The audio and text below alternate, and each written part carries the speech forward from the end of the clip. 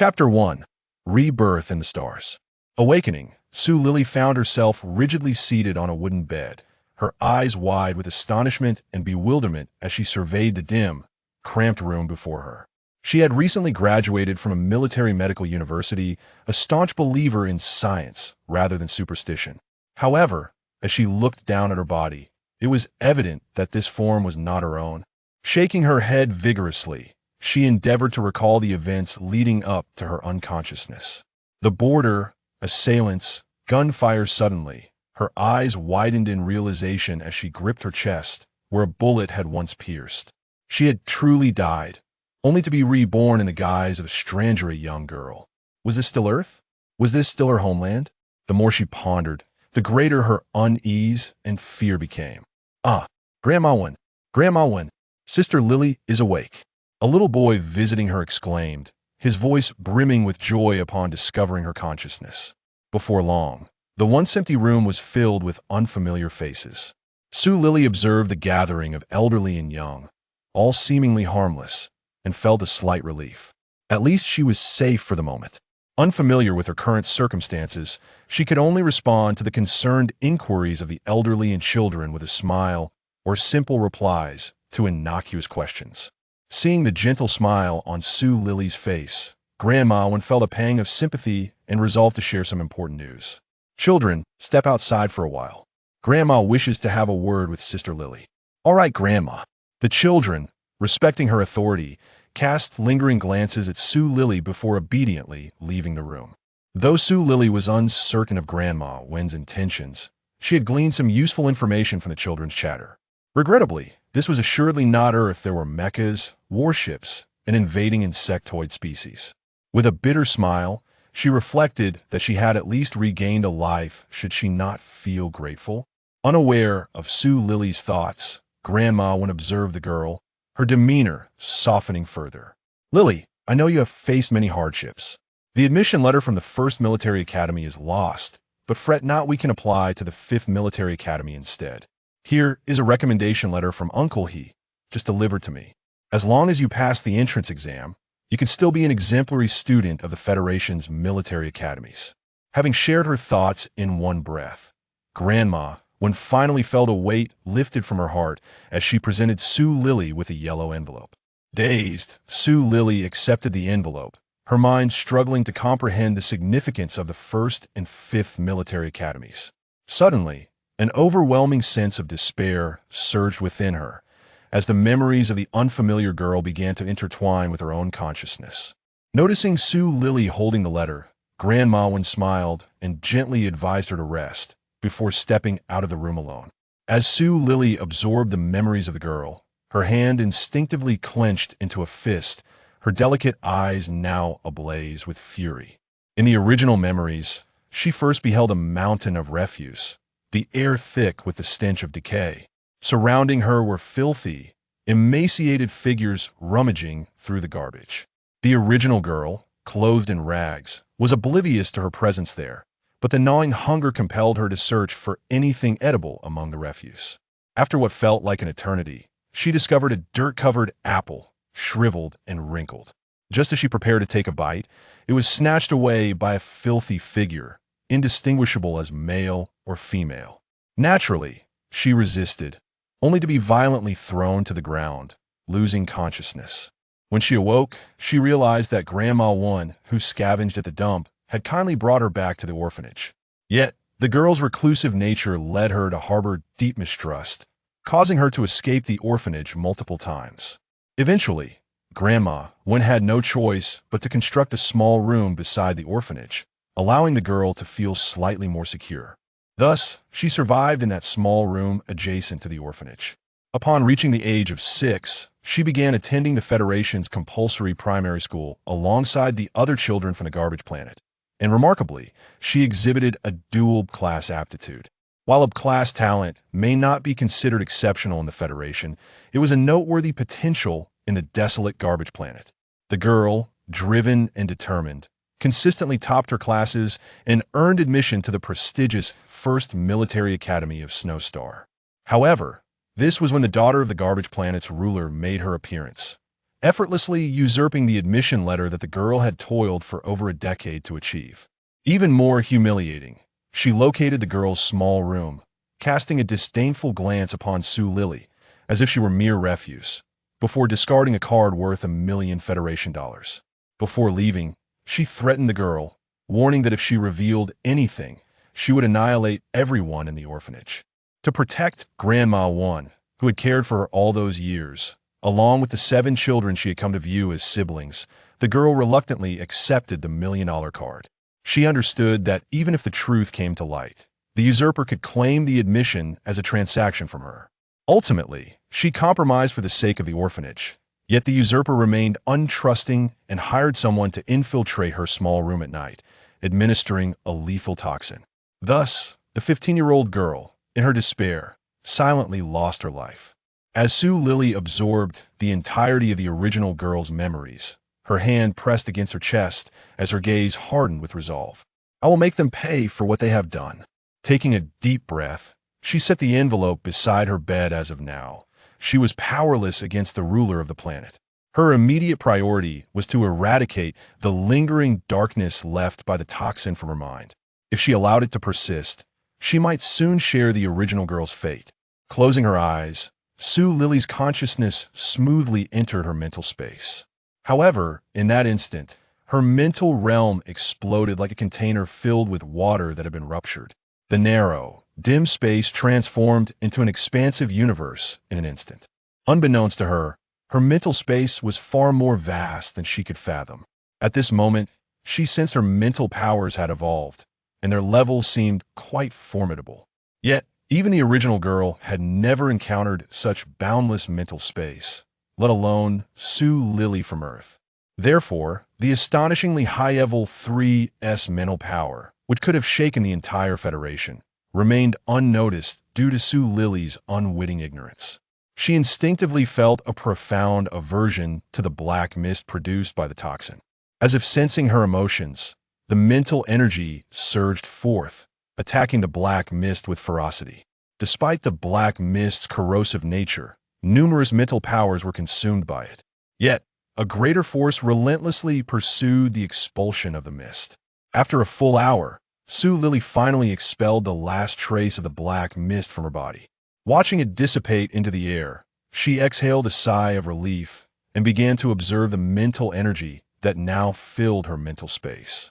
With the absence of the black mist, the mental energy appeared lethargic, sprawled across the expanse.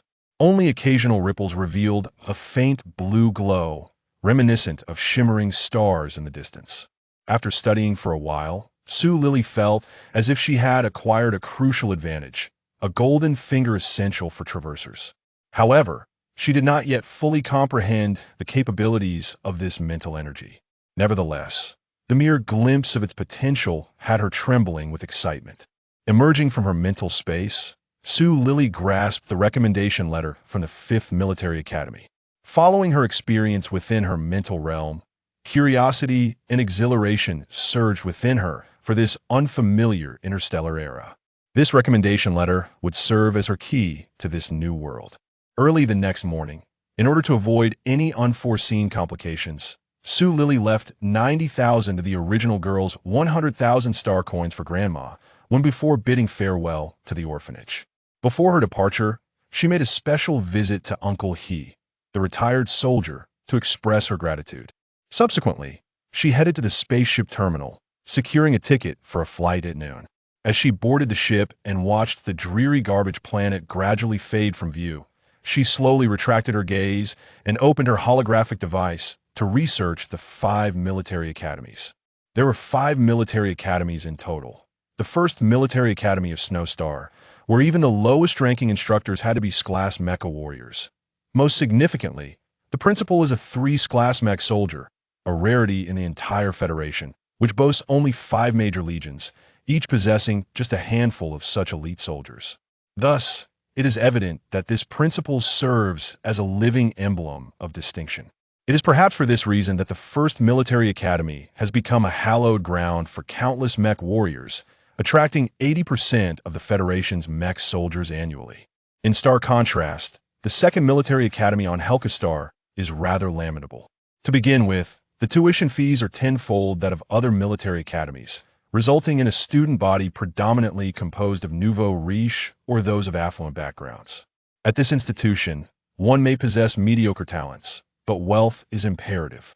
The second academy is notorious for its annual mech league competition among the 5 major military academies, leveraging the advantage of extravagant mechs to incite the ire of the mech warriors from the other 4 academies. The most laid-back is the third military academy on series, which primarily recruits for its potions department. This program requires extensive interaction with herbs, leading both faculty and students to engage in Hansen cultivation. Absent their military uniforms, they would resemble true agrarians. Thus, the third academy is humorously dubbed the agricultural school. However, to underestimate it would be a grave error. There have been instances where students from the fourth academy disparaged the mech warriors from the third academy, only to face dire consequences, namely, the cessation of potion supplies to their family until the offending student was expelled.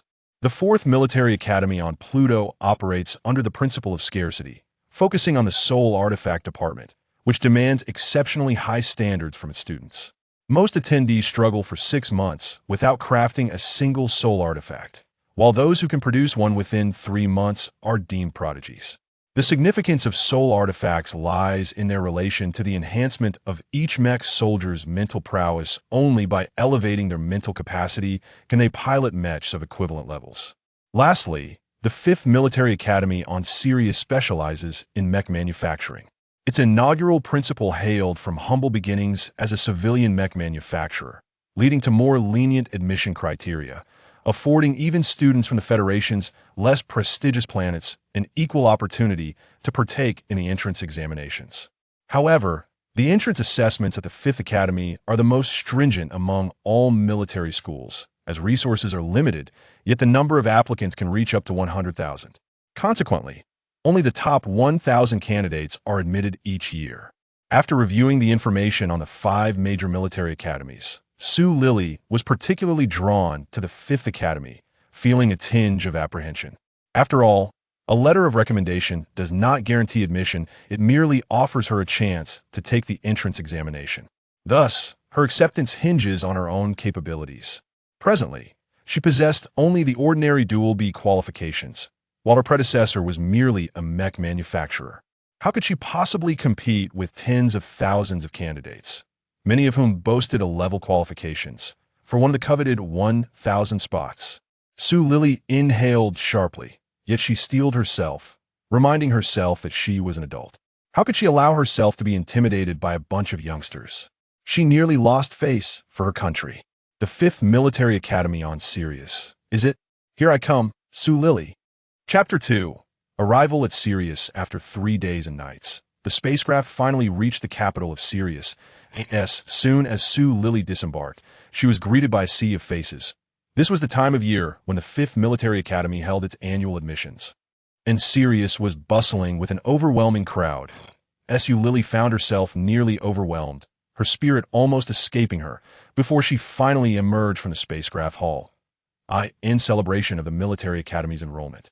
There were remarkable discounts on mechas. First come, first served. All candidates enjoyed an 80% discount on potions. If any were found to be counterfeit, a tenfold compensation was promised. The first 10,000 customers received an additional 20 off. What a tempting offer!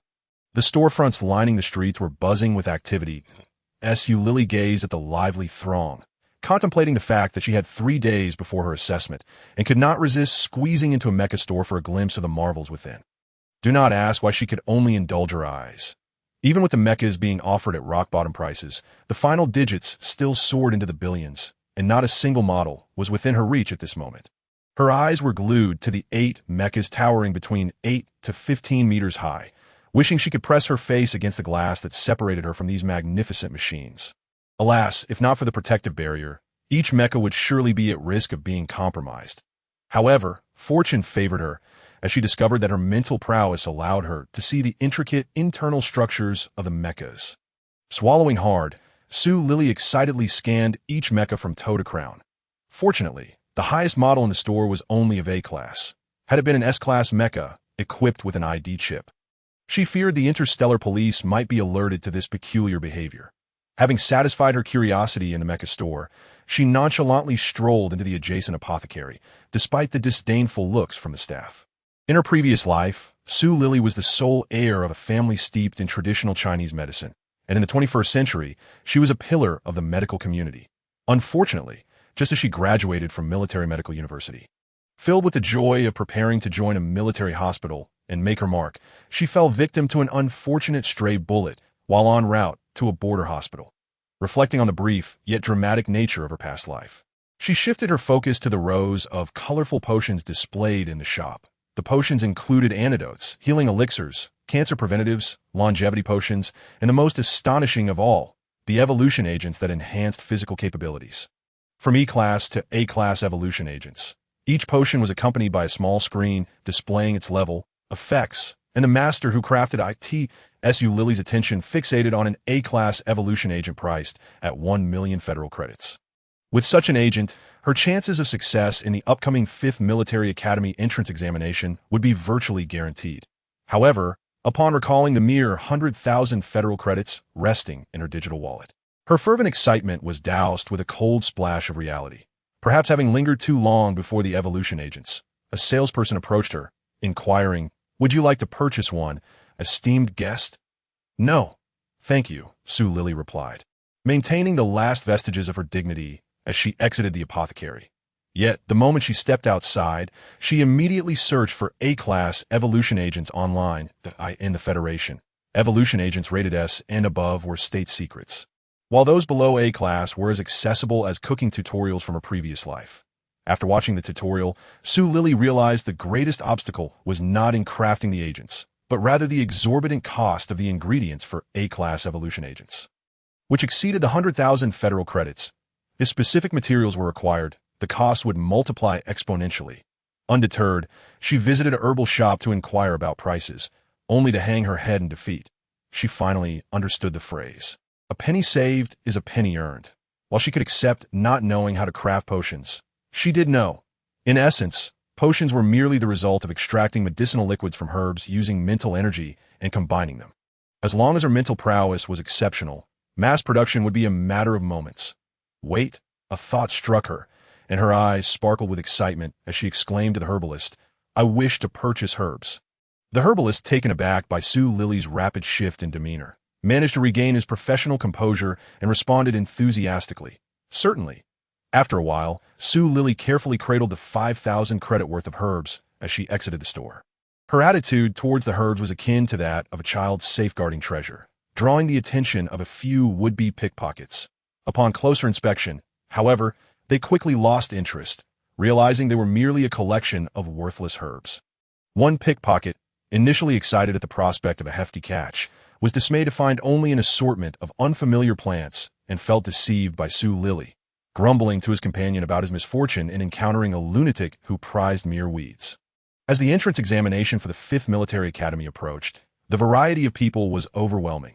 Just moments ago, she had encountered an impeccably dressed individual, only to discover their jewelry was fake. The younger generation today truly was something else. The pickpocket's companion, feeling a sense of shared hardship, could not help but confide in him.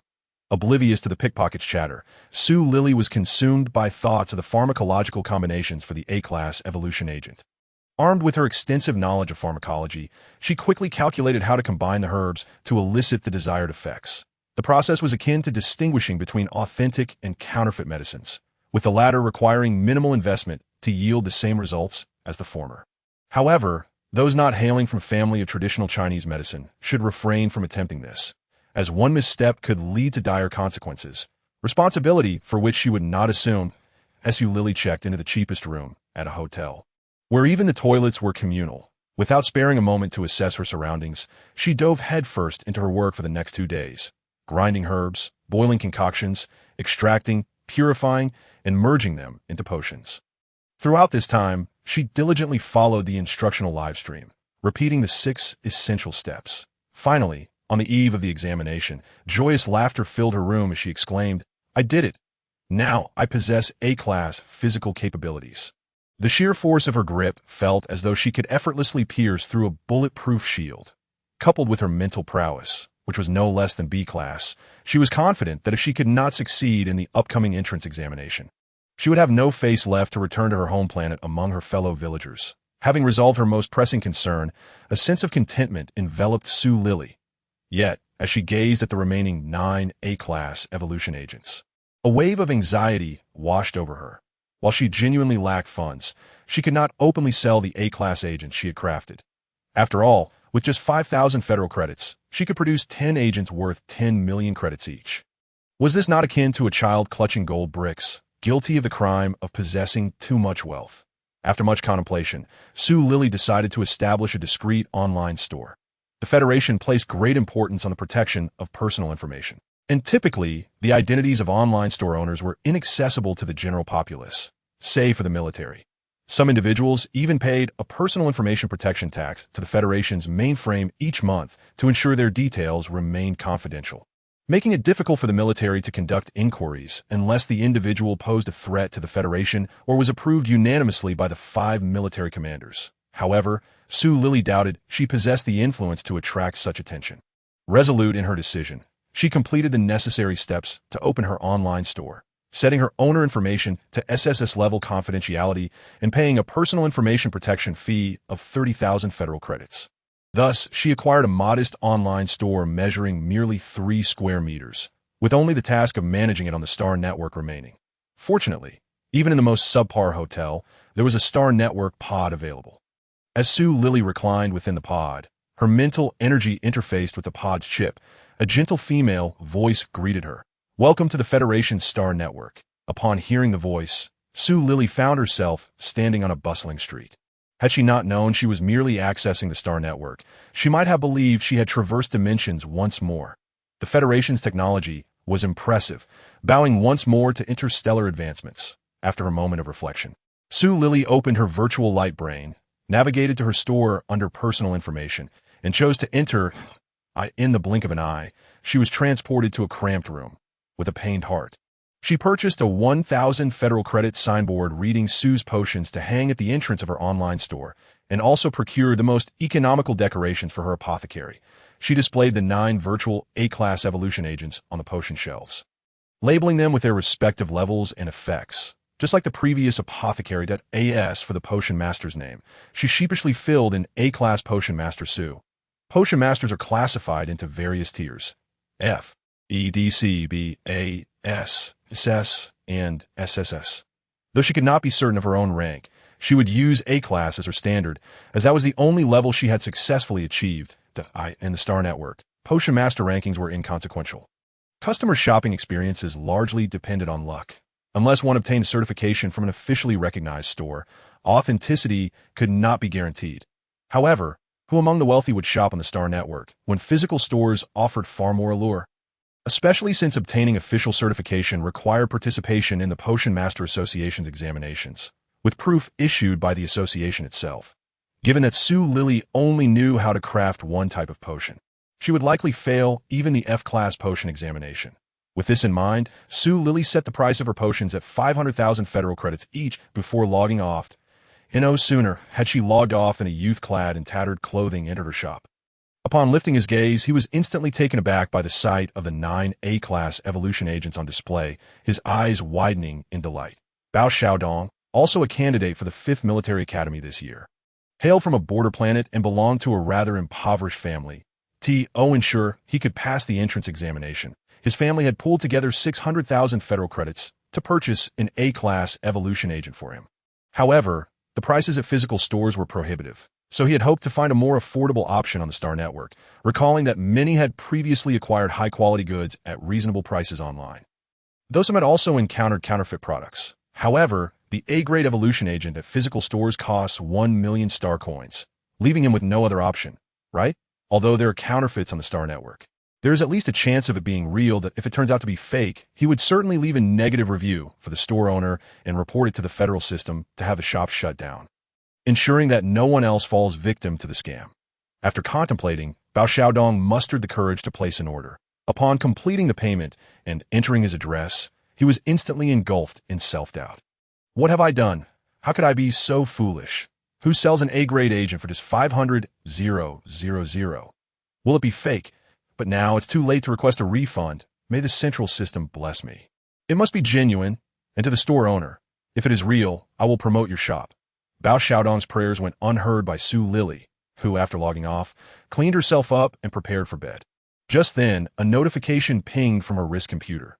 Dear shop owner, you have a customer who has placed an order. Please process it promptly. Upon seeing this message, Su Lili found it impossible to sleep. She opened her account and saw the newly credited 500,000 federal coins.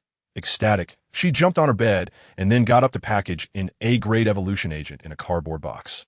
Calling for a delivery robot to pick it up? After sending off the robot, Su Lili switched off her wrist computer and returned to bed, readying herself for the entrance exam at the 5th Military Academy the next day. Meanwhile, Bao Xiaodong, still on Sirius, quickly received his package. However, upon inspecting the lightweight cardboard box, he felt certain he had been scammed. After all, who ships an A-grade evolution agent without a specialized protective container? His smile turned increasingly bitter. How could he have been so naive as to believe that the Star Network sold authentic goods? After sighing countless times, Bao Xiaodong decided to go live, hoping to prevent others from being deceived as he had been. He clicked on the live streaming app on his wrist computer and spent 10,000 federal coins to secure a prominent spot on the homepage, ensuring that those entering the app would easily find his stream. In the title, he wrote, A-grade evolution agent bought for 500,000 federal coins on the Star Network, and then he started the live stream. It was peak viewing time. Many viewers entered the room, eager to see which fool had been duped into buying something on the Star Network. The audience soon swelled to 100,000, with the comment section filled with ridicule directed at the host. I just bought one for my uncle for 800,000, and someone thinks they can snag an A-grade evolution agent for 500,000. If that A-grade agent is real, I Wong will do a handstand and eat noodles live. Who does this host think they are? Another fool thinking they're lucky to Bao Xiaodong read the numerous mocking comments. Despair washed over him. Resolutely, he took out the package containing the agent and announced, This cardboard box holds the A-grade evolution agent I purchased. Let us open it and see. Chapter 3. Star Network live streaming. A-grade evolution agent in a cardboard box. Fraud confirmed. Some people just love to cut corners. It's definitely a counterfeit. This is the routine every time a live stream showcases online shops. Bao Xiaodong felt there was nothing left that could excite him. Silently, he opened the box and took out the A-grade evolution agent, holding it in his palm for the audience to scrutinize. Haha, there really is an agent. At least the store owner didn't lie about this. The host hurriedly took a sip to verify its authenticity. Maybe you shouldn't drink it. What if it's poisonous? How disgusting. It's dinner time here on Snowstar. Please use civilized language. After displaying the agent, Bao Xiaodong uncorked the vial and spoke to the live audience. I'm a military academy student from a poor family. The money for this agent was pooled together by my relatives. Even if it is fake, I regret it, because I can't afford an A-grade evolution agent myself. This agent was bought from a shop called Sue's Potions on the Star Network. And if it's real, well, I don't even believe that myself. With that, Bao Xiaodong resigned himself and gulped down the agent. The moment the liquid hit his tongue, an intense bitterness surged into his brain, nearly overwhelming him. This must be the taste of poison. He thought that, this agent truly is toxic. After retching a few times, he became even more convinced that he had been scammed, even though he couldn't afford an A-grade evolution agent. He had heard many classmates who had bought one say that it had no bitter taste, only a subtle herbal fragrance. But now it was too late for regrets, as a wave of agonizing pain coursed through his body. Bao Xiaodong could barely dial for emergency assistance before slipping into unconsciousness. The viewers on the Star Network were oblivious to the host's plight. They merely saw a young man with closed eyes, seemingly in the midst of a physical upgrade. The live streaming app indicated that the host still had vital signs, providing a sense of relief while also sparking anticipation among the audience. Some bored viewers began to chat again. I just searched for the Sue's Potions the host mentioned. It only has one type of agent, and there are 8 A-grade evolution agents priced at just 500,000. The store owner must not know that the cost of an A-grade evolution agent exceeds 500,000. Fraud confirmed. Am I the only one who feels sorry for the host? Their family can't even muster 1 million federal coins. Hey, I suspect you're just flaunting your wealth. Time ticked by. And after half an hour, when many viewers were considering whether to report the situation, the live stream suddenly erupted with the boy's excited voice. A-grade. My physique really upgraded. The agent is real. Bao Xiaodong screamed in excitement at the live stream. Words could hardly convey his exhilaration as he kissed his wrist computer a few times. I could see that moment. The audience in the live stream ignored the grotesque, enlarged lips on the screen, and after a brief silence, the comments exploded. What do I do if my face hurts? The host is so lucky. I'm gonna buy one to try. Yeah, an A-grade evolution agent for just 500,000 federal coins, half the price of physical stores. I want one. Wait, what was that someone just said? Sue's Potions, 8 A-grade evolution agents. Damn. That's it. I'm out. You do as you please. Wait for me. Add me to that. Unbeknownst to Sue Lili, who was fast asleep. Her online store was gaining traction. Many live stream viewers flocked to Sue's Potions. Only the product descriptions remained on the shelves. Consequently, the crowd erupted in frustration, flooding the store with messages pleading for the agents. While some unable to secure a purchase berated the quick-finger buyers. Someone just snatched up 3 bottles. I managed to grab one. I'm selling it for 800,000. Who wants it? Stop being so greedy. I want it. I've messaged you. Please reply. The next day, when Sue Lili opened her wrist computer, she found an additional 4.5 million federal coins in her account. It quickly dawned on her that all the agents had sold out. Checking her store's inventory, she found it indeed empty, with a flood of messages requesting purchases. Sue Lili, eager to earn more money and perhaps buy a mech for research, was reminded that she had to attend her entrance exam that day. With a sigh, she posted an announcement in her shop. Dear customers, thank you for your support. Due to personal reasons, the restocking schedule is currently uncertain. After sending out the announcement, Sue Lili muted the incessant comment notifications from her store. She then sent out the remaining 8 agents via express delivery. Finally, Sue Lili glanced at the time on her wrist computer. It was already 7 o'clock. Realizing her entrance exam was at 9, she decided to stop monitoring her device and set off for the 5th Military Academy. Upon arriving, she found the area outside the school teeming with people, as it was the day of the entrance assessments. Only at this time were non-students allowed near the academy, resulting in a mix of parents and curious onlookers, all eagerly peering into the school grounds. Occasionally, they would spot a candidate entering the academy, their expressions more excited than those taking the exam. The joint entrance exams of the 5 military academies were about to commence. How thrilling! I wonder which academy will take first place this year. It has to be the 1st military academy on Snowstar. Anyone who can participate in their exams is a genius. I bet on the 5th military academy. The grandson of this year's federal marshal is taking the entrance exam too. Any bet is fine, but don't bet on the 3rd military academy. They're just a bunch of hopeless cases, always finishing last. The 2nd military academy is also impressive. Every year, the candidates are exorbitantly wealthy, showcasing their spending power to the point that the academy can't help but turn a blind eye. Seriously, I think last year's assessment was rigged. How could a simple fall lead to an exit? As Sue Lili observed the scene outside the school, resembling a star-studded event, she felt a chill run down her spine. She discreetly navigated through the crowd, verifying her information before finally entering the academy. Breathing a sigh of relief. After checking the registration signs, she walked to the registration desk, handed her recommendation letter to the teacher, and quietly awaited her turn. Information verified correctly. Please pay attention to your wrist computer for updates. Good luck, candidates. As soon as the teacher finished speaking, the light brain also received a message from the official channel of the 5th Military Academy. Upon opening the message, an electronic admission certificate appeared, presumably required for entry into the examination room later. Thank you, teacher.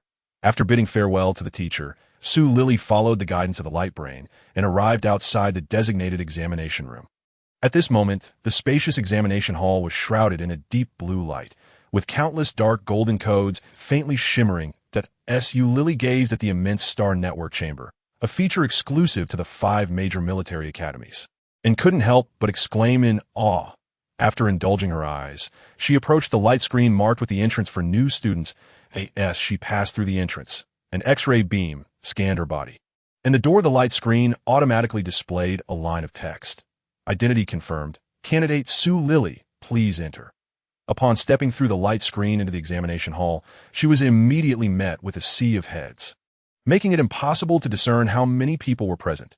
Fortunately, a screen at the center of the hall displayed a constantly changing number representing the count of new students, which had already surged into 6 figures. Wow, a beautiful girl has arrived, remarked a nearby candidate who had been watching the entrance, whistling nonchalantly. This drew the attention of other candidates towards Sue Lili. Sister, want to team up? I can take you flying. The casual candidate added. However, before he could finish his words, a teammate covered his mouth and dragged him away, scolding him. Is this the time for flirting? Be careful, or the captain will skin you alive. Suddenly reminded of his formidable team captain, the carefree candidate fell silent, tightly pressed his lips together, and reluctantly allowed himself to be pulled away by his teammate. The candidates observed Sue Lili's delicate frame, but tacitly chose to ignore her, turning their focus to other promising candidates who had just entered.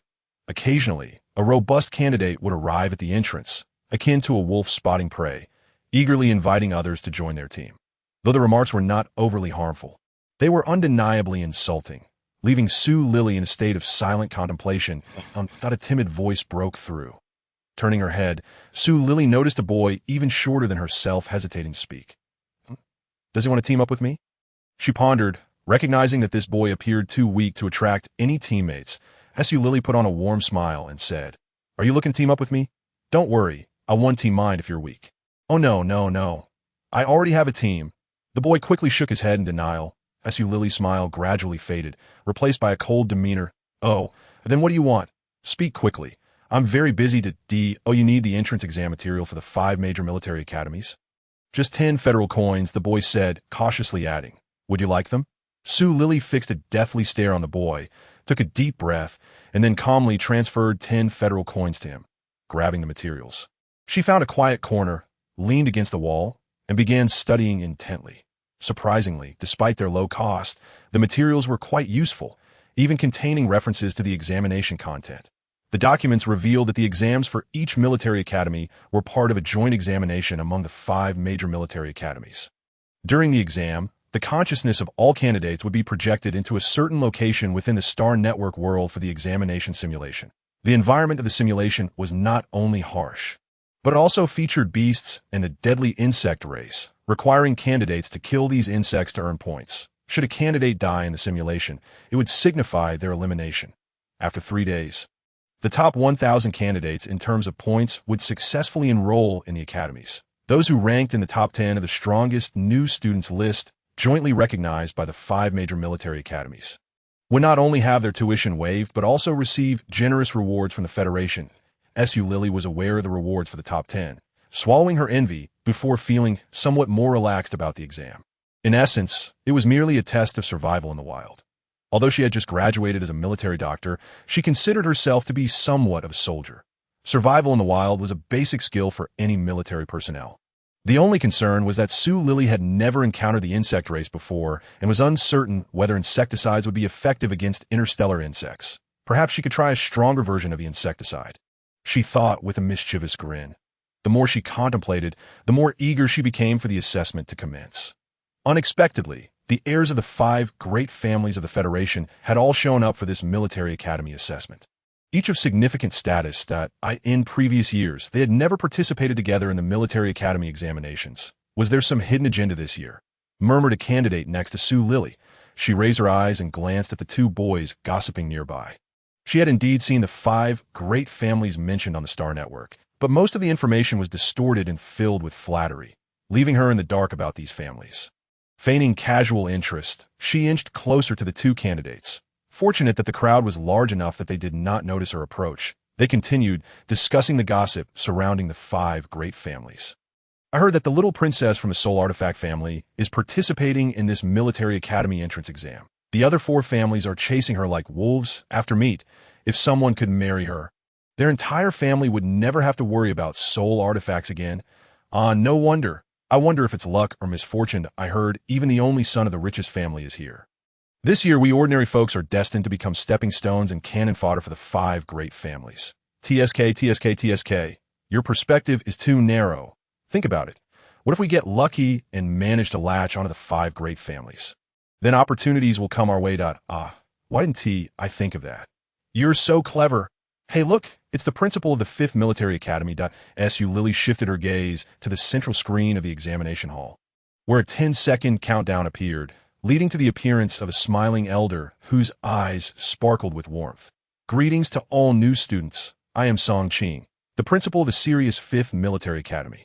First and foremost, I extend my heartfelt welcome to each candidate participating in this assessment. Your choice to attend our academy is an immense honor. I wish you all success in your assessments. aiming for first place. I want to say much more. Now, let us welcome teacher Shen Xiaoxiong, who will explain the rules of the competition. After Principal Song finished clapping, the screen transitioned to a man dressed in the federal military uniform. Shen Xiaoxiong's sharp features and piercing gaze made many candidates feel uneasy, resulting in an immediate hush falling over the crowd. Chapter 4. The Pureblood Royal Family Among the Students. Only Su Lili felt no fear towards Shen Xiaoxiong. Instead, she felt a sense of familiarity due to his military demeanor. After scanning the entire hall, Shen Xiaoxiong began. Firstly, the examination is not a game, and there will be no absolute safety during the test. Every year, candidates face attacks on their consciousness or sustain unexpected injuries during the entrance examinations. Minor injuries can be healed with advanced soul artifacts, but severe injuries can leave one in a state akin to being a living corpse. Therefore, I once again warn all candidates to consider their families during critical moments. Withdrawing timely in a crisis is not disgraceful. This is my advice and warning to you all. Lastly, I will ask once again, have you remembered? Shen Xiaoxiong's voice resonated with gravity. We remember. All the candidates straightened their backs and shouted in unison. A slight smile finally appeared on Shen Xiaoxiong's stern face, but it quickly vanished as he cleared his throat. Now, I will explain the rules for the next 3 days of examinations. Please listen carefully. This time, candidates from the 4 major military academies will compete alongside students from our 5th military academy in a new student examination.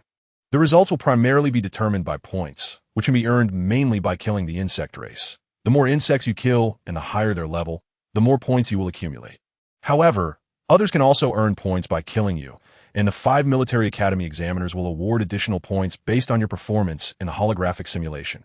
The students listened intently to Shen Xiaoxiong, occasionally whispering among themselves.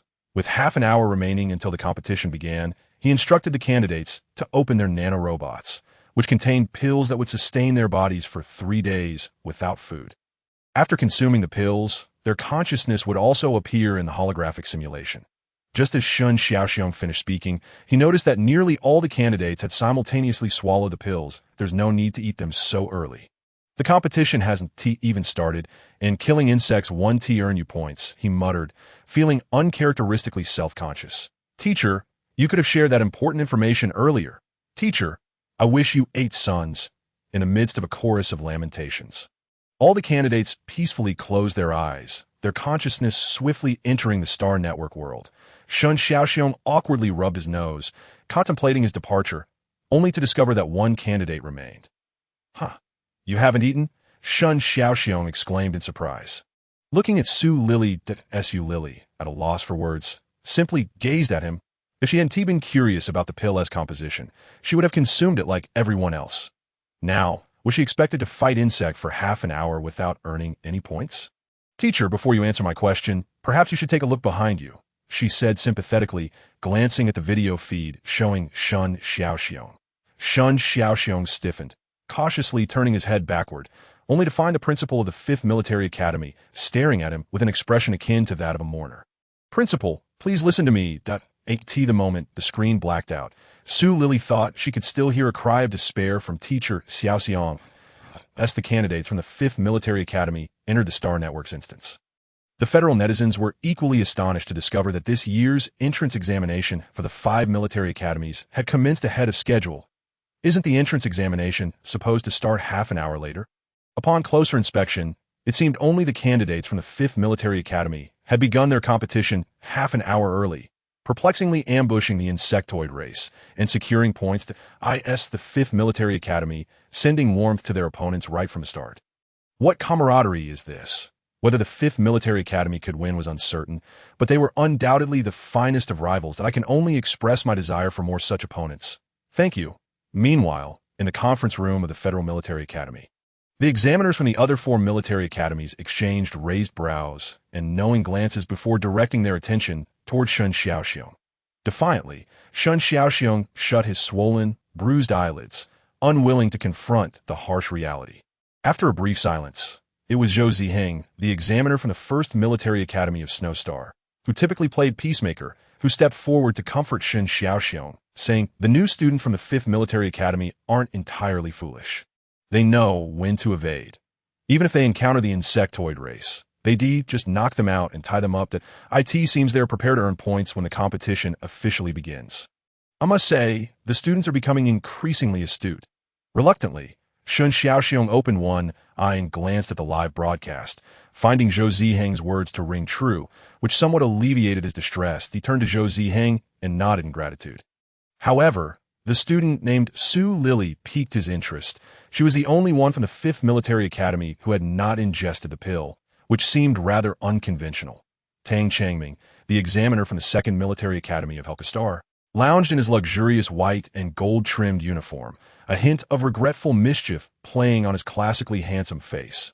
Lin Na, the examiner from the 4th Military Academy, sat aloofly in a plush chair. Casting a glance at Su Lili in the video, who was licking, sniffing, and rubbing the pill, then furrowed her brow and averted her gaze without uttering a word. Lin Na's exquisite features naturally exuded a delicate beauty. Yet none dared to underestimate her, with all 4 examiners treating her with a modicum of cautious flattery. After all, Lin Na hailed from a family of soul weapon artisans and was an S-rank soul weapon master. Were it not for her niece, Lin Cece, participating in the entrance examination, her status would have exempted her from attending such a newcomer competition. This child, upon receiving the pill, has instead begun to analyze its components. She is indeed a promising candidate for a pharmacist. The examiner from the 3rd Military Academy, Zhang Tianhe, donned a light green uniform. He adjusted his outdated black-framed glasses with his slender, jade-like fingers, his angelic visage remaining unblemished despite the antiquated eyewear. The actions of the 5 great families are rather significant this time. Even the heirs of the Zhang and Lin families are participating in this entrance examination. Is it possible that the Federation is on the brink of doom? Shun Xiaoxiong wished to divert the conversation from his wounds, hastily shifting the topic. Although it was a change of subject, the unusual actions of the 5 great families piqued Shun Xiaoxiong's curiosity. While it may not be the apocalypse, it was not far off. The Federation's upper echelons had just received news that pure-blood royals would participate in the entrance examination at the Imperial Military Academy. Zhou Ziheng frowned, stating, "Pure-blood royals? Aren't they the ones with psychic abilities and physique exceeding 3S? I thought that was merely a legend. It turns out to be true." Shun Xiaoxiong was taken aback, unable to contain his shock. The peace between the Empire and the Federation had endured for so long solely due to their comparable strength. Now, with a 3S individual from the royal family capable of disrupting that balance, it was feared that the Empire's militaristic faction might stir trouble once more. Even Zhou Ziheng, typically mild-mannered, felt a wave of revulsion at the thought of the Empire's militaristic faction. They were a scourge, wreaking havoc on countless planets on the fringes of the galaxy, meddling in planetary politics, inciting division and civil war, leaving only destruction, bloodshed, and obliterated civilizations in their wake. Shun Xiaoxiong recalled the harrowing images of those planets, his heart aching with rage. Lin Na and Zhang Tianhe remained silent in their seats until Tang Changming finally spoke. The Federation's only enemy can be the insectoid race. If the Federation and the Empire were to go to war, it would be the self-destruction of humanity.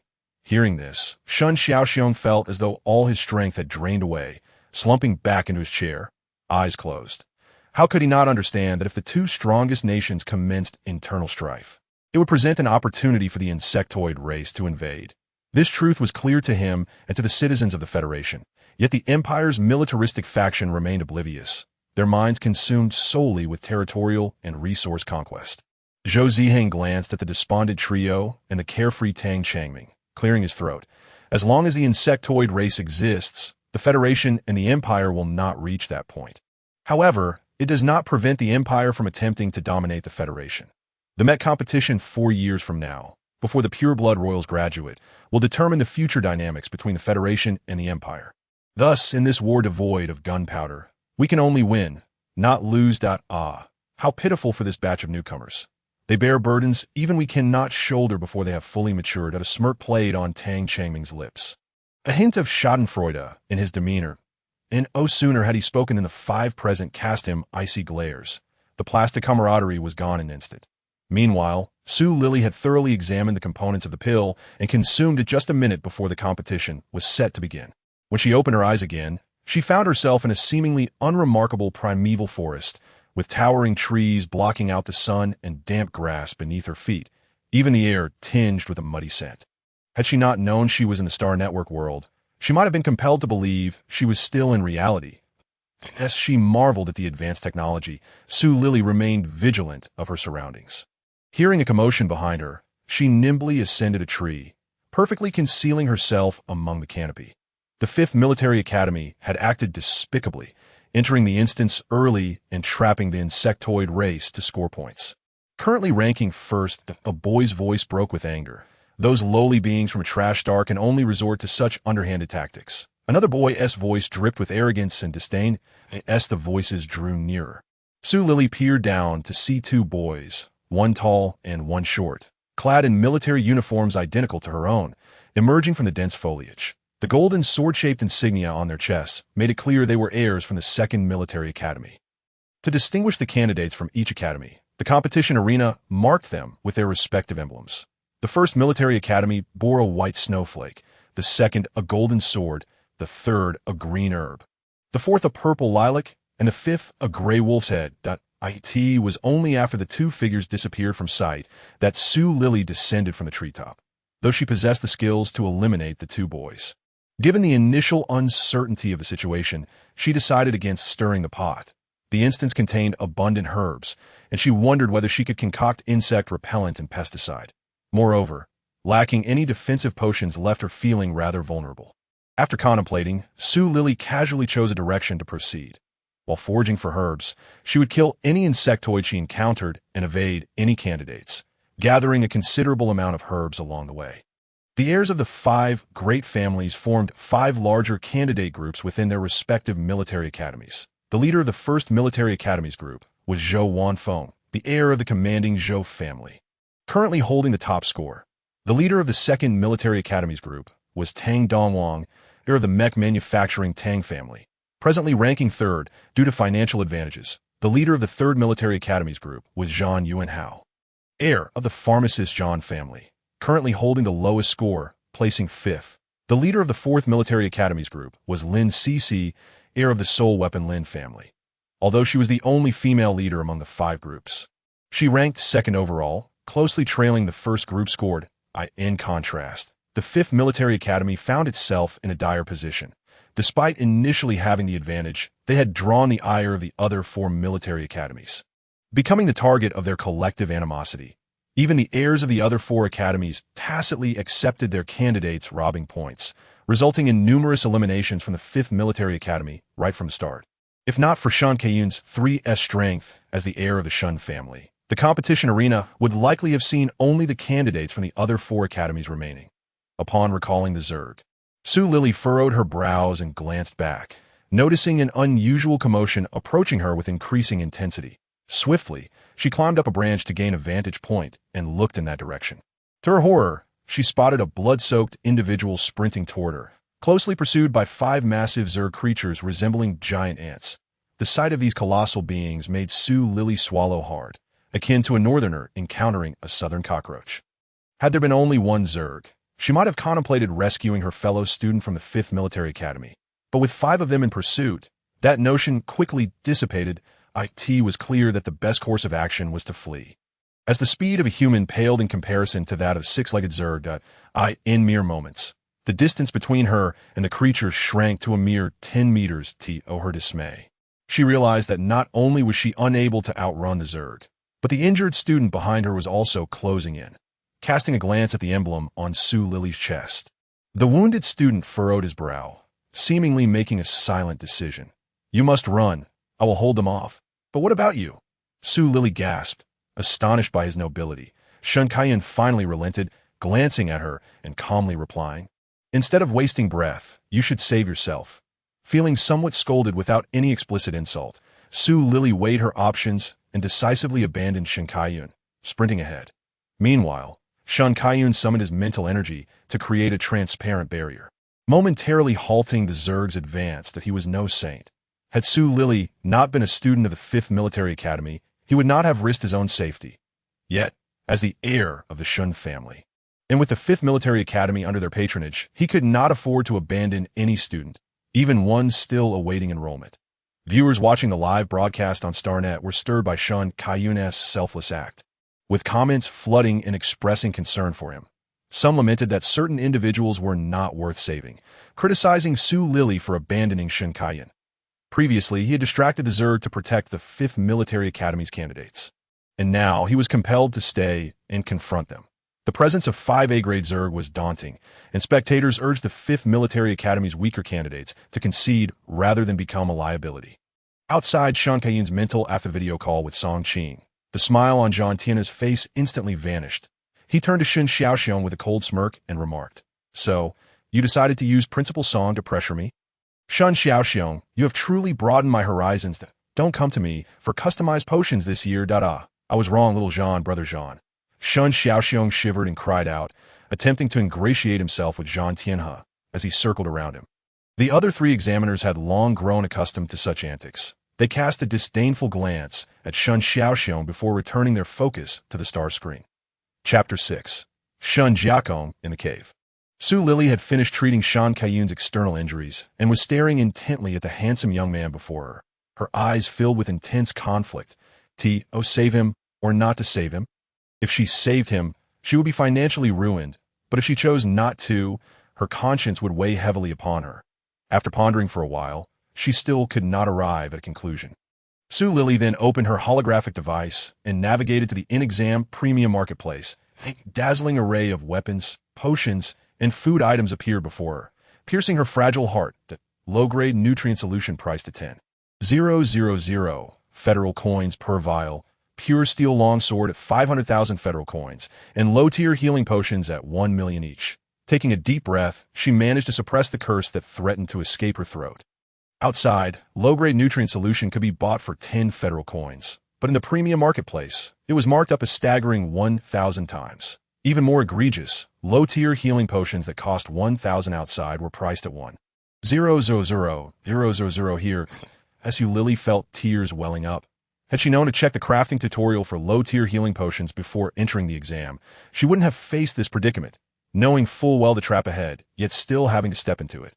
After a moment's hesitation, Su Lili clenched her jaw, closed her eyes tightly, and ultimately purchased a low-tier healing potion, constantly reassuring herself. If it weren't for this young man holding back those 5 insectoids, she wouldn't have had the chance to concoct the insecticide, and her fate would have certainly been disqualification. Logically, that made sense, but Su Lili's heart ached painfully, seeing the adorable little delivery robot that resembled a human child still receiving a 1-star review from her made her heart feel even heavier. The little robot's eyes instantly filled with tears, and as it turned to leave, it wore an expression of pitiful grievance, but dared not speak. Holding the potion, Su Lili turned coldly away. Not wishing to see the little delivery robot again, she administered the potion to Shen Kaiyan, deliberately leaving a drop behind to analyze its contents. After taking a moment to smell it, she placed it in her mouth to taste it. After discerning the ingredients, Sanqi, Baiji, Chuanxiong, Su Lili felt as though her soul had left her body as she stared at the empty vial in her hand. A potion worth dozens of federal coins had cost her a staggering 1,000. Uncertain whether the potion's efficacy was due to its quality or Shen Kaiyan's robust constitution, she found herself questioning her life choices. Just then, Shen Kaiyan awoke, glancing around the cave before fixing his gaze on Su Lili. "You saved me?" he asked, somewhat surprised as he assessed the petite girl before him. Upon hearing his voice, Su Lili lifted her head to meet his gaze, responding with a wry smile. "Who else could it be? Is there a ghost willing to spend 1 million to buy you a healing potion?" Though slightly arrogant, Shen Kaiyan held a great appreciation for the girl who had saved him. With a hint of contrition, he introduced himself. "Thank you. I am Shen Kaiyan. And you are?" When Su Lili heard the name Shen Kaiyan, she thought she had misheard it. In disbelief, she asked, "Shen Kaiyan, the leader of the 5th Military Academy's candidate group? How did you end up in such dire straits? If I hadn't rescued you just in time, you would have been eliminated." Su Lili paused momentarily upon mentioning the insecticide, then smoothly changed the subject. It wasn't that she wanted to hide from Shen Kaiyan. They were still strangers, and there was no need to reveal her secrets. Upon seeing Su Lili's shocked expression, Shen Kaiyan felt a bit uncomfortable and awkwardly scratched his nose, saying, "I didn't expect the entrance examination to be this difficult. Not only did we face 4 military academies robbing us, but even the previously formidable insectoid bosses have been reduced to mere minions. I was severely injured while trying to take down an SS-class insectoid. And just as I finished, 5 A-class insectoids came at me. Lili fell silent. She had sensed something was off about this exam. Initially, she thought she had been duped by the person selling information, but it turned out the difficulty had indeed been heightened. With this in mind, she looked up at Shun Kaiyun and asked, "Do you have any idea what's going on?" If it were before, I might have thought it was due to Lin Cece, the heir of the Lin family, but after encountering the SS-class insectoid, I can't be certain anymore. After all, an heir from a single family shouldn't have the power to provoke the military academy's assessment. Shun Kaiyun contemplated. Lili felt a twinge of disappointment, but seeing Shun Kaiyun's distressed expression, she smiled and said, "Instead of waiting helplessly, why not collaborate with me? We can hunt the insectoids together and split the points evenly. Sounds fair, right? Are you sure it's fair?" Shun Kaiyun regarded her with an expression akin to skepticism. "Hey, what kind of look is that? Don't forget, I saved you from the clutches of 2 A-class insectoids," Lili retorted, slightly annoyed. Shun Kaiyun was momentarily taken aback, having not expected her to be so bold. The delicate girl before him, so thin she seemed like she could be blown away by the wind, appeared to him an unlikely savior against 2 insectoids. After a moment's hesitation, Shun Kaiyun inquired curiously, "Speaking of which, how did you manage to save me from those 2 A-class insectoids?" "I'll tell you if you agree." Lili raised an eyebrow. Shun Kaiyun nodded decisively. After all, just the fact that she saved him was enough for him to agree. In a thicket on the examination grounds, 2 shadowy figures were peering through the grass, observing the situation outside. Countless insectoid remains littered the ground, deep green bug blood corrupting the earth and creating a foul stench, while swarms of insectoids were devouring each other in a grotesque display of evolution. Lili gazed at the mass of insectoids, relieved that her fortitude held up. Otherwise, a regular person might have fainted from fear. Shun Kaiyun withdrew his gaze, nudging Lili with his arm, betraying either nervousness or excitement as he exclaimed, "This is the insectoid nest. You dove right into this thrilling adventure, and I must say, I like a T." Lili shot him a sidelong glance and quietly instructed, "Get ready, point 1, 2, 3, throw." At least 100 potions were tossed into the center of the nest, and as the insectoids were startled by the commotion and prepared to attack, they all collapsed to the ground in mere moments. Only a few low-tier insectoids remained, bewilderedly circling in place.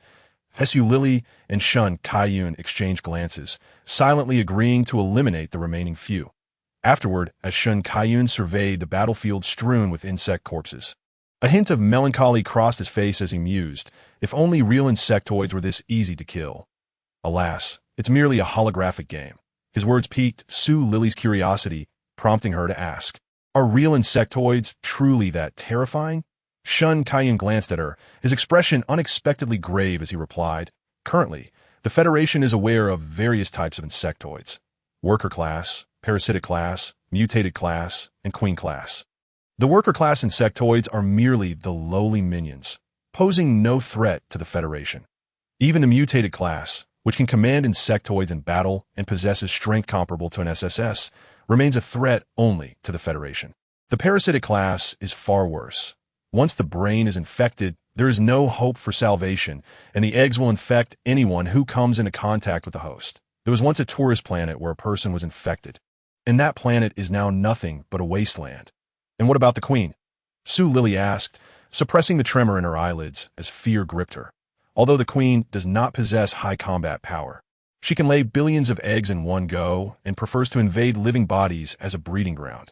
The eggs only hatch when the host has been drained of nutrients, at which point they burst forth, leaving only skin behind. Shun Kaiyun had seen videos left by victims and knew of even harsher realities that he chose not to disclose before the eggs hatch. The host is still alive, experiencing the gradual consumption of their being, inching closer to death. Lili fell silent, feeling overwhelmed by the terrifying world around her. What would she do if she wanted to return to Earth? Shun Kaiyun, noticing her wide-eyed expression filled with fear, found her unexpectedly endearing as he gently ruffled her hair and reassured her with a smile. "Don't worry. Before you graduate from the military academy, even if you wish to encounter truly formidable insectoids, you won't have the chance." Lili pouted, but did not explain. It was not that she feared the insectoids. Rather, as a girl, she inherently disliked bugs. The very thought of a queen or parasitic insectoid crawling in her body made her nauseous. and she wished to eradicate every last one of their ancestors. In the following 3 days, Su Lili and Shun Kaiyun scoured the examination ground for insectoid nests, using potions to eliminate them, until they finally eradicated the last nest. Su Lili exclaimed excitedly. There's still 3 hours left before the exam ends. With our combined points, we're sure to make it into the top 5. Tuition will be fully waived, and I heard there are rewards for the top 10. I can't wait to see what they are. After a long silence, Shun Kaiyun remained unresponsive, causing Su Lili to glance at him in confusion. She then realized that the usually unconcerned Shun Kaiyun was frowning deeply. What's wrong? Is something amiss? Not being naive, Su Lili sensed that something troubling had been overlooked. Shun Kaiyun took a deep breath and looked at Su Lili seriously, saying, "We may have a significant problem on our hands." Su Lili pondered for a moment, and suddenly her pupils constricted as she exclaimed, "The 4 major military academies? We haven't encountered a single candidate from the 5th Military Academy in these 3 days of examinations. I refuse to believe our luck could be that terrible. Hence, there's only one possibility. There are no candidates from the 5th Military Academy left in the examination venue." Shun Kaiyun cast a cold gaze around the surrounding woods. As expected of the successor of the Shun family, you deduced it so quickly. But alas, it is too late. All the trash from the 5th Military Academy has been eliminated by us. As the arrogant laughter echoed. Numerous candidates gradually emerged from the depths of the forest. Su Lili scrutinized the insignias on the candidates present. The emblem of the 1st Military Academy depicted a snowflake, the 2nd a golden sword, the 3rd an herb, and the 4th a lilac. Yet conspicuously absent was the wolf's head of the 5th Military Academy. How does it feel to be surrounded? Shun Kaiyun. Even if you possess 3S level mental power, today you shall be eliminated just like the others, proclaimed Tang Dongwang, the heir of the 2nd Military Academy, with an air of superiority. Ignoring the brash Tang Dongwang, Shun Kaiyun turned his attention to the leader of the 3rd Military Academy, Zhang Yuanhao, raising an eyebrow. When did your 3rd Military Academy need to compete for points? The 3rd Military Academy was notorious for being a peculiar outlier among the 5, mainly focusing on potions, which were known for their scarcity in terms of candidates. Thus, those who came to the examination typically did so as a mere formality. Yet this year was an exception, as they allied with the other 4 military academies. "I have no interest in points," Zhang Yuanhao replied nonchalantly to Shun Kaiyun, then shifted his gaze to Su Lili, adding, "Your potions are quite impressive. It would be a shame if you did not join the 3rd Military Academy. Zhang, don't think just because your father is my aunt's husband that I wouldn't dare strike you. Attempting to poach someone in front of me is excessive." Shun Kaiyun glared furiously at Zhang Yuanhao, incensed that he would attempt to lure Su Lili away right in front of him. Chapter 7. Wild 3S. Su Lili never imagined she would unwittingly become the center of attention, transforming from an unnoticed candidate into the focus of the entire examination hall. As the other candidates regarded her with hungry eyes, she felt a surge of trepidation, instinctively retreating behind Shun Kaiyun and declaring to Zhang Yuanhao, "I like the 5th Military Academy. A 1T transfer." Shun Kaiyun shielded Su Lili with his presence, his gaze menacingly fixed on his cousin. Zhang Yuanhao, with delicate fingers reminiscent of white jade, adjusted his glasses and smiled warmly. "What a pity. Are we going to fight or not? If this drags on, the examination will end." Tang Dongwang impatiently brandished his 20 million credit sword purchased from the premium store. "What do you think?" CC and Wan Feng. Zhang Yuanhao looked towards the boy and girl standing beside him. "Let us just get it over with." Lin CC, with her exquisite beauty and a hint of childishness, proclaimed in a sweet yet arrogant tone. "Let us make it quick," Zhou Wan Feng added coldly. Meanwhile, the examiners and the live audience watched the scene with bated breath. How could they fight with so many present? Shouldn't they consider surrendering?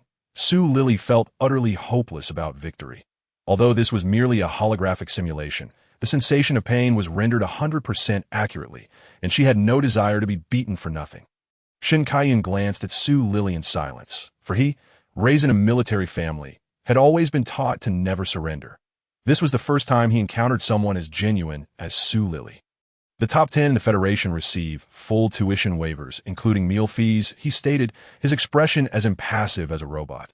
"But I really can't fight," Su Lili replied, her tone wavering momentarily, but she firmly rejected the notion.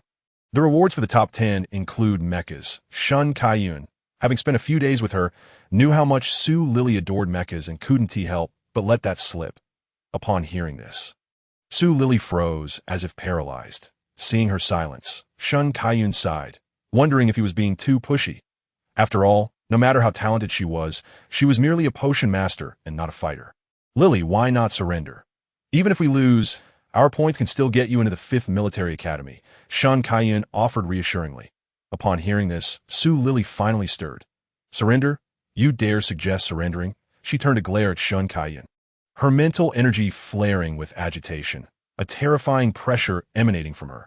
Shun Kaiyun was taken aback by how significantly the mecha affected Su Lili. He felt a shiver run down his spine, sensing that if he mentioned surrender again, she might retaliate violently. No, I want to surrender, he mumbled to himself. Good, then prepare for battle, Su Lili said, satisfaction gleaming in her eyes as she shifted her gaze from Shun Kaiyun to the candidates of the 4 military academies, her aura radiating menace. Even as Su Lili diverted her gaze, Shun Kaiyun felt no relief, for he distinctly sensed a formidable mental force weaving around him, one that was undoubtedly on par with his own and perhaps even surpassed it. He was already at 3S level, which meant the presence could only belong to the legendary Super 3S. Realizing this, Shun Kaiyun's pupils constricted, and he couldn't help but glance furtively at the girl who had stepped from behind him to the forefront. Who exactly was she? Was she truly just an orphan from a garbage star? No wonder she possesses innate 3S mental power. The mental pressure is indeed formidable. The brash Tang Dongwang, believing the mental power belonged to Shun Kaiyun, felt a flicker of fear but still shouted arrogantly. The other 3 candidates from the 4 military academies were also swayed by Tang Dongwang's words, shifting their attention to Shun Kaiyun. Shun Kaiyun felt as if he had been thrown into a boiling cauldron, and he turned exasperatedly towards the oblivious Tang Dongwang. The Tang family had such a successor. The future was indeed concerning. This is getting interesting, Lin Cc remarked. Her interest peaked as she infused her mental energy into a concealed weapon, eagerly directing it towards Shun Kaiyun. Cousin, don't complain if you lose. Zhang Yunhao smiled benignly, resembling the boy next door as he pulled out a guqin from the premium store, effortlessly plucking its strings to release waves of mental sound energy aimed at Shun Kaiyun. Shun Kaiyun, you will surely be my defeated foe today, Tang Dongwang shouted excitedly as he infused his mental power into a long knife, bringing it down upon Shun Kaiyun with the force of a mountain. Zhou Wanfeng coldly withdrew an energy gun from the premium store, silently aiming it at Shun Kaiyun, resembling an emotionless assassin. You're in quite the predicament. So many wish to beat you up, Su Lili remarked gleefully from behind Shun Kaiyun. Shun Kaiyun's mental energy swiftly formed a barrier, straining to withstand the mental attacks coming from all directions. Hearing Su Lili's words nearly made him spit up blood. Aren't you going to help? He glared. If it were not for our 5th military academy, the Federation would have already lost a 3S genius. Can the 1st military academy bear such a responsibility? Shun Xiaoxiong's tone grew increasingly assertive, and by the end, he even adopted a more aloof demeanor. You. Zhou Changhen was left speechless, so infuriated that he felt like striking someone. All right. It doesn't matter which military academy Su Lili attends. She is still one of us in the Federation. There is no point in arguing.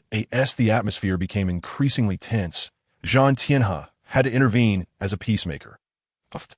Huh. Tang Chaming burst into laughter. Apologizing. Sorry, I really couldn't hold it in any longer. Please continue.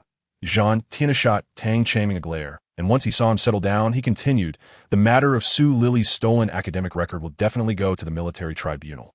The military will surely provide everyone with a satisfactory answer. Shun Xiaoxiong and Zhou Changhen calmed down, exchanging glances before both scoffing and turning away from one another. Tang Changming, seeing that the excitement had dissipated, expressed some regret. However, as if struck by a thought, he suddenly perked up, raising an eyebrow at the other 4 examiners. A naturally gifted 3S mental strength, possibly even Super 3S. Oh, you truly believe such a genius could emerge from a mere trash star? The expressions of those present deepened as streams of information were dispatched from each examiner's light brain. Satisfied with the unfolding drama, Tang Changming leisurely sent a message to his family. Chapter 8. The insectoid nest arena, where could they possibly be hiding? Even the rats would not evade them. Tang Dongwang muttered curses under his breath, still unwilling to give up as he searched everywhere. Zhang Yunhao, having long grown accustomed to the exuberant Tang Dongwang whenever he encountered Shen Kaiyun. Leaned lazily against a tree, adjusting the strings of his harp.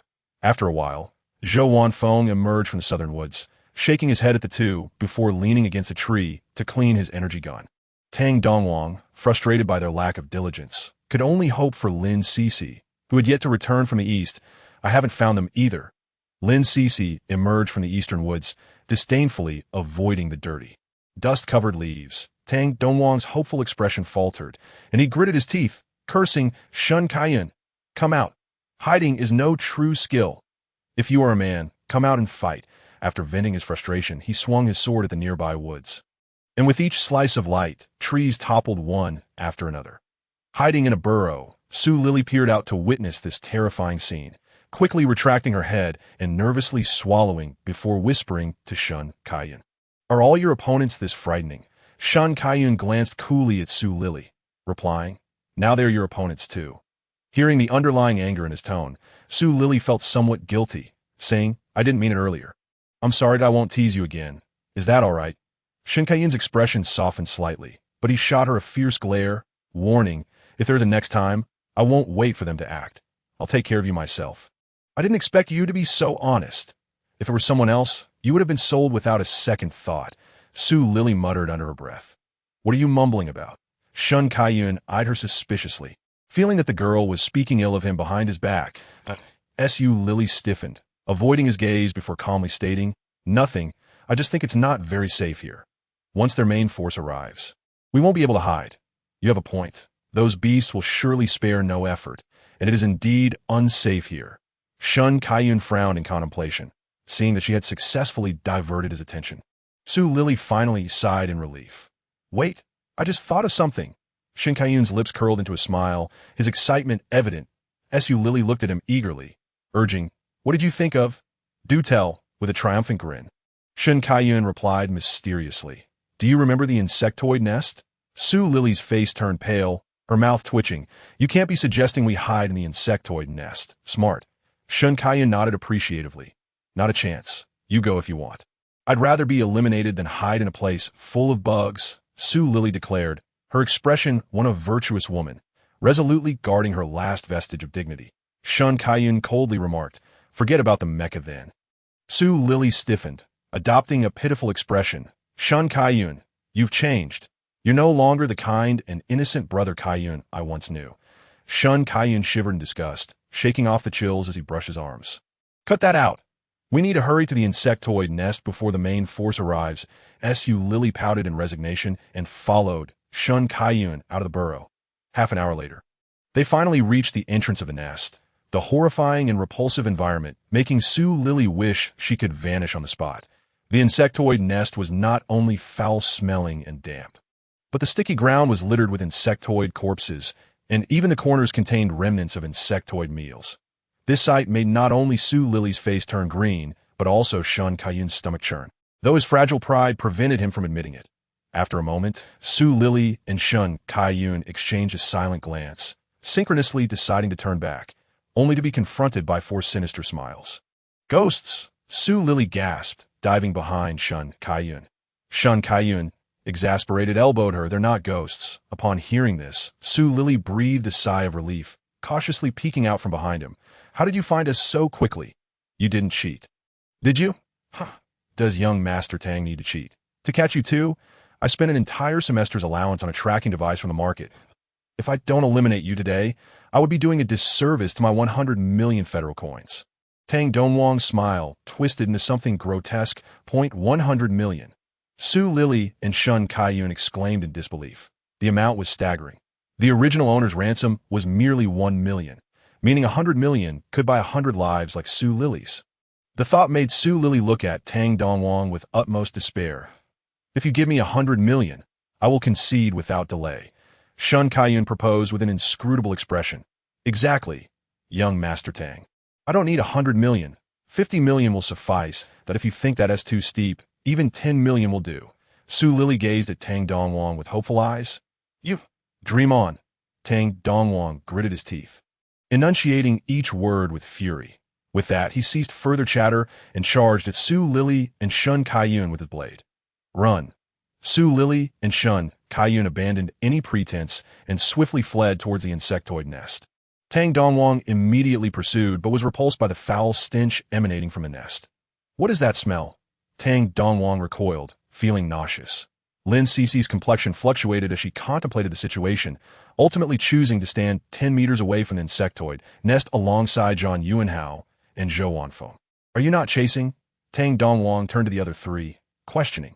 After all, Kaiyun is still my cousin. How could I bully my own cousin?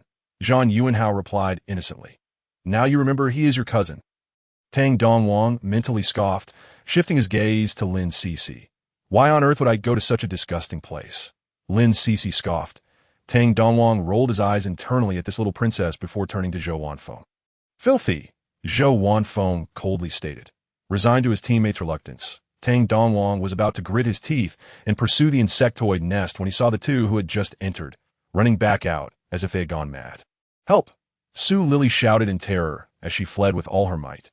Tang Dongwang, oblivious to her fear, was consumed with excitement upon seeing Shun Kaiyun returning alone. However, the very next moment, his expression changed, as if he were being chased by a ghost. Zhang Yuanhao and the others finally sensed something was amiss.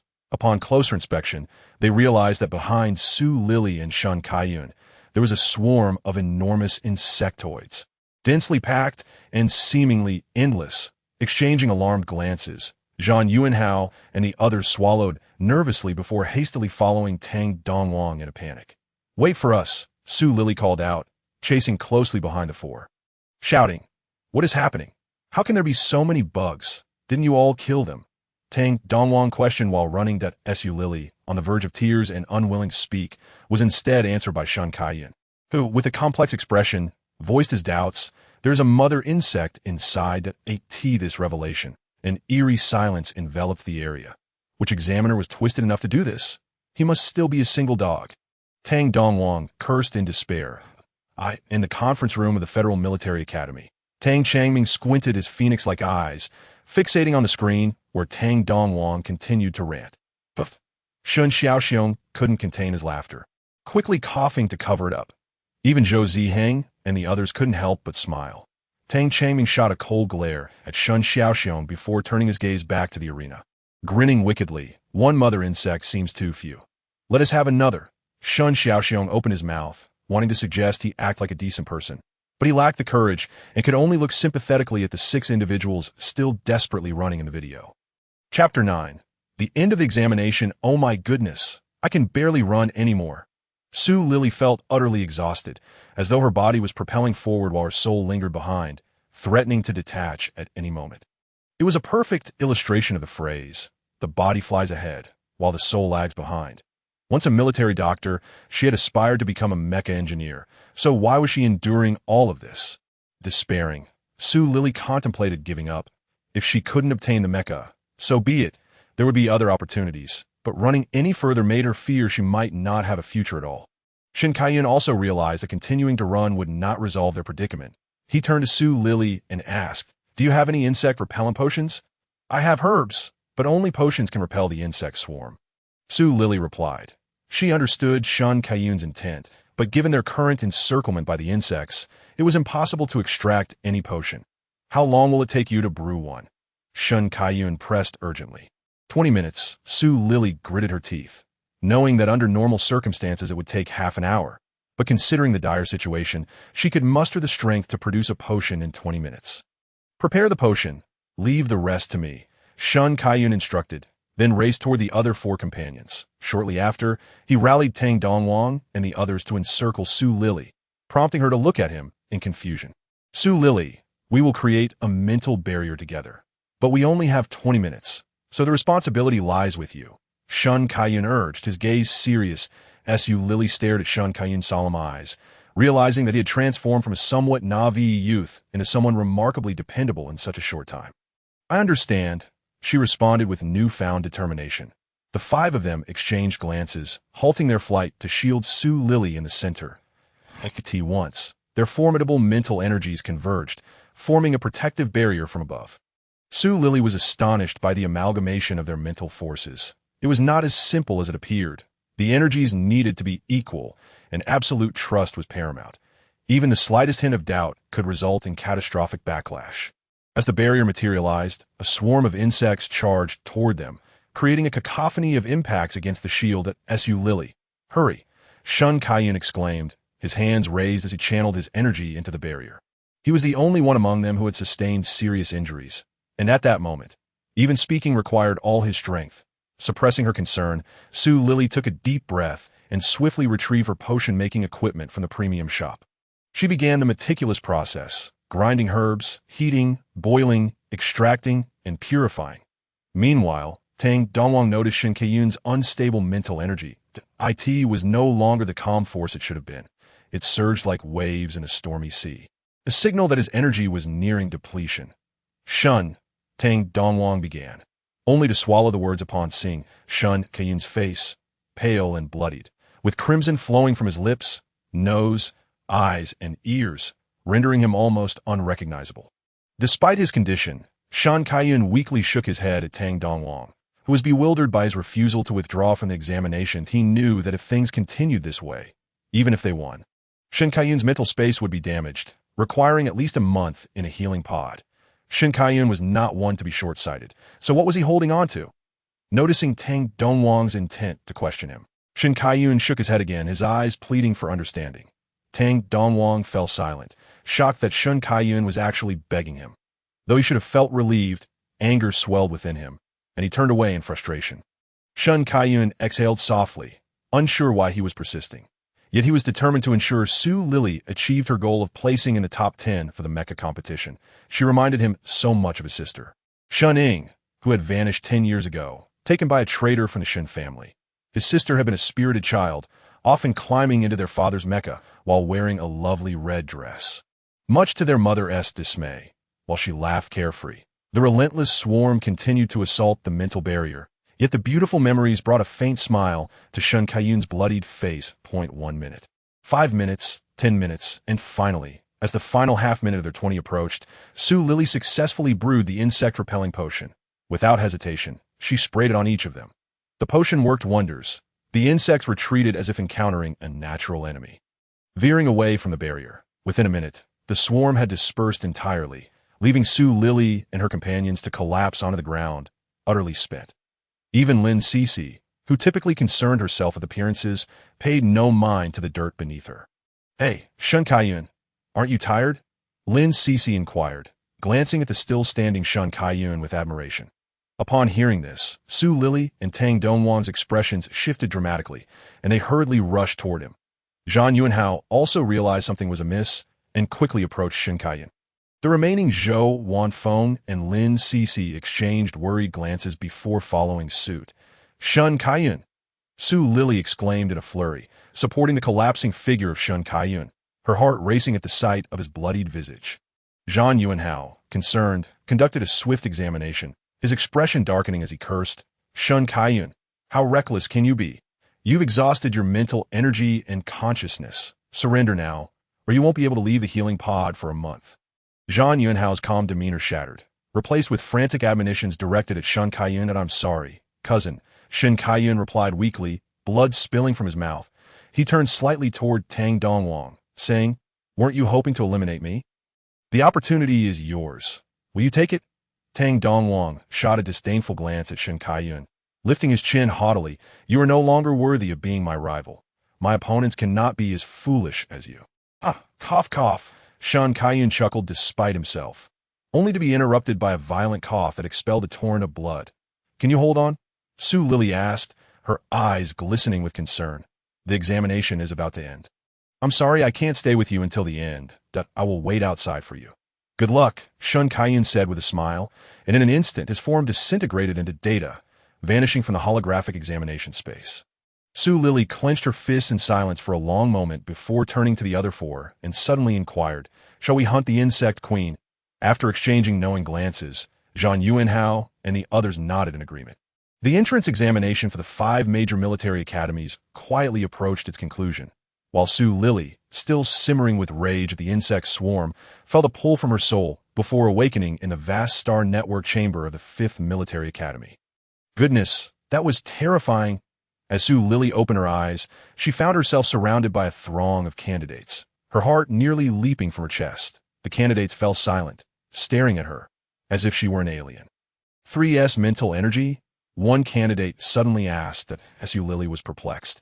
She herself had no idea what level her mental energy was.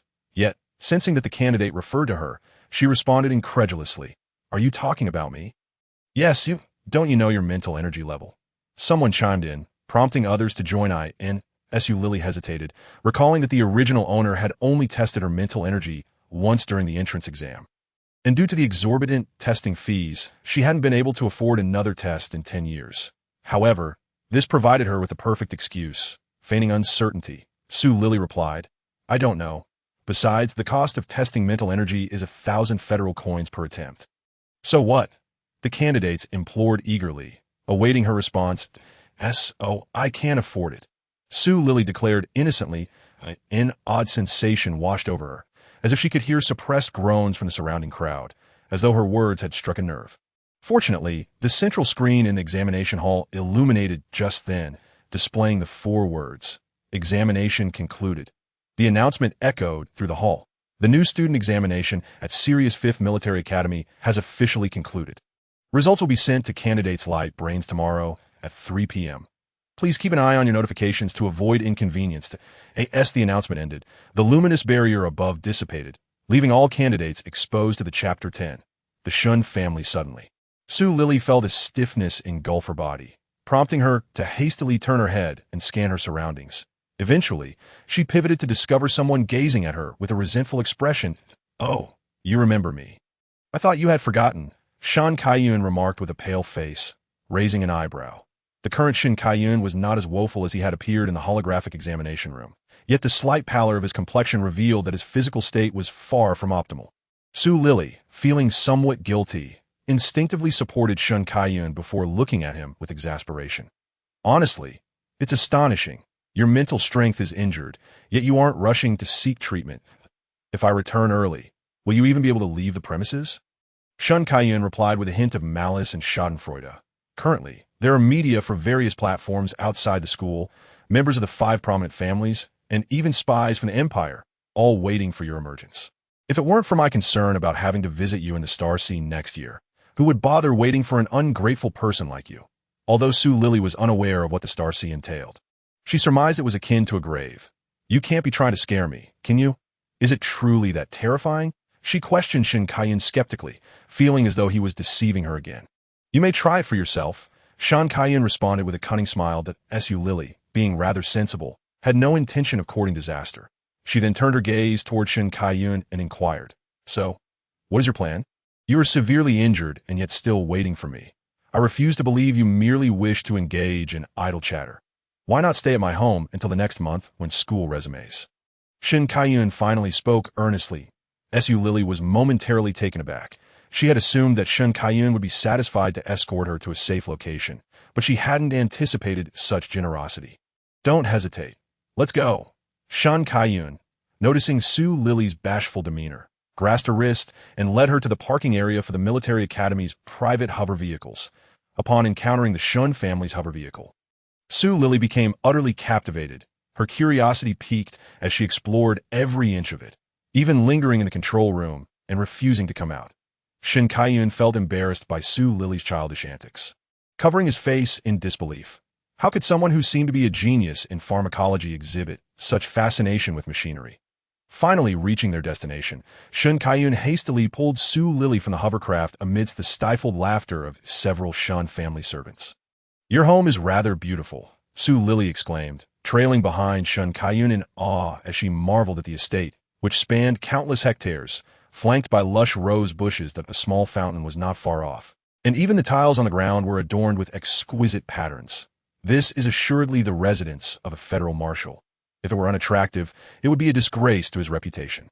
Moreover, my mother personally tends to these flowers and plants, Shin Kaiyun declared with pride. Please, as if you had anything to do with it, Lili retorted, rolling her eyes that I dug the holes for the flowers. So I suppose that counts as my contribution, Shin Kaiyun quipped playfully. Yes, they bantered. They arrived at the entrance of the grand hall, but the moment Lili pushed open the door, her smile immediately faded. Her gaze fixated on a young girl standing behind a noble woman in the living room. The girl, upon seeing Su Lili, exhibited a flicker of anxiety, as though she had encountered a long-lost specter. Chapter 11. Ambushed in the air. Su Lili, wait. What is the matter with you? Weren't we supposed to stay at my house for a month? Shun Kaiyun called out anxiously while pursuing her. Just as she was about to step out of the Shun family residence, Su Lili hesitated, turning to Shun Kaiyun with a calm demeanor. Shun Kaiyun, you should return that I will not be staying at the Shun household. Why not? Shun Kaiyun asked, bewildered. Everything had seemed perfectly fine until Su Lili encountered Shuning, after which she had transformed into a prickly hedgehog. I said Shuning. Ever since you met her, you've been acting strangely. He speculated uncertainly but then hesitantly asked, have you met her before? Did she bully you? Su Lili was touched by Shun Kaiyun's unwavering defense, her eyes brimming with emotion as she nearly divulged the entire truth. Yet, the evidence she possessed was insufficient to confront the granddaughter of a Marshal, revealing it would be futile, especially since this person was also Shun Kaiyun's biological sister. After a moment of silence, noticing Su Lili's reluctance to speak, Shun Kaiyun kindly refrained from pressing her further. Instead, he produced a key and handed it to her. I have an apartment near the school. I've sent the address to your light brain. It is a secure location. Stay there for now. Please, do not refuse me any longer. Su Lili still contemplated declining, but upon seeing Shun Kaiyun's pale face stubbornly holding the key, her resolve softened. All right, you should hurry and seek treatment. You're the only one running around with an injured mental state. Seeing Su Lili accept the key, Shun Kaiyun breathed a sigh of relief. Su Lili, wait for me. Once I recover, I will come find you. Okay, Su Lili replied with a smile, bidding farewell to Shun Kaiyun as she exited the Shun residence. After her departure, Shun Kaiyun's expression turned grave. What had Shuning done to Su Lili? Her reactions were not merely those of a petty squabble between young girls. They hinted at a deep-seated enmity. Compared to the uncertainty surrounding his newfound sister, he had far more faith in Su Lili, who had fought alongside him over the past few days. Thus, he began to question the character of his new sister. Upon returning to the living room, Shun Kaiyun found no sign of his newly emerged sister and curiously turned to Guan Yu. She has gone for a nap, Guan Yu replied, understanding her son's unspoken inquiry. Her tone cold in that moment. There was no trace of the affection she had shown Shuning earlier. Instead, her demeanor was filled with disdain. Shun Kaiyun was left bewildered. Just moments ago, Guan Yu had seemed eager to express her affection. Yet now she had reverted to her aloof persona as Shun's mother. Let's discuss this in the study, Shun Tian sighed. Once everyone was gathered in the study, Shun Tian unleashed his 3S mental strength, enveloping the entire room to prevent eavesdroppers. Mom, Dad, what is happening? Is she really my sister? Shun Kaiyun inquired directly. Just an imposter. How can we possibly mistake our own daughter? Guan Yu scoffed. Then what is your intent? Shun Kaiyun questioned, perplexed as to why his parents would harbor an imposter in their home. Although she is a counterfeit, she is a genetic clone of Ying that if we wish to uncover the mastermind behind this, we must endure this charade and do so with cheerful faces, Shun Tian replied wearily, a few more strands of gray hair seemingly sprouting upon his forehead in that moment. Mom and Dad. Don TB disheartened. At least we have news of a sister. I believe our family reunion is not far off. Shun Kaiyun consoled. I think we should investigate my classmates. Lili seems to have some grudge against this imposter. Shun Kaiyun suddenly suggested, I am aware of that. This matter has already stirred up quite a commotion in the military. The imposter took Su Lili's student status to gain admission to the first military academy and participate in the entrance examination. But the process of substitution was rather unsavory. Shun Kaiyun's sister, Shun Kiyu, said cautiously, afraid to provoke Shun Kaiyun further. Just hearing this infuriated Shun Kaiyun, who bit his lip in frustration, ready to confront the imposter and avenge Su Lili. Yun, what do you intend to do? Are you not concerned about alarming the snake in the grass? Do you wish to abandon any hope of finding your sister? Guan Yu admonished coldly, though Shun Kaiyun's eyes were filled with rage. The thought of his young and obedient sister caused him to slump back into his chair. Defeated, she won to escape. For now, bear with it. I assure you that we will discover your sister's whereabouts. And I guarantee that she will not survive until the next day. Shun Tian reassured, unable to bear seeing his son in such a state. I understand, Shun Kaiyun replied hoarsely. Meanwhile, after exiting the Shun residence, Su Lili had no intention of lingering. She summoned a hover taxi using her light brain, inputting the apartment address into the control panel. Soon, a gentle female voice filled the vehicle. Thank you for using the hover taxi service from Galaxy Technology Company. Ltd. Please fasten your seatbelt. The vehicle will commence in 3 seconds. Thank you for your cooperation, and we wish you a pleasant journey. As the hover vehicle began its journey, Lili rested her chin on her hand, admiring the vibrant urban landscape outside.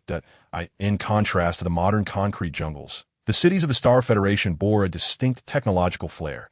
The streets were lined with various shops selling mechas, potions, and even soul artifacts, while private hover vehicles and spaceships traversed the skies above it. As Lili even observed a hover vehicle being pulled over by aerial police robots for speeding, which issued a ticket. Amused by the existence of fines in the cosmos, Lili redirected her focus back to the vehicle, contemplating the hovercraft's intricate design, recalling how she had previously employed her mental strength to discern the internal structure of a mecha. She felt a surge of excitement as she examined the hover vehicle. Adjusting her posture, she directed her mental strength as if it were a second set of eyes, probing into the inner workings of the craft. In no time, the complete model of the vehicle imprinted itself in her mind. What is this?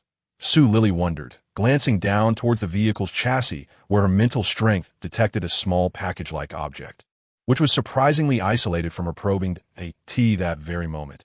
A similar hover vehicle passed by. Lili quickly focused her mental energy to examine the vehicle's undercarriage and was astonished to find it completely barren. Her heart raced as an intense sense of danger surged within her. In the next instant, she forcefully kicked the door open and leapt into a spot that could cushion her fall. The moment she touched the ground, a deafening explosion erupted above her. Had she hesitated even for a moment, the consequences would have been dire. Help! There's a bomb. Where are the patrol robots? Call the police. Have a terrorist attack serious? Amidst the panicked crowd, Lili had no time to ponder. The scattered debris from the vehicle was plummeting rapidly from the sky, while many pedestrians on the ground had no chance to escape. In a desperate act, Lili unleashed all the mental energy from her mental space, ensnaring those who could not flee and casting them into the buildings flanking the street. Once the danger had subsided, a wave of relief washed over her, followed by a chill of fear. Had she not jumped without hesitation, she might have been reduced to nothing but bones. With a cold gaze directed towards the Shun family's direction, she realized neither she nor her predecessor had wronged anyone. The only person she could think of who might be so eager to take her life was Shun-ing. Buzzing. Within 5 minutes of the incident, 3 police hover vehicles came to a stop before her .6 interstellar officers emerged, their energy guns trained on Lili as they sternly commanded, "Don't move, officer. I haven't committed any crime." "Have I?" Lili timidly raised her hands, as she had always harbored a fear of law enforcement. Seeing her compliance, one of the officers softened his demeanor. He holstered his energy gun and presented his badge, saying, "You'll need to accompany us to the police station for an investigation. That if you're innocent, we will not wrongfully accuse any good person." "All right, I understand," Lili replied in agreement. Chapter 12. First encounter with Baijiu after arriving at the police station. Instead of being interrogated, Lili was first subjected to a medical examination. The doctor drew a vial of blood and ultimately provided the waiting officers with a report indicating severe malnutrition. Observing the frail girl resembling little more than skin and bones, the officers were immediately overcome with maternal instincts and began offering her their snacks, treating her with unexpected tenderness even during the questioning. By the time Lili was confirmed as a victim and released from custody, it was nearly dawn. "Little Lili, thankfully you saved so many lives today. Otherwise, Uncle Su wouldn't have been able to sleep tonight." Officer Su Yuan praised her with a smile as he escorted her out of the station. "It was the least I could do. After all, it was my fault that the incident occurred." Lili replied bashfully, expressing her remorse. "Child, it wasn't your fault. Why take the blame on yourself? Enough about that.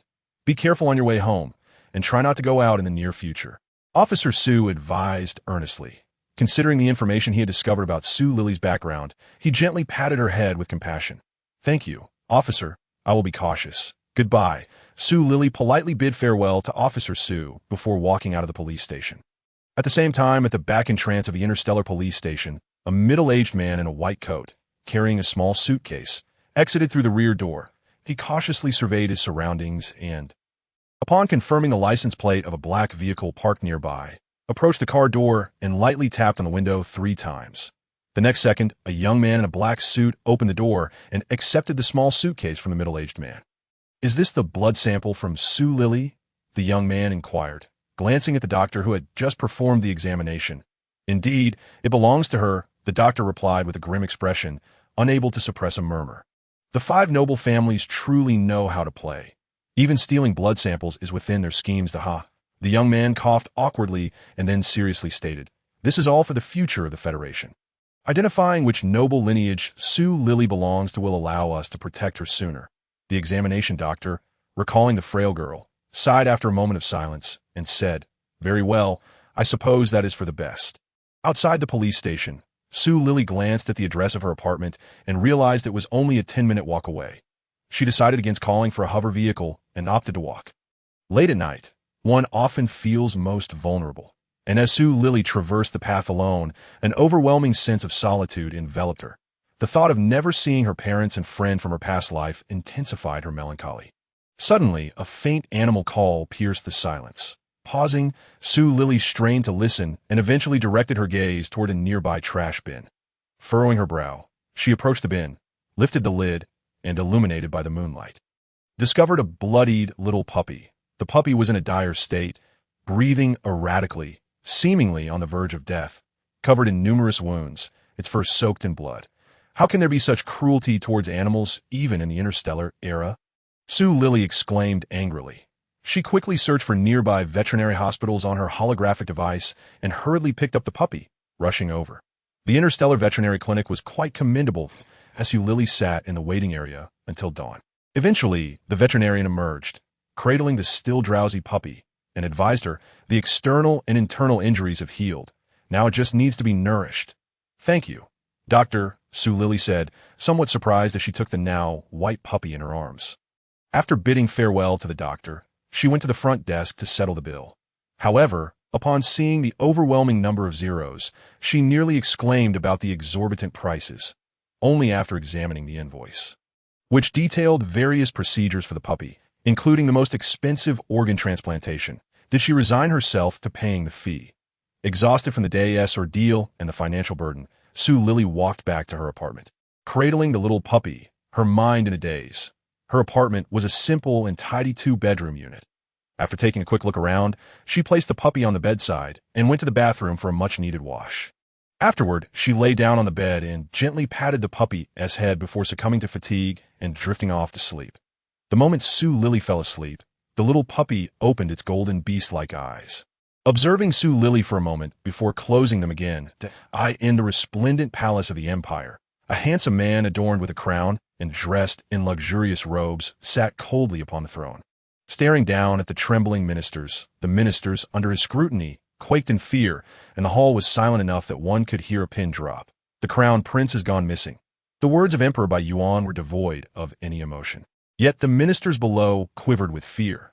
Duke Gran, responsible for the incident leading to the crown prince's disappearance, mustered the courage to step forward, stating His Highness Baijiu was engaged in battle with the insectoids when everything was normal. However, a wormhole suddenly appeared and swallowed him.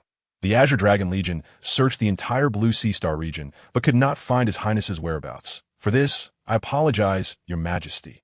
High Priest, is the Crown Prince still alive?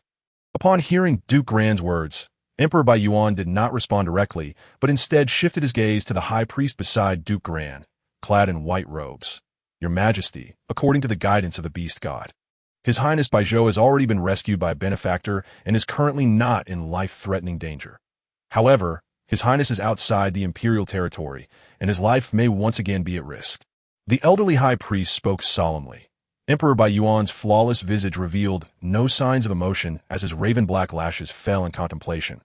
But he raised his hand and pointed at Duke Gran, stating coolly, if the Crown Prince is not found within 3 months, Duke Gran shall offer himself as a sacrifice before the Beast God. Thank you, Your Majesty, for your mercy. Duke Gran sighed in relief. Even if they ultimately failed to locate His Highness Baijiu, sacrificing his own bloodline power to the Beast God will be considered an honorable death for the people of the Empire. Chapter 13. A return to the hospital the following day. After a restful sleep, Sue Lili lazily opened her eyes, taking a deep, satisfied breath before recalling the little creature she had taken in the previous night. She quickly looked down, her gaze meeting a pair of golden, beast-like eyes. Ah! She exclaimed in surprise, joyfully lifting the little creature in her arms. With sparkling eyes, she carefully examined the puppy. "You are so beautiful. Little one, and your eyes are golden. How unique." The little creature, entirely snow white and no larger than a palm, resembled a miniature Samoyed. Its golden eyes exuded a dignified seriousness. The little puppy stared at Su Lili with a blank expression, but its adorably cute appearance created a striking contrast that I T1T do to just call you little one. That let me give you a name. You're so white that you must have the surname Bai. If I put you in a bowl, you'd look just like a bowl of porridge. So, your name shall be Bai Zhou. All right, Zhou Zhou. Su Lili affectionately held up the puppy as she spoke. When the name Bai Zhou was mentioned, the puppy looked up at her with slight surprise, but upon hearing Zhou Zhou, its expression instantly turned disdainful. "You must be hungry. I'll get up now and prepare a feast for you." Su Lili kissed Bai Zhou on the forehead before exiting the room with a satisfied smile. Bai Zhou sat stiffly on the soft bed, his adorable big eyes wide with disbelief as he stared at Su Lili's departing figure. How could this young female so casually show affection? What should he do? Should he take responsibility? Bai Zhou belonged to the Imperial Wolf clan, and wolves are known for their unwavering loyalty to their mates. If one has made a commitment to another, it is akin to being widowed for life, with but a single partner. Thus, despite my father being the esteemed Bai Yuan Emperor, he has but one offspring, Bai Zhou. However, should I fail to return to the Empire, my father and mother might yet bear another heir. After all, in the animal kingdom, once a creature's young has perished, they can swiftly conceive again. The more Bai Zhou pondered, the more he found himself entangled in thoughts. Should he take responsibility for Su Lili, or would he soon have a younger brother upon his return to the Empire?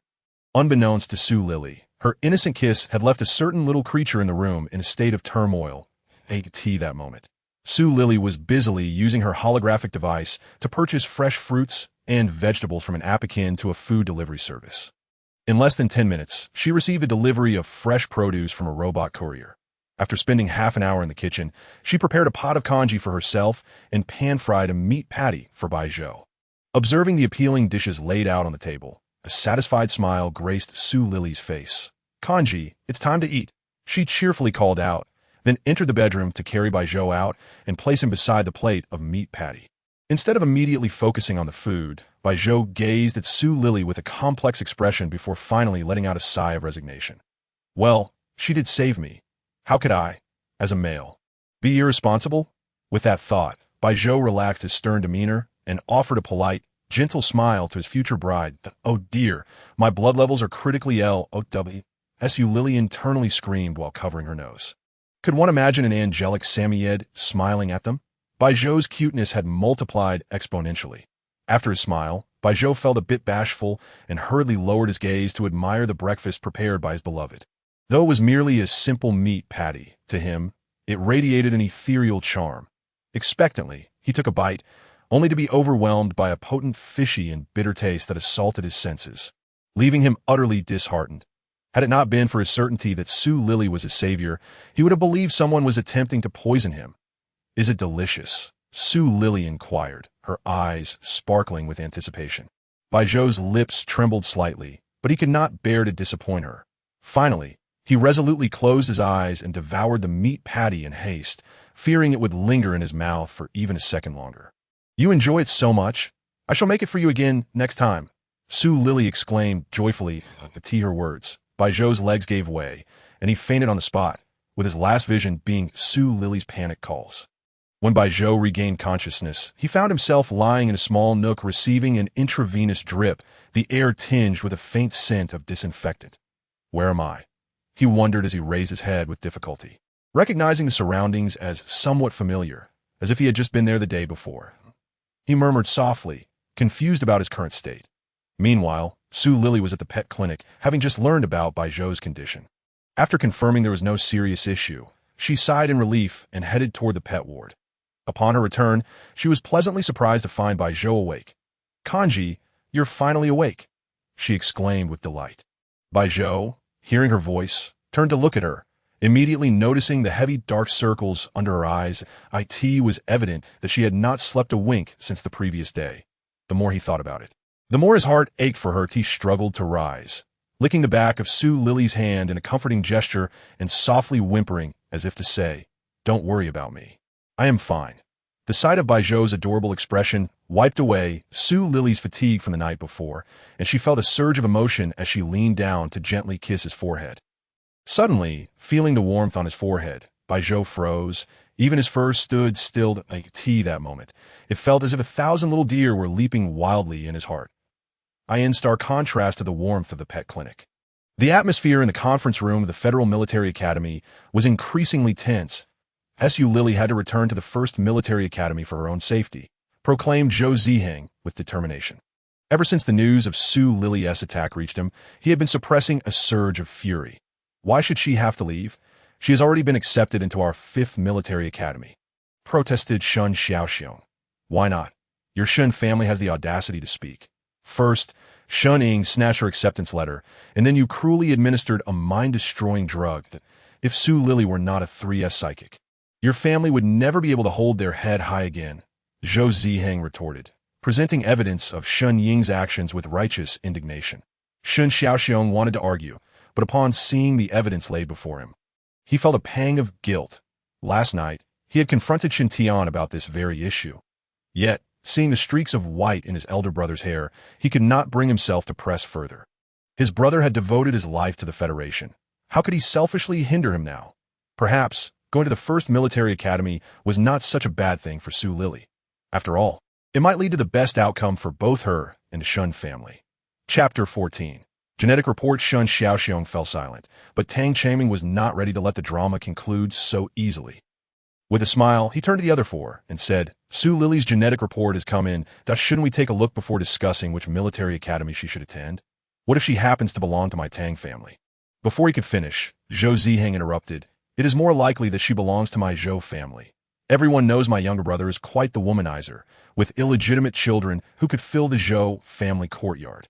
The Zhou family scandals, usually kept under wraps, were unexpectedly brought to light for Su Lili's sake, a significant sacrifice indeed. The other four were taken aback, realizing that family secrets could be so conveniently exploited in this moment. Even the usually eloquent Tang Changming found himself at a loss for words. "I believe Su Lili resembles my Zhan family more, given her evident talent for potions. Alas, we have no members who have fallen outside the family," lamented Zhan Tiana. "The Lin family has none," Lin Na replied coolly, with a hint of relief in her tone. The Lin family already had a fearless Lin Cece, and adding a Su Lili, who had caused quite the stir in just 4 days, would likely lead to the next uproar falling upon them. When it came to Shun Xiaoxiong, the consensus was that it was least likely she belonged to the Shun family, given her repeated brushes with danger at the hands of their kin. Shun Xiaoxiong shared similar sentiments. He managed a bitter smile, but remained silent. "Let me see who Su Lili's true lineage is," Tang Changming said with a smile, opening the genetic report sent by the Federal Military Research Institute on his holographic device. How is this possible?" Tang Changming, who had initially been calm while reviewing the genetic report, suddenly lost his composure upon seeing Su Lili's psychic potential. Zhou Ziheng and the others had never seen Tang Changming so flustered and immediately sensed the gravity of the situation. Hastily opening the genetic report on their own devices, the genetic report from the Federal Military Research Institute indicated. Name: Su Lili, Submission Unit, Federal Military Academy. Test items: Psychic testing, over 3S, potential unknown. Physical testing, A-class, potential unknown. DNA testing. The DNA of this individual shows a 99.9 similarity to that of General Shin Tian, confirming a father-daughter relationship with 100 certainty. After reviewing the report, an eerie silence fell over the conference room of the Federal Military Academy. Both Su Lili's tragic origins and her qualifications left the 5 seasoned dignitaries devoid of their usual composure. This matter was far beyond what the military academy could handle. It needed to be reported to the president and the marshals of their respective families, Tang Changming stated solemnly. Zhou Ziheng and the others recognized the gravity of the situation, unanimously agreeing to send an urgent message to the federal president and the marshals of the 5 great families. Once the message was dispatched, they no longer intended to discuss Su Lili's fate, for even if they debated until dusk, none of them had the authority to determine her future. Yet, it was surprising to learn that Su Lili was indeed the daughter of General Shun. Hadn't they just found their daughter? Zhou Ziheng was the most concerned for Su Lili among them. After all, If there was no imposter, she was a student of their first military academy. Could it be that General Shun had an affair? Tang Changming raised an eyebrow innocently. I will inquire further, Shun Xiaoxiong said gravely as he opened his holographic device. Believing Tang Changming's suggestion to be the most plausible, he had accepted Su Lili's psychic talent fairly well. But he was more concerned about how his elder brother had suddenly transformed from an exemplary man into a notorious rogue. After all, his brother and sister-in-law were a model couple in the Federation. How could their reputations suddenly crumble? The other three exchanged incredulous glances at Shun Xiaoxiong. Shouldn't he be celebrating the emergence of a prodigious talent in their family? While Zhou Ziheng and the others could not comprehend Shun Xiaoxiong's thought process. The flames of gossip ignited among them. The examiners shared knowing looks before turning their attention to Shun Xiaoxiong's holographic device. What is it? Shun Tian's cold voice resonated through the conference room. Brother, how could you commit such an act of infidelity? What about your wife? Shun Xiaoxiong challenged. Shun Xiaoxiong, have you lost your mind? I've never done such a thing, Shun Tian retorted, his tone icy and laced with anger. Am I insane? I will send you the evidence. You can explain it to your wife. With that, Shun Xiaoxiong hung up the call. In the Shun family study, Shun Tian was left bewildered, grappling with the sudden accusations. Shun Tian glared at the abruptly disconnected communication, cursing under his breath before wearily rubbing his temples and attending to the trivial matters of the Fifth Legion. After a while, the study door was violently thrust open. The loud noise drawing Shun Tian's attention away from his work, but he turned to see Guan Yu, clad in thin clothing, standing at the entrance of the study, tears streaming down her face. Shun Tian's heart sank. He hurried over to support Guan Yu, asking with concern, You, why are you crying? Did Xiaoxiong say something ridiculous to you? Do not believe him. I would never do such a thing. Tiange, our daughter has returned, Guan Yu choked out.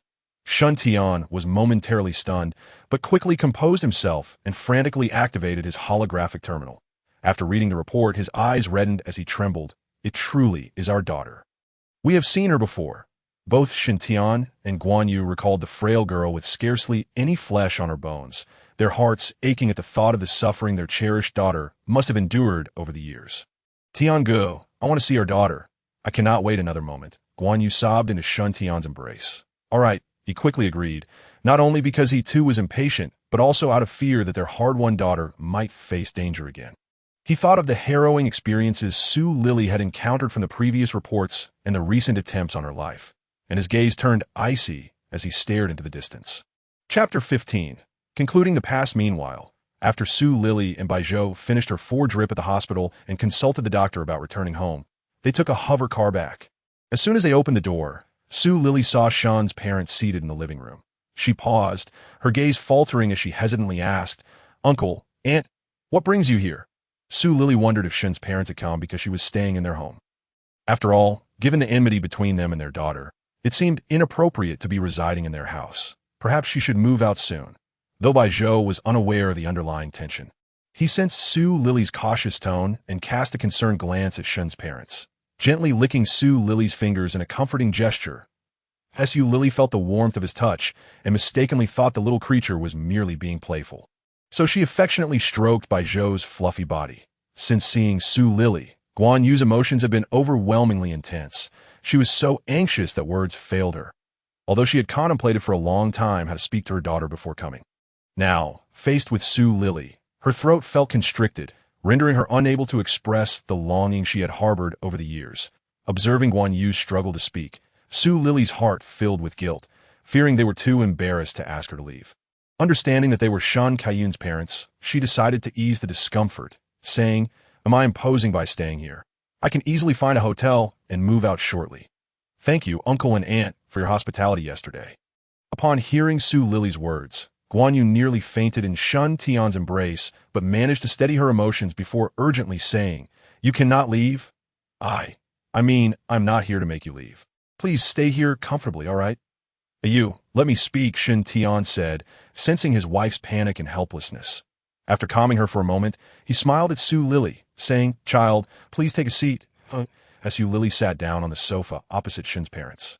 Feeling bewildered, especially seeing Guan Yu's tear-streaked face, leaving her even more confused about the situation. Baizhou also shared her confusion. Weren't these two supposed to be here to confront them? Why were they the ones crying first? Your name is Su Lili, correct? Shun Tian asked gently. You can just call me Lili. There is no need for such formality. Uncle, Su Lili replied. Though she harbored a dislike for Shunning, she still held deep respect for Shun Tian, who had dedicated his life to the Federation.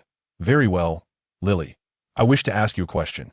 Do you remember your parents? Shun Tian inquired, his gaze fixed on Su Lili, betraying a hint of anxiety.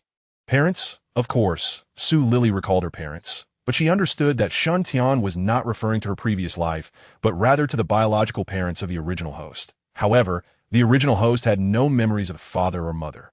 Her most vivid recollections were of the orphanage, of brothers and sisters without blood ties, and the kind matron Wang.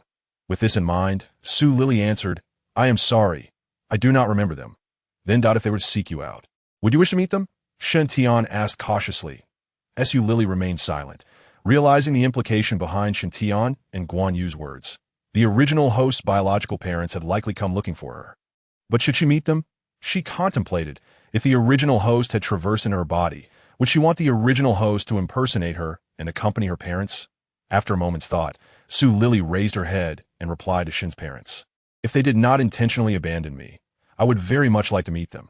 Once she spoke, Su Lili felt no remorse, compared to the anguish her parents would endure from losing a child.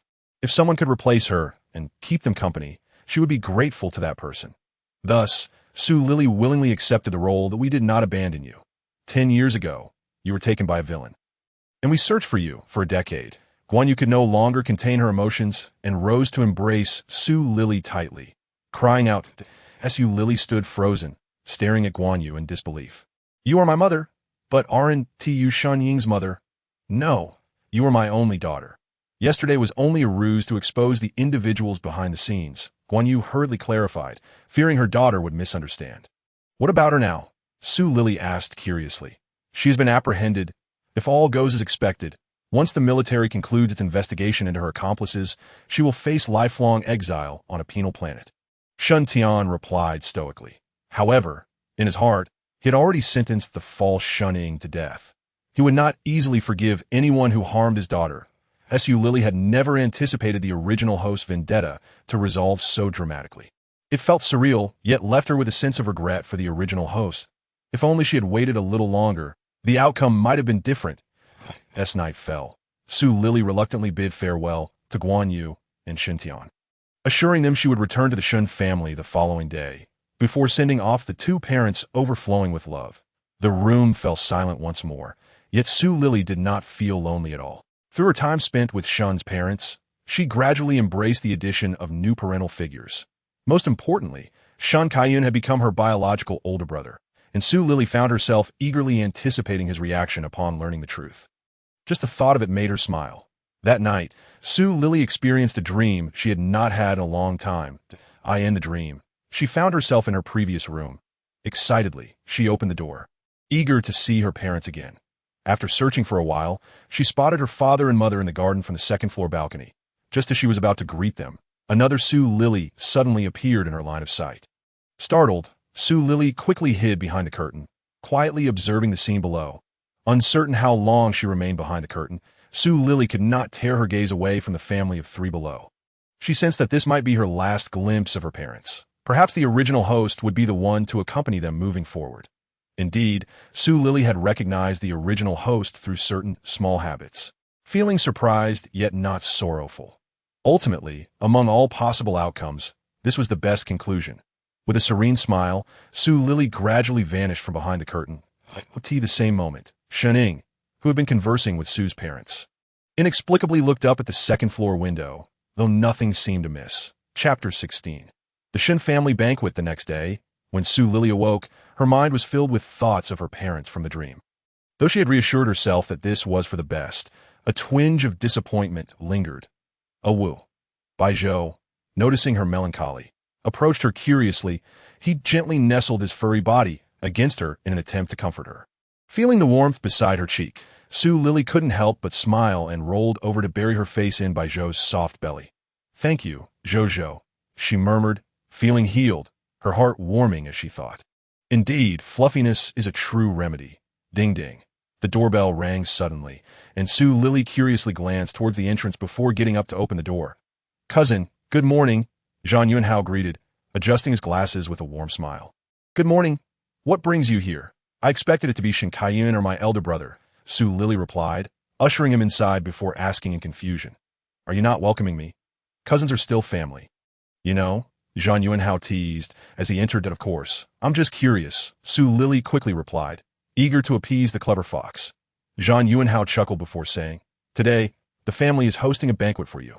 It was originally intended only for Shun's relatives and friends. However, for some inexplicable reason, the other four prominent families have also sent representatives to AKT this moment, except for the ailing Shen Kaiyun. Everyone is preoccupied with entertaining guests.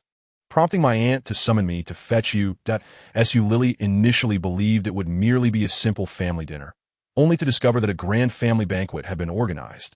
The mere thought of her aunts and uncles during the spring festival in her past life sent a shiver down her spine.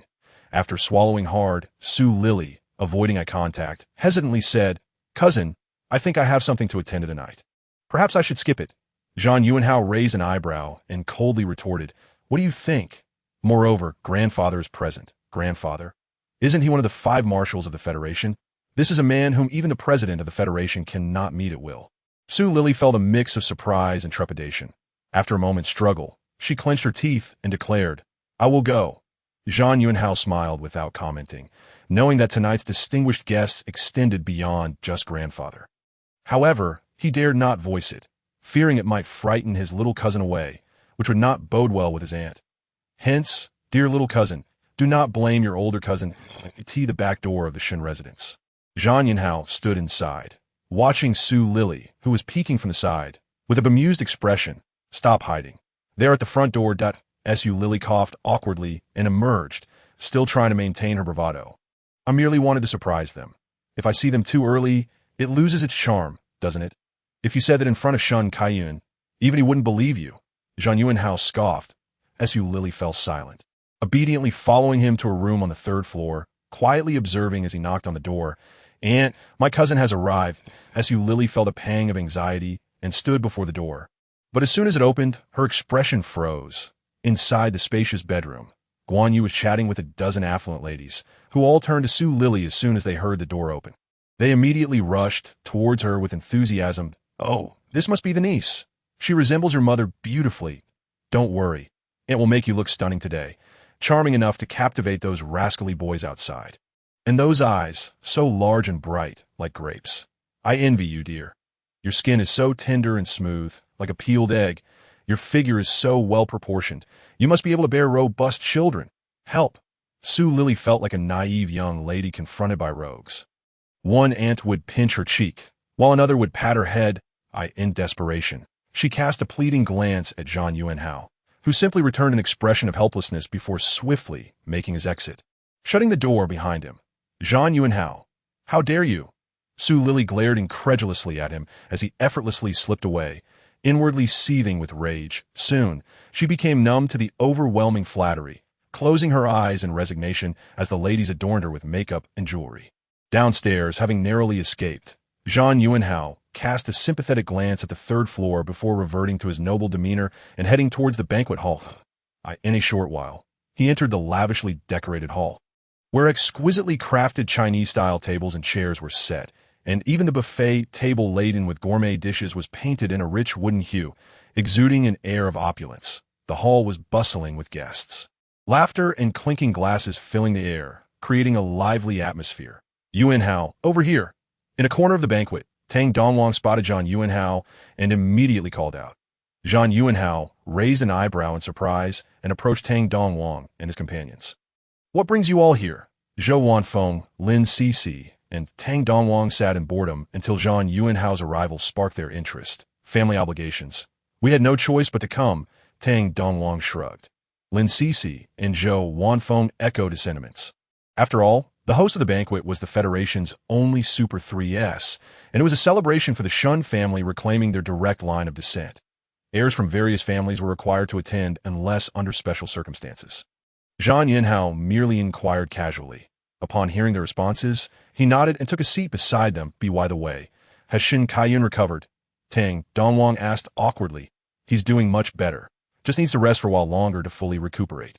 Zhang Yuanhao replied, surprised by Tang Dongwang's concern for Shen Kaiyun, and smiled slightly. Once Tang Dongwang felt reassured, he began to gossip. I was shocked to learn that Su Lili is a Super 3S. Initially, I thought it was just a rumor that is Super 3S. I wonder if there will be a chance to face her in a match, Lin Cixi said with excitement. Not likely today, Zhang Yuanhao remarked meaningfully. Thinking of Su Lili still preparing in the room. Then I guess we will have to wait for the next opportunity, Lin Cixi sighed in disappointment. After some casual banter, the banquet finally commenced. Shun Mujiang, the head of the Shun family, stood on the stage with a splendidly dressed Su Lili, addressing the microphone. First, I would like to thank everyone for coming. I have a piece of good news to announce. My granddaughter Shun Lili has been found today. On behalf of the Shun family, I extend my gratitude for your blessings and assistance, that I hope you all enjoy this evening and leave with joy. Thank you. Shun Lao, you are too polite. As soon as Shun Mujiang finished speaking, the guests in the hall applauded enthusiastically, filling the space with thunderous applause. The reason for renaming Shun Lili instead of Shun Ying was simply due to the familiarity with the name Lili. Out of respect for her, Shun's parents decided not to use her original name, merely changing her surname from Su to Shun. Standing on the stage, Su Lili understood that from this day forward, there would no longer be a Su Lili in this world. Shun Lili bid farewell to her past life once more and performed a gesture of gratitude to the audience before following her grandfather to toast the elders. The family reunion banquet continued until late into the night, finally concluding as Shun Lili had anticipated. Chapter 17. 1 month later. Shun Lili, why are you once again indulging in these tedious pursuits? A playful female voice interjected, tinged with exasperation. Curled up on Shun Lili's lap, Baijiu opened his eyes briefly at Lin Cixi before disdainfully settling back down. In the garden. Shun Lili, also known as Su Lili, set aside her comprehensive guide to mecha design upon hearing Lin Cixi's comment, and smiled helplessly. I thought you had returned to Pluto, especially since school starts the day after tomorrow. This past month had been quite exasperating for Shun Lili. All she wished was to be a quiet beauty immersed in mecha research, yet Lin Cixi relentlessly dragged her into sparring sessions, claiming it was for training, with military training looming for a month. Right at the 5th Legion of Sirius, what was the point of making a trip back to Pluto? Lin Cixi replied with the tone of a master addressing a foolish servant. Well, today I did not come to challenge you to a fight. Please drop the expression as if you've seen a ghost. After a month of interaction, Lin Cixi had come to understand Shun Lili to some extent, aside from mecha, which could genuinely pique her interest. She was otherwise a lethargic person, the kind one might wish to throttle. Upon hearing Lin Cixi's words, Shun Lili exhaled in relief and quickly donned a cheerful demeanor. So, what brings you to me? Is it good news or bad news? Of course it's good news. Lin Cixi haughtily sniffed, then continued. This afternoon, there's a mecha auction. Are you going? Absolutely, but what mechas are up for auction? Su Lili's interest peaked at the mention of mechas. I don't know the specifics, just that it's a mecha recently crafted by Master Song Qing, rumored to be of S-Class. Lin Cixi's eyes sparkled with excitement. S-Class. Isn't that a bespoke mecha? Shun Lili gasped in astonishment. Indeed, it is a bespoke mecha. Lin Cixi's eyes twinkled with anticipation. Every bespoke mecha is a vital strategic asset for the Federation, typically restricted to military personnel. Even military academy students must secure a recommendation letter from their academy and obtain permission from the military corps to purchase their own bespoke mecha. After all, while both bespoke mecha AI chips and general AI chips are classified as superbrains, the AI in bespoke mechas possesses a captivating independence. To pilot one, a mental bond must be established. Once bonded, unless the owner perishes, the mecha cannot be rebonded to another individual. Thus, owning a bespoke mecha for a mecha warrior is akin to having a companion who will never betray them, providing steadfast support on the battlefield. Regrettably, as of now, not only does she lack a bespoke mecha, but she's also still waiting to receive the C-Class Intelligent Mecha awarded for her top 10 performance in the exams, which she can only collect once classes officially commence. Realizing the stark reality, Shun Lili sighed. Bespoke mechas are indeed marvelous. However, without the Academy's recommendation and the military's approval, purchasing one would merely serve as decoration. Still, experiencing the auction would be quite enjoyable. I have those documents. But my family has recently started limiting my allowance due to excessive spending, Lin Cixi lamented, thinking of needing to gather with other friends. Lin Cixi refrained from prolonging the conversation, scheduling to pick up Shun Lili at 2 p.m. before rushing off. After watching Lin Cece leave, Shen Lili set aside her book and instead cuddled Bai Zhou. Stroking his fur, whoa. Bai Zhou let out a soft, sweet sound and nuzzled Shen Lili's fingers. Zhou, do you know about the orcs of the Empire? Shen Lili casually inquired. Bai Zhou's spine stiffened momentarily before quickly returning to its supple state, attempting to feign ignorance while nervously licking his fur. Sensing the rigidity of his small body beneath her fingers, Shen Lili's brows furrowed, and she already had an answer deep within her heart. In truth, it was not her who spent all day with Bai Zhou that discovered this matter. It was Shen Kaiyun who, a few days prior, inadvertently stumbled upon Bai Zhou tidying her room, secretly collecting a few strands of his fur to send for examination, thus confirming that the one she lived and shared meals with was indeed a beast man. Shen Kaiyun's face turned pale on the spot, and in a fit of anger, he sought out Shen Lili to share the news. Although somewhat surprised, Shen Lili accepted it well. Regardless of whether he was human or beast man, he was still her beloved Zhou, who made her happy every day, and that was all that truly mattered. Bai Zhou remained silent for a moment, understanding that his identity had likely been discovered, his heart fluttering with anxiety for quite some time. However, upon raising his gaze to meet Shen Lili's ever-smiling face, a surge of courage welled up within him. Resolutely, he leapt down from Shen Lili's side. When she next saw Bai Zhou, he had transformed into a small white-haired boy of 5 or 6. His large, golden eyes filled with nervousness as he gently uttered, "Ali, I didn't mean to deceive you." Shen Lili was so enchanted that she felt her heart race, carefully wiping her nose and sighing in relief upon finding no blood. She then softly replied to Bai Zhou, "It's all right. I'm not angry." Zhou, what is your name? Bai Zhou, simply Zhou from the heavens, he emphasized, still harboring some resentment towards his previous name. Shen Lili cleared her throat awkwardly and redirected the conversation. The Empire has strict protections for young ones. How did you come to be alone in the Federation? A month ago, I fell into a wormhole, and when I woke up, I found you. Also, I'm not a young one. I am 15 this year. This appearance is due to my mental space not being fully restored yet. After a while, I'll return to normal, Bai Zhou firmly retorted regarding his age. Shen Lili was amused by Bai Zhou's serious expression, and with a playful smile, she replied, "All right, I understand you're not a young one. Are you happy now?" Bai Zhou nodded in satisfaction and affectionately sat beside Shen Lili, curiously asking, "How did you discover I was a beast man? I thought I was hiding it well." "Guess," Shen Lili mischievously winked. Bai Zhou pondered seriously for a moment, but ultimately could not recall when he had revealed any flaw before Shen Lili. Seeing Bai Zhou's face wrinkle in concentration, Shen Lili laughed and interrupted, "All right, don't dwell on it. It's not important. It's time for lunch, and I'll introduce you to everyone."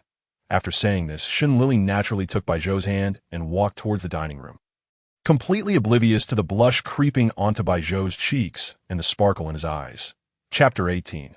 The Crown Prince Bai Zhou dining room finally. It was time to eat. Shen Lili. Not to criticize you, but your lack of enthusiasm for meals suggests something's amiss. Once again, you're the last to arrive, Shen Kaiyun remarked as he sat at the dining table. However, before Shen Lili could retort, he received a light smack on the back of his head from Guan Yu, who scolded, "How do you speak to your sister?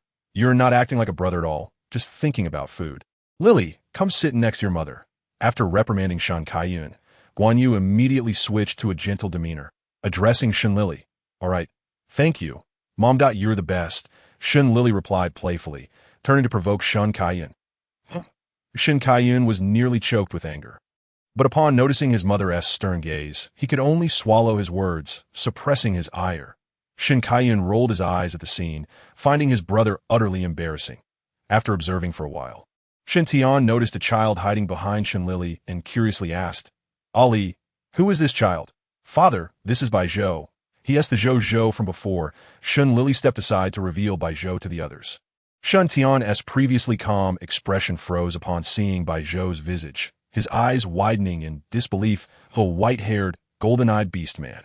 This was unmistakably a symbol of the imperial family. How could a member of the imperial family be in the Federation? Could this be the crown prince who had gone missing from the empire not long ago? With trembling hands, Shen Tian raised a cup to his lips, taking a sip of water to regain his composure, though the twitching corners of his eyes betrayed his inner turmoil. "Bai Zhou, isn't he just your little dog?" Shen Kaiyun asked in surprise, upon hearing the imperial prince referred to as a little dog. Shen Tian nearly choked on his water. After years of service as a general, he He managed to swallow it down with sheer willpower and quickly corrected Shen Kaiyun, saying, "Ayu, this is a wolf. Whether dog or wolf, this little creature was undeniably a beast man. Yet here he was, masquerading as a pet. Could he be a spy sent by the Empire?" Shen Kaiyun regarded Bai Zhou with suspicion. Shen Lili shot a disapproving glare at Shen Kaiyun, retorting, "How could Zhou Zhou be a spy? If the Empire sent a child here, would they be sending a spy or offering warmth? You insufferable brat. Always bullying your sister. How could a child possibly be a spy?" Guan Yu chastised Shen Kaiyun before approaching Bai Zhou, gently lifting him in her arms. "You must be Zhou Zhou. You're so adorable. Let us ignore this brat and go have some lunch." "Thank you, and you're very beautiful too," Bai Zhou replied sweetly, blinking his charming golden eyes. Bai Zhou's cuteness instantly captured Guan Yu's heart, and she beamed with delight. "What a good child." Shen Lili triumphantly hummed at Shen Kaiyun before sitting beside her mother to discuss what daily necessities to buy for Bai Zhou. Shen Kaiyun, sulking as he watched the harmonious trio, particularly feeling jealous of his mother and sister fawning over that little brat, went to complain to Shen Tian, saying, "Dad, aren't you going to do something? This little brat-esque background is completely unknown." Shen Tian, holding his water cup, glanced at his foolish son and finally advised, "Don't offend him. Just treat him as if we have a revered ancestor in our home." Shen Kaiyun was utterly bewildered. After the meal, Shen Lili informed her parents that she would be going out with Lin Cece in the afternoon, then returned to her room on the third floor for a nap. Bai Zhou intended to follow her upstairs, but was stopped by Shen Kaiyun, who wore a sinister grin and faux smiled at Guan Yu, saying, "Mom, he still doesn't have a room, right? Shouldn't we prepare one for him?" Only then did Guan Yu realize Bai Zhou had no place to stay and promptly instructed the maid, "Lin, prepare a room for Zhou Zhou, preferably the one next to Lily's. The furniture must be soft and simple in style." "Actually, I'll go with you to choose." After watching Guan Yu leave, Shen Kaiyun felt satisfied and turned to Bai Zhou with a triumphant fake smile. "Don't mention it." With that, Shen Kaiyun hummed a tune as he exited the dining room. Shen Kaiyun glanced at Bai Zhou, whose expression suggested he might bite, and let out a helpless chuckle before following Shen Kaiyun out. Bai Zhou, feeling disgruntled as he watched Shen Kaiyun depart, sat back down and politely called out, "Uncle Shen." Shen Tian acknowledged him, and, noticing the dining room was now empty except for them, released his mental energy to envelop the space. "Uncle Shen, what is this?" Bai Zhou, surrounded by the mental aura, felt no fear, only curiosity directed at Shen Tian. "Your Highness." Shen Tian stood up, placing his right hand over his chest, and performed the imperial greeting. "There is no need for such formality. Just call me Zhou." Bai Zhou replied, somewhat surprised by the revelation of his identity, but quickly returned the gesture. Shen Tian nodded with a smile, and then inquired, "Your Highness, what brings you to the Federation, especially in the company of my daughter?" "It is thanks to Ali that I was saved." Bai Zhou briefly recounted the events. After listening, Shen Tian marveled at his daughter's fortune in rescuing a crown prince so casually. Such an act would likely earn her a noble title in the Empire. With that thought, Shen Tian asked, "When do you plan to return to the Empire? Do you need assistance in contacting them?" Bai Zhou fell silent for a moment, contemplating, before replying, "Uncle Shen, there is no need for trouble. I will contact the embassy the day after tomorrow to arrange for my return to the Empire. For now, I'll be imposing on you for a couple of days and no need for such politeness. I'll be attending to official matters now." "Please, make yourself comfortable," Shen Tian replied, feeling relieved by Bai Zhou's response. His identity was far too significant. Should anything happen to him, their family would become the Federation's scapegoats. Bai Zhou nodded at Shen Tian as he departed, then gazed in Shen Lili's direction for a long moment before retracting his gaze. Chapter 19. The Mecha Auction. After waking from her nap, Shen Lili yawned and checked the time. It was already 1:30 p.m. After tidying herself up, she prepared to wait at the entrance for Lin Cece. However, as soon as she opened her bedroom door, she spotted Bai Zhou alone, leaning against the corridor window, idly gazing at the garden below. "Zhou Zhou, what are you doing here all by yourself?" Shen Lili approached and gently picked Bai Zhou up, asking tenderly. Bai Zhou's small arms wrapped around Shen Lili's neck, affectionately nuzzling as she said, "I want to go to the auction with you." "Okay, Ali." Shen Lili, charmed and unable to resist, quickly surrendered. All right, we shall go together." "Hee hee, you're the best." "Ali," Bai Zhou replied with a sweet smile, "that you're quite the little rascal." Shen Lili teased, gently brushing Bai Zhou's nose with her fingers, before leading her downstairs to the living room. In the living room, Guan Yu was knitting a sweater. Upon hearing their footsteps, she paused her work and turned to see her daughter, asking gently, Jojo Ali, have you woken up? Yes, just woke up, Mom. Where es ergo? Shun Lili inquired casually. With both their father and eldest brother serving in the Federal Army, they were currently at the military headquarters. Only her second brother and she remained as military academy students. He is still asleep in the bedroom. Don't bother him. That rascal must have been playing all night in the StarNet warehouse, Guan Yu remarked disdainfully. Shun Lili chuckled at her mother's words and, noticing the time, said, Mom, my appointment with a friend is approaching. Jojo and I are heading out. Go ahead. I transferred 5 million federal coins to your father. If you and Jojo see anything you like, just buy it. If it's not enough, ask your father for more, Guan Yu instructed. Thanks, Mom. We're off then, Shun Lili replied, pleasantly surprised by the generous allowance for their outing. Goodbye, Annie, Bai Zhou waved her chubby little hand. Goodbye, Jojo. Have fun, both of you, Guan Yu waved back with a warm smile. Once the two had left, Shun Kaiyan poked his head over the second floor railing, calling out, Mom, can you give me $1 million too? I want to buy a new StarNet pod. Guan Yu shot him a cold glare, her eyes sharp as knives, and sternly replied, Get lost. Shun Kaiyan quickly withdrew, muttering under his breath, Fine, if you want tea, give it. I'll just borrow from my little sister. If I find out you ask Lili for a single coin, you can forget about seeing a cent for the next semester. Guan Yu's icy voice echoed down the staircase. Seemingly anticipating her second son's scheming, Shun Kaiyan felt aggrieved and considered running away from home. But remembering the StarNet pod he could still use in his room, he begrudgingly called out, Got it. Humph. Guan Yu huffed before resuming her knitting for her precious daughter. The Shun family gate. Shun Lili, over here. Lin Cece called out, leaning out her car window, as soon as she spotted them. Shun Lili greeted her with a smile, and, together with Bai Zhou, took a seat in the back of the Is this child a relative of yours? Lin Cece asked from the driver's seat. Glancing at Bai Zhou, Yes, she is a distant cousin named Bai Zhou, Shun Lili replied succinctly. She is quite adorable. Fasten your seatbelts. We're about to set off, Lin Cece instructed as she activated the hover car. Lifting into the air and speeding away. Wow. Lin Cece, I didn't know you were so wealthy. This car must be worth over 100 million federal coins. Shun Lili marveled at the understated luxury of the vehicle. That is nothing. You haven't seen Tang Pang Pang's car, which starts at a minimum of $1 billion. Lin Cece replied nonchalantly, $1 billion. That is enough to buy Class C mech. Shun Lili gulped. Incredulous that a car could cost as much as a mech. $8 billion is trivial. The Tang family once sold 5 top-tier luxury cars crafted from 3S Zerg shells, each worth over 1,000 billion. Only the marshals of the 4 great families and the president of the Federation could afford one. Tang Pang Pang owns one himself.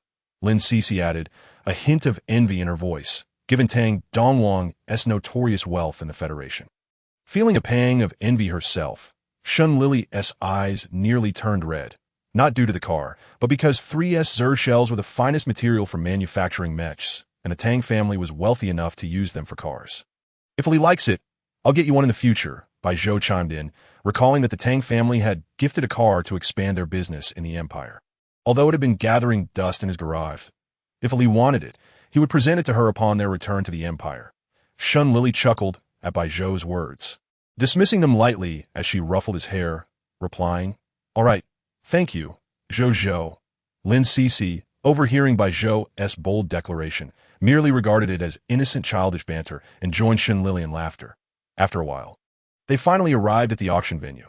Once Lin Cece parked the hover car, she led Shun Lili and Bai Zhou towards the entrance of the auction house. At the entrance, 12 young ladies clad in kipeos stood in 2 rows.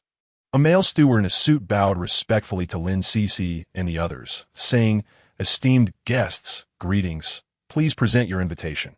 Lin Cece nodded, retrieving a pure black invitation adorned with a golden lilac emblem from her spatial button, and handed it to the steward. Upon seeing the lilac insignia, the steward's demeanor grew even more respectful as he accepted the invitation, opened it for a glance, and then returned it to Lin Cece, saying, it is Miss Lin. Please come in. Xiao Yu will escort the 3 esteemed guests to the VIP box. Thank you, steward. Ladies and gentlemen, please follow me, a girl named Xiao Yu among the cheap-how-clad ladies said. Bowing slightly, Ali. Shall we go? Lin Cece asked Shun Lili. Sure, Shun Lili replied, taking Bai Zhou's hand and following the 2. Chapter 20. auctioneer Tang Yu, as Shun Lili stepped into the auction house. The first thing that caught her was a luxurious corridor. The long, wide corridor was illuminated by crystal chandeliers every 5 meters, casting a soft, gentle light that was not blinding. Along the walls of the corridor were glass display cases filled with exquisite artifacts and limited edition luxury goods. Most notably, rare mech materials. Though Shun Lili maintained a calm facade, inside she longed to press her face against the glass to gaze at the rare mech materials for just a moment longer. Here we are, esteemed guests. The Qipao-clad girl spoke softly as she gracefully opened the door to a private box, gesturing for them to enter. So soon? I haven't seen enough yet, Shun Lili lamented, casting a wistful glance at the Qipao girl, her heart aching with unfulfilled desire. The girl felt a pang of anxiety at Shun Lili's gaze, lowering her head in trepidation, wondering what she had done wrong to upset a guest and fearing she might be reported, jeopardizing her hard-earned job. Having worked summer jobs in her past life, Shun Lili understood the psyche of workers. Feeling a twinge of guilt, she feigned casualness and complained to Lin Cece, "Let us come back after the auction to check out these collectibles. I haven't seen enough yet." "All right," Lin Cece replied. Though she was confused by the request, she nodded obediently. "Ali, I'll accompany you," Bai Zhou chimed in sweetly. "Thank you, Zhou," Shun Lili said, touched as she pinched Bai Zhou's little face before leading him into the box. As the Qipao girl prepared to close the door, Shun Lili suddenly turned and smiled at her, saying, "Thank you too, Xiaoyu." The moment the door closed completely, Xiaoyu stood frozen in place. Her heart moved as she softly whispered, "Thank you, kind guest." This box was located on the second floor of the auction house. Upon entering, Shun Lili was immediately captivated by a grand floor-to-ceiling window. In front of the window were sofas and a low coffee table. On the coffee table, aside from a few exquisite fruits, there was a holographic computer displaying auction items. Guests could simply sit on the sofa and click on the items to have their details projected in holograms above. At that moment, a young man reclined on the sofa. Bored as he gazed out at the bustling auction below, he turned his head to look at Lin Cece and Shun Lili when he heard the door open. "Sis, is this the friend you brought?" The young man, who bore a striking resemblance to Lin Cece, looked at Shun Lili curiously. "Yes, this is Shun Lili, the third daughter of Uncle Shun. This little one beside her is her cousin." "Bai Zhou," Lin Cece introduced. "Thought so. You're Uncle Shun's daughter?" "Hello, I'm Lin Shuai, Lin Cece's twin brother." "It is a pleasure to meet you," he said, standing and extending his hand toward Shun Lili, his smile radiating youthful charm. "Thank you," Shun Lili replied, returning his handshake with a smile. Meanwhile, Bai Zhou, feeling left out, glared at their clasped hands, his eyes shimmering. After a moment, he feigned weakness, tugging on Shun Lili's hand. "Ali, I'm so tired. My calves hurt." Assuming Bai Zhou was simply tired from walking, Shun Lili released her grip on Lin Shuai's hand, scooping Bai Zhou into her arms and gently massaging his calves. "How is that? Does it feel better?" Shun Lili asked with concern. Bai Zhou, looking into Shun Lili's caring eyes, felt a blush rise to his cheeks as he sweetly replied, "It doesn't hurt anymore." "Thank you, Ali." Watching the affectionate exchange between Shun Lili and Bai Zhou, Lin Shuai couldn't help but tease Lin Cece quietly. "Sis, my legs hurt too. Can you give them a rub?" "Rub them until they break?" Lin Cece shot him a cold glance. Lin Shuai's smile faltered, and he quickly retreated, hastily changing the subject. "The auction is starting." The lights on the auction stage below suddenly illuminated, and the previously boisterous auction hall fell silent in that moment. Whether it was the VIPs in the boxes or the massed ordinary guests below, all eyes were fixed on the stage. The sound of high heels echoed throughout the venue. As footsteps approached, a spotlight shone on the backstage, revealing a stunning beauty with a slender waist and ample bosom. With a poised smile, she gracefully walked to the small podium in front of the auction stage. Tang Yuan glanced at the audience below, her voice elegant as she addressed them. "Good afternoon, esteemed guests. Welcome to the auction hosted by the Tang family today. My name is Tang Yu, but you may call me Xiao Yu. I will be your host for today's auction, and it is my pleasure to serve you. Without further ado, let us begin with our first item for auction." As Tang Yu's voice faded, a young woman in a Qipao entered from backstage, delicately carrying a wooden tray, presenting the auction item to the audience. Tang Yu activated the gigantic screen behind her, which displayed the item up for bidding, while a holographic image of the item simultaneously played on the coffee table in the VIP boxes. The first item for auction was an S-class insect crystal, a primary material for soul artifacts. This particular crystal was in pristine condition, significantly increasing the success rate of crafting soul artifacts. Soul artisans interested may begin bidding. I announced the starting price at 500,000 Federation coins, with each subsequent bid increasing by no less than 50,000. After Tang Yu's elegant introduction, she began to call out the bids from the guests below, including the displayed bids on the second floor box windows. Guest number 82 bids 550,000. Is there a higher offer? Very well. Guest number 79 bids 600,000. Guest number 62 bids 900,000. Is there a higher bid? Going once at 900,000. Going twice. Guest number 8 from box 8 bids 1,000,000. Is there a higher offer? Then, going once at 1,000,000. Going twice. Going thrice. Sold. Congratulations to the guest from box 8 for winning the bid. The item will be delivered to your room shortly. With that, Tang Yu proceeded to introduce the next auction item. Chapter 21. Invasion of the Wormhole. It had been nearly half an hour, and Lin Shuai was growing impatient, wondering when it would be their turn for the biological mecha. Shun Lili checked the holographic device on the coffee table and reassured, there are still 3 items before us. Bai Zhou furrowed his brow, feeling an inexplicable sense of crisis that made him want to take Shun Lili away from the venue. Yet, looking at the bustling auction below, he felt perhaps he was overreacting. Zhou, what's wrong? Are you feeling unwell? Shun Lili noticed Bai Zhou's worried expression and pulled him into an embrace. Bai Zhou pursed his lips, remaining silent, knowing how much Shun Lili looked forward to the final auction and not wanting to disappoint her. Shun Lili watched him for a moment, still concerned, and then turned to Lin Cece, saying, Cece, Bai Zhou isn't feeling well. I'll take him home. Li, I'm fine. We'll see the biological mecha soon. Let us wait until then. Bai Zhou shook his head unwillingly. Yes, Lili. The next item is the exclusive mecha. Let us wait to see it before we leave, Lin Cece suggested, feeling it would be a pity to miss it. However, seeing Bai Zhou's pale face, Shun Lili was consumed by worry and insisted, No, we can watch it next time. All right then, you and Bai Zhou should head back. Lin Shuai, please escort Lili home. I'll stay here to secure the biological mecha. Lin Cece had a family obligation to fulfill and needed to win the S-class biological mecha, so she could only ask her brother to help escort them. Of course, Lin Shuai, already feeling impatient, readily agreed. Thank you, Cece. Shun Lili expressed her gratitude to Lin Cece before following Lin Shuai out of the box. Outside the box, unbeknownst to the 3, a fist-sized wormhole was rapidly expanding in a corner, the depths of which emitted a cacophony of hoarse insect sounds. Meanwhile, Lin Cece remained alone, intently watching the auction stage below, unaware of any unusual occurrences. The atmosphere in the auction hall reached a fever pitch as the biological mecha was about to be presented, with people fervently shouting bids, completely oblivious to the impending danger. Upon exiting the auction hall, Shun Lili and Lin Shuai reached the parking lot and were about to get into the car when a piercing alarm from the auction hall suddenly blared. What is happening? Shun Lili was still trying to comprehend the situation when Lin Shuai's expression changed drastically. Sis, Lin Shuai exclaimed in panic, turning to Shun Lili with a pale face. Lili, you need to leave now. I must go back to save my sister. Without waiting for Shun Lili's response, he dashed back toward the auction hall at a speed that left her unable to stop him. Shun Lili's face turned grave. Although she had no idea what was happening in the auction hall, Lin Shuai's expression told her that Lin Cece was in danger. Li, there's likely a wormhole in the auction hall. Bai Zhou finally understood the source of the vague sense of crisis. After all, he had once fallen into a wormhole and escaped by the skin of his teeth. He would not mistake that feeling. How could this happen? This is the city center of Sirius. Shun Lili's face turned ashen. The wormhole is a narrow tunnel in the universe connecting 2 different space-time realms, inhabited by at least 1 S-class insect and countless A-class insects.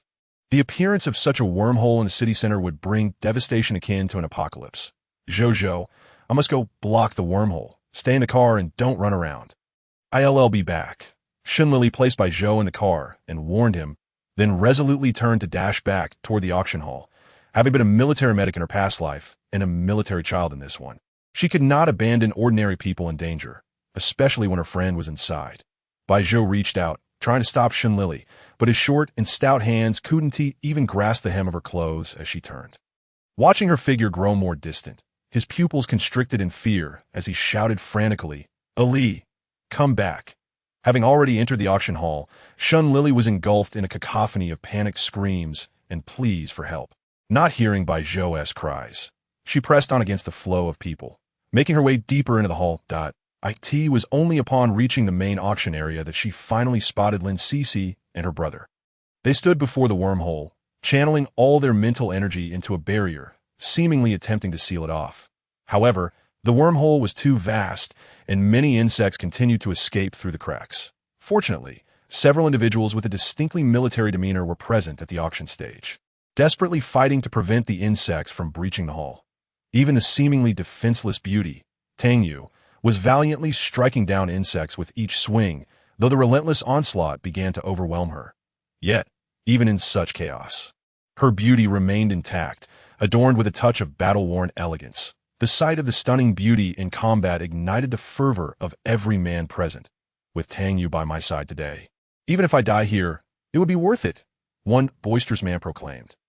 I wonder if there will be a chance to invite Tang Yu for a meal after this is over? Huang Laosan, who is somewhat familiar with Tang Yu, couldn't resist teasing her even amidst the fight. In response, Tang Yu flashed a charming smile and earnestly declared to the crowd, after this is all over, Tang Yu will treat all the brave heroes here to 3 days and nights of feasting, and we want tea leave until we're all drunk. All right, Tang Yu, you're so straightforward. Thank you on behalf of all the brothers. Huang Laosan laughed heartily, then turned his gaze back to the relentless swarm of insects before him.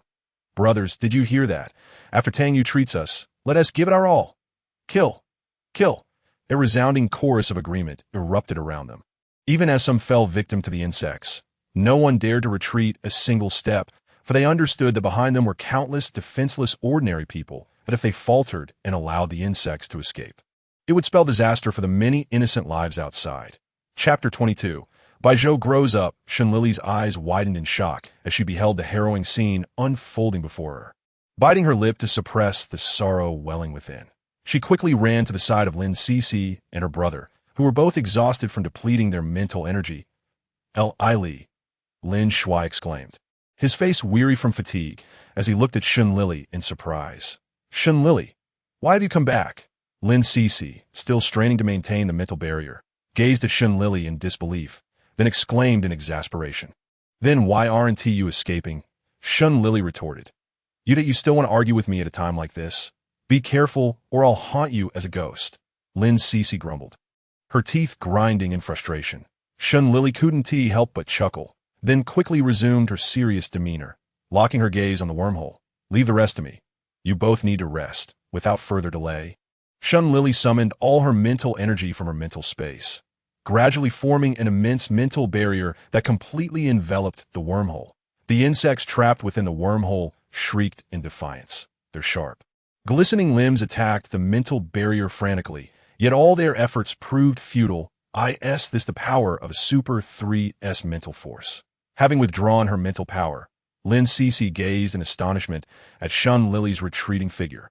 Wow, Sister Lili is remarkable, Lin Shui exclaimed in admiration. Lin Cece, rarely at a loss for words, responded with a hint of complexity. After all, she is the only individual in the Federation with a Super 3's mental power. The insect swarm that had escaped the wormhole had finally been cleared, and those remaining in the auction hall were nearly all breathless, collapsing to the ground.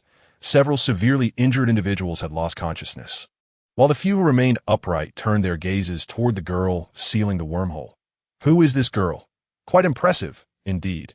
Even the 3's mentalists could not fully seal it, yet she managed alone, Huang Laosan remarked, panting in admiration. Old who wiped the blood from the corner of his mouth, raising an eyebrow at Huang Laosan. You genuinely do not know? If you do, just say it. Don't act like a woman. Making me guess, Huang Laosan, a rough man, grew impatient with any hint of hesitation. Old who, unfazed, sighed, no wonder you've spent a decade in the 5th Legion and are still just a squad leader. You don't even recognize the Marshal's granddaughter. Huang Laosan's eyes widened in disbelief as he dug at his ears, fearing he had misheard. The Marshal's family? That explains her prowess, truly a descendant of Marshal Shun. The surrounding individuals continued to offer praises. Yet Lili, who strained to maintain her mental barrier, was oblivious to it all. In those brief 20 minutes, her mental energy was nearly depleted, leaving her ears filled only with a piercing mechanical hum and her mind swirling in a haze of dizziness and pain. Just when Lili felt she might collapse, a powerful mental force fused with her own. Realizing the seal it held, she breathed a sigh of relief, mistakenly believing Lin Cece had come to her aid. Turning to express her gratitude, she was startled to find a stranger, a white-haired youth, standing behind her, gazing intently. "Who are you?" Lili hesitated, uncertain. "Is it Baijiu's brother?" "Ha!" Baijiu chuckled, fixing his deep gaze on Lili. "What do you think?" "Who am I, Ali?" Lili blinked, scrutinizing his extraordinarily handsome features, and suddenly exclaimed, "Baijiu, how have you grown up?" Satisfied, Baijiu pointed a finger at her forehead and declared, "This is my true self." I is it not beautiful? His soft, luminescent white hair, golden, bright eyes, thick eyebrows, prominent nose, exquisite lips, and pale face exuded an air of nobility and elegance. Lili was nearly entranced, blushing as she turned away to mutter, "It is indeed quite handsome." Baijiu's smile deepened, his eyes softening as they rested on Lili. Lin Shuai, with sparkling eyes, followed Baijiu's every move, from his heroic entrance to the now increasingly awkward atmosphere. Bewildered, he turned to his sister and asked, "Sister, is he here to save people or to court Sister Lili?" Lin Cece, exasperated, shot a glare at her foolish brother and firmly swatted the back of Lin Shuai's head, scolding, "Shouldn't you be more concerned about where this Super 3S has come from? But he is from our Federation." Lin Shuai protested, rubbing the back of his head. "He may not be very good-looking, but he certainly has grand ideas." Lin Cece sighed, attempting to rescue her only brother from his folly. "Think carefully. Where else in our galaxy could there be a white-haired youth with golden eyes and Super 3S mental power? Reflect on that." After a moment of contemplation, Lin Shuai's expression shifted as if struck by lightning. Trembling, he pointed at Baijiu, his voice shaking. "Sister, are you suggesting he is? Just understand. No need to articulate it." "Let's pretend we don't know," Lin Cece interrupted, unwilling to invite trouble for her family. Lin Shuai swallowed hard, curiosity gnawing at him. If Baijiu is the prince of the empire, then Sister Lili would become the empress. As soon as he spoke, he felt a chilling glare directed at him. Looking up, he found it was his sister, prompting him to cautiously inquire, "Sister, where did I go wrong? You are a spy sent by the empire, aren't you, my dear brother?" Lin Cece remarked, as if observing a patient without hope. As a citizen of the Federation, the thought of marrying the Federation's only Super 3S to the Empire was unfathomable. Lin Shuai was utterly bewildered. "I can only say, if Lili is the cherished daughter of heaven, then you must be the foolish son even heaven cannot tolerate." Lin Cece finally surrendered to her brother's foolishness. No wonder all the elders of the Lin family opposed him becoming the heir. She had been wrong to doubt them. Her brother's nature, selling out while counting the money for others, was a liability. If he were to become the Lin family patriarch, it would indeed spell disaster for generations to come. Chapter 23. Kleinstone. The appearance of a wormhole in the heart of the Federation's Sirius City rapidly spread across the Federation, reported by various Star Network media with alarming speed. While the populace prayed for Sirius, far away in the Empire, Duke Gran also received the news that, "Oh, you mean a wormhole has appeared in the Federation?" The Duke's expression was not one of cruelty, yet his tone carried a hint of schadenfreude. "Indeed, my lord, we have an informant at the auction site. The information cannot be wrong," assured Butler Jerson, the Duke's confidant. The corners of Duke Gran's mouth curled upward as he feigned sympathy. Sirius is the planet where the 5th Legion is stationed. It's quite the predicament for the Federation to explain how a wormhole appeared right under their noses. "Jerson, you know what to do." "Understood, my lord. I will have our informants bribe the media to promote the 5th Legion's efforts," Butler Jerson replied respectfully. After speaking, Jerson found an encrypted account on his light brain, sending a classified message to the Federation. Duke Gran smiled with satisfaction, elegantly lifting a cup of hand-ground coffee to sip, occasionally emitting soft sounds of contentment. A tea that moment. An urgent alert tone blared from Jerson's device. Startling Duke Gran, he frowned and gestured for Jerson to check the message. Jerson nodded respectfully, opened the urgent message, and nearly collapsed at the shocking content. "The Crown Prince has been located at the Sirius auction site. Urgent response required." What could merit such an urgent message? "This is intriguing," Duke Gran mused leisurely, taking another sip of coffee. "My lord, the Crown Prince is at Sirius, and at the site of the wormhole's emergence." Jerson stammered, his limbs trembling with fear and disbelief. Splutter! Duke Grand spat out his coffee, rising too hastily, spilling the drink everywhere. However, he had no time to care, urgently commanding, quickly contact the embassy stationed in the Federation to protect His Highness. Move! Yes, Jerson steadied himself and rushed out of the estate to relay the orders at the Imperial Embassy. Duke Gran, remaining behind, decided it was prudent to pay a visit to the Federation himself for good measure. Serious Auction Hall, little sister, I have come to rescue you. Shan Kaiyun, clad in battle attire, rushed into the auction hall, shouting frantically. Yet upon seeing Shun Lili safe and sound, he fell abruptly silent, staring dumbfounded at her.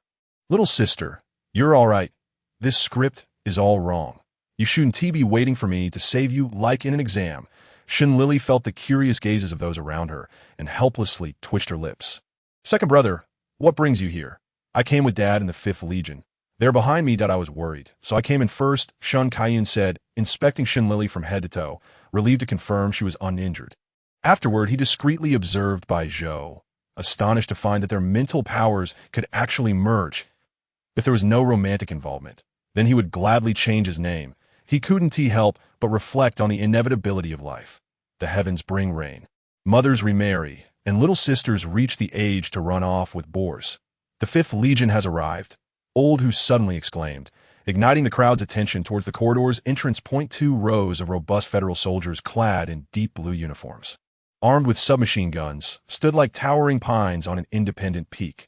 Shun Tianwei raised his left hand, and the well-trained troops came to a halt point. One of his personal guards, holding a dark wooden box, approached the wormhole alongside him. Li, your father is proud of you. Shun Tianwei, looking at his daughter, who appeared well, affectionately patted Shun Lili's head before turning to Bai Zhou. After a moment of surprise, he expressed his gratitude. Thank you for protecting the Federation and Li. Bai Zhou smiled humbly, replying, no need for thanks, General Shun. Shun Tian nodded slightly before turning to the wormhole and instructing, Su Yuan, proceed. Understood, Su Yuan replied, then courteously smiled at Shun Lili and Bai Zhou, saying, you may retract your mental energy now. Shun Lili and Bai Zhou exchanged glances and nodded in unison. The moment their mental energy dissipated, Su Yuan opened the wooden box and swiftly tossed a stone imbued with repulsive force into the wormhole. Father, what is this? Shun Lili inquired with curiosity. That it is the nemesis of the wormhole. The Klein stone that in the future, Ali will learn about it at the military academy. For now, it is wise to observe closely, as opportunities for practical experience are rare, Shun Tian replied with a smile, gently ruffling his daughter's hair. All right, Shun Lili responded, her eyes sparkling with curiosity as she gazed at the wormhole. Initially, the insectoid creatures within the wormhole, sensing the absence of the mental energy barrier, believed they had a chance to act. However, they soon realized that the wormhole was rapidly closing, and in a brief moment, the vast wormhole completely vanished. Following its disappearance, not only did Shintian and his companions breathe a sigh of relief, but so did the others, who felt a weight lift from their hearts. Now we can rest easy, Huang Laosan said, watching the wormhole vanish. The tension in his mind relaxed instantly, and his body weakened, causing him to faint. That it was only when Lao Hu noticed the large gash on Huang Laosan's abdomen that he realized the gravity of the situation. Huang Laosan had concealed his injury beneath his dark clothing, ensuring that no one had suspected a thing. Lao Hu cautiously checked Huang Laosan's pulse, relieved to find it still beating, and he slumped onto the ground. Not only Huang Laosan, but countless others in the hall, who were gravely injured, also seemed to release their burdens upon seeing the federal soldiers. They either lay down or collapsed, succumbing to unconsciousness. Shen Tian was deeply shocked by the scene before him. With a serious demeanor, he removed his military cap and saluted everyone, declaring, all medical expenses will be covered by my 5th Legion. For those who tragically lost their lives in this disaster, I will petition for the same treatment for the victims and their families as that afforded to martyrs and their widows. Furthermore, on behalf of all the citizens of Sirius, I extend my gratitude to you heroes. When the people of the Federation are in peril, it is our duty to respond, supporting the unconscious Huang Laosan. Lao Hu wiped away tears and led the chant. When the people of the Federation are in peril, it is our duty to respond. The voices of those still conscious in the hall rose in unison, resonating powerfully, echoing deep within. Chapter 24. Visitors from the Empire shunned Tian, and the Fifth Legion remained at the auction house until medical personnel arrived, after which they departed hastily. Shun Kaiyun, recalling that his mother was at home worrying, joined Shun Tian in leaving. After bidding farewell to them, Shun Lili did not leave immediately. Instead, she silently assisted Lin Cece and her brother in tending to the injured. Once the medical staff had taken all the wounded from the auction hall, Shun Lili and her companions finally paused. "Lili, my family steward has come to fetch my brother, and me that will be leaving now.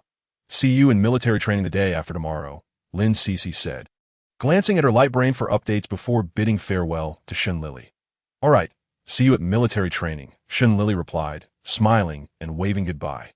After watching Lin Cece and her brother leave, Shun Lili realized she was left alone with Bai Zhou, and she suddenly felt a bit stiff. "Ali, why aren't you looking at me?" Bai Zhou feigned innocence, smiling. I'm just a bit unaccustomed, considering you've grown up so suddenly," Shun Lili said, turning her head, feeling somewhat embarrassed. Shun Lili had always been drawn to beautiful things, and in her past life at the tender age of 8, she often unconsciously followed handsome boys, to the point that her entire clan mobilized to search for her, only for the handsome boy to report her missing and return her home. This obsession with attractive individuals had become a headache for many elders in her clan in an effort to correct this habit, they confined her in a small dark room for an entire month, subjecting her to a barrage of handsome male images. What began as excitement turned into numbness, nausea, and eventually pleading for release, which finally ended this unconventional method of therapy. Ultimately, the elders succeeded in curbing her tendency to run off with handsome boys, but they were unaware that the month of torment only refined her standards further. Bai Zhou raised an eyebrow. Leaning closer to Shun Lili, his voice deep and alluring, laced with a hint of mock sorrow. "Ali, don't you like seeing me groan?" His pitiful expression, coupled with his striking features, caused Shun Lili's pupils to constrict, and she felt a warmth in her nostrils. Bai Zhou, noticing the change in her expression, couldn't contain his laughter. Shun Lili, bewildered, glanced at him and, upon touching her nose, saw a smear of crimson on her fingertip. "Ah!" Shun Lili gasped, turning away to retrieve a handkerchief from her spatial button to clean her nosebleed. Yet, while her nose was now clean, her spirit felt tainted. She could only imagine that Bai Zhou was thinking. "Who would have thought this is the Shun Lili I know?" The more she contemplated, the more mortified she became, refusing to turn back to Bai Zhou. Bai Zhou watched her, a smile dancing in his eyes as he observed her attempt to hide. Just as he was about to apologize, they heard shouts from the entrance. Your Highness! Your Highness! Crown Prince!" A middle-aged man was calling loudly from the corridor of the auction house. Shun Lili sighed in relief and quickly hid further away. Bai Zhou reluctantly put his words aside and turned to see Duke Gran, who had just entered the hall. Upon seeing Bai Zhou standing alive and well, the Duke rushed over in delight, clinging to his leg and wailing, "Your Highness, I've finally found you. You have no idea how difficult this month has been for me. I couldn't eat, I couldn't sleep. Just thinking of you suffering somewhere unknown makes my heart ache like a knife." Hearing this, Butler Jerson, who had arrived slightly later with the Imperial troops, bowed his head, trying to suppress a smile at the Duke's dramatic display. It was true that the Duke had not indulged as he once did over the past month, but he had still enjoyed fine wine and delicacies, even calling 10 beautiful concubines to spend the night with him just last evening. The claim of not being able to eat was questionable, but the sleepless nights were indeed accurate. Bai Zhou, slightly annoyed, shifted his leg where the Duke clung, but seeing the heavy dark circles beneath his eyes, he realized the Duke had indeed endured hardships. Relenting, he sighed and said, "I understand. You've worked hard this past month. Please wait outside for me. You cannot enter without my permission." The Duke ceased his lamentations, straightened up, and glanced at Shun Lili, a hint of understanding flickering in his eyes. With a firm chest, he assured, "Your Highness, rest assured, I guarantee no one will enter." With that, Duke Gran cast a significant glance at Bai Zhou and Shun Lili, sharing a knowing smile before leading Butler Jerson and the others out of the auction hall. The atmosphere in the auction hall remained quiet for a while until Bai Zhou mustered the courage to speak. "Ali, Zhou, are you leaving?" Shun Lili, realizing his intent, interrupted him, feigning nonchalance. Bai Zhou remained silent for a long time. Finally nodding, "Yes. When will you leave?" Shun Lili asked, her head drooping, her voice tinged with evident disappointment. During her loneliest moments, it was Bai Zhou who had come into her life, and it was his presence over the past month that had allowed her to gradually acclimate to her current life. It seemed as though she had saved him. Yet his arrival had also granted her courage. From the moment she learned he was an orc, she had known that their paths would eventually diverge. But facing the day of separation caught her off guard. Observing Shun Lili's rare display of gloom, Baijiu sighed and embraced her tenderly, soothing her with gentle motions. Feeling his warmth, tears welled in Shun Lili's eyes. After a while, she softly asked, "Will you come back?" Baijiu hesitated momentarily before affirmatively stating, "I will, Lili." "Will you be in danger in the Empire?" Shun Lili asked, her concern evident. Baijiu gazed into Shun Lili's clear, sky-like eyes, feeling a stir in his heart. Unable to resist, he reached out to touch the corner of her eye, reassuringly saying, "There's no need to worry. I will be safe in the Empire. Of course." "You are the Empire's sole crown prince," Shun Lili replied, feeling disheartened. Baijiu's safety was no longer something she could provide. He didn't elaborate on his own safety, smiling as he released her from his embrace. Gazing at her with reluctance, "Lili, I must go." Shun Lili looked back at Baijiu, silently observing him for a long while before finally nodding and instructing, "All right, here's my light brain number.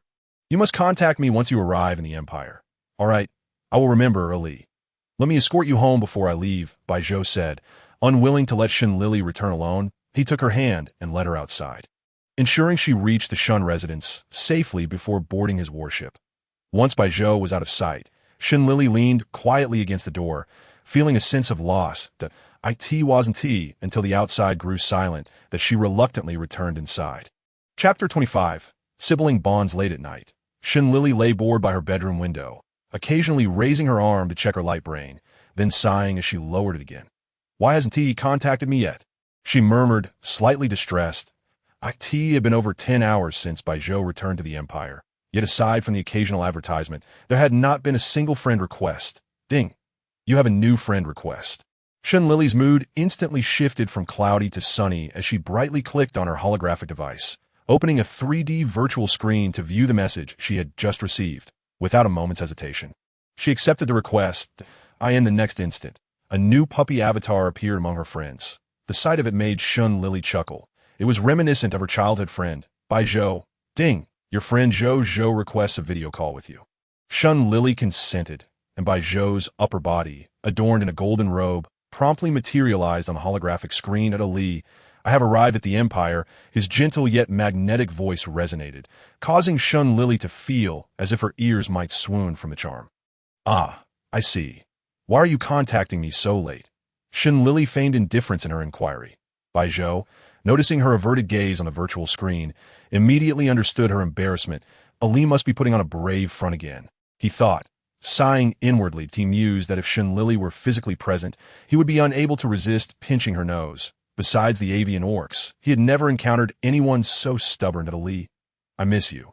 Baijiu's voice slowly broke the silence, husky and alluring, akin to a fine red wine flowing into the heart. Shun Lili's face flushed crimson, and in a fluster, she turned a virtual screen towards the ceiling, too shy to let Baijiu see her. With such striking looks and a voice so enchanting, it felt as though he were enticing her into mischief. Baijiu chuckled at the sudden display of modesty on the screen. Glancing at the wall clock, which now indicated 11 o'clock, "Ali, it's late. You should get some rest." "Yes, good night, Zhou," Shun Lili affectionately called out before hastily ending the video call. Baijiu, caught off guard, could only chuckle in disbelief. She hangs up just like that, without even a farewell. That night, Shun Lili slept soundly and even dreamt beautifully.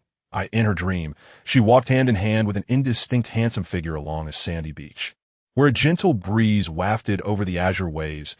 As the atmosphere grew increasingly charged, they exchanged glances and closed their eyes, preparing to kiss. Suddenly, a thunderous roar jolted her awake. "Knock, knock, knock." "Shun Lili, are you awake? Military training starts tomorrow. Hurry up and come with me to the mall to buy supplies." Shun Kaiyun's voice boomed from outside her bedroom door. Shun Lili, still disoriented from her slumber, took a moment to catch her breath.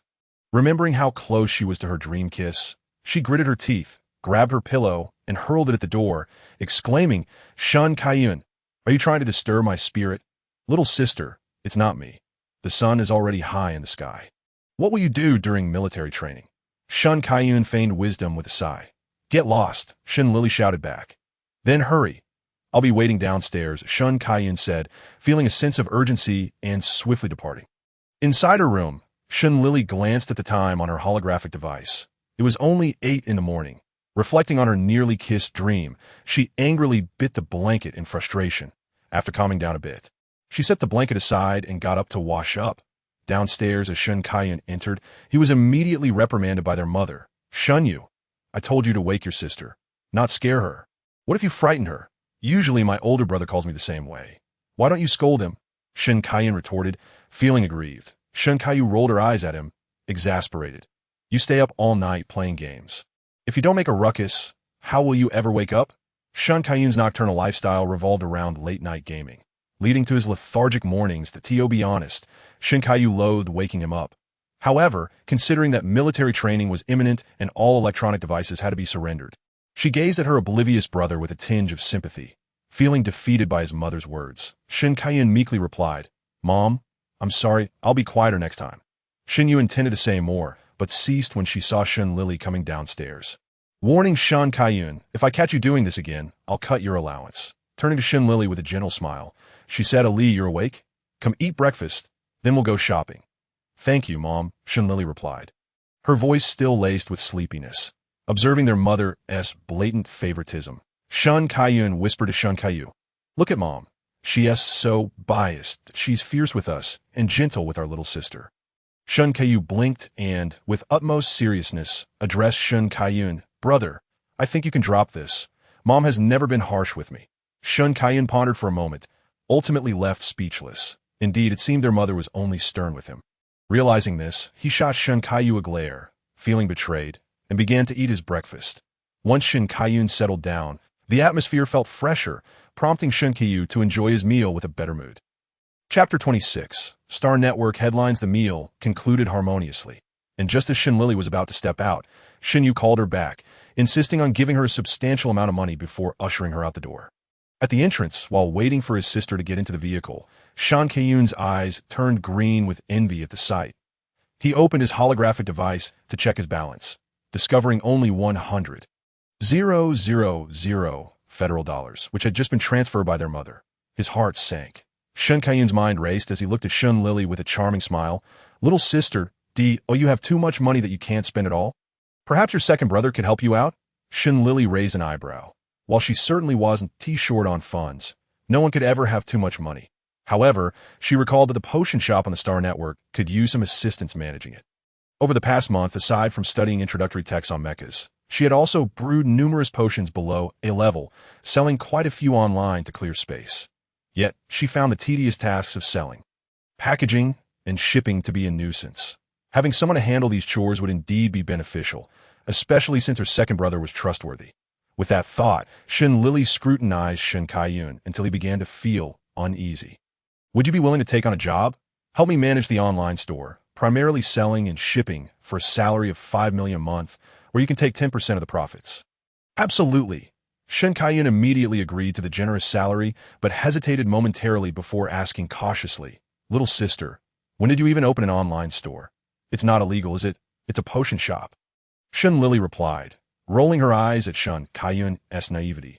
Realization dawned on Shun Kaiyun as he recalled Shun Lili's remarkable talent for potions, which had astounded him previously, whether it was the insect repellent or the pest control potion. Wow, what a remarkable sister I have, he praised, giving her a thumbs up. So, do you prefer the 5 million or the 10%? Shun Lili inquired out of course. I'm not foolish. I'll take the 10%. Shun Kaiyun grinned, excitement bubbling within him. So, does that make me a boss too? He had never experienced being a boss before, and the thought thrilled him. Indeed, I'm the big boss, and you're the second boss. Once we return, I will log into the Star Network warehouse and grant you access to the store.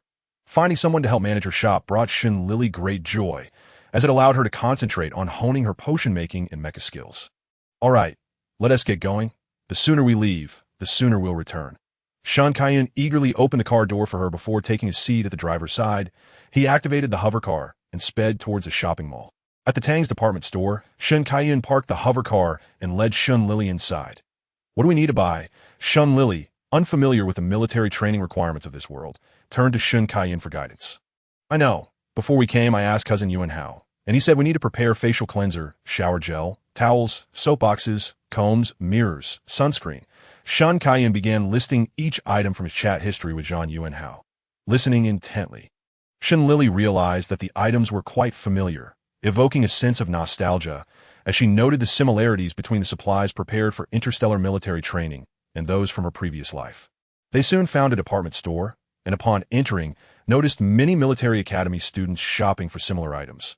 The mall was filled with high-tech products that captivated Shen Lili's attention, prompting her to excitedly drag Shun Kaiyun around to explore. As they wandered through the supermarket, several military academy students recognized Shun Kaiyun and Shen Lili. After all, one was among the top 10 students of their cohort, while the other was a notable figure from the 5th Military Academy. Look, it's Shun Kaiyun and Su Lili. What are they doing together in the supermarket? Could they be dating? Student A speculated, excitedly snapping a candid photo of the pair and posting it on the Star Network headlines. I always thought their relationship was special. This is the proof. If they aren't a couple, I'll eat noodles upside down. Student B declared with excitement that a wealthy heir and an orphan from a trash planet. This pairing is too adorable. I support this union. Let us bring the Civil Affairs Bureau here for an on-the-spot wedding. Student C gushed, starry-eyed. Su Lili is merely an orphan from a garbage planet. How could she possibly be worthy of Senior Kaiyun? Please refrain from making such arbitrary pairings. Our esteemed senior is only suited for someone of Lin Cici's caliber. Student D jealously remarked. Your envy is quite unsightly. Although Su Lili hails from humble beginnings, she ranks among the top 10 newcomers this year. That if you possess any capability, strive to achieve a top 10 ranking as well, Student C retorted discontentedly. Meanwhile, Shen Lili was sneezing incessantly, prompting Shun Kaiyun to look over with concern. You're not coming down with a cold, are you? Should we buy some medicine?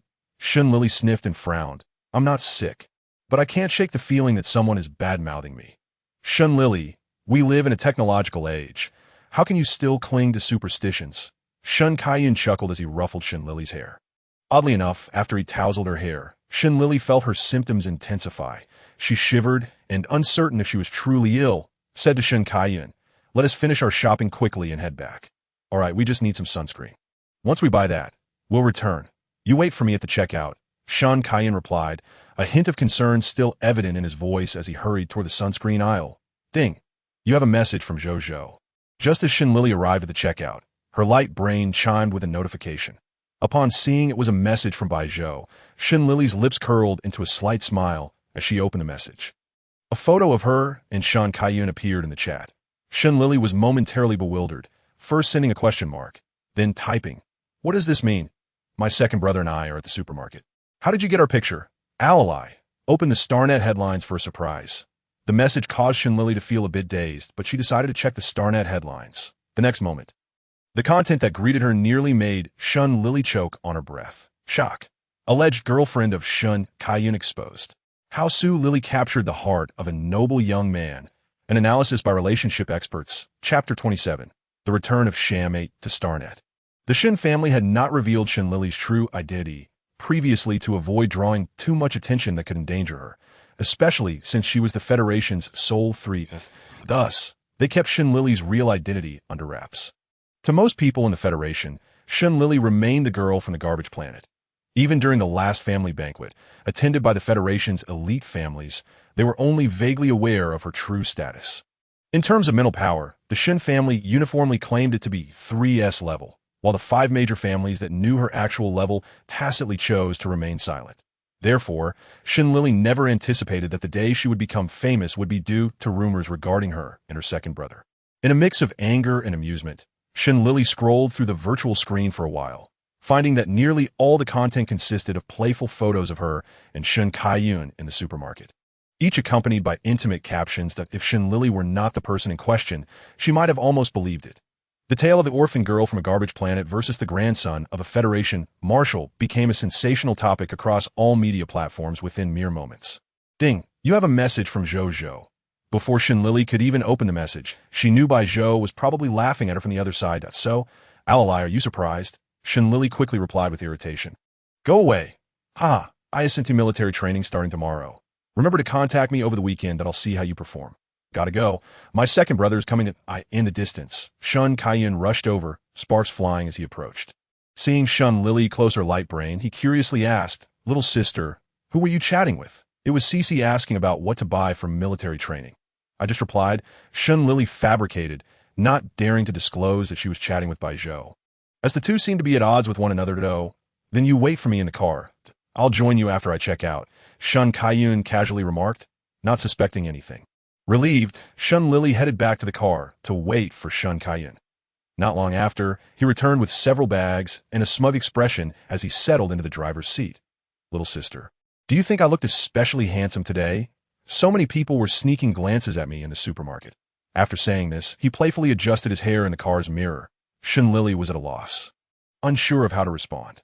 Finally, she covered her face and said, Brother, would you like to check the StarNet headlines? Shun Kaiyun looked at Shun Lili in shock, suddenly becoming excited. Could it be that I made it onto the headlines? I need to see. Shun Lili hesitated but thought that, given the commotion, he would find out sooner or later, so she remained silent. With wide eyes, Shun Kaiyun eagerly opened his light brain, but as soon as he read the news, his smile froze, his brow furrowing deeply, and his expression darkening. Second, brother, perhaps we should skip this. These baseless rumors could ruin your mood.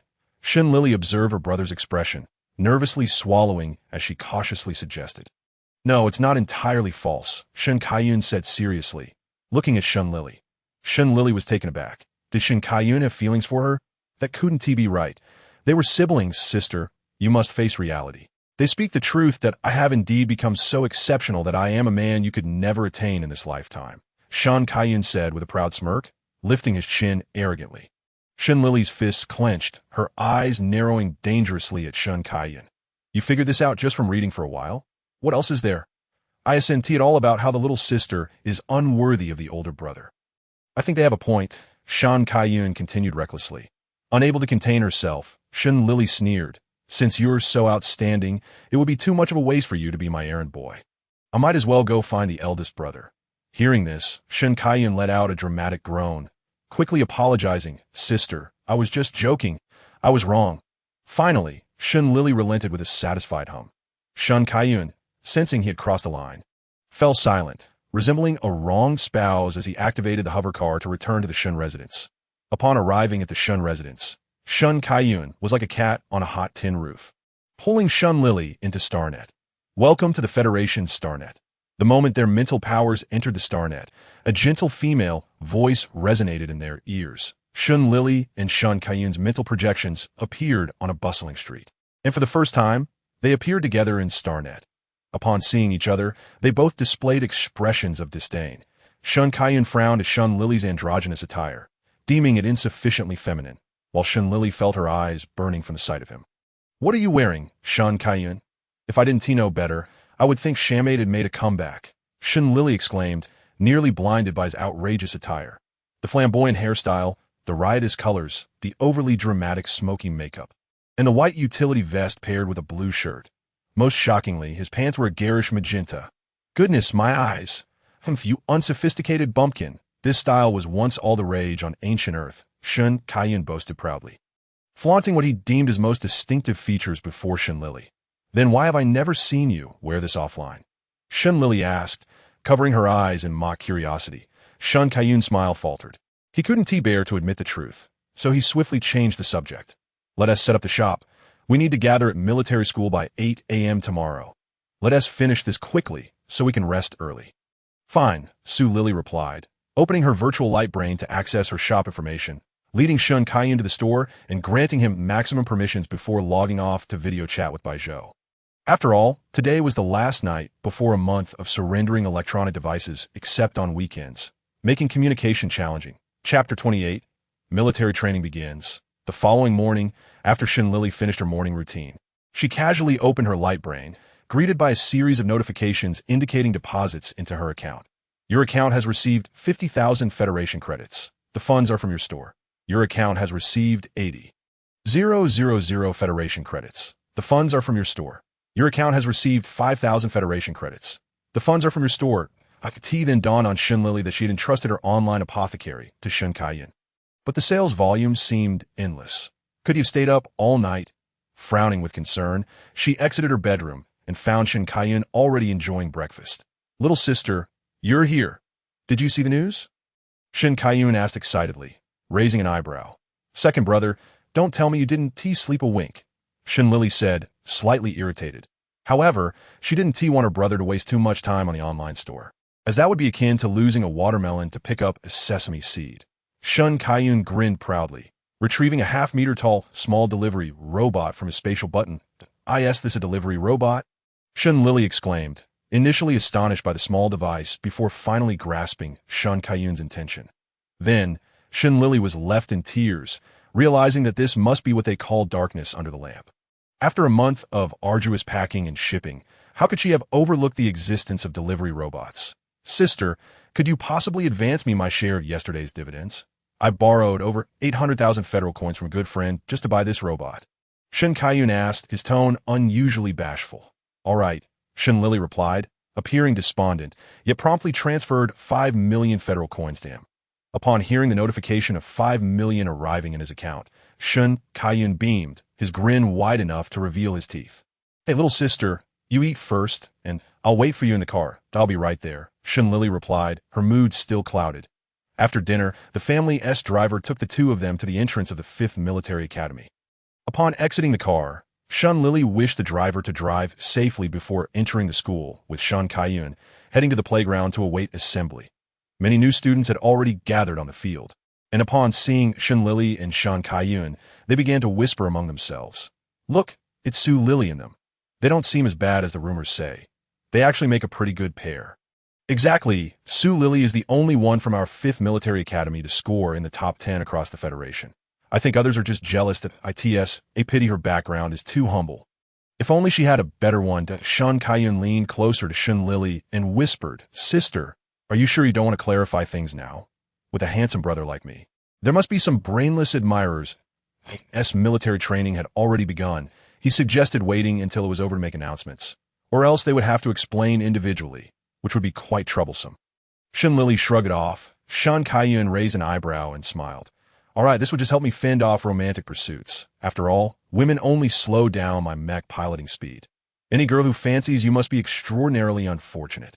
Lili rolled her eyes at his insensitive remarks. Suddenly, a voice cried out, Look, a battleship! A massive black iron military vessel appeared in the sky, cutting through the clouds with remarkable speed before coming to a halt before the playground. The ship resembled a luxurious cruise liner that Lili had seen in her past life, though the two were incomparable. One was merely for leisure, while the other was constructed for warfare. After waiting for a moment, 4 figures descended from the ship's deck. The principal of the 5th Military Academy, Song Qing, and 3 unfamiliar soldiers clad in navy blue uniforms with golden trim. Hello, students. I am Principal Song Qing. We will commence a month of military training. The 3 instructors behind me will evaluate your performance during this period, and class assignments will be based on your scores.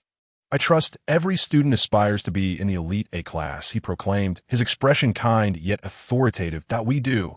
The new students shouted in unison. Then let's perform well. Now, all students board the ship. Song Qing instructed with a satisfied smile. He gestured, and the instructors activated a program on their light brains, causing a boarding ladder to extend automatically to the playground. All new students gazed in awe at the military vessel before boarding in an orderly manner. Once all newcomers were aboard, Song Qing continued, to protect the 5th Legion's base location. During the period of surrendering your light brains and spatial buttons, the school will randomly assign you a number bracelet ranging from 1 to 1,000. This bracelet will record your identification and scores. During military training, you are prohibited from concealing any electronic devices or items unrelated to the military. Violations will result in serious penalties. The new students murmured in dissatisfaction, yet complied, handing over their light brains and spatial buttons to the instructors before receiving the black iron bracelets. Those who had their devices confiscated looked mournfully at the instructors, as if they had lost something precious. However, the instructors remained indifferent, methodically collecting the devices. When it was Lili's turn, she had already removed her light brain and spatial button in advance and offered them voluntarily, prompting a nod of approval from the instructor. But when it was Kaiyun's turn, a twist in the situation unfolded. Lili turned to see him engaged in a tug-of-war with the instructor over his light brain, his face a picture of despair. Let go, the instructor demanded, veins bulging, yet unwilling to allow the other instructors to witness his predicament. Kaiyun remained silent, his teary eyes vividly expressing his reluctance that a few students nearby watched the escalating scene. And Shun Lili, feeling a headache coming on, quickly kicked Shun Kaiyun's knee, causing him to release his grip. The instructor sighed in relief, swiftly stowing the light brain in a bag before hastily moving on to the next student. As the surrounding students lost interest in the commotion, Shun Kaiyun appeared utterly deflated. Understanding his brother's struggles with internet addiction, Shun Lili affectionately ruffled his hair in silent consolation. Chapter 29. Military Training Instructors. Once the three instructors had retrieved all the students' light brains and spatial buttons, they returned to stand beside Song Qing, nodding in acknowledgement. With their silent confirmation, Song Qing smiled contentedly and turned his attention back to the students, praising, "Excellent. Everyone is quite cooperative. Now, I will hand over the time to your accompanying instructors. Please welcome them." The new students applauded politely. Among the trio of instructors, the highest ranking was a young captain named Sun Ming, who stepped forward amidst the applause. His handsome face and muscular build caught the attention of many female students, prompting some to whisper excitedly among themselves. Sun Ming signaled for silence, and once the crowd quieted, he addressed them in a booming voice. "Greetings. I am your chief instructor, Sun Ming. To my left is your deputy instructor, Shi Yang, and to my right is your internal affairs instructor, Lin Su." Shi Yang appeared to be the archetype of a soldier, his rugged features reflecting years of hardship, evoking a sense of reliability. In contrast, Lin Su, who had just engaged in that tug-of-war with Shun Kaiyun, seemed frail and bookish, displaying a hint of shyness as he hid behind Shi Yang, nervously observing the students. Upon concluding his introductions, Sun Ming continued, "On behalf of all officers of the 5th Legion, I extend a warm welcome to all students participating in military training. Since you have chosen this path, you should be prepared to brave the challenges ahead and cultivate your resilience." "Ready." The new students, apprehensive about the impending, grueling training, responded weakly. "Although you have yet to face hardship, I must clarify why you are enduring this. It is to safeguard the people against the Zerg and defend the Federation. Now tell me, can you do it?" "Louder," Sun Ming roared. "Yes." The students' spirits ignited, their faces flushed with determination as they shouted in unison. "Very well. Now, return to the cabin to rest and await further instructions. The room numbers correspond to the numbers on your bracelets. If you have any questions, don't hesitate to ask your robotic housekeeper in your room. I hereby declare this assembly dismissed," Sun Ming concluded. Watching the students enter the cabin before turning to Song Qing, his gaze filled with respect. "Indeed, you are becoming increasingly formidable," Song Qing observed, his eyes softening with nostalgia as he regarded Sun Ming and the others. In distant memories, he recalled 3 boys who once trembled in fear of the Zerg. Now, they had grown into capable soldiers. "Principal, you flatter us," Sun Ming replied humbly, though a hint of excitement shone on his face. "Just speak openly about your concerns. There's no need for pretense." Shi Yang, the eldest of the trio and most perceptive in matters of social nuances, urged. Having had his thoughts exposed, Song Qing ceased with the veiled hints and stated directly, "There is a girl among the new students named Shun Lili. You must keep a close eye on her. Is there a problem? Is she a spy for the Empire?" Sun Ming's gaze sharpened. Song Qing's attitude towards Shun Lili was akin to that of cherishing a precious gem. Annoyed by Sun Ming's conjecture, he lightly smacked his forehead and retorted, "What problems could there be? I haven't even finished speaking. Listen well. Shun Lili is not only of impeccable lineage, but is also crucial to the Federation. So, what should we do?" Sun Ming asked, rubbing his head, feeling slightly guilty for his premature questioning. "I need you to elevate her physical fitness to S level before the military training concludes," Song Qing stated firmly, with no hint of jest in his eyes. Would it be too much to ask of the young girl? Lin Su possessed the records of the new students and had recently reviewed Shun Lili's file. Noting that her current physical condition was only at grade expect Shun Lili to leap a level within a month seemed utterly fantastical, especially if the one making such a suggestion was not Song Qing. Lin Su would have felt compelled to voice his disbelief that it is essential to understand that even ordinary individuals, through diligent effort, require no less than 3 years of training to potentially break through. Even with the aid of an S-grade evolution agent, a minimum of 3 months of rigorous training is necessary.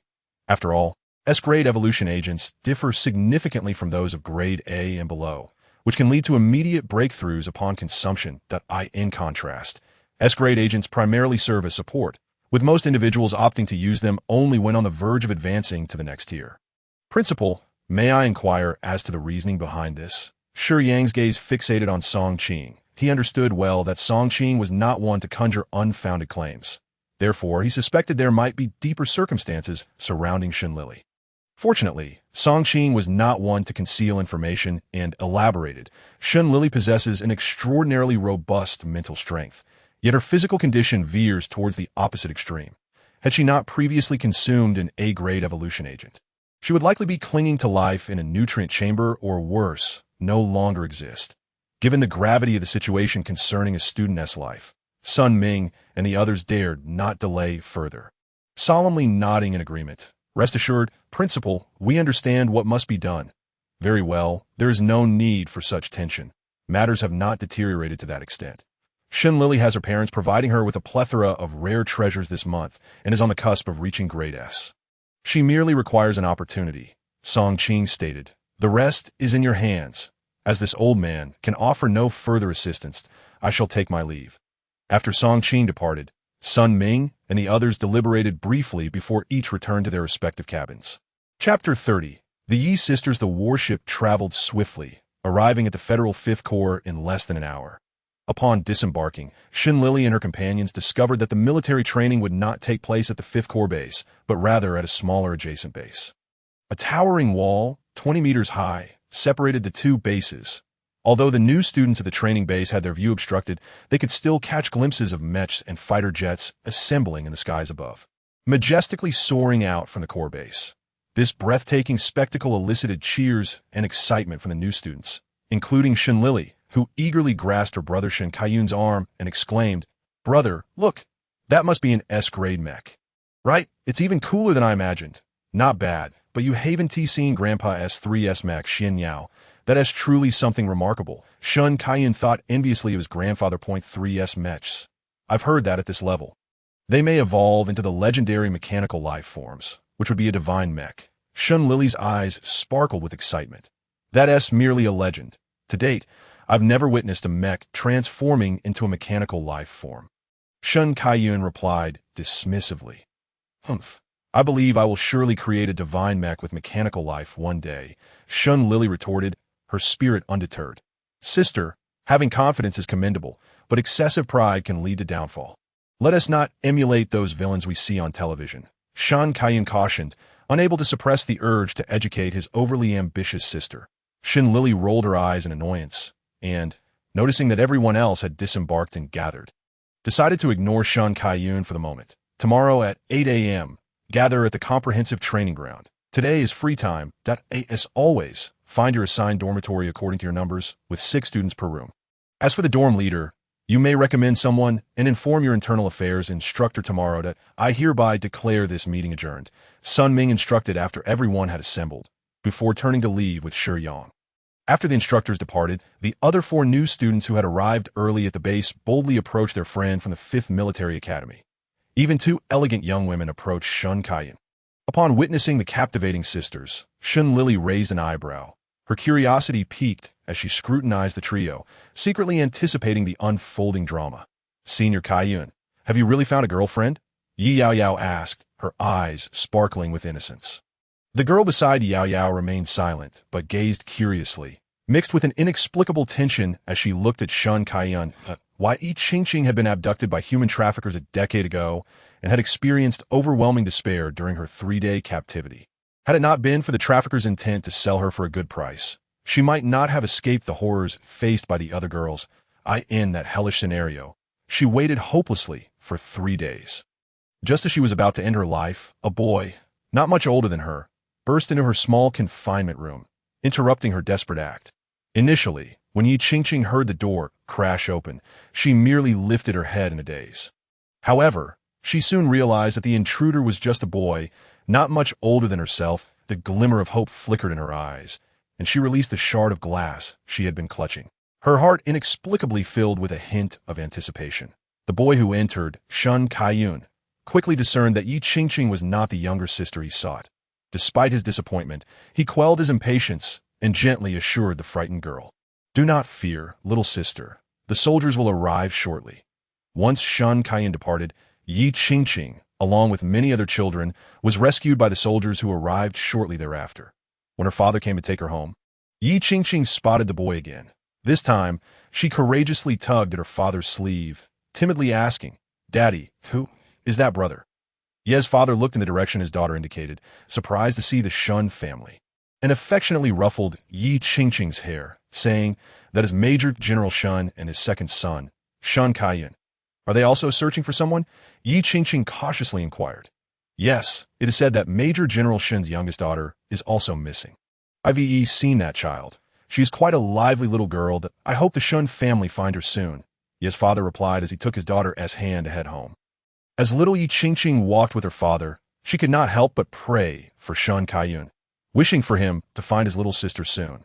Reflecting on her memories, Yi Qingqing felt a sense of disorientation. Though she had often seen Shun Kaiyun on television and in the news over the years, today marked the first time she truly encountered the boy who had indirectly saved her. Meanwhile, Shun Kaiyun, oblivious to Yi Qingqing's presence, likely had long forgotten that he had once rescued a little girl. When Yi Yaoyao posed her question, Shun Kaiyun initially intended to deny it. However, upon seeing his sister's playful expression, a mischievous smile crept onto his face. Of course, she is right beside you, Shun Kaiyun said, casting a flirtatious glance at Shun Lili. Upon hearing Shun Kaiyun's words, Yi Qingqing could not help but glance at Shun Lili. Although she appeared slightly thinner, the girl had striking features, and she would indeed seem a fitting match for Senior Shun Dada. So Senior Kaiyun likes this type. Yi Yaoyao mused, though she refrained from voicing her thoughts, her eyes glinting with a mix of provocation and disdain. The bemused Shun Lili, caught in the crossfire of fervent admirers, rolled her eyes and shot a glare at Shun Kaiyun. Then, feigning closeness, she linked her arms through his, surreptitiously pinching the soft flesh at his waist and sweetly declaring, "Oh, I adore my brother as well." As Shun Lili's voice grew sweeter, her grip tightened. Shun Kaiyun winced, feeling the pinch in his side. Contemplating surrender, yet with two girls present, he couldn't afford to lose face. After enduring the pinching until Shun Lili grew tired of it, she finally withdrew her hand, mimicking Shun Kaiyun's earlier flirtation. "Brother, you chat with the two sisters. I shall head to the dormitory." Shun Kaiyun, in pain, could scarcely respond, but to maintain his image, he weakly raised a hand in farewell. Shun Lili offered a gentle smile to Yi Yaoyao and her sister before cheerfully heading toward the dormitory area. Chapter 31. An unexpected roommate. The dormitory area of the military training base comprised 11 buildings, excluding the instructors' quarters. Each of the 5 military academies was allotted 2 buildings, with separate accommodations for male and female students. Following the signs, Shun Lili arrived at the girls' dormitory of the 5th Military Academy. After surveying her surroundings, she stepped inside and, guided by the number on her bracelet, found the door corresponding to her assigned dormitory. The dormitory room is rather small, furnished only with 3 steel-framed bunk beds and a large cabinet with 6 doors, a simplicity that even astonished Shun Lili. As she surveyed her surroundings, she found herself somewhat at a loss. She had not anticipated that the dormitories of the interstellar era would resemble the military style of her past life. She had imagined that military training accommodations in the space age would consist of high-tech personal rooms, complemented by robotic caretakers. However, upon reflection, it made sense. Military training is not designed for comfort, that moment, for girls had already gathered in the dormitory, each begrudgingly wielding a cloth to clean their iron beds. Even the arrival of a new roommate elicited only a nod of acknowledgement as a form of welcome. After returning the gesture, Shun Lili approached her designated lower bunk beside the window. Noting that the dust on her bed was more pronounced due to the open window. "You haven't collected your supplies yet, have you? You need to get them from the dormitory supervisor. Otherwise, you won't be able to clean properly," kindly suggested Han Xiaoqing from the adjacent lower bunk. Shun Lili turned to the source of the voice, observing a girl with a gentle demeanor, though her clothing was faded from repeated washings, indicating a life of modest means. Yet, the hardships seemed to have no effect on her spirit, as she maintained a generous disposition towards everyone. Shun Lili felt a fondness for this girl and smiled in response, saying, "Thank you, I will go get the supplies now. You're welcome. I haven't finished collecting mine either, so I'll accompany you," Han Xiaoqing replied before turning to the other 3 roommates. "Lingling, do you need anything else?" "No, I've got everything." The girl named Lingling shook her head, and the other 2 affirmed the same. "All right, let's go," Han Xiaoqing announced, leading Shun Lili to the end of the first-floor corridor, where they formed a line outside a room. Shun Lili remained quiet, standing behind Han Xiaoqing, observing the new students entering the room. Aside from a few carrying blankets, most emerged empty-handed. Curious, Lili scrutinized the newcomers and realized that they did not possess space buttons upon entering.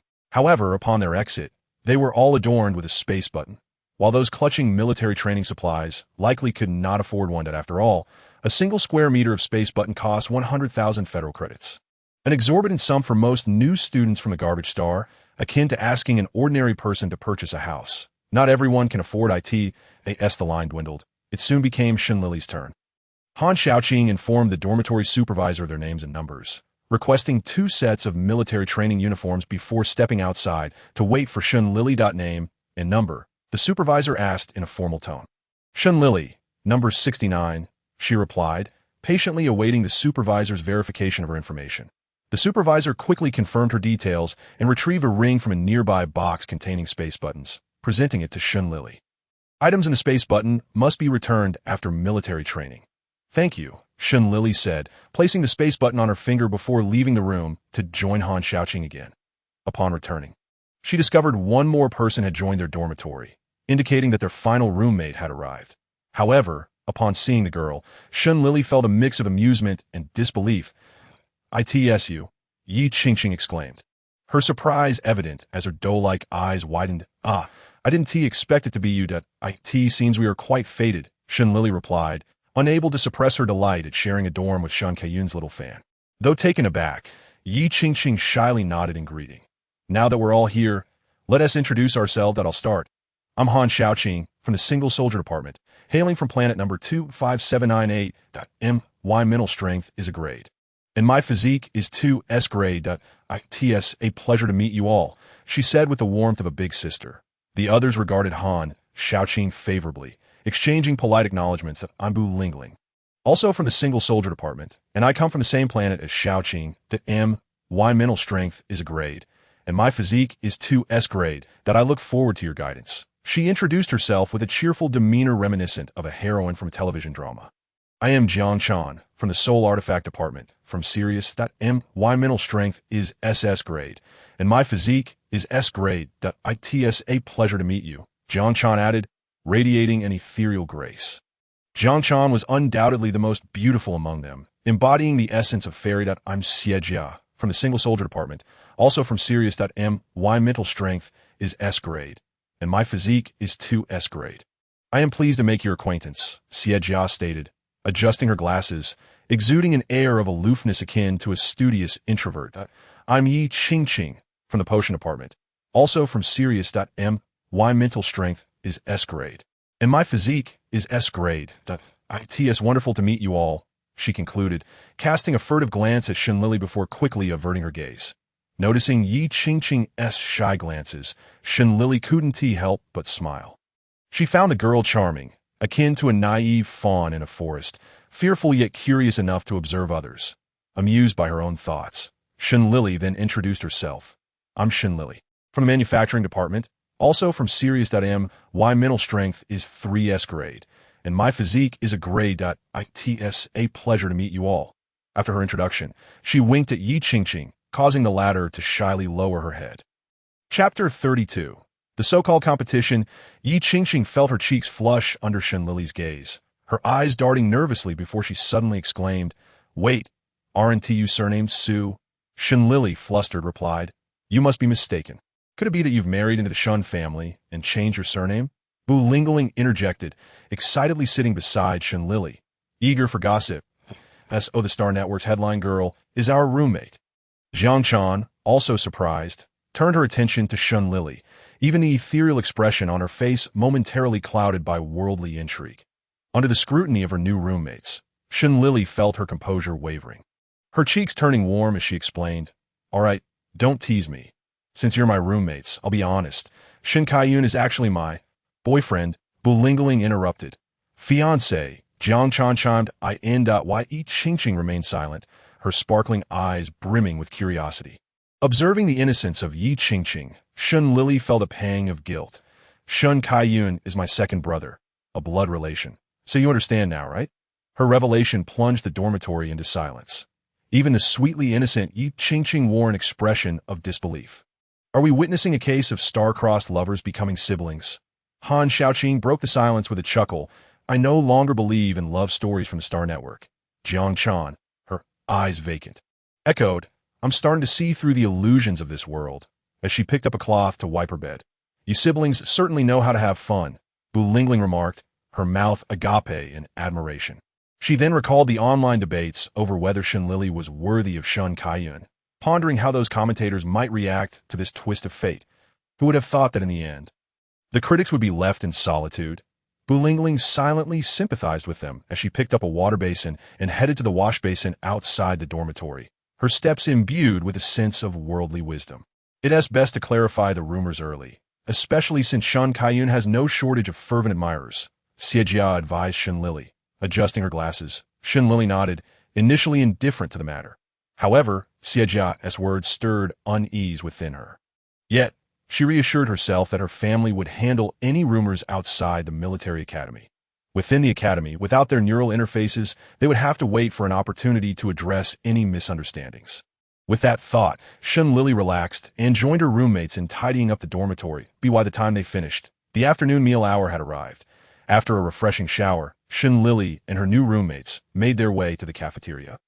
The cafeteria was not far from the dormitory, and they arrived shortly. The interior was elegantly simple and clean, with students orderly collecting their meals and settling down to eat while chatting.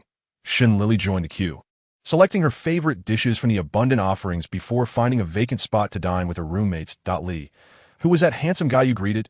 Bu Lingling asked playfully, and he seemed quite familiar with you. Lili rolled her eyes at Bu Lingling, responding with exasperation. He is my cousin, a blood relative. Is he also your brother? Are all handsome men your brothers? Bu Lingling asked, astonished. Do you think my cousin is handsome? Would you like me to introduce you? Lili teased, raising an eyebrow. Cough. No need for that, Bu Lingling quickly retorted. Bu Lingling's face flushed crimson as she coughed awkwardly. Hee. Lili chuckled unexpectedly, while they were halfway through their meal.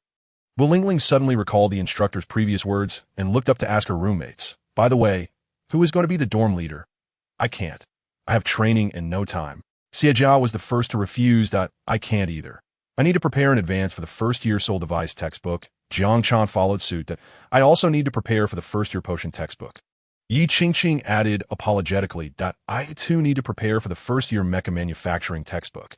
However, Lingling, I think you would be quite suitable for the role. Why don't you take on the position of our dorm leader? Lili remarked with a mischievous smile. Lili, if I become the dorm leader, the first thing I'll do is make things difficult for you. Bu Lingling feigned anger, shooting a glare at Lili before turning to Han Xiaoqing with a gentle smile. Xiaoqing, it seems that you're the only one fit for this position. Please don't refuse. It's settled. Bu Lingling smiled sweetly, leaving no room for rebuttal. Lili and the others also agreed, nodding in tacit understanding that Han Xiaoqing was indeed suitable. Faced with the situation, Han Xiaoqing could only helplessly smile and rub her forehead. Thus, Han Xiaoqing became the dorm leader by default, through a mix of coaxing and trickery. Meanwhile, in the instructor's office, Lin Su was seated at his desk, reviewing the dormitory information sheets. Upon reaching Lili's sheet, he examined it closely several times to ensure he was not mistaken. He then looked up at Sun Ming, somewhat uncertainly, and asked, Ming, have you changed Lili's previous roommates?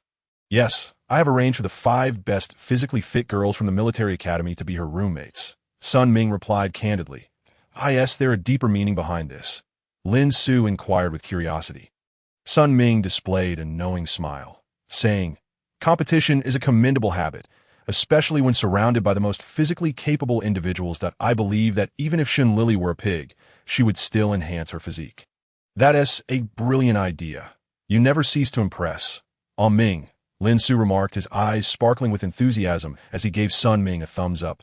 Shi Yang took a puff of a cigarette. Though he said nothing, those familiar with him understood that his silence indicated approval. The following morning, after Han Xiaoqing awakened Lili, she proceeded to rouse the next person. The girls, still groggy and yawning, gradually got up, changed into their military training uniforms, and carried their wash basins to the sink to begin their morning routines. By the time Lili and her companions finished breakfast and arrived at the comprehensive training ground, a fair number of students had already gathered. The students from the 5 military academies automatically formed groups centered around their respective academies, standing apart from one another in mutual disregard. However, where there are people, there exist rivalries. Among military academies, a hierarchy of disdain prevailed. For instance, students from the 3rd Military Academy looked down upon those from the 4th for their pretentious aloofness, while 4th Academy students envied the abundant resources of the 3rd.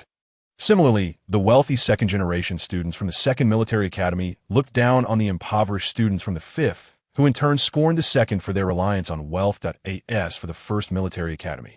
Students from the other 4 academies uniformly chose to ignore them, for they were all battle maniacs. Unless absolutely necessary, no one would dare provoke them.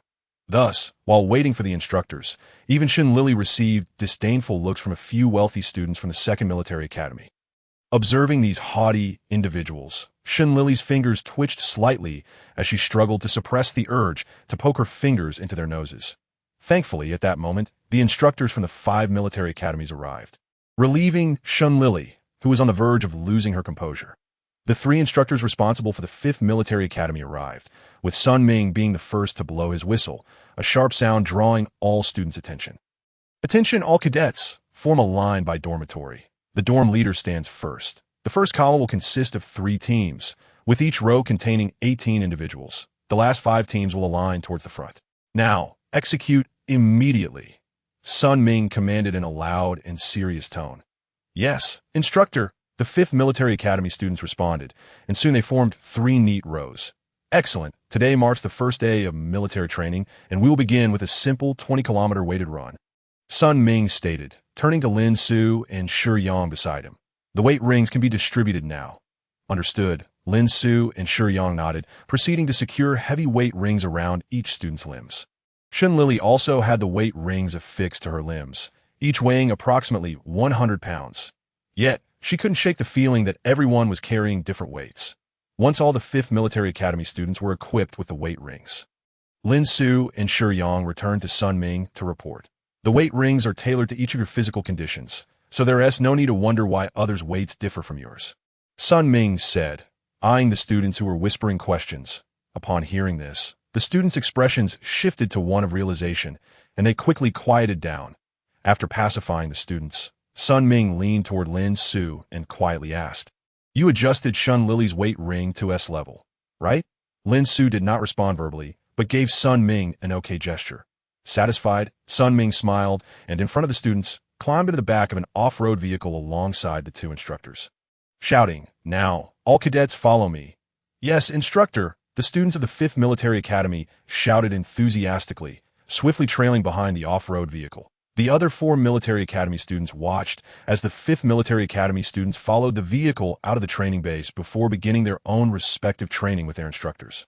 Outside the base, the students of the 5th Military Academy had already run 5 kilometers behind the off-road vehicle. A few students, who had initially kept up with ease, began to feel their limbs grow increasingly weak and their breathing more labored. Yet they gritted their teeth to continue keeping pace. Lili was among them. Her physical condition had always been below average in the 5th Military Academy, and now with the added burden of the weight rings, the situation was exacerbated. This overwhelming challenge forced Lili to gradually fall behind the majority of the group. Ming, it seems Lili is struggling, Lin Su observed with concern, glancing back. And she can't even handle this? She should at least have a level physique. Sun Ming frowned in discontent, exhibiting a sense of disappointment akin to a teacher lamenting a student's lack of effort. "I heard that a month ago. She was only B-level and had to rely on an A-level evolution potion to upgrade to A-level physique," Lin Su explained, feeling a pang of regret for adjusting Lili's weight ring to S-level. Upon hearing this, Sun Ming's brows furrowed even deeper, and he muttered, "I'll go take a look," before sprinting toward the back of the line. The students who had been slacking off suddenly found their energy renewed upon seeing the instructor approach. Hastening their pace, Sun Ming narrowed his eyes, noting the faces of a few students he intended to increase the weight rings for next time. However, his current concern was Lili. While he could accuse her of slacking, it was evident she was giving her all. Contemplating this, he felt uncharacteristically uneasy and touched his nose. Nonetheless, he resolutely reached the very end of the line and began shouting, "Pick up the pace. Do you believe you can outrun the Zerg? Even chickens would run faster than you. If you run this slowly, you might as well go home and farm. At least your parents would have a chance to hold their grandchildren.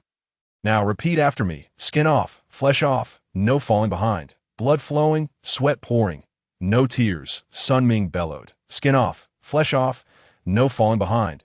Blood flowing, sweat pouring. No tears, the students at the back shouted, nearly in tears. That is too quiet. Have you not eaten? Use every ounce of strength you have, Sun Ming roared. Skin off, flesh off, no falling behind. Blood flowing, sweat pouring. No tears. This time the collective roar was deafening, as even the students at the front joined in, seemingly encouraging their classmates at the back. Lili was also shouting, biting her lip and exerting every ounce of energy to keep pace with the main group, determined not to fall behind. Sun Ming watched Lili, whose face was contorted in struggle, and felt no sense of ugliness. Instead, he felt a deep sense of satisfaction and fondness. Chapter 34. The furious Shun Kaiyun 10 kilometers, 15 kilometers. Lili lost track of time as exhaustion overwhelmed her. Every breath felt as if she were inhaling shards of glass, painfully cutting in her lungs very tired. Her mind began to fade, and suddenly, her foot stumbled, causing her to lose her balance. Just before she slipped into unconsciousness, she vaguely heard Shun Kaiyun's voice, tinged with panic. Ollie. Not far away, Shun Kaiyun, who had merely intended to return and witness her sister's embarrassment, was taken aback by the sight of her sister collapsing. His heart momentarily stopping. Little sister, Shun Kaiyun rushed over in a panic, lifting the unconscious Lili and cradling her in his arms, frantically checking on her keen-eyed senior. Allow me to take over. I am a student from the pharmacy department. As Ching spoke, she pushed through the crowd of onlookers and quickly moved to Lili's side to commence her examination. She first checked Lili's eyes, then listened intently to the rhythm of her heartbeat, finally letting out a slight sigh of relief, declaring there is no immediate danger to her life. Afterward, Ching proceeded to examine Lili's limbs. However, when she lifted Lili's hand, her expression suddenly froze, and her eyes widened in disbelief. This is outrageous. Ching glared intently at the heavy ring on Lili's wrist, biting her lip tightly, her eyes reddening with anger. Why are you crying? I believe my sister can still be saved, Shun Kaiyun remarked, relieved to hear that Lili was not in life-threatening danger. Seeing the concerned girl in tears allowed him to joke lightly. Why Ching maintained a stern expression, saying nothing, and despite her shyness. She grasped Shun Kaiyun's hand, placing Lili's hand with the heavy ring into his grasp before switching it with her own. Initially perplexed by Ching's intentions, Shun Kaiyun only began to understand when her hand rested on his, and he asked hoarsely, "What is your physical constitution level?" "S. I possess an S-level constitution," Ching replied, her eyes blazing with fury as she added icily, "An S-level heavy ring weighs 100 pounds, while an A-level one weighs 60 pounds. It is evident who could manipulate such a weight.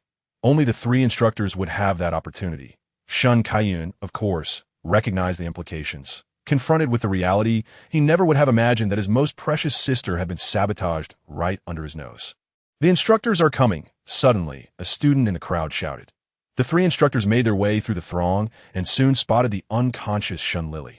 Sun Ming stepped forward, intending to carry Lili to the medical room. But his hand was forcefully swatted away by an enraged Shun Kaiyun. Before Sun Ming could react, a girl stood firmly in front of him, while Ching grasped Shun Kaiyun's tensed arm, signaling him to look at a branch of a nearby tree. There, a 360-degree surveillance camera was recording everything without missing a detail. Shun Kaiyun's expression darkened, regaining some semblance of composure. He turned to the instructors with a sardonic smile and said, "How could I trouble the instructors with something as trivial as escorting a classmate to the medical room? I will handle it myself." With that, he disregarded the 3 instructors, carefully lifting the unconscious Lili onto his back and heading toward the military training base's medical room. Seeing this, Ching also ignored the instructors and hurried after Shun Kaiyun. Assisting him with Lili, Sun Ming, left empty-handed, awkwardly scratched his nose, then bellowed at the students who were still discussing Lili's fainting. "Once the training is over, return immediately. Those who linger will have extra practice." At his command, the students scattered like insects, leaving the area eerily empty. Ming, I believe you need to tread carefully from here on out. After all, that boy's gaze could cut, Lin Su cautiously remarked. Sun Ming reacted with displeasure. immediately retorting, "Why am I the only one at fault? You two are instructors as well. You are the chief instructor. Even if you are innocent, you cannot escape culpability," Shi Yang pointedly stated. Sun Ming fell silent. "I in the instructor's dormitory at noon."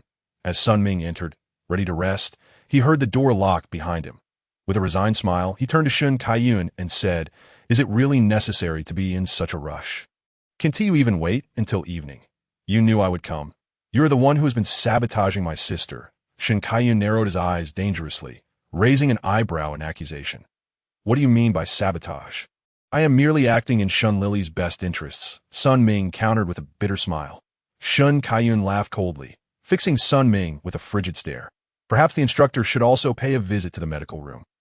After all, I am concerned for your well-being as well." Shen Kaiyun emphasized the last two words pointedly.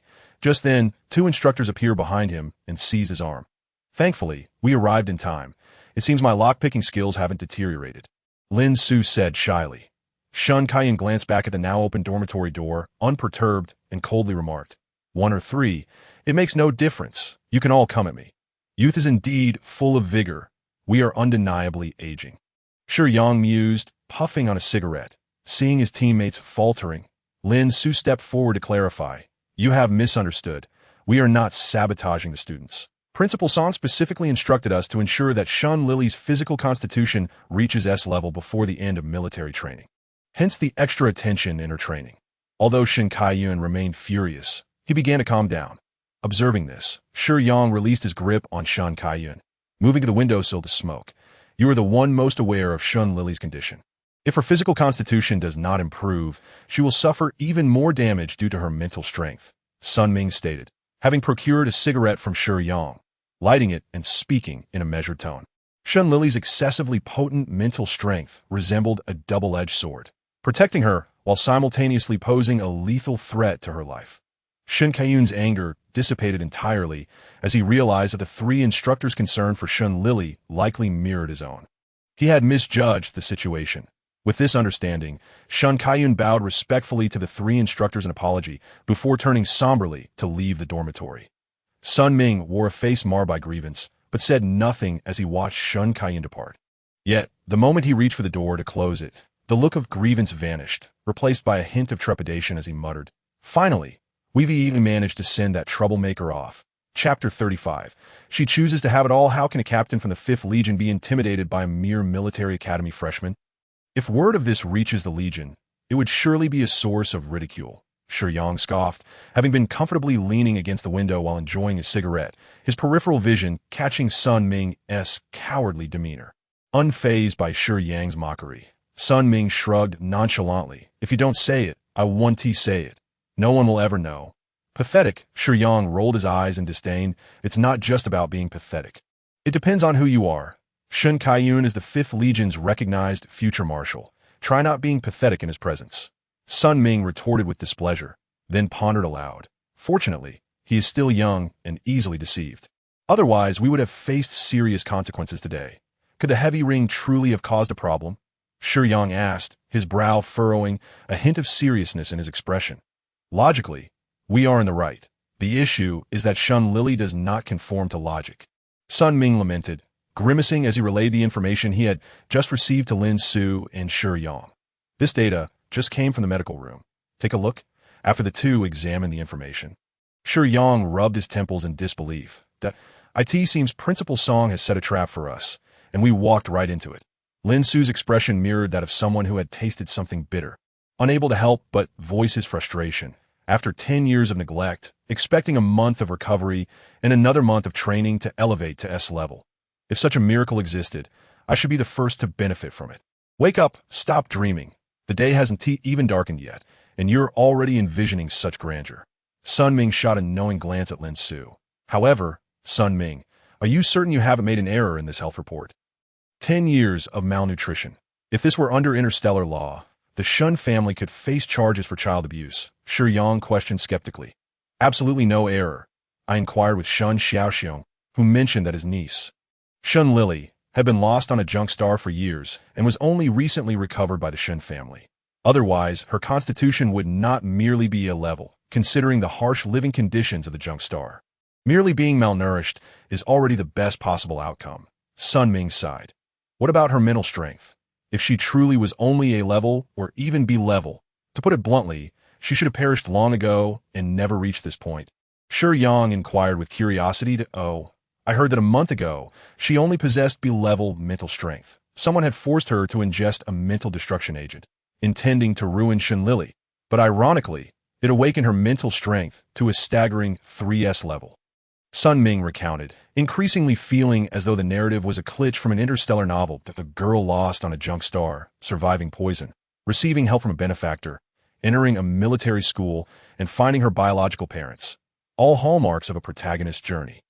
Sun Ming, are you pondering something?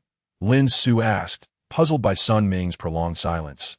I'm contemplating whether we have underestimated Shen Lili. Sun Ming mused, we indeed underestimated her fragility.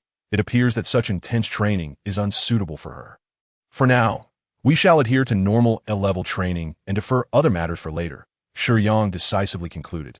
Sun Ming hesitated, wanting to express that Shen Lili clearly bore the hallmarks of a protagonist. Hence, he felt that even if she were subjected to rigorous training, she would likely endure it without issue. After all, aren't protagonists akin to cockroaches, resilient and only growing stronger with each trial? However, until the very end, he was wise enough not to voice his thoughts. After all, a novel is merely a novel. It cannot truly be brought into reality. During this arduous trek in the medical room, several students sustained injuries, mostly strains or sprains, which were swiftly remedied by the therapeutic scanner. For those with slightly more serious conditions, like Shen Lili, a mere half-hour in the treatment chamber sufficed before they could be transferred to a regular hospital bed.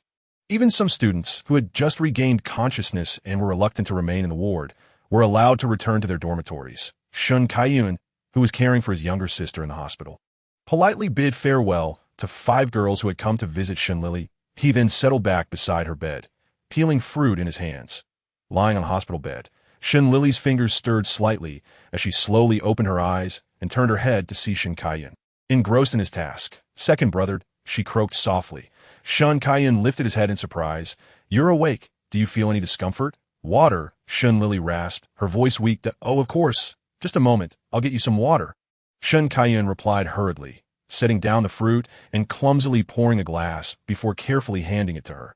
Shen Lili propped herself up against the headboard, accepted the water, and drank it all in one go, feeling much better in her throat. Thank you, second brother, I'm fine now. She smiled gently at him. Shen Kaiyun took the empty glass back and hesitated for a moment before cautiously asking, Sister, do you know everything? Know what? Are you talking about the mental strength or the S-grade weighted ring? Shen Lili replied nonchalantly. How could she not be aware of her own condition? It was simply a matter of her physique not matching her mental strength. More training would suffice, which is why she had remained silent despite knowing something was off about the weighted ring. Shen Kaiyun was momentarily at a loss. It appeared his sister was fully aware. Then were you thinking, why not avoid this hardship? After military training, we can ask our parents to buy you supplements to improve your physique.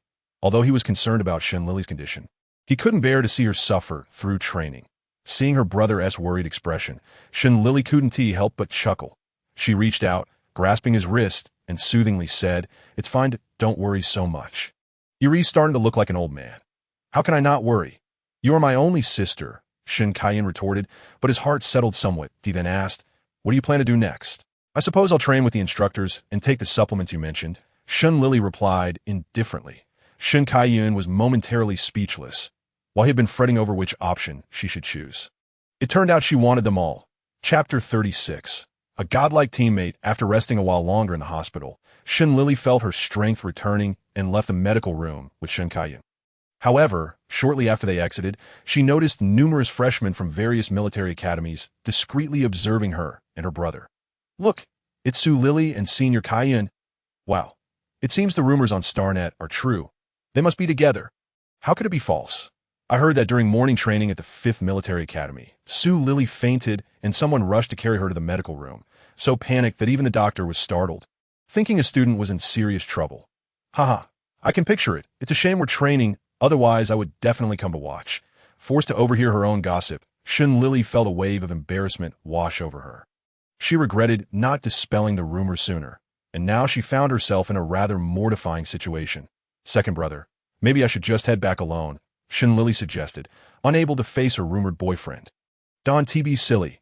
I'll escort you to the dormitory entrance first, Shun Kaiyun replied, looking at her with the affection of a protective older brother. I could see that moment. Shun Kaiyun resembled a hen guarding her chick.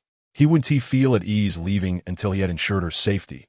Lili hesitated but ultimately relented, allowing her brother to walk her to the dormitory entrance. After bidding farewell, she dashed back to her room as if she had encountered a ghost. Kaiyun watched her retreating figure with a satisfied smile, thinking to himself that his sister's recovery was indeed progressing well. Upon returning to her dormitory, Lili found it surprisingly empty. Glancing at the clock on the wall, she realized it was already 3 o'clock. The afternoon military training must have commenced an hour ago. However, she was not particularly worried, as Shun Kaiyun had already informed her that he had secured her a half-day medical leave, allowing her to enjoy a much-needed break. Feeling content, Lili approached her bed and noticed a pile of snacks placed beside her pillow. Without needing to guess, she knew her thoughtful roommates were responsible. A smile crept across her face as warmth filled her heart. She sat on her bed, retrieved a book on potions from her space button, and began to leisurely snack while reading. Time flew by. And as the vibrant hues of sunset began to reflect in the dormitory window, her roommates finally returned. Lili's back. Yi Qingqing, though looking rather worn out, managed to muster a greeting upon seeing Lili. What happened to all of you? Lili asked, astonished at her roommates who appeared as if they had been on a retreat for several days. Don't even mention it. This afternoon was all about holographic mental strength training. We spent the entire time either falling or on our way to fall, Bu Lingling lamented as she flopped on her bed. The worst part is that we had to wear weighted rings for the mental strength training too. I have a bad feeling that all future training will involve these rings, Jiang Chan said, looking as if she were drained of all energy. This possibility is at least 90, Xiejia added gloomily. Having been the first victim of the weighted ring, Lili gasped at Xiejia's comment, joining her roommates in their collective despair. Whatever is meant to come will come. Let us wash up and then take a good rest. Han Xiaoqing interrupted the increasingly somber atmosphere. She retrieved her toiletries from her cupboard and headed to the communal bathroom in the corridor. The girls groaned in unison, resigned to their fate, and followed her out with their washing basins. When they returned, each of them had transformed back into their usual lively selves, yet they all collapsed onto their beds, refusing to move. Not long after, Lili noticed the dormitory had fallen into complete silence. Looking up, she realized her roommates had all succumbed to sleep. Shaking her head in amusement, she rose to turn off the lights, allowing the girls to enjoy a restful night. The following morning, the wake-up whistle echoed from below, prompting Lili and her roommates to quickly wash up and dress before heading to the cafeteria for breakfast at by 8 o'clock. They arrived at the comprehensive training ground, to Lili's astonishment. The weighted ring had increased to 60 pounds. Confused, she turned to instructor Lin Su and asked, "Are you sure you didn't make a mistake with the weighted ring?" "There's no mistake. This is the weighted ring for A-grade physique," Lin Su replied, a hint of panic in his eyes. After saying this, Lin Su hurriedly distributed the weighted rings to the students in her line, adopting a demeanor of someone who wished to avoid Lili at all costs. Lili was left with a plethora of questions as she observed the instructor's peculiar behavior. But ultimately, she refrained from voicing any concerns and obediently fell in line to begin her run. Initially, Han Xiaoqing and the others worried about Lili, trailing behind to ensure she was all right. Once they saw no issues, they quickened their pace. Meanwhile, instructor Sun Ming and his companions observed Lili from a distance. And upon noting her stable condition, they all breathed a sigh of relief in unison. "IT seems gradual progression is indeed effective," Sun Ming remarked, relief washing over him. "Yes, let's keep it this way for now," Shi Yang concurred. "While her physical training seems fine, I wonder if the mental strength training this afternoon will pose any problems." Lin Su interjected suddenly. The atmosphere in the carriage grew tense. Sensing the weight of two ominous gazes upon him, Lin Su shrank into the corner, casting furtive glances at the other two, his eyes wide and innocent, akin to a puppy that knew it had misbehaved. Ming, my fists are itching. You won't see me for the next 10 minutes. Will you?" Shi Yang said with a forced smile that barely concealed his intentions. Although directed at Sun Ming, his eyes remained fixed on the cowering Lin Su. "Oh dear, what a coincidence. I was just thinking the same," Sun Ming added, mirroring Shi Yang's menacing grin as he inched closer to Lin Su. "Don't come closer. In the end, the only sound echoing in the carriage was Lin Su's panic scream. A cry reminiscent of a maiden encountering a rogue. Chapter 37. The mental training arena. The morning physical training concluded splendidly. After the instructor announced dismissal, the freshmen dispersed. Some headed to the dining hall, while others returned to their dormitories. Lili declined to accompany Han Xiaoqing to the dining hall, choosing instead to return to her dorm alone. She swiftly took a refreshing shower, retrieved a nutrient solution from her spatial button, and unceremoniously consumed it for lunch, collapsing onto her bed in sheer exhaustion. The fatigue, both physical and mental, soon enveloped her, lulling her into a deep slumber. When Han Xiaoqing roused her, Lili found her roommates in high spirits, engaged in lively gossip. Tea that moment. A pang of envy struck her. They were all young women. How could they be so effortlessly radiant while she felt so out of place? Lili felt aggrieved, yet kept her thoughts to herself. Lili, wake up. It's almost 2 o'clock. Afternoon mental training is about to begin, Han Xiaoqing reminded her. Since assuming the role of dorm leader, Han Xiaoqing had taken it upon herself to care for everyone in the dorm, with Lili being her primary concern. After all, throughout military training, Lili had been the only one to end up in the infirmary. News of Lili's incident in the infirmary had spread like wildfire among the students of various military academies. Her roommates, understanding the fragility of her emotions, had chosen to remain silent on the matter. However, outside the dormitory, students from the 5th Military Academy, as well as from other institutions, had no such reservations, discussing it at every opportunity, during meals, while sleeping, and even in the restroom. Have you heard? Lili from the 5th Military Academy fainted yesterday and fell quite hard. Her arm was bleeding, one dining companion exclaimed. Yesterday, while training, she collapsed and even hit her head, leaving a shocking amount of blood on the ground. Her dorm mates chimed in. What a pity you weren't there to witness it. I heard she spun 3 times before hitting the ground. It was a stunning sight that left senior Shun Kaiyun speechless for a moment before he rushed to take her to the infirmary, another added. Unbeknownst to Lili, who was still groggy from sleep, countless embellished versions of her fainting spell had circulated, catapulting her to unexpected fame across military academies. I could see this moment. Lili shakily rose, massaging her sore kin. Unbeknownst to her, Lili had inadvertently stepped off the 10-fold gravity track and found herself on the 20-fold gravity track.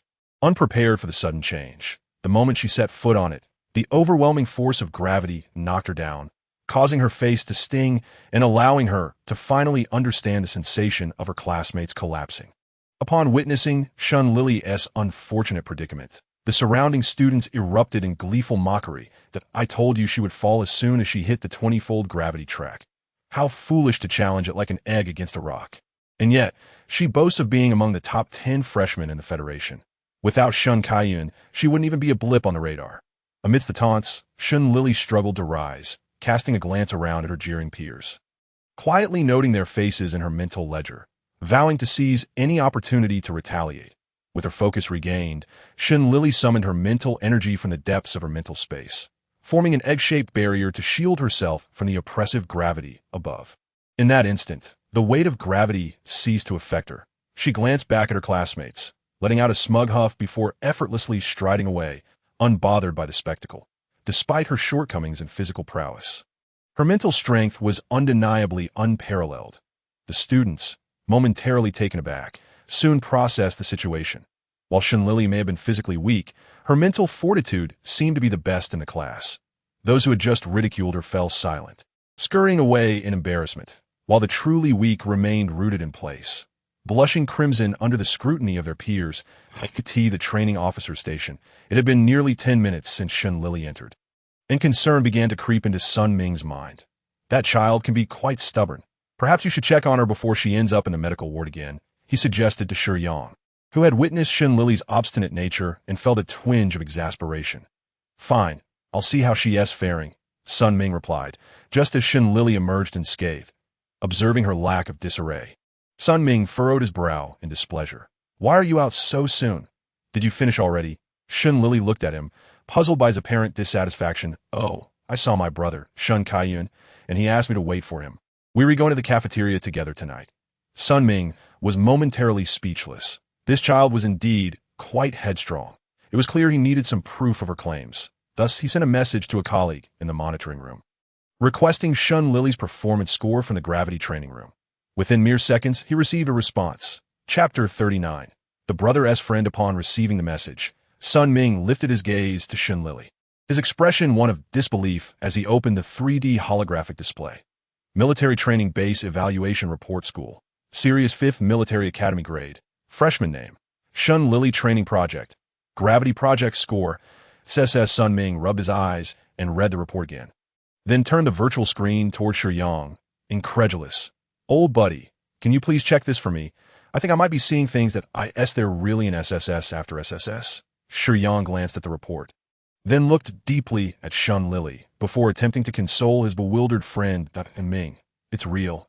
Sun Ming's legs trembled slightly, but thankfully, Shi Yang was there to steady him, preventing him from embarrassing himself in front of his students. If there's nothing else, I'll take my leave, Shun Lili remarked, sensing something was amiss. Regardless of the situation, it was best to slip away. Not so fast. You're coming with me to try out some other training rooms. Sun Ming stated, his gaze fixed on Shun Lili, his tone devoid of jest. That this an extra lesson just for me. Shun Lili raised an eyebrow, but knowing she needed to wait for Shun Kaiyun and feeling curious about the other training rooms, she nodded. All right. Shi Yang, keep an eye on the students, Sun Ming instructed before leading Shun Lili to the first hypnosis training room. That the name suggests. Hypnosis involves utilizing one's mental energy to invade another's mental space and induce a trance, with the objective of enhancing one's willpower to resist mental intrusions. The only caution is that the one performing the hypnosis must possess a mental energy level equal to or greater than the subject's. Otherwise, they risk a backlash. Upon entering the hypnosis room, Sun Ming noticed the colonel engage in conversation with the hypnosis instructor. Old Yang, do you have a moment? I need you to test a student. Sure, come on over, Yang Jie replied amicably, always willing to assist a colleague. However, as Sun Ming casually glanced at the man beside Yang Jie, he was struck speechless. Oh no, Shun Kaiyun's rival is here too? Is it too late to take Shun Lili back? He thought, panic setting in as he subtly maneuvered to shield Shun Lili from view. Colonel Su, what brings you here? Sun Ming swallowed hard, his eyes darting nervously. I came to discuss something with old Yang. What? Are you giving special lessons to your students? Colonel Su raised an eyebrow, his expression laced with amusement as he noted Sun Ming's attempt to hide Shun Lili. Sun Ming stammered for a moment before suddenly recalling something urgent. I just remembered. I have something to attend to. Old Yang, I'll test later. Excuse me, Colonel, I need to leave. He promptly turned to pull Shun Lili away, only to be halted by Colonel Su's leisurely voice. Wait a moment. Su approached Sun Ming and Shun Lili, scrutinizing her closely before squinting and stroking his chin, casually inquiring, is this young lady Shun Kaiyun's sister? Not at all. Sun Ming was about to protest when Shun Lili's voice interjected. Do you know my brother?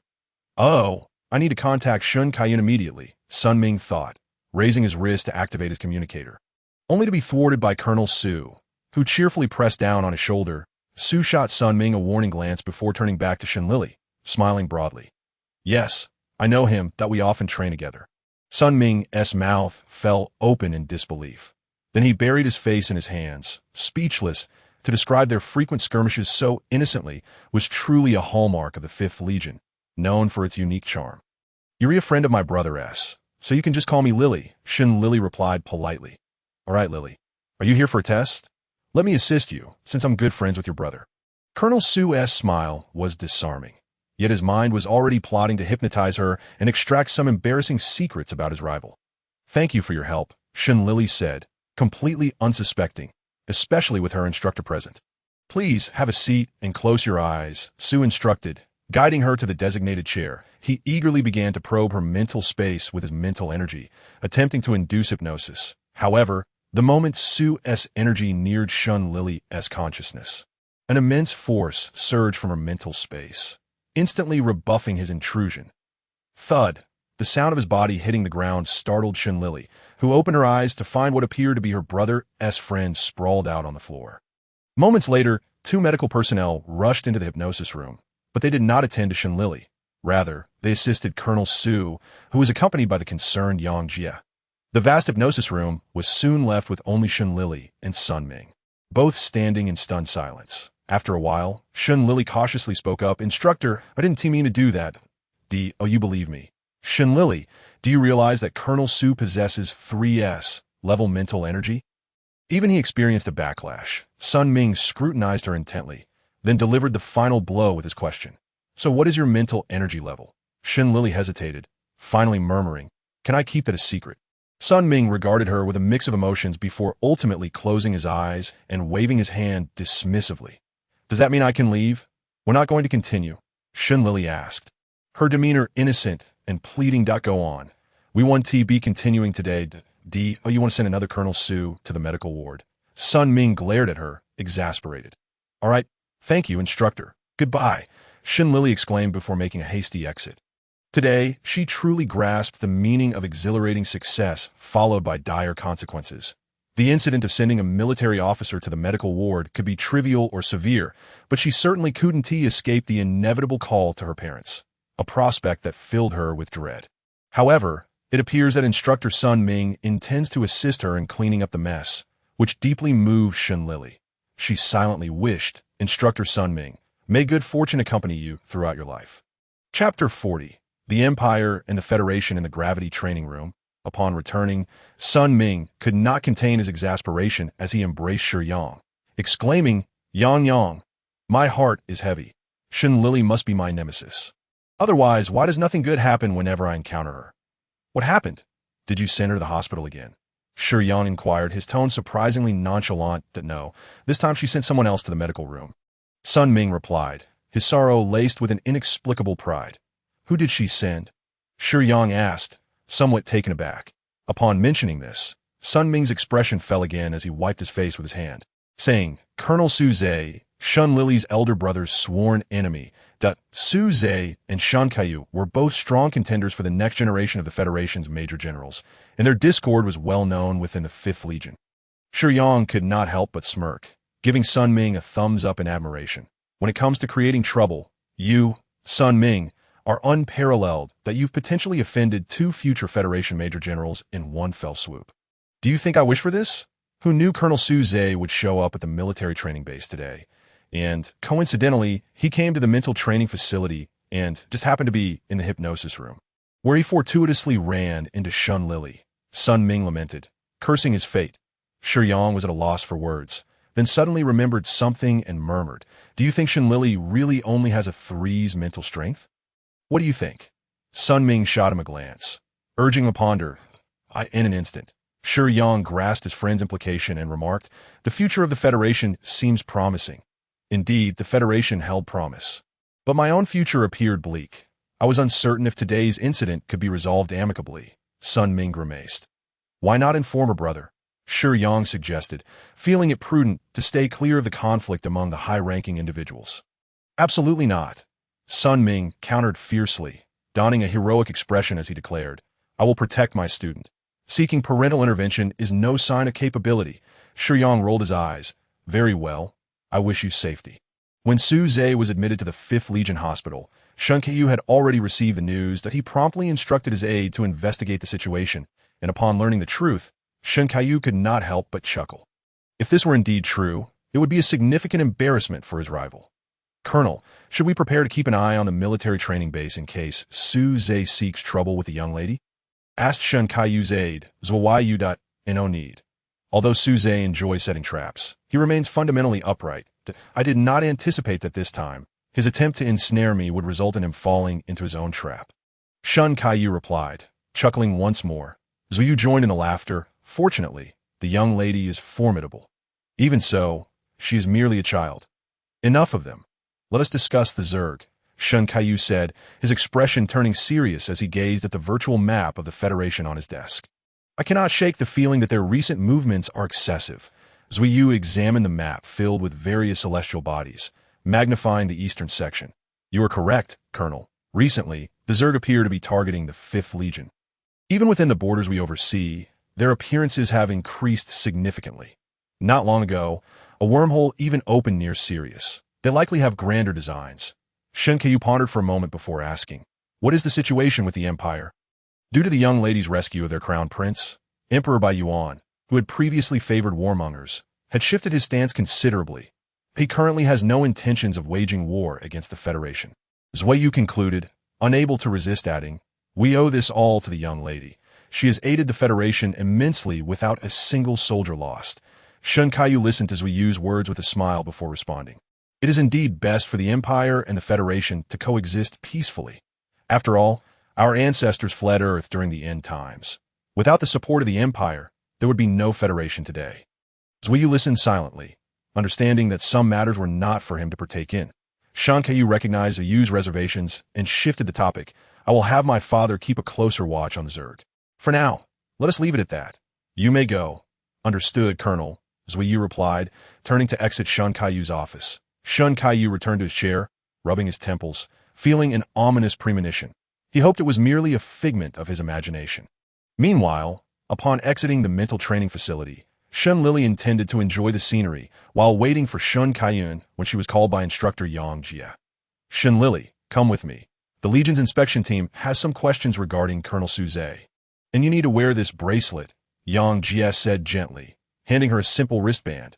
Shun Lili assumed that Colonel Su Zhe had reported her to the inspection team, and the bracelet resembled a pair of silver handcuffs from her past life. After donning it, she feebly remarked, "It's on deck." As Shun Lili followed Yang Jie out of the military training base, she began to sense something amiss as they ventured further off course. "Instructor, are we going the wrong way?" she asked, initially thinking that Su Zhe sought to retaliate against her. Watching Yang Jie warily, "Do not worry. We are not lost. In fact, we have arrived," Yang Jie replied, his lips curling into a sinister smile as his black and white eyes morphed into solid black compound eyes. "You are a Zerg. You have been parasitized by the Zerg." Shun Lili gasped in shock, her pupils constricting. Just as she intended to summon her mental strength for defense, she realized that her usually responsive abilities felt dormant. "Do not waste your effort. The bracelet on your wrist is crafted from the finest materials by our Zerg to suppress mental strength. You should feel honored to be the first to wear it." Yang Jie sneered, his compound eyes glinting with malice. Shun Lili relinquished her attempt at mental defense and turned to flee. But after a few steps, she discovered she was surrounded by a mental barrier. Realizing escape was futile, she glared coldly at Yang Jie, the human now overtaken by the Zerg, and demanded, "What do you intend to do?" "What do I intend to do? Naturally, I plan to take you back to serve as a breeding ground for our magnificent future Zerg Queen," Yang Jie declared, his expression cruel and bloodthirsty as he advanced toward Shun Lili. Chapter 41. The most tragic Zerg as Yang Jie drew nearer. Instead of panicking, Shun Lili suddenly smirked coldly. "Indeed, insects are just insects. Their intellect lacking. Next time, if you wish to ensnare me, aim for my heart. Perhaps then I would truly be concerned." After speaking, Shun Lili, with her unbound right hand, caressed her left elbow and then twisted it sharply. Crack! A muffled gasp escaped her lips as blood spurted from her severed elbow, cascading like a fountain onto the ground. Yang Jie's eyes widened in disbelief as he witnessed Shun Lili deliberately sever her arm. The wrist adorned with a bracelet that continuously provoked his gaze. "It seems I should carry a scalpel next time," Shun Lili mused, casting a pained glance at her remaining arm before turning her gaze back to Yang Jie with a fierce grin. "Now, who is the prey?" "You." Yang Jie instinctively sensed danger and attempted to flee. However, Shun Lili, harboring a grudge, denied him the chance, unleashing her mental strength to ensnare his entire being. Gradually, Shun Lili approached Yang Jie, yanking his left arm from its socket. You insane woman. If you wish to kill me, do it quickly," Yang Jie howled in agony. "Kill? Why would I think that? Someone as valuable as you, a specimen for research, would be too precious to eliminate. Rest assured, I will instruct the Research Institute to ensure you live to the age of 99, Shun Lili retorted, staunchly sealing her wound with her mental power as she tucked the severed arm under her arm and dragged Yang Jie back toward the military training base. As she walked, she mumbled to herself, "I wonder if my arm can be reattached when I return. How expensive would it be to clone a new one?" Yang Jie, hearing her words, spat out a mouthful of blood in frustration before fainting. Feeling the weight of her burden, Shun Lili rolled her eyes and muttered disdainfully, "With such poor mental fortitude, you could never serve as a SPYAT, the military training base." Shun Kaiyun was the first to notice Shun Lili's absence. Having just finished training and exiting the mental training facility, he found himself in a state of near panic as he searched for his younger sister. Shun Kaiyun could not bear to think of the implications if his sister were truly lost. It would devastate their family. As he anxiously continued his search, The upper echelons of the 5th Legion and the military training base erupted in chaos upon receiving the news. Who was Shun Lili? She was the Federation's sole individual with mental strength exceeding 3S after her return to the Shun family. Many hailed her as the future hope of the Federation. If she were truly lost, it would not only devastate the Shun family, but would also plunge the Federation into a significant crisis. The crowd anxiously searched. The missing protagonist, Shun Lili, was breathlessly dragging Yang Jie, who felt as heavy as a dead pig, back along the path. After taking a few more steps, she paused to examine Yang Jie's limbs, contemplating whether to remove some of his weight, perhaps making it easier to carry. Just as she was about to act on her thoughts, a federal soldier suddenly emerged from the thicket. Shun Lili eyed the unfamiliar soldier warily, fearing it might be another member of the insectoid race, which would hinder her return. Fortunately, upon seeing Shun Lili, the soldier simply activated his holographic device, comparing her image to one displayed on a 3D virtual screen. After confirming her identity, he pressed his earpiece and reported, 601, please respond. Target located at the oak grove behind the hill. The target is injured and requires medical assistance. Over. A male voice replied. Receive .505, please wait at the location. Assistance is en route. Over. After relaying the information, the soldier turned to Shun Lili and said, Miss Shun, the medic and colonel will be here shortly. Please be patient. All right, Shun Lili replied, feeling relieved upon realizing the soldier was an ally. She glanced at Yang Jie in her grasp, grimaced in disdain, and let go, allowing him to fall to the ground, covered in dust. Moments later, a warship descended onto the scene, and Shun Qiyu and Shun Kaiyun, accompanied by 50 guards, disembarked. Upon seeing Shun Lili, bloodied and missing an arm, they quickly rushed to her side with concern. Ali, you nearly scared me and my brother to death, Shun Qiyu said, his previously tense demeanor finally relaxing.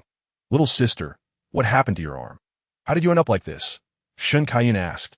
Worry etched on his face. Seeing her beloved brothers, Shun Lili could no longer maintain her facade of strength and cried out in distress. Eldest brother, second brother, it hurts so much. It's all that damned insectoid's fault. Following the direction she indicated, Shun Qiyu and Shun Kaiyun spotted Yang Jie lying on the ground, seemingly lifeless. Shun Qiyu merely shot a fierce glance, while Shun Kaiyun furiously began to strike him. How dare you harm my sister? I'll make you pay, he exclaimed, treating Yang Jie like a punching bag. The unfortunate Yang Jie, suddenly jolted awake, quickly realized he was trapped and began to plead for mercy. Stop, please, I won't do it again. As Shun Kaiyun was about to deliver another blow, Shun Lili interjected, Second brother, don't kill him. I still want to take him to the research institute. Shun Qiyu looked at his unruly siblings, feeling a headache coming on. But what could he do? He could only indulge them. Ali, you're still injured, to go with Medic Sue for treatment. I'll handle things here, he said gently. Okay, brother, but please remember to send him to the research institute. Shun Lili insisted with concern. Understood, Shun Qiyu replied with a resigned smile. Once reassured by his words, Shun Lili climbed onto a stretcher, clutching her injured arm, and was lifted onto the warship by 2 federal soldiers. Chapter 42. The Mecha Maniac in the Dead of Night. The news of the instructor being parasitized by the insectoids sent shockwaves between the 2 bases. The High Command of the 5th Legion was enraged by the insectoids' audacious abduction of Shun Lili. Not only did it violate their bottom line, but also crossed a line with the Federal High Command. Upon learning of the incident, the Federal President promptly issued 3 orders to the 5th Legion. 1. Cleanse the military training base of remaining threats to ensure the safety of the students. 2. Respond to the insectoid attacks with any means necessary. 3. Grant Shun Lili the rank of corporal, with the President's orders. Many individuals at the military training base vanished overnight. Some were janitors, some instructors, and others mere assistants. Those in the know remained silent. Even if they stumbled upon a capture scene, they pretended not to see. The most wronged in this bloodbath were the spies from the Imperial War faction, who had just been inserted into the training base and had yet to make an impact before being inexplicably captured. Moreover, the Imperial War faction could not acknowledge this incident, ultimately swallowing their grievances in silence. Meanwhile, at the military hospital, Shun Lili remained blissfully unaware of the turmoil outside, having just undergone surgery on her arm and bandaged her neck. She comfortably leaned against her hospital bed, engrossed in a live stream on her holographic device. The host of the stream, nearly laughing with delight, asked Shun Lili, the Mecha Maniac of the Night, if there were any aspects she did not understand. His attentive demeanor was akin to offering her a special favor on air. Shun Lili indeed had many questions and eagerly typed them out, receiving prompt responses from the host. Enlightened, she generously showered the stream with 10 gifts. Afterward, glancing at the time, she followed the host and exited the live streaming app, hoping her brother wouldn't discover her using the holographic device. Knock, knock. Just as Shun Lili finished her stream, a knock sounded at the door. Startling her into quickly hiding her hands under the covers, Lili, I brought you food, Shan Caillou called as he knocked on the door to her room before entering with 2 thermos containers. Big brother, you're here. What are we having today? Shun Lili feigned innocence, all the while skillfully hiding the holographic device under her pillow. This was the only device Shan Caillou had smuggled into the training base with great effort, and she needed to return it to him after class. If Shan Caillou discovered it and confiscated it, she would be at a loss for how to explain herself to her second brother.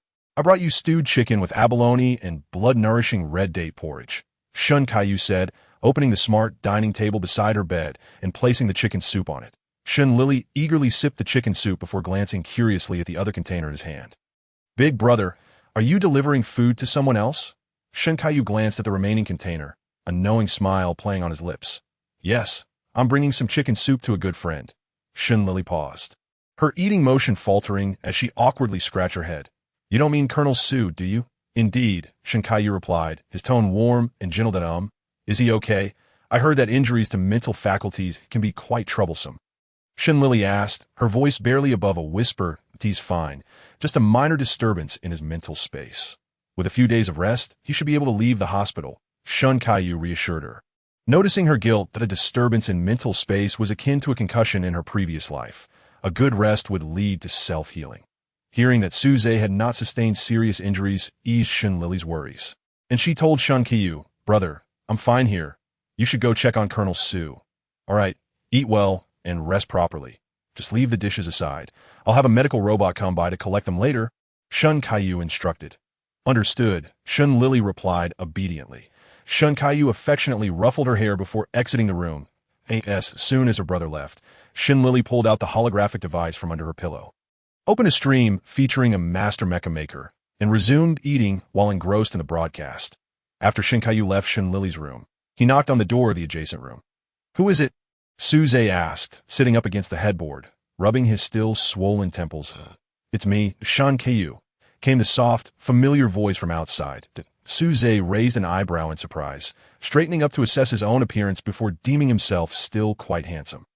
He then called out, Come in. Shan Caillou entered, holding a food container, and smiled at Suze. Haven't you had lunch yet? I brought you some chicken soup. You're so free as to bring me chicken soup? Suze scoffed, feeling suspicious. People often claimed he was ruthless, but he knew that Shan Caillou was the real cunning fox. Even if he were sold out, he would still express gratitude. Yes, Shan Caillou set the chicken soup down. He smiled and said, I was here to bring food to my little sister and thought I might as well bring some for you. Why is Shun Lili hospitalized? Suze's first reaction was disbelief. Given Shun Lili's formidable mental power, he was certain she hadn't been the one to end up in the hospital. After all, he was the first victim and had no doubt about it. Chapter 43. Surprised by Zhang Qingyun at the mention of Shun Lili, Shan Caillou's smile faded, his gaze turning somber. Suze. Yang Jie is gone. Suze, poised to drink the soup, paused, lifting his gaze to fixate on Shan Caillou, a murderous aura seeping from his voice. What happened? I only slept for a day. How could someone just disappear? Yang Jie was a good-hearted individual, a big brother figure to many in the 5th Legion, particularly to the new recruits. Suze, who had entered the service alongside Yang Jie, had received the most care from him. He was parasitized by the Zerg, with the intention of abducting the Federation's Soul Super 3S. Yesterday, at the cost of losing an arm, my sister managed to capture him. Shan Caillou succinctly recounted the entire ordeal. The Zerg. Once again, the Zerg. Suze's bloodshot eyes glimmered with fury as he spoke. Suze, he is currently detained in the quarantine zone. Tomorrow, personnel from the Federation Military Research Institute will come to take him away. Today, you should go and see him one last time to bid farewell properly. Shan Caillou comforted as he grasped Suze's shoulder. I understand. You may go about your business, Suze replied, closing his eyes, wishing to see no one at this moment. Very well. I shall take my leave now. Ensure you rest well after your meal, Shan Caillou said before turning to exit the hospital room. granting Suze some solitude to gather his thoughts. Upon hearing the door close, Suze lifted his gaze to the abalone chicken soup on the table, bitterly chuckling to himself. Shun Kyu, you have not brought chicken soup, but rather a concoction of pig's heart, a potion of murder and despair. Meanwhile, after finishing her meal, Lili had just settled down for a midday rest when she heard the door creak open. Curiously, she looked up, and upon recognizing the visitor, she leapt up in fright, her voice trembling. Colonel Suze, what brings you here? Goodness, Colonel Suze, he isn't here to settle a score with her, is he? Suze regarded Lili, who hung her arm in a sling, his gaze dropping slightly as he spoke with an air of aloofness. I heard you captured Yang Jie yesterday. Lili, puzzled, nodded, confirming that she indeed apprehended Yang Jie, who was parasitized by the Zerg at IC. Thank you for at least ensuring his departure was clean and honorable, Suze remarked before ignoring Lili's response and shutting the door behind him. Lili scratched her head in confusion. Yet with Suze's departure, she lay back down without further thought. However, barely a moment passed before the door swung open again, and Lili looked up to find Suze once more, exclaiming in exasperation, Is there something else, sir? Can't you say it all at once? You're giving me palpitations. Lili internally vented her frustrations but dared not voice them at all. I forgot to mention earlier. Please tell your brother that the soup he sent was quite nice, but he need not send any more next time, Suze stated before closing the door again. Lili. The air fell silent for a moment before Lili muttered an expletive under her breath. She then locked the door to her hospital room and lay back down, exhaling in relief as she settled in for a peaceful midday rest. After a nap, Lili awoke with a yawn. Refreshed and ready to visit the military mecha maintenance department, a request she had made to her elder brother the previous day. Excitedly, she donned her military training attire and left her room. Heading toward the maintenance department, yes, she passed by the military apothecary. She couldn't help but glance inside, only to be halted by an elder in a white lab coat. You must be the pharmacist sent by headquarters to assist us. What are you dawdling about for? Hurry inside, Zhang Qingyun exclaimed in exasperation. Lili was taken aback, looking around before sheepishly pointing at herself. Are you speaking to me? Who else could it be? Zhang Qingyun replied, perplexed, thinking to himself that headquarters had dispatched a rather inept and foolish assistant. I don't. Lili began to protest, but was swiftly pulled along into the apothecary. No time for idle chatter. Do you have any idea how many soldiers are waiting for our potions on the front lines? Zhang Qingyun's tone bore a hint of irritation. Upon entering the apothecary, Lili observed the pharmacist bustling about, diligently concocting potions, while even the assistants rushed around, efficiently delivering the necessary herbs to each pharmacist. This is your workspace. Today, your task is to produce at least 500 high-grade insect repellent potions and 500 high-grade healing potions. If you lack any herbs, call assistant number 29 to fetch them for you, Zhang Qingyun instructed before hastily departing. Left alone in the herb-laden lab, Lili contemplated her life for a moment before resigning herself to the task at hand. Both the high-grade insect repellent and healing potions were classified as Class A, and she had practiced their preparation numerous times over the month following her exams at the 5th Military Academy. Thus, she felt relatively adept, though the volume was daunting, especially with one arm rendered nearly useless, complicating the process further. Life was challenging, she mused. After a brief moment of contemplation, Lili diligently began crafting the potions, grinding the required herbs, placing them into test tubes, boiling them for the prescribed duration, extracting the elixirs, and using her mental prowess to separate impurities from the mixtures. She then combined several similarly processed elixirs in sequence, ultimately pouring the concoction into potion vials and sealing them, completing one insect repellent potion. The afternoon passed in a blur as Lili repeated these 6 steps, the finished potions accumulating at her feet. Occasionally, Zhang Qingyun would pass by and nod approvingly at the sight of her industriousness. He picked up one of her potions, placing a drop on his fingertip, inhaling its aroma before letting it rest on his tongue, closing his eyes to savor it. Suddenly, he opened his eyes wide, astonished by the realization that the potion contained virtually no impurities, or rather, the impurities were so minimal that they were undetectable by human inspection. Zhang Qingyun cast a deep glance at Lili before taking the potion to the testing room.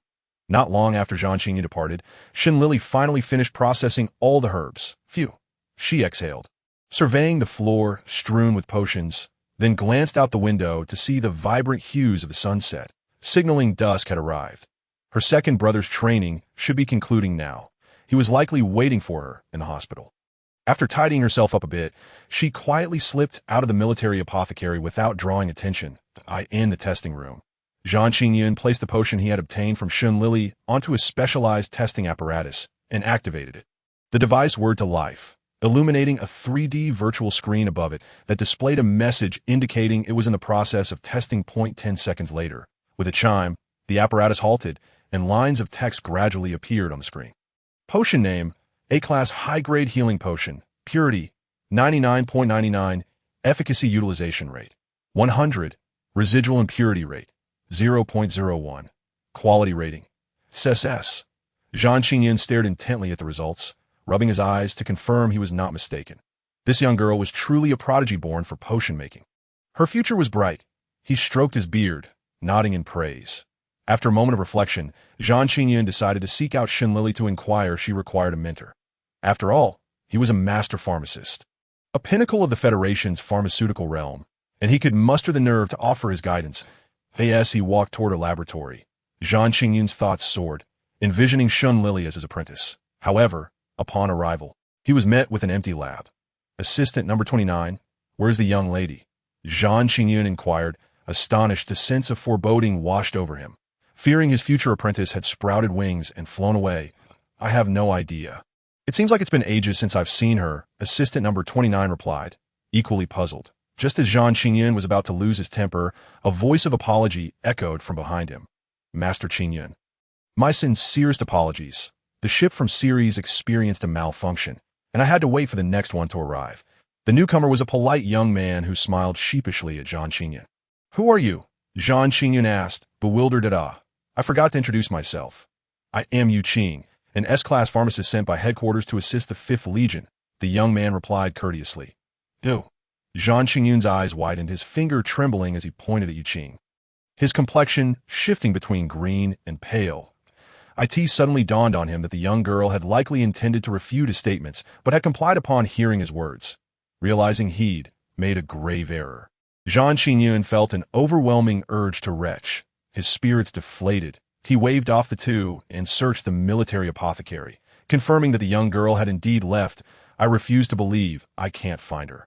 This apprentice shall be mine, Zhang Qingyun declared resolutely. He then activated his holographic communicator to send a message to his cousin Shen Kaiyu. Cousin, what do you need me for? In the virtual screen, Shen Kaiyu was busy attending to official matters in his office, setting down his pen upon seeing Zhang Qingyun's call, his tone filled with concern. Little Yu, I need you to help me locate someone. Zhang Qingyun's mood brightened considerably at the sight of his beloved cousin. Cousin, do you know this person? What are their distinguishing features? Shen Kaiyu, also known as Little Fish, gently inquired. Unfamiliar with her, he assumed she was a girl around 15 or 16, dressed in military training attire and possessing an endearing appearance. Oh, and she had her left arm in a sling.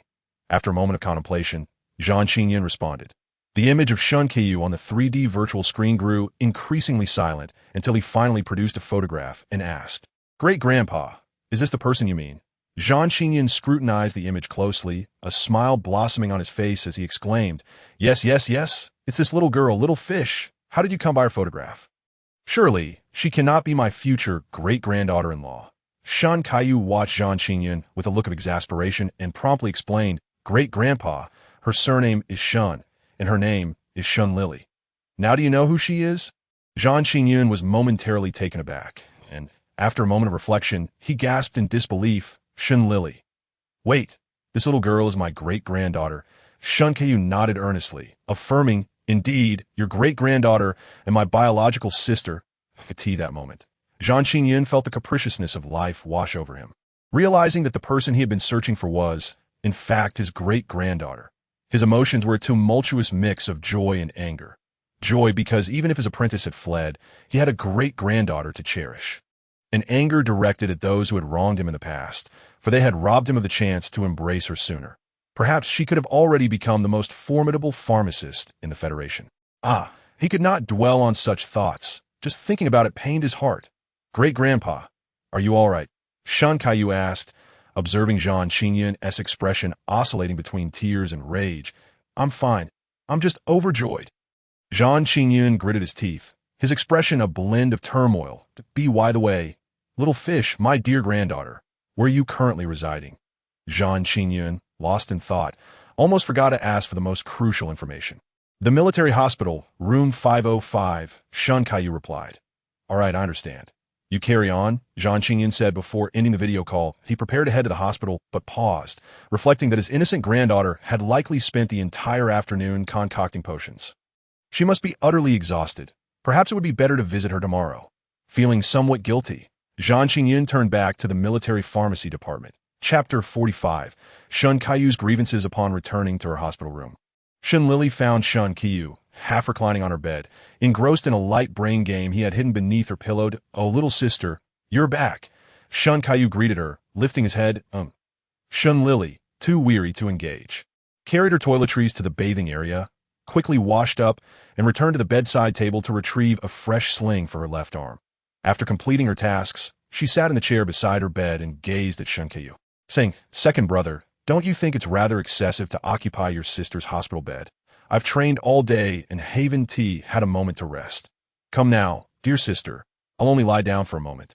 Shun Kaiyu stubbornly refused to budge. Shun Lili's lips twitched. She clearly didn't believe him. The eldest brother should be coming soon with dinner.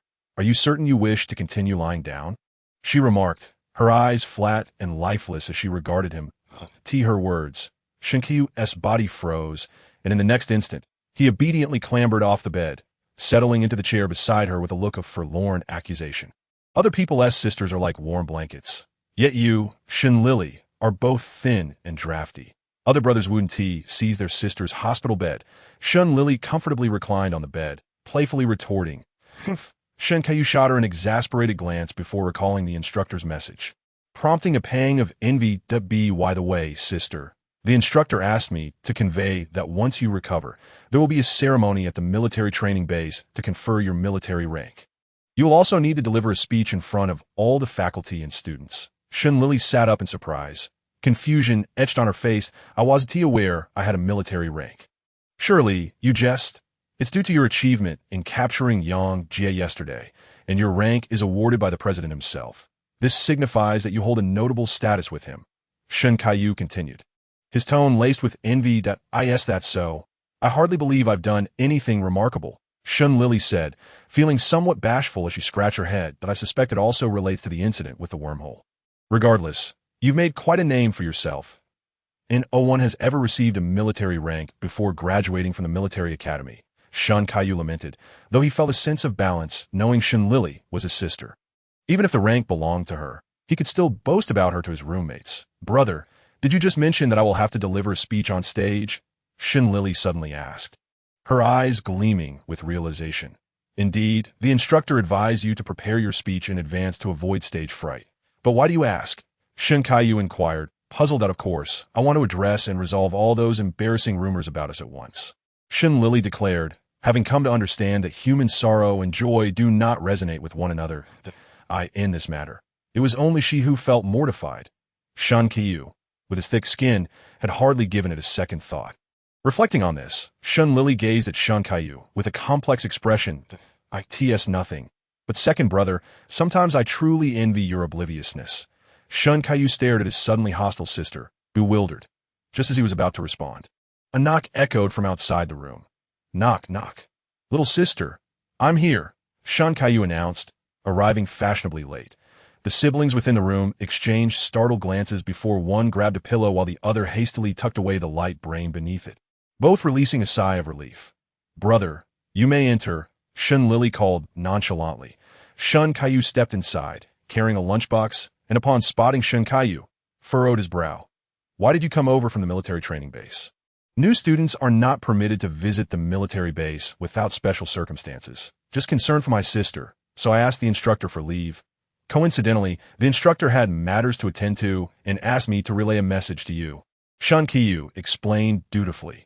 Only Shun Lili knew he had come merely to reclaim the light brain, and the stingy brother had only lent it to her for a day out of pity for her hospitalization. Upon hearing Shun Kaiyu's explanation, Shun Kaiyu nodded and proceeded to the bedside, opening a smart dining table to place the meal he had brought. Today's menu features soybean and rib soup with vegetable rice. What do you think? Do you like it? Delicious. Thank you, big brother, Shun Lili exclaimed, her mouth watering as she eagerly sipped the rib soup. Shun Kaiyu, equally tempted, cast a pitiful glance at his brother. Big brother, is there any more? What do you think? Shun Kaiyu replied with a smile, the stark double standards prompting Shun Kaiyu to feel as if he had returned home, but he sat aside, simmering in silent frustration, seeing her second brother's forlorn expression. Shun Lili, with rare compassion, filled a small bowl and handed it to him. Second brother, you should have some too. My little sister cares for me, Shun Kaiyu said, his mood brightening as he carefully accepted the bowl and then glanced at Shun Kaiyu with a triumphant smirk. Shun Kaiyu shook his head, chuckling at his brother's foolishness. Big brother, would you like some? Shun Lili inquired again. No, I've already eaten, Shun Kaiyu replied with a grin. Then recalling something, he turned to Shun Lili and asked, Alalai, did you visit the pharmacy department today? How did you know, big brother? I did go this afternoon, Shun Lili said, looking up at him in confusion. Nothing, just curious, Shun Kaiyu replied, having pieced together the truth but choosing not to elaborate. Confident it wouldn't be a negative outcome. Shun Lili felt a bit dazed but didn't dwell on it, returning to her soup. Chapter 46. Dr. Fu Yu. The following day, Shun Lili awoke, brushed her teeth, and washed her face. She then unfastened her sling to examine her arm's healing. Her relief. The pristine white arm bore no visible signs of previous injury. Employing traditional Chinese medicine techniques, she gently massaged her arm and took her pulse, concluding that her vitality was entirely restored, with only her muscles and bones requiring a few more days of recuperation. One couldn't help but marvel at the advanced medical technology of the interstellar era. In contemporary times, such an injury would require months to heal, possibly leaving lasting repercussions that could hinder vigorous activity. Yet in this new age, her injury could be deemed minor. After the surgical procedure to reconnect her arm, a brief session with a healing device ensured swift recovery, leaving no trace of her former ailment. The only bittersweet thought for Shun Lili was the realization that, despite 10 years of studying medicine, high technology had outpaced her knowledge upon her arrival in this new world, that it felt as though the waves of the Yangtze were pushing forward, with the previous waves left stranded on the shore. She was, indeed, one of those previous waves, feeling a mix of disappointment and solace. Shun Lili pondered for a moment before exiting her hospital room and making her way to the outpatient clinic. Although she had already examined her arm's healing, adhering to the physician's advice was paramount for a follow-up check. Upon arriving at the consultation room, Shun Lili politely knocked 3 times on the door. Upon hearing the doctor's invitation to enter, she opened the door and stepped inside. Ali, how is your arm? Has it been painful these past few days? The doctor, a young man who resembled a Western aristocrat, adjusted his glasses and inquired gently upon seeing Shun Lili. Thank you, Dr. F. It hasn't hurt these past 2 days, Shun Lili replied, shaking her head. That's good to hear. Today, we'll take some x-rays to assess your healing progress. Dr. Fu retrieved a diagnostic device and instructed Shun Lili to place her hand on it. Following his directions, she removed her sling and extended her arm into the device. After a careful examination of the virtual screen's feedback, Dr. Fu spoke, your healing is nearly complete. A few more days of rest, and you can resume normal training. You can also remove the sling tomorrow. Thank you, Dr. Fu. I'll take my leave now. Satisfied that there were no issues, Shun Lili redid her sling and stood to bid farewell to Dr. Fu. Goodbye. Remember to avoid strenuous exercise for the next few days, Dr. Fu reiterated. Yes, understood, Shun Lili responded as she exited the consultation room and made her way to the military mech division. Shortly after Shun Lili left the hospital, Zhang Xingyun arrived at the front desk and inquired about the direction to room 505.505. Are you looking for Miss Shun Lili? She is likely not in her ward at the moment. The nurse replied. Not here. Do you know where she went? Zhang Xingyun asked hurriedly. I'm not sure, but Miss Shun is a student in the mech manufacturing department. Perhaps you could check at the military mech division. The nurse suggested. All right, thank you. Upon learning that Shun Lili was in the mech manufacturing department, Zhang Xingyun's frown deepened. After expressing his gratitude, he promptly left the hospital, but a promising talent in pharmacology had veered off into mech manufacturing. The thought of such a brilliant alchemist being squandered pained Zhang Xingyun, prompting him to hasten toward the mech division. This cannot stand. I must steer this child back onto the right path. Meanwhile, as Shun Lili approached the entrance of the military mech division, a frantic voice called out from behind her. Shun Lili. Wait, don't go. Zhang Xingyun, panting heavily, rushed over and shouted upon spotting her, startled by the shout. Lili nearly jumped, momentarily imagining herself as the distressed heroine in a melodrama, with the anguished elder replacing the tormented male lead. "Elder, I remember you are from the pharmacology department. There's something you need?" Lili turned to Zhang Qingyun with a puzzled expression. Zhang Qingyun reached her and, after catching his breath, responded, "What do you mean, elder? I am your great-uncle. Great-uncle." Lili blinked in surprise, recalling that she hadn't seen this elder at the last family gathering. Noticing her expression of doubt, Zhang Qingyun retorted, "Do you know Zhang Yuanhao?" "Yes, my cousin," Lili replied, confused as to why the elder was asking that I am his biological grandfather. "What should you call me?" Zhang Qingyun organized his disheveled attire. Feigning profundity. "Great-uncle." Lili blinked her eyes. Zhang Qingyun's face instantly brightened with a smile. "That's right, great-uncle. What brings you here?" Lili cautiously inquired, wondering if he intended to drag her into an afternoon of alchemical practice instead of letting her explore the mech division. Seeing her longing gaze shift toward the mech division, Zhang Qingyun coughed to regain her attention and said, "My dear granddaughter, what do you think of pharmacology? Would you like to learn from your great-uncle?" "Pharmacology is quite fascinating, but won't we learn that in class as well?" Lili countered. Zhang Qingyun nearly erupted at her response. He knew the education provided in school could not compare to what he, a master alchemist, could impart. "Calm down, this is your granddaughter. Talented individuals often think differently. We must be understanding and accommodating," he reminded himself, forcing a somewhat strained smile. "You would essentially be wasting time if you already know A-grade potions so well. Would you like to learn about S-grade potions and above?" Of course, Lili desired to learn, but S-grade potions were classified state secrets, and she had yet to encounter any opportunities to access them. An idea sparked in her mind, and she quickly donned an ingratiating smile. "I would love to. Could you teach me, great-uncle?" Finally, Zhang Qingyun beamed with delight, exclaiming, "Absolutely. Anyone who dares to stop me from teaching you will have to deal with me." Thus, the two of them, radiating familial affection, made their way to the military pharmacology department. Upon their arrival, Zhang Qingyun proudly introduced Lili to everyone they encountered, showering her with praise from head to toe. "Behold, my granddaughter, Lili. Do not be deceived by her delicate appearance. She's an exceptional alchemist. Guess what her impurity rate was in yesterday's potion? A mere 0.01. Remarkable, isn't it? Even I couldn't achieve that. Not only is my granddaughter beautiful, but her alchemical skills are also extraordinary. I wonder which fortunate young man will have the privilege of marrying her." Lili felt her cheeks flush with embarrassment. Yet she maintained a facade of composure, going along with her great-uncle's enthusiastic exaggeration. Given that her talent had been affirmed by a master alchemist of the Federation, many were inclined to believe in her supposed genius. Thus, Lili unwittingly gained a reputation as a prodigious alchemist throughout the military pharmacology department. Once inside Zhang Qingyun's dedicated potion-making room, Lili finally exhaled in relief and gently suggested, "Great-uncle, perhaps we could keep a lower profile next time?" "Why worry? Did I say anything inaccurate?" Zhang Qingyun countered. "True," but Lili hesitated, trying to articulate her thoughts, but Zhang Qingyun interrupted her with a firm tone. "My dear granddaughter, honesty is paramount. We must not emulate those who feign humility. If you pretend long enough, you might actually become a fool, and then I would have nowhere to lament," Zhang Qingyun advised earnestly. Sensing something amiss, Lili struggled to articulate her thoughts, but eventually resigned herself to a vague nod. "All right, I understand. Thank you, great-uncle. Good. You are indeed my obedient granddaughter. Now your task for this morning is to complete the readings on these 5 volumes of medicinal explanations," Zhang Qingyun declared, retrieving 5 well-preserved but aged books from his spatial pouch and handing them to Lili. "What about the afternoon, great-uncle?" Lili inquired casually. In the afternoon, you will soak in a medicinal bath to enhance your physique." "Little Li, I must say, your constitution is rather lacking," Zhang Qingyun remarked, expressing his disappointment over Lili's frail condition.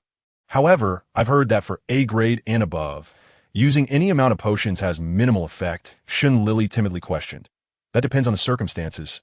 Your primary issue is the damage to your foundational constitution. Once that is repaired, while I cannot predict how much your physique will improve, you should at least gain a guaranteed increase of 1 level." Zhang Qingyun explained that I understand, great-uncle. "You are truly impressive," Lili exclaimed, both in admiration and flattery. "That is the title of a master alchemist in our federation. It is not given lightly. Zhang Qingyun replied with pride, stroking his white beard, after reiterating his instructions several times. Zhang Qingyun began preparing the potions for the medicinal bath. Meanwhile, Lili sat in a nearby chair, diligently perusing the comprehensive guide to interstellar medicinal materials. Whenever she encountered something unclear, she would consult the public holographic terminal to search the interstellar network. Only if she found no information online would she turn to Zhang Qingyun with her queries. At that moment, Lili's 2 decades of traditional Chinese medicine training came into play, although she had not seen many of the herbs. The detailed descriptions of their properties allowed her to familiarize herself quickly that if she found any discrepancies in the book, particularly regarding conflicting medicinal effects, she would jot down notes in a small notebook. After flipping to the last page of the book, Zhang Qingyun approached her with a potion in hand. "Little Li, I spoke with your brother. During a medicinal bath, just drink the nutrient solution. Here, finish this, and then you may head to the bath. Remember, you can only come out when the water is clear." Zhang Qingyun handed the nutrient solution to Lili, emphasizing his instructions. "Thank you, great uncle. I understand," Lili said without much thought as she drank the solution and proceeded toward the bathroom. It was only after she had soaked in the tub for a while that she realized why her great uncle had advised against eating solid food in favor of the nutrient solution. The medicinal water in the tub felt as though it contained countless tiny needles, incessantly pricking her skin, while her body felt as if it were boiling in water, causing both excruciating pain and a burning sensation. Had she eaten, she would have likely been sick to her stomach. Lili gritted her teeth tightly, gripping the sides of the tub with all her might, summoning every ounce of willpower to resist the urge to leap up. Why didn't great uncle warn me how painful this would be? What a deceiver! Outside the bathroom, Zhang Qingyun sneezed and rubbed his nose, suddenly recalling something important. After a long hiatus from crafting grade A forging liquid, I seem to have forgotten to remind my granddaughter to take a painkiller before her immersion. With a hint of guilt, Zhang Qingyun lowered his head and rubbed his nose. However, his attention was soon captivated by the notes that Lili had just taken. "What is this?" Zhang Qingyun picked up the notes, and after a brief glance, became utterly engrossed. How marvelous! Despite being composed of mild medicinal herbs, their combination resulted in a potent concoction. To his surprise, the rare star grass could be substituted with inexpensive mint. Although these 2 herbs are traditionally incompatible, the addition of licorice harmonized them, unleashing their full efficacy. A genius, a prodigy. How could such brilliance not be born into the Zhang family? Zhang Qingyun felt a pang of frustration and, recalling something, opened his holographic device to send a video request to Shen Mujiang. Soon, the 3D virtual screen displayed Shen Mujiang's authoritative visage. "Qingyun, what do you need?" Shen Mujiang inquired. "What do you mean, what?" "Your granddaughter Lili is evidently a genius in potions. Why on earth did you allow her to pursue mech manufacturing? Isn't that stifling her talent?" Zhang Qingyun shot back with indignation. Shen Mujiang furrowed his brow, not responding immediately, but instead asking, "Is Lili with you?" "Indeed, she is currently learning about potions from me. Don't change the subject. I demand to know why you let her enroll in mech manufacturing." "You must provide a reason, or I shall not let this matter rest," Zhang Qingyun declared, his frustration palpable. Shen Mujiang sighed, looking at the relentless Zhang Qingyun. "The principal of the 5th Military Academy spoke to me about this. He wishes for Lili to join the potion department. And yet, why is she still in mech manufacturing?" Zhang Qingyun pressed, his eyes narrowed, as if ready to storm the capital planet. "I asked Lili, and she expressed a desire not to abandon mech manufacturing." Shen Mujiang replied. Resigned, he had reviewed Lili's entrance exam video and recognized her exceptional talent in potions, if she were to focus solely on that. The Shen family could indeed produce a master alchemist in the near future. However, as long as Lili was unwilling, he could not compel her to pursue something against her will, nor could any other member of the Shen family. Zhang Qingyun's frown deepened. Indeed, if the principal party was unwilling, no amount of persuasion would yield results. With a sigh, he rubbed his temples and waved his hand dismissively at Shen Mujiang. "Very well, I shall speak to Lili once more. Let us leave it at that." "All right, thank you for your understanding," Shen Mujiang replied with a faint smile. After ending the video call, Zhang Qingyun, feeling a bit exasperated, turned towards the bathroom, pondering how he should communicate with this young lady. Should he scold her? Yet, he hesitated, unwilling to be harsh. Perhaps it was best to approach her gently. Before long, Lili emerged from the bathroom, her expression akin to that of a child who had lost her candy. A mix of grievance and mild anger. "Granduncle, Why didn't you warn me it would hurt so much? I had no time to prepare myself, she lamented. Zhang Qingyun stiffened and coughed awkwardly, feigning seriousness as he explained. The first time with grade A forging liquid can be quite painful. It won't be so intense afterwards that I refrain from informing you to prevent any psychological burden. That's so, Lili replied. Her eyes still clouded with doubt. Noticing Yen Ti fully convinced her, Zhang Qingyun quickly shifted the topic. Lili, how do you feel about your body? Have you noticed any upgrades in your physique? At the mention of this, Lili's earlier grievances vanished, replaced by excitement. Granduncle, I believe my physique has reached the peak of grade A soon. I will undoubtedly attain grade S. Excellent. This is a first.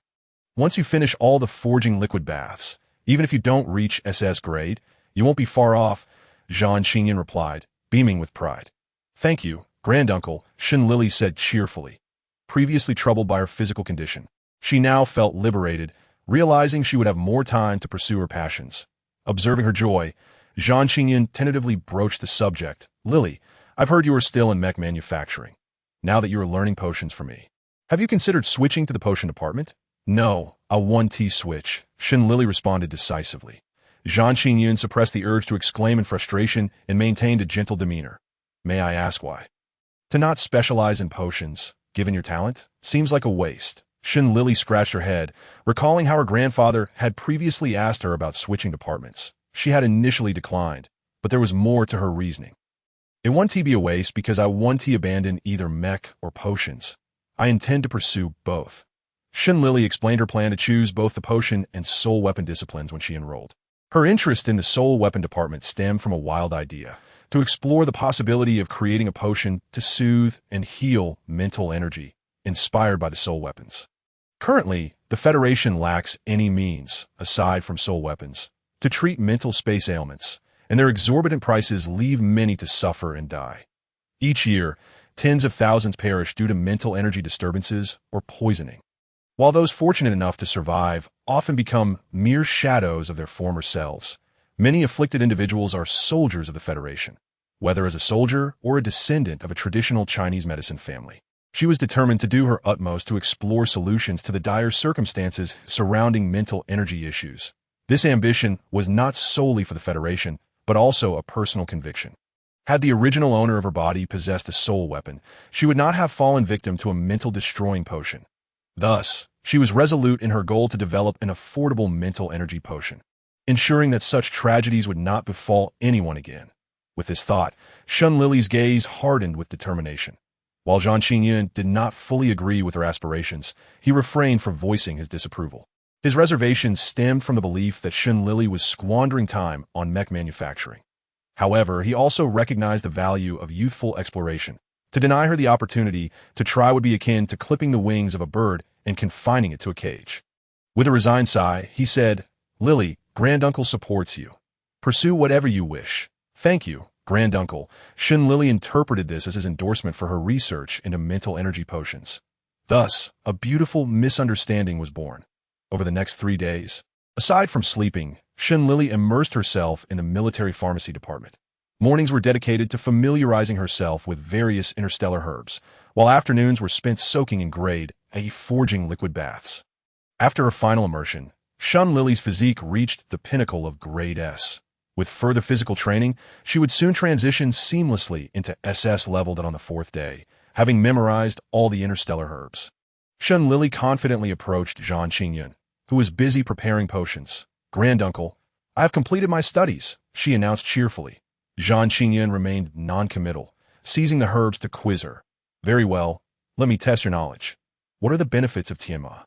Tianma is a precious medicinal herb, also known as Qi Jian, Dingfen Ko, and Shuaizi Ti as properties that calm the liver, extinguish wind, relieve pain, and dispel dampness. It is clinically effective for treating headaches, dizziness, limb numbness, childhood convulsions, and epilepsy, Lili replied earnestly. Zhang Qingyun nodded in satisfaction before continuing. And what about Beixing? Beixing is a quartz mineral with a sweet and slightly warm flavor. It corresponds to the lung, kidney, and heart meridians. That it warms the lungs and kidneys, calms the spirit, and promotes urination, treating conditions such as lung cold cough, impotence, diabetes, anxiety, palpitations, urinary difficulties, jaundice, and rheumatism, Shun Lili answered without hesitation. Then, Zhang Qingyan posed an unrelated question. How do you treat body odor in athlete's foot? Shun Lili paused momentarily, then responded, for body odor, one can slice fresh ginger and place it under the armpit for 15 minutes to half an hour. For mild cases, one treatment suffices. For moderate cases, 3 times a day. For severe cases, surgical removal of the skin and sweat glands in the armpit is necessary. Zhang Qingyan smiled in satisfaction. And for athlete's foot, a mixture of 80 vinegar and cool water in a 1:1 ratio could be used for foot soaks for an hour, a few days apart. Alternatively, vinegar can be applied to the soles with a cotton swab, ensuring recovery within a month, Shun Lili explained fluently. Zhang Qingyan proceeded to ask numerous questions about medicinal herbs, to which Shun Lili responded with remarkable insight, leaving him thoroughly impressed. His gaze towards her brimmed with pride. Very well, Lili. Remember that a physician need not be skilled in potions, but a potion master must be proficient in medicine. A potion master without medical knowledge will forever remain like a frog at the bottom of a well, unable to achieve greatness. I understand, granduncle, Shun Lili replied with confidence. She had been diagnosing patients independently since she was 8 and had been prescribing remedies by the age of 10. In the realm of medicine, she dares to claim the second position, while no one else would presume to claim the first. This is a unique pride belonging solely to Shun Lili, despite the doubts cast by others. She remains unwavering in her confidence in her medical skills. Today, she will first instruct you in the practical application of S-rank potions, and subsequently, I shall send you videos of the preparation of potions of S-rank and above to your light brain, allowing you to learn at your own pace when you officially commence your studies. After finishing her words, Zhang Qingyan approached the pharmaceutical workstation to begin processing the medicinal materials.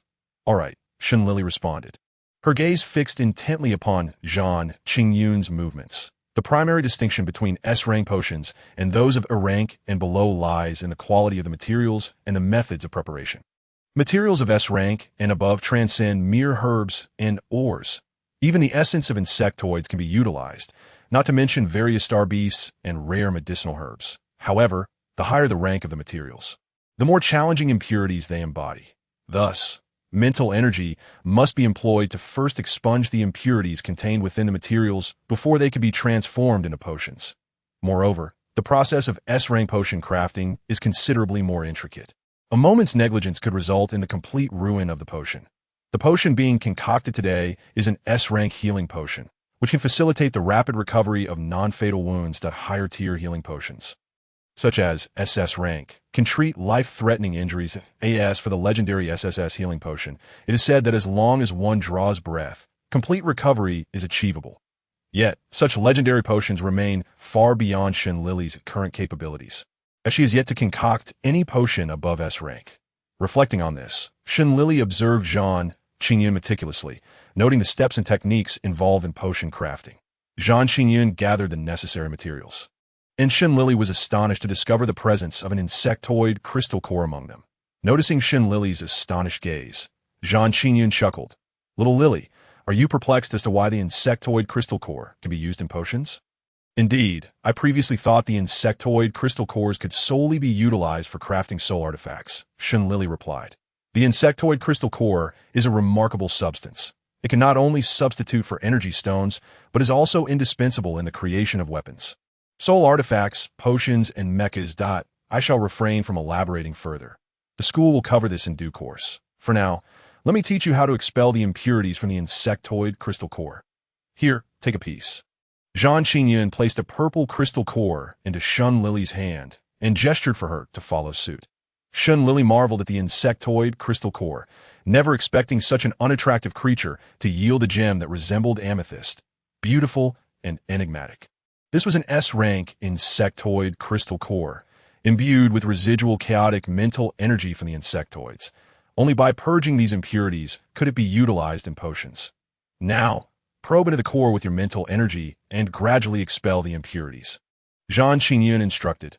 Understood, Shun Lili replied, her gaze unwavering on the insectoid crystal core as she channeled her mental energy into it. However, within mere seconds, the core abruptly shattered into 2 fragments. Shun Lili, caught off guard, held the remnants of the core, looking innocently yet nervously at Zhang Qingyan. Zhang Qingyun's eyes twitched violently, his heart aching at the sight of the shattered Israng crystal core. How could his dear granddaughter's mental energy be so formidable? After a moment of lamentation, he managed to comfort her with a wry smile. It's not your fault. I neglected to mention that your mental energy surpasses 3S, and the standard approach will not suffice. Relieved, Lili inquired, then what should I do, uncle?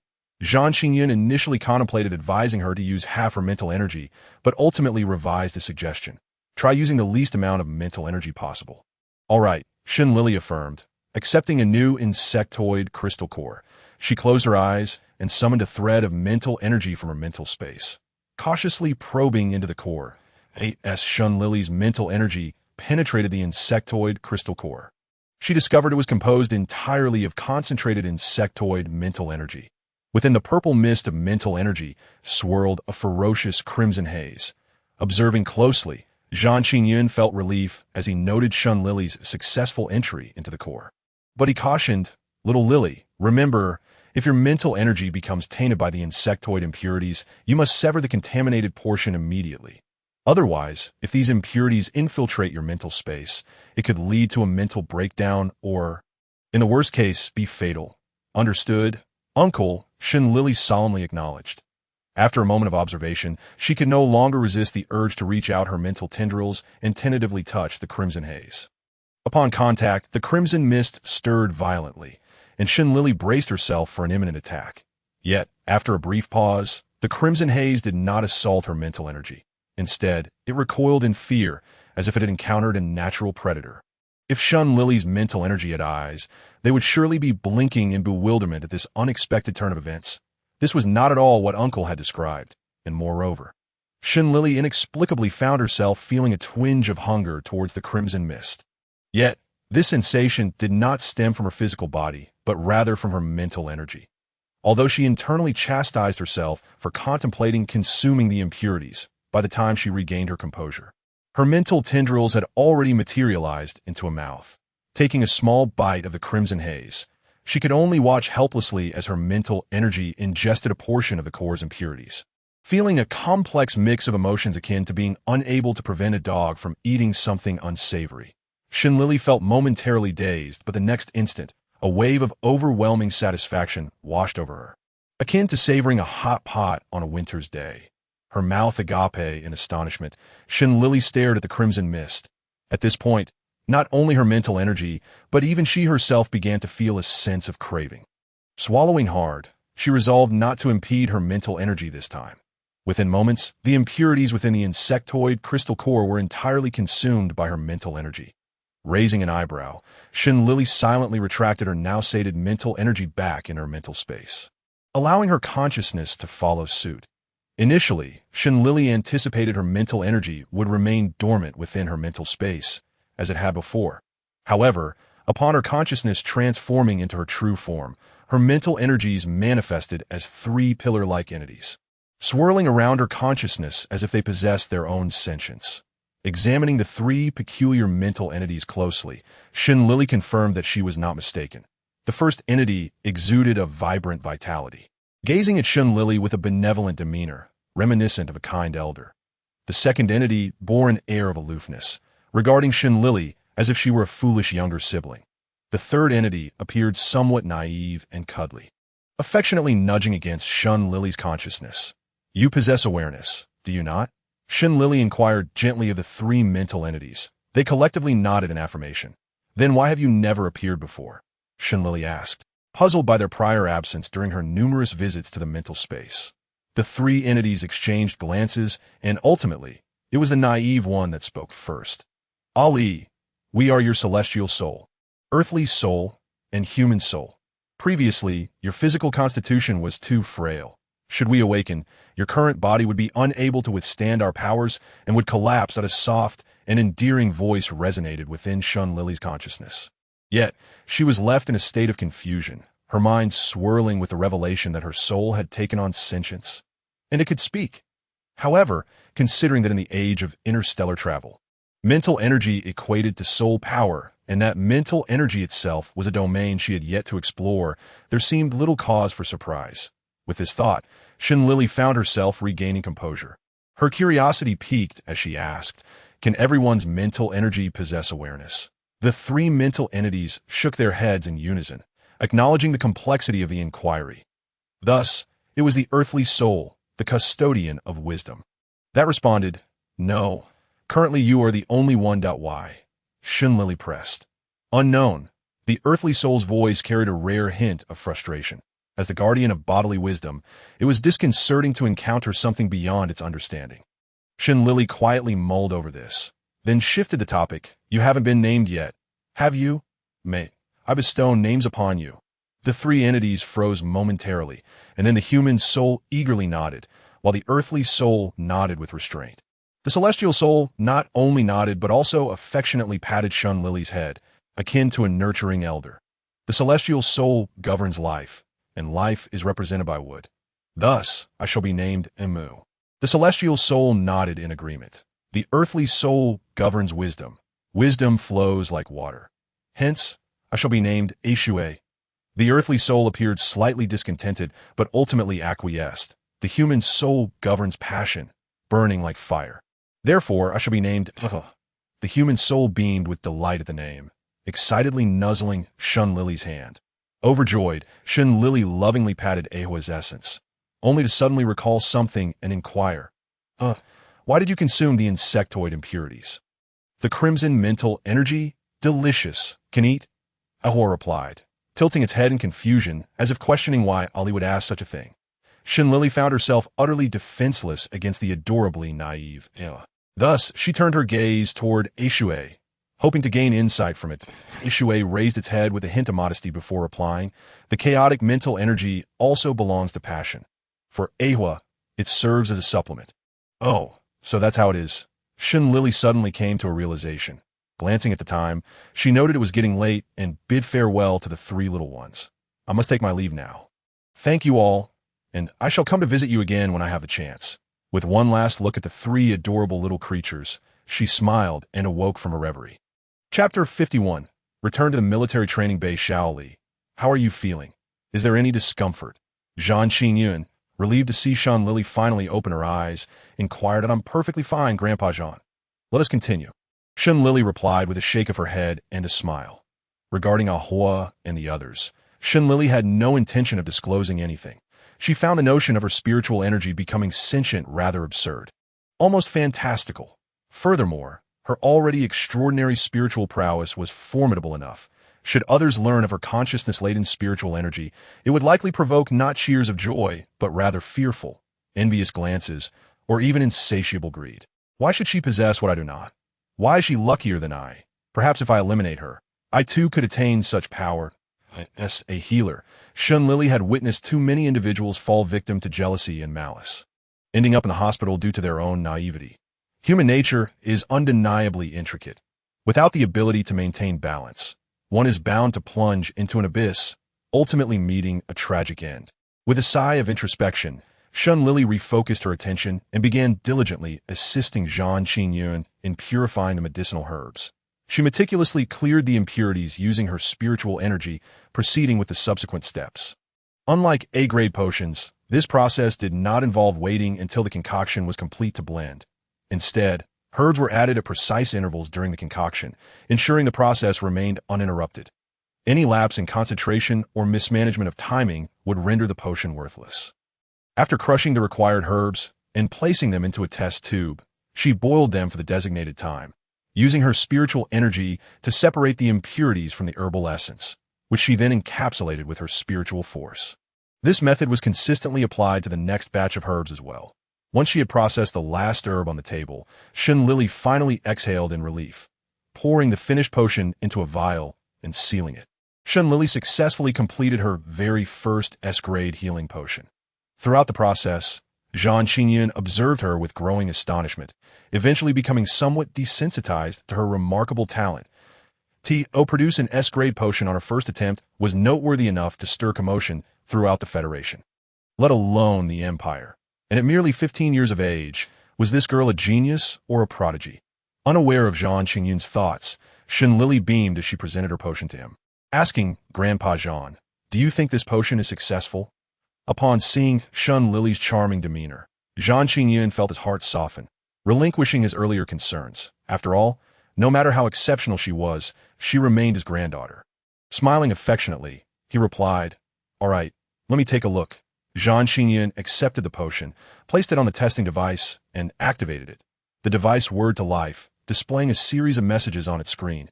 After a brief 10 seconds, it emitted a chime, halting its operation while a series of results gradually appeared. Potion name: S-grade high-level healing potion purity, 95 efficacy utilization rate, 96 impurity retention rate, 5 quality rating. SS. Upon seeing the anticipated results, Zhang Qingyun felt an overwhelming sense of admiration for Shun Lili's extraordinary abilities. This was perhaps the bittersweet burden of pride. "Shaoli, I have something important to discuss with you.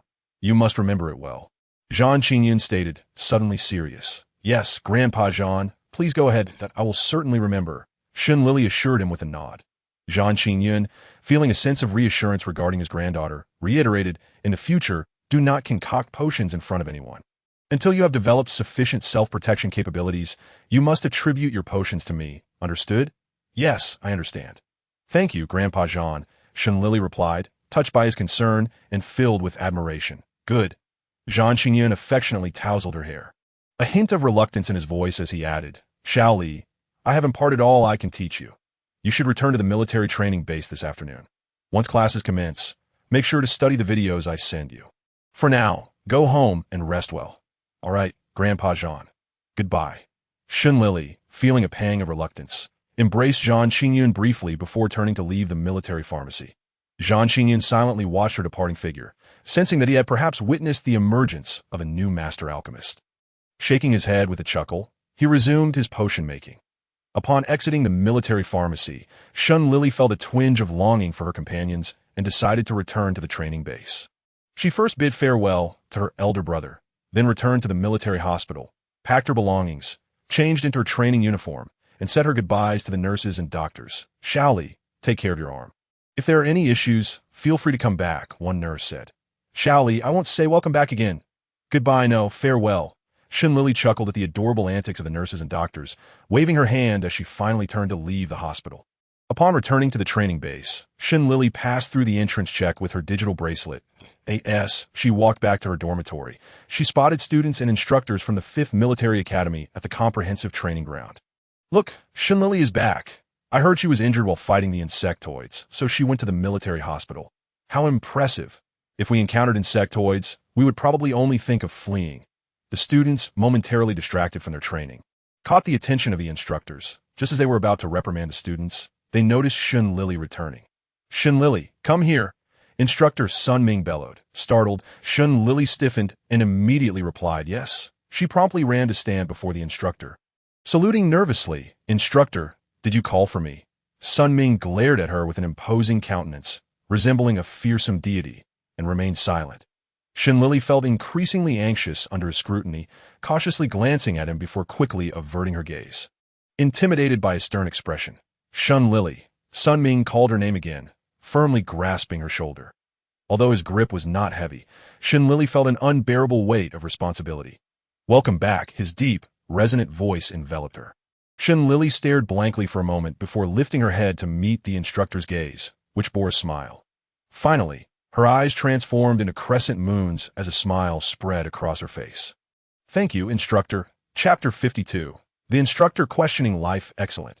You seem to be in good spirits. Come join us for training," Sun Ming said with a cheerful tone. However, Shun Lili could not share his enthusiasm and tentatively probed. "Instructor, shouldn't you be telling me to rest? Do you think you need to?" Sun Ming responded with an unyielding stare. I thought Shun Lili attempted to argue. Sun Ming, growing impatient, spun her around and gave her a gentle shove, exclaiming, "If you keep babbling, you'll have to make up for the 5 days of training you missed." Upon hearing this, Shun Lili's fatigue vanished, and she immediately joined her classmates for an obstacle course. Oh no. The students of the 5th Military Academy had initially expected Shun Lili to rest, but the turn of events prompted a majority to cheer her on. That "What's all this racket? Do you think you're a bunch of monkeys? Do you still want your scores?" Sun Ming barked like a stern judge. The students immediately quieted, each taking their place at the starting line of the obstacle course, awaiting instructor Shi Yang's whistle to commence. "Go, Shun Lili, come over here and put on the weighted ring," Instructor Lin Su kindly instructed.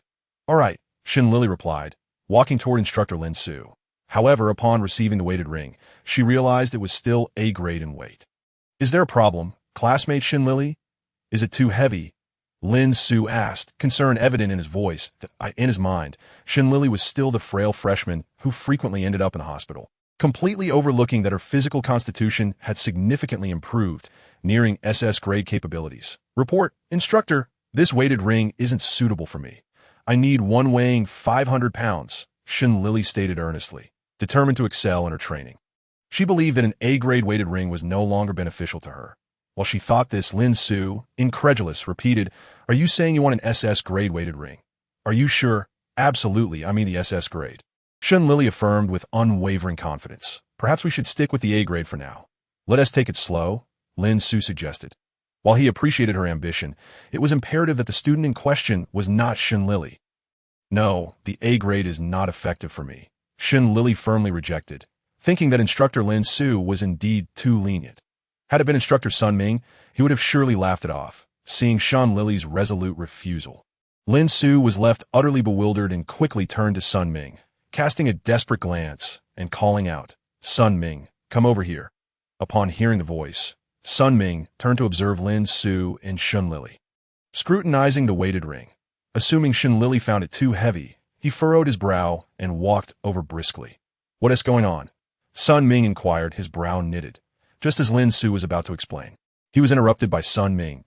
"I'm asking her. Shin Lili, you speak." Sun Ming's gaze was fixed intently on Shin Lili. If she dared to claim the A-class weighted ring was too heavy, Sun Ming was determined to ensure she would forever remember this moment as a rather memorable childhood experience. "Report, instructor. The A-class weighted ring is too light. I require the SS-class weighted ring." Shin Lili, slightly intimidated by Sun Ming's expression, straightened her posture and replied resolutely. Sun Ming stared at Shin Lili in astonishment, then quickly regained his composure and asked, "Are you certain?" "Absolutely. My physique has already reached the pinnacle of S-class. I merely need additional pressure to facilitate my upgrade." Shin Lili felt no need to conceal her physical condition and voiced her thoughts. Both Sun Ming and Lin Su's pupils constricted in shock as they exchanged a glance. Appearing as though they had seen a ghost, it was Sun Ming who first regained his senses, casting a complex gaze at Shin Lili for a while before turning to Lin Su and instructing. "Adjust it to 500 pounds. Understood." Although Lin Su was still a bit dazed, his hands instinctively adjusted the weighted ring to 500 pounds before handing it back to Shin Lili. Once she donned the adjusted weighted ring, she beamed and said, "Thank you, instructor. I shall commence training now." After Shin Lili departed, Shi Yang approached, noticing both Sun Ming and Lin Su were in a state of disbelief. Curiously, he asked, "What is wrong with you two?" When Shin Lili wasn't around, you were both filled with self-reproach. "Why are you so agitated now that she's back?" Sun Ming remained silent, pulling out a cigarette from his pocket, lighting it, and taking a contemplative puff before musically lamenting, "It's nothing. I just suddenly feel that being Shin Lili's instructor is both bittersweet and exhilarating." Shi Yang was perplexed, feeling as if Sun Ming had lost his mind. He turned to Lin Su and asked, "Is he all right?" "Yes, fine. The problem lies with me that I should have believed that daydreaming was possible. In dreams, anything can exist," Lin Su replied in a disjointed manner. Shi Yang's forehead twitched in irritation as he could no longer contain himself, delivering a playful punch on both their heads. "Ouch! That hurts! Shi Yang, what are you doing? Have you gone mad?" Both Lin Su and Sun Ming cried out in pain, crouching down to clutch their heads, with Sun Ming particularly incensed. "I sensed you both were a bit off, so I thought a little treatment might help you return to normal," Shi Yang said with a smirk. "With such violence towards your friends, it's no wonder you're still single at 30, Sun Ming retorted through gritted teeth, and Lin Su nodded in agreement, sharing the sentiment. Shi Yang let out a cold laugh, his eyes narrowing threateningly at the two jesters. "Are you two hoping for more treatment?" Both Sun Ming and Lin Su were instinctively terrified and embraced each other. However, once they realized what they were doing, they immediately pushed each other away in disdain. "I was just preparing to make a point. I was merely cultivating my emotions." Sun Ming feigned indifference. "Humph," Shi Yang scoffed, smirking with a gaze that seemed to say, "I am eagerly awaiting your performance." Chapter 53. Before the commissioning ceremony, this incident turned out to be a fortuitous event. Shin Lili's physique had ascended to the peak of S-class. alleviating the concern that had weighed heavily on their minds. Sun Ming spoke with a trace of skepticism. If Shin Lili hadn't stated it herself, even if one were to twist his head off and use it as a ball, he wouldn't believe it. Are you sure you're not joking? Shi Yang's immediate reaction was disbelief. Shin Lili merely spent a few days in the military hospital. It's not as if she was reborn. How could she have changed so dramatically? She said it herself. How could it be false? Sun Ming had almost accepted the situation and thus remained calm. After pondering for a moment, he voiced a speculation. I suspect Shin Lili's sudden upgrade is due to someone having repaired her physical foundation. Don't forget, she suffered from malnutrition for a whole decade. If it were adequately repaired, her physique could indeed progress rapidly. While the thought was lighthearted, the real question was, who possessed such capabilities? Shi Yang queried, casting a glance at his two companions, that I recall there as a master alchemist in the military's pharmacology department. And it seems he is Shin Lili's great-uncle, Lin Su suddenly recalled. The moment those words were spoken, it felt as though a mystery had been solved. The three instructors simultaneously felt a pang of envy, each pondering how Shin Lili must be the most well-connected individual in the Federation, seemingly linked to every prominent figure. Finally, Sun Ming gazed into the distance, exclaiming a phrase that Lin Su and the others could not comprehend. This must be what it means to be the protagonist. Meanwhile, Shin Lili was traversing a narrow beam. Due to the weighted ring, each step was taken with caution, fearing that a moment's imbalance would send her tumbling from the 5-meter-high beam. This morning's training involved obstacle courses, including a narrow beam, a cloud ladder, pull-ups on a horizontal bar, a flying maneuver on parallel bars, a 3-meter-high vault, a 100-meter rope climb, and various other challenges such as push-ups and sit-ups. After completing a lap of obstacles, Shin Lili was drenched in sweat. She wiped her dirty face with her sleeve, took a brief rest, and began another round of the obstacle course. She needed to complete 10 laps to qualify, which was a concession made due to her late arrival. Others had to complete at least 15 laps. By the time morning's physical training came to an end, the students appeared as if they had narrowly escaped disaster, yet still lined up obediently. Once the lines were orderly, the instructors used digital wristbands to assess each student, announcing their scores aloud. Number 12, 13 laps, 5 points, failure. Number 48, 15 laps, 8 points, pass. Number 69, 10 laps, 8 points, pass. Shin Lili was number 69, and she was pleasantly surprised to discover she had managed to achieve a passing score. Finally, she was not at the bottom of the physical training rankings. Overwhelmed with happiness, she felt like crying. After the scores were announced, Sun Ming gestured for silence. Once the students settled down, he spoke, "Tomorrow is Friday. The day we showcased the training results from our 5 military academies over the past week.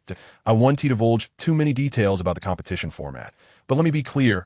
Anyone who dares to falter tomorrow will have to face the consequences for me. Do you all understand?" "Understood," the students responded loudly and in unison. Satisfied, Sun Ming nodded and scanned the students with a rare smile. This afternoon's mental training is cancelled at 2 p.m. Everyone is to gather in the reception hall for Shin Lili's commissioning ceremony. Let us first offer a round of applause for our little hero, Shin Lili. As he finished speaking, Sun Ming initiated the applause. The sound of thunderous clapping enveloped Shin Lili, who felt a surge of embarrassment as she shyly covered her face. The surrounding students cheered enthusiastically, their gazes filled with unmasked admiration and envy. "Ollie, you are truly remarkable," shouted Bu Lingling from the front row, clapping her hands. "Receiving a commission before even joining the military? Shin Lili, you are destined for greatness. We'll be counting on you in the future," chimed in another unidentified student. "Shin Lili, you are the pride of our 5th military academy. Those who mock you are fools." Overwhelmed by the encouragement from her classmates, Shin Lili bowed slightly, her voice filled with gratitude as she exclaimed, "Thank you, everyone." A whistle pierced the air, and Sun Ming smiled, declaring, "All right, I hereby announce the dismissal. Shin Lili, come here for a moment." Shin Lili had initially intended to join her roommates for a meal in the cafeteria, but upon hearing her instructor call her name, she had no choice but to comply. After bidding farewell to her friends, she approached the instructors and asked curiously, "Instructor, is there something you need? Have you prepared your speech for the afternoon?" Sun Ming asked with concern, the moment this topic arose. Shin Lili's face displayed a sweet smile that was both awkward and charming. "Instructor, don't worry. I've been preparing for 3 days and nights." Sun Ming felt there was something peculiar about Shin Lili at that moment, but chose to overlook it. He retrieved a deep blue military uniform with gold embroidery from his storage and handed it to her, instructing, "This afternoon, you will be the star. Arrive backstage half an hour early, and don't forget to change into this uniform." Lili solemnly accepted the military attire from the instructor, her expression serious as she replied, "Thank you, instructor. I understand." Sun Ming ruffled her hair with a smile, saying, "All right, you may return now." "Yes, goodbye, instructor." Lili placed the military uniform into her storage button and, after bidding farewell to her instructor, made her way back to the dormitory. Chapter 54. During the commissioning ceremony after the physical training concluded, students from the 5 military academies received notifications from their respective instructors. The afternoon's mental training was uniformly replaced with participation in Lili's commissioning ceremony. Reactions to this event varied among the different military academies. The cadets of the 1st Military Academy reacted to the news with furrowed brows, expressing their discontent at being compelled to partake in such a tedious ceremony, which they believed would disrupt their training. Meanwhile, the affluent students of the 2nd Military Academy grumbled enviously, asserting that such an opportunity for ostentation should rightfully belong to them. In contrast, the 3rd Military Academy maintained a tranquil demeanor, with students displaying little interest beyond their fascination with pharmaceuticals. The students of the 4th Military Academy considered themselves superior, although they refrained from vocalizing their sentiments. Internally, they were seething with jealousy that, in stark contrast, the students of the 5th Military Academy brimmed with exuberance akin to a festive occasion, eagerly preparing for the rank conferral ceremony. After their midday break, nearly every student arose early to groom themselves, styling their hair and checking their reflections in the mirror, determined to be the most striking among the 5 academies, by 1:30 in the afternoon. The audience seats in the reception hall were filled with students from all the military academies, arranged in descending order of rank. As the ceremony had yet to commence, the students engaged in mundane conversations, occasionally casting curious glances at the instructor seated in the front row of the podium. In the audience of the 4th Military Academy, Lin Shuai and Lin Cixi occupied seats near the stage. As boredom began to set in, Lin Shuai nudged his sister, asking, "Sister, do you think it will be someone special who confers the rank to Lili today?" "I don't know. Perhaps it will be the instructors." Lin Cixi replied nonchalantly. Typically, ranks are conferred by elders or superiors. If none are present, the instructors will likely step in. "I have a feeling there might be a surprise," Lin Shuai said eagerly. Lin Cixi remained indifferent. After all, she attended such ceremonies several times a year. Were it not for her close friend's rank conferral today, she would have little interest, especially with the pervasive whispers disparaging her friend, which only fueled her irritation. "Do you think Lili's rank is due to her association with Shun Kaiyan?" "That is hard to say. It's quite possible. After all, one cannot be awarded ranks prematurely. Typically, it only occurs after entering the ranks." Came to retort, "Exactly. I despise people like Lili who ingratiate themselves for personal gain. They're a waste of military academy slots, unable to endure the slander any longer."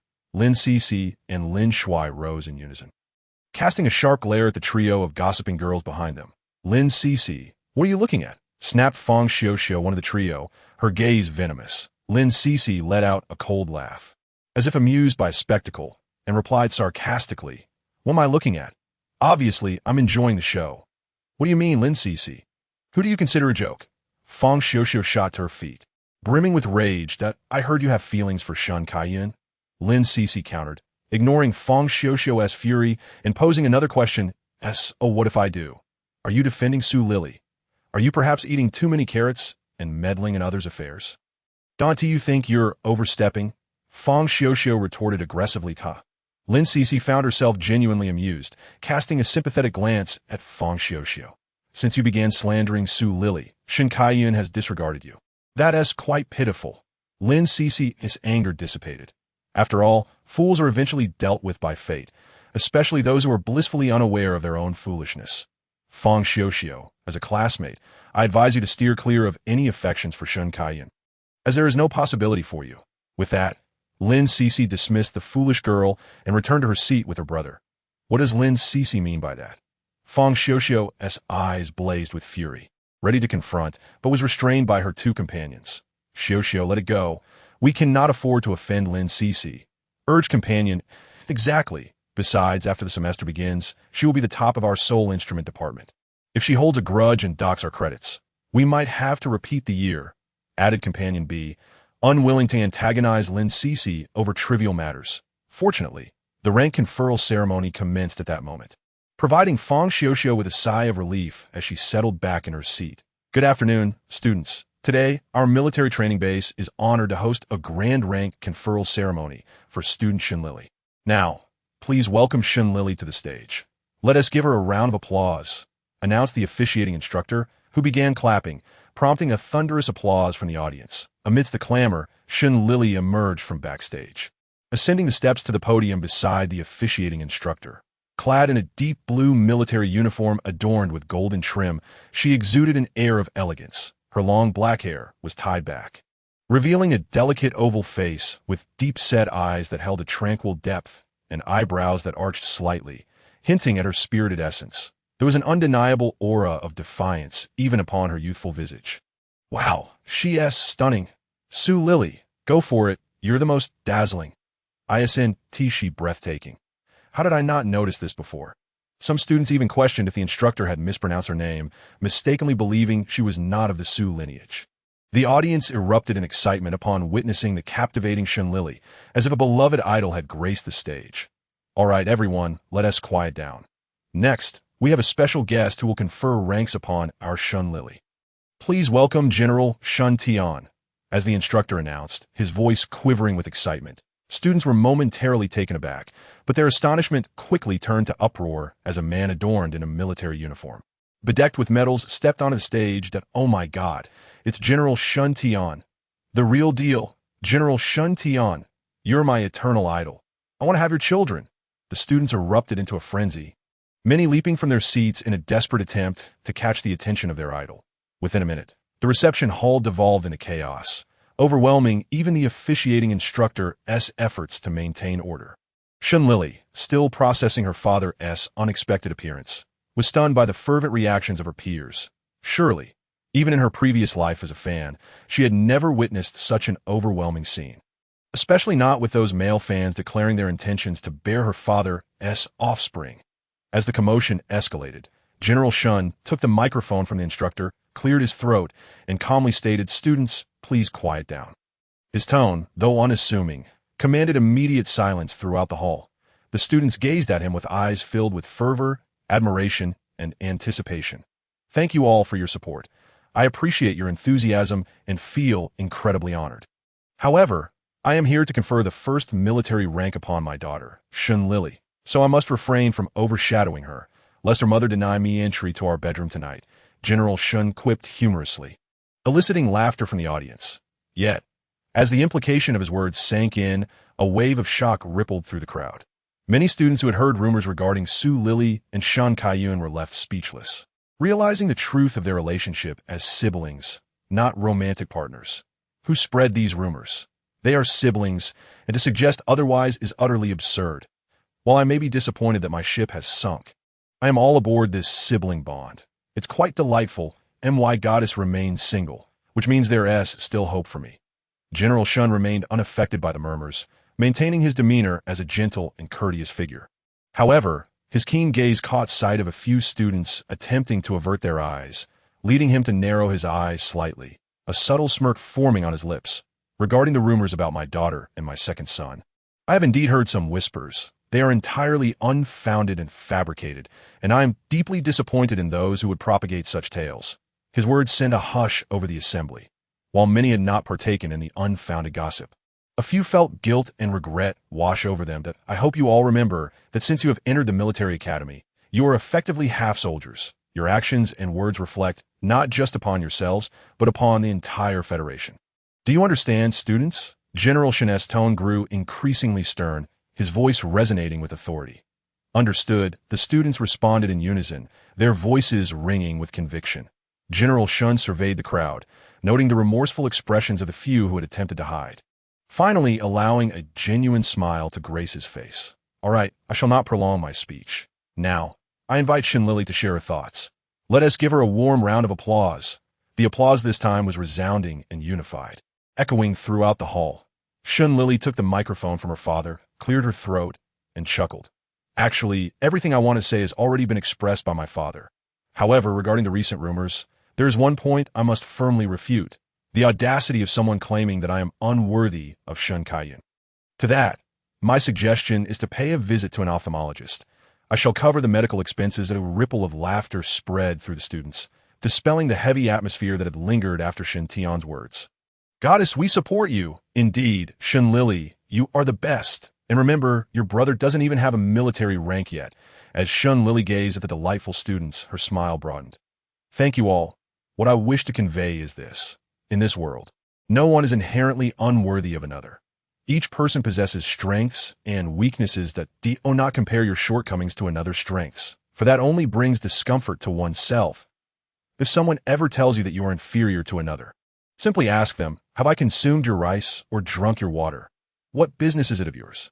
Laughter erupted among the students in the reception hall, and Shun Lili, amidst the joyful sounds, returned the microphone to the host instructor. Now that we have concluded the opening remarks, let the military rank conferral ceremony officially commence. As the instructor's words faded, the national anthem of the Federation resounded, prompting the students to return to their seats and observe the podium in solemn silence. During the anthem, a master of ceremonies emerged from backstage, holding a long tray draped in velvet, upon which rested a military cap and medal. Once the master of ceremonies reached Shen Tian's side, Shun Lili stepped forward, her fingers together in a salute. Shen Tian's eyes sparkled with pride as he returned the gesture, then gently placed the cap upon Shun Lili's head, ensuring it was straight. He then picked up the medal and affixed it to her military uniform, his expression turning serious and solemn as he declared, "A military cap symbolizes responsibility. A uniform embodies solemnity. Military boots tread a sacred path. A soldier bears a mission. From this day forth, you, Shun Lili, shall be a soldier of the Federation with the rank of private, which signifies that you will assume greater responsibilities. Shun Lili, I ask you once more on behalf of the Federation, do you wish to become a glorious soldier?" "I do." Shun Lili saluted, her response unwavering. "All right, all comrades, salute to classmate Shun Lili." Shen Tian's eyes glistened with a mix of pride and parental reluctance. Everyone in the reception hall rose to their feet, paying their respects to Shun Lili with military salutes, each gaze filled with blessings and admiration. For upon becoming a soldier of the Federation, Shun Lili would no longer belong solely to her family, but to the nation known as the Federation. Chapter 56. A gift from friends. After the rank conferral ceremony concluded, students gradually exited the reception hall. Some took advantage of the remaining daylight to train at their preferred training grounds, while others returned to their dormitories to prepare for the upcoming competition. After bidding farewell to her father, Shun Lili changed back into her military training uniform, carefully folded her military attire, and stored it away before stepping out of the reception hall alone. As she exited, Shun Lili spotted her second brother, Shun Kaiyun, energetically waving at her from a nearby grove. "Little sister, come here." He beamed, his expression brimming with excitement, as if he had something delightful to share. Shun Lili raised an eyebrow. Although she was uncertain of her brother's intentions, she decided to approach. "What brings you here?" Upon reaching Shun Kaiyun, she discovered not only him, but also 5 familiar faces in the grove. "Sister Lili, are you unhappy to see us?" Lin Shuai, bouncing over like a golden retriever, feigned a pitiful expression. Shun Lili's eyes softened as she ruffled Lin Shuai's hair and replied with a smile. "I'm very happy, just a bit surprised." "Hey, Sister Lili, this is a gift I prepared for you to celebrate your military rank." Lin Shuai presented her with a mech figurine. "Thank you, I love it." Shun Lili accepted the mech figurine, examining it curiously as she smiled. "Alalai, this is my gift for you. Knowing your fondness for mechs, I got you this S-grade energy stone, wishing you a swift ascent to becoming a mech master." Lin Cece produced a small box, opening it to reveal the S-grade energy stone within. The energy stone, essential for powering mechs, not only fueled their movement, but also enhanced their weaponry, though it appeared to be a simple black iron stone. An S-grade energy stone typically had a starting price of at least $1 million, and acquiring such resources was often monopolized by the authorities, especially those classified as S-grade and above, which were officially prohibited from sale. Hence, this gift struck a chord with Shun Lili. "Thank you, Cece," Shun Lili exclaimed, delighted as she accepted the energy stone. Meanwhile, Zhang Yuanhao produced a slightly larger box from his spatial storage and handed it to Shun Lili. "Cousin, this is my blessing gift for you. Open it and see if you like it." Shin Lili opened the gift with curiosity and was astonished to find that it was a small spatial storage unit containing a set of exquisite alchemy equipment.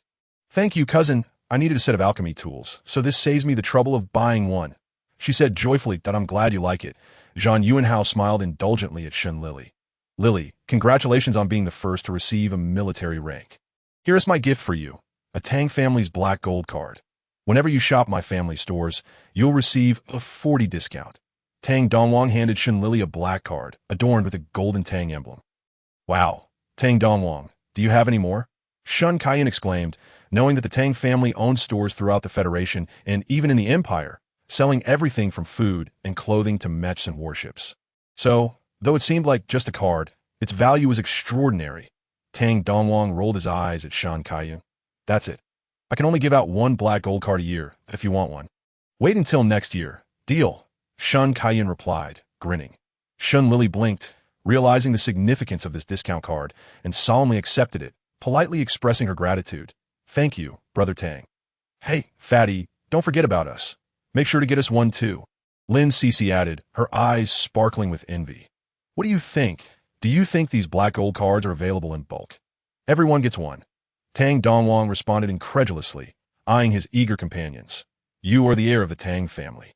If you can't have one, then no one can be generous. My brother doesn't need one, just give one to the four of us. Lin Cece raised an eyebrow, winking as she smiled. Tang Dongwang looked at his four companions and sighed. I'll ask my father when I get back, if he agrees. Then you can have one as for Shuai. I can still give him an 80% discount golden card. After saying this, Tang Dongwang produced a golden card from his spatial unit and handed it over. Thank you, Brother Tang. Lin Shuai beamed as he accepted the golden card. His sister and the others were already heirs to their family and would eventually receive a black gold card, while Lin Shuai, as a direct descendant, felt fortunate to receive a golden card, enough to boast to the clan elders back home that W.S. expected of Tang Fatty. So generous. Shin Kaiyun and the others gave him a thumbs up. Even the usually stoic Zhou Wanfeng joined in with a thumbs up. All right. Let us see what gift old Zhou has prepared, Tang Dongwang said, somewhat bashfully changing the subject. Upon hearing this, Zhou Wanfeng's expression remained unchanged as he silently retrieved a delicate and compact energy pistol designed for women from his spatial unit. Ah, I knew it would be a gun, Tang Dongwang remarked with a knowing look. Yes, Alphone loves giving guns. He gifted me one for my last birthday, too, Shun Kaiyun recalled with a chuckle. My great-grandfather received a gun at his age. Nearly losing his dentures from laughter at the expression on his face, Tang Dongwang laughed heartily. Even my newborn cousin received a toy gun. Otherwise, my aunt and uncle would have flipped out. Lin Cece joined in, giggling. Chapter 57. The heir's past. Have you said enough? Zhou Wanfeng narrowed his eyes, his tone devoid of any inflection, sending an icy chill down Shun Kaiyun, Tang Dongwang, and Lin Cece's spines. Unbeknownst to them, the energy pistol in Zhou Wanfeng's hands had morphed into his top-tier energy weapon, and he was now casually aiming it toward the three of them, as if it might accidentally discharge at any moment. The smiles on Shun Kaiyun and his companions faded, a palpable sense of danger prompting them to fall silent.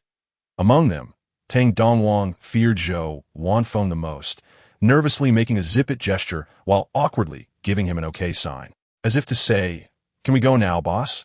Zhou Wanfeng wore a stern expression and remained silent, yet he retracted the energy gun into the spatial button. Turning to Shin Lili, he urged with an icy demeanor. If it breaks in the future, you can come to me for repairs that if you no longer wish to keep it, you may return it to me. All right, thank you, Brother Zhou, I will cherish it dearly. Shin Lili solemnly promised that, Zhou Wanfeng's voice still bore no discernible emotion.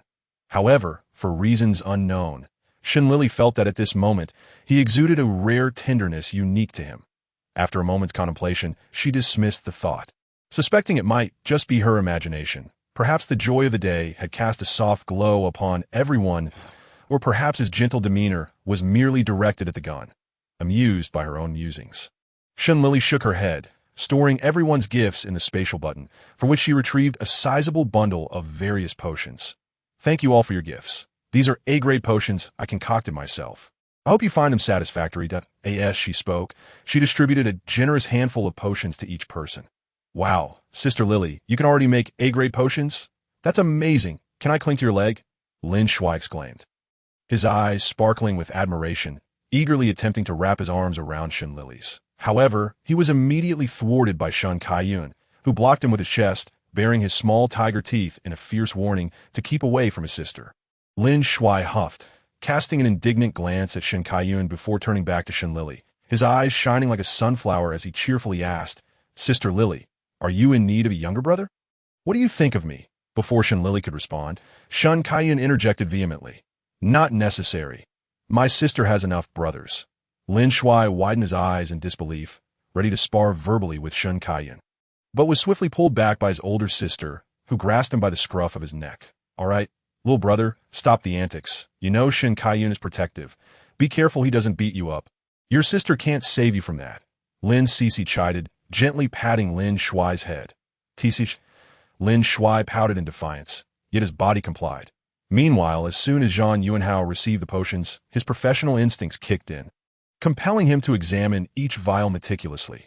There were about 20 potions, predominantly A-grade healing ones, alongside some for hair growth, height enhancement, cancer resistance, and intriguingly, one for breast enhancement. Zhang Yuanhao winced, unable to bear the sight, and rubbed his forehead before placing all the potions into the spatial button. The others did not react as dramatically. Their happiness stemmed more from Shun Lili's heartfelt gesture. After the gifts were exchanged, everyone bid farewell, leaving only Shun Lili and Shun Kaiyun to walk back to their dormitory together. "Ollie, did you enjoy today?" Shun Kaiyun casually inquired. "Yes, perhaps today is the happiest day I've had since arriving here," Shun Lili replied, recalling Shun's father, Lin Sisi, and Lin Shuai. A genuine smile spreading across her face. By the way, second brother, you and Zhou Wanfeng, being heirs of the 5 great families, why is it that you do not compete against each other but instead maintain such a good relationship? Shun Lili voiced a question that had lingered in her mind. During the exam, she had initially believed the families would engage in treachery and rivalry, only to be stunned by their camaraderie. Shun Kaiyun reflected briefly, then expressed in truth it wasn't always so amicable, particularly with Tang Dongwang, who was quite the spoiled brat that I would often end up fighting him whenever we crossed paths. Shun Lili felt a wave of understanding wash over her. It made sense why Tang Dongwang had been so fixated on Shun Kaiyun during the exam. This rivalry had evidently begun in their youth. "What about Lin Sisi? How did you all end up together?" she inquired with curiosity. Lin Sisi, that tomboy, loved to pick fights with boys when we were young. It's easy for friendships to blossom amidst such brawls. Ahem, I mean brotherhood, Shun Kaiyun clarified quickly, wary of his sister misinterpreting his words.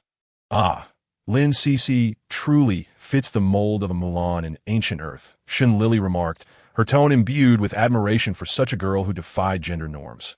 "Little sister, as much as you admire her, you mustn't emulate her. What girl behaves so recklessly? She has no feminine qualities at all," Shun Kaiyun cautioned, hoping to steer his sweet, demure sister away from becoming a tomboy. Shun Lili huffed in protest, but pressed on. "You still haven't mentioned Zhou Wanfeng." When Zhou Wanfeng's name came up, Shun Kaiyun fell into a rare silence before finally speaking. "Zhou Wanfeng has had his share of difficulties, despite his formidable talent that secured his position as heir to the Zhou family. He is not of the direct lineage. Moreover, the family head has his own son, which complicates Zhou Wanfeng's standing within the family, likely making it less glamorous than it appears. Could it be that he has faced some unfortunate circumstances in the past?"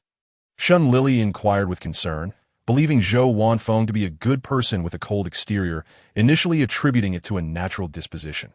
However, she now suspected there might be deeper, undisclosed issues behind it. "I cannot speak for everything, but there was indeed a significant incident that caused quite the uproar between the Tang and Zhou families," Shun Kaiyun recalled, unable to suppress a smirk at the thought. "That sounds intriguing, second brother. Please do tell," Shun Lili urged, her curiosity piqued. Shun Kaiyun, not one to withhold the tale, began. "This dates back 10 years, when Zhou Wanfeng was designated as the heir to the Zhou family. While the family head himself was indifferent, his wife viewed Zhou Wanfeng as a thorn in her side, believing he usurped her son's rightful place. That makes Zhou Wanfeng quite pitiable. He must have faced substantial opposition." Shun Lili sympathized, imagining the inter-family politics akin to a galactic palace intrigue. Shun Kaiyun burst into laughter, ruffling his sister's hair. "You underestimate old Zhou. Whenever his wife sought trouble with him, he would retaliate by targeting her son. Even if he suffered incidental injuries, they would somehow be blamed on her son." "Ha, Zhou Wanfeng is quite the character, Shun Lili praised. Give him a thumbs up? Please continue. I sense that things are about to become even more entertaining.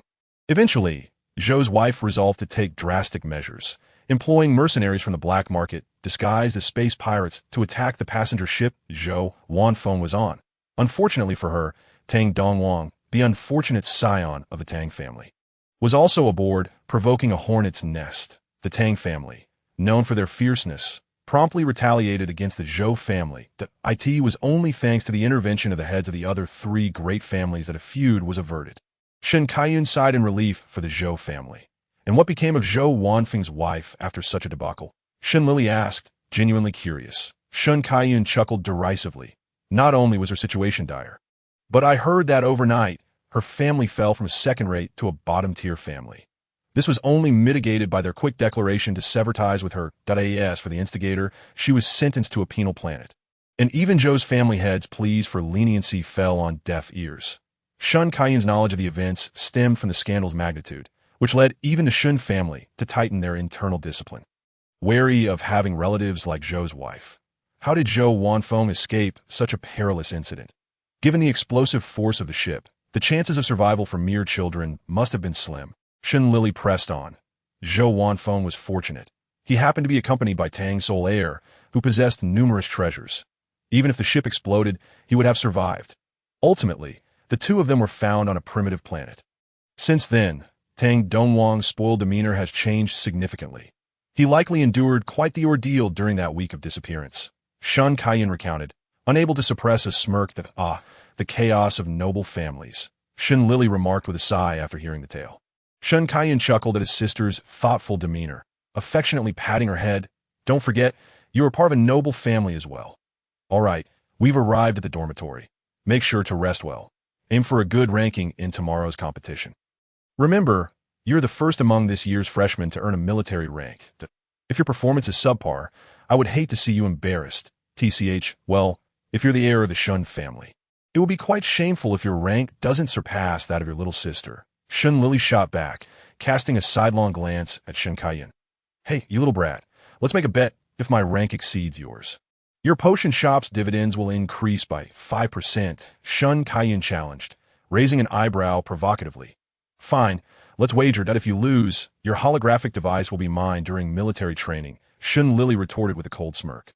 Deal. As Shun Kaiyun's fighting spirits surged, it felt as though a fully grown white tiger loomed behind him, gazing down at Shun Lili. However, the majestic eyes of the tiger carried a hint of fondness, reminiscent of an elder watching over mischievous younger siblings. No problem. Shun Lili responded, equally ignited by the competitive spirit, as if her own companions, a Shui, and a Mu, had appeared behind her. A Mu maintained a benevolent demeanor, albeit now imbued with a touch of authority, as if to warn anyone against threatening his cherished sibling. But a Shui retained her composed appearance. Yet her spiritual essence exuded an unshakable confidence born from countless victories. Ahua, brimming with enthusiasm, eagerly shook his spiritual form, poised to leap into action at his master's call, ready for a spirited contest. The invisible tension thickened between Shun Lili and Shun Kaiyun, and after a prolonged standoff, they exchanged knowing huffs before retreating to their respective dormitories. Upon entering her building, Shun Kaiyun paused, seemingly in introspection, murmuring to himself, Asu, those three were my sister's spiritual entities, weren't they? The white tiger in Shun Kaiyun's mental realm nodded slightly, and a youthful voice resonated within his mind. Indeed, their awakening signifies that your sister's constitution is on the verge of breaking through to SS level. Otherwise, they would remain dormant due to her physical limitations. A smile crept upon Shun Kaiyun's lips, akin to a heavy burden being lifted from his heart, as he expressed his relief. That's splendid. I can rest easy now. Sue, recalling something, teased, now that your sister's spiritual entities have awakened. It implies she has the potential to inherit the Shun family legacy, which may jeopardize your own position as heir. Shun Kaiyun chuckled indulgently, albeit with a hint of resignation. You know, I've never cared about that. I merely wish to spare my sister from the family's constraints. It's a pity that my elder brother hasn't awakened his spiritual entity. Otherwise, who would willingly take on the role of the Shun family heir? Does your brother know you think of him as a burden? Asu rolled his eyes. Isn't that what brothers are for? Shin Kaiyun flashed a cheeky grin and resumed his path toward the male dormitory. In every generation of the 5 prominent families, one individual naturally awakens a spiritual entity, allowing them to command the legendary mechas passed down through the generations. Such individuals are referred to as heirs by the 5 families.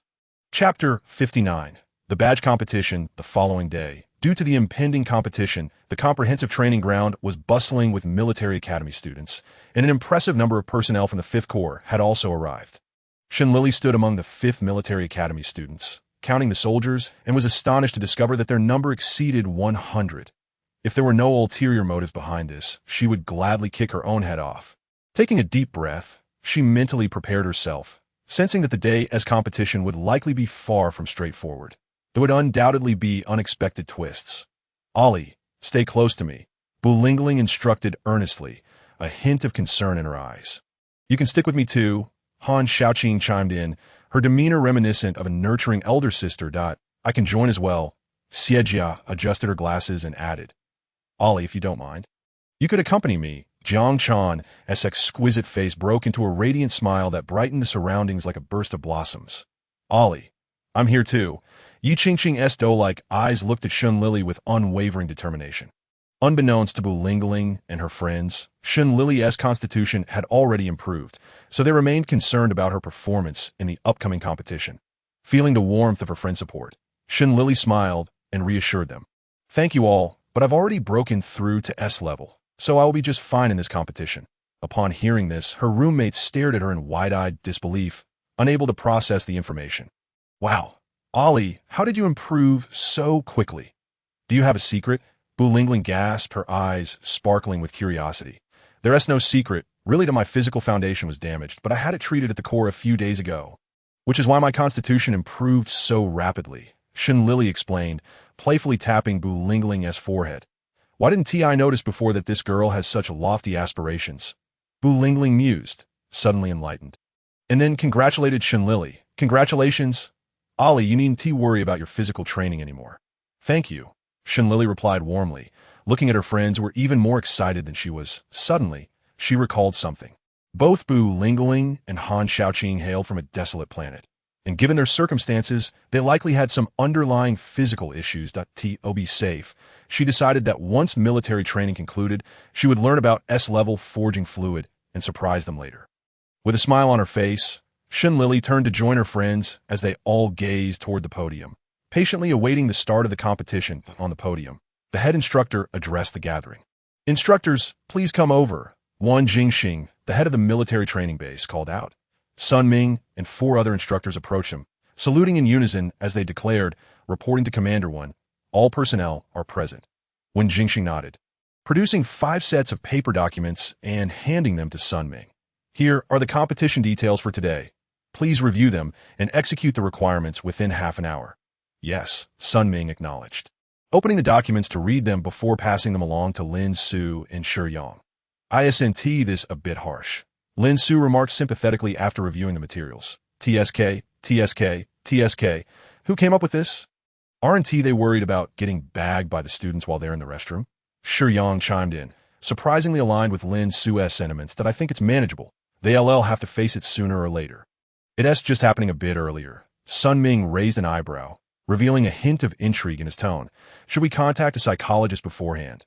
Today, many students might experience some psychological distress," Shi Yang genuinely suggested.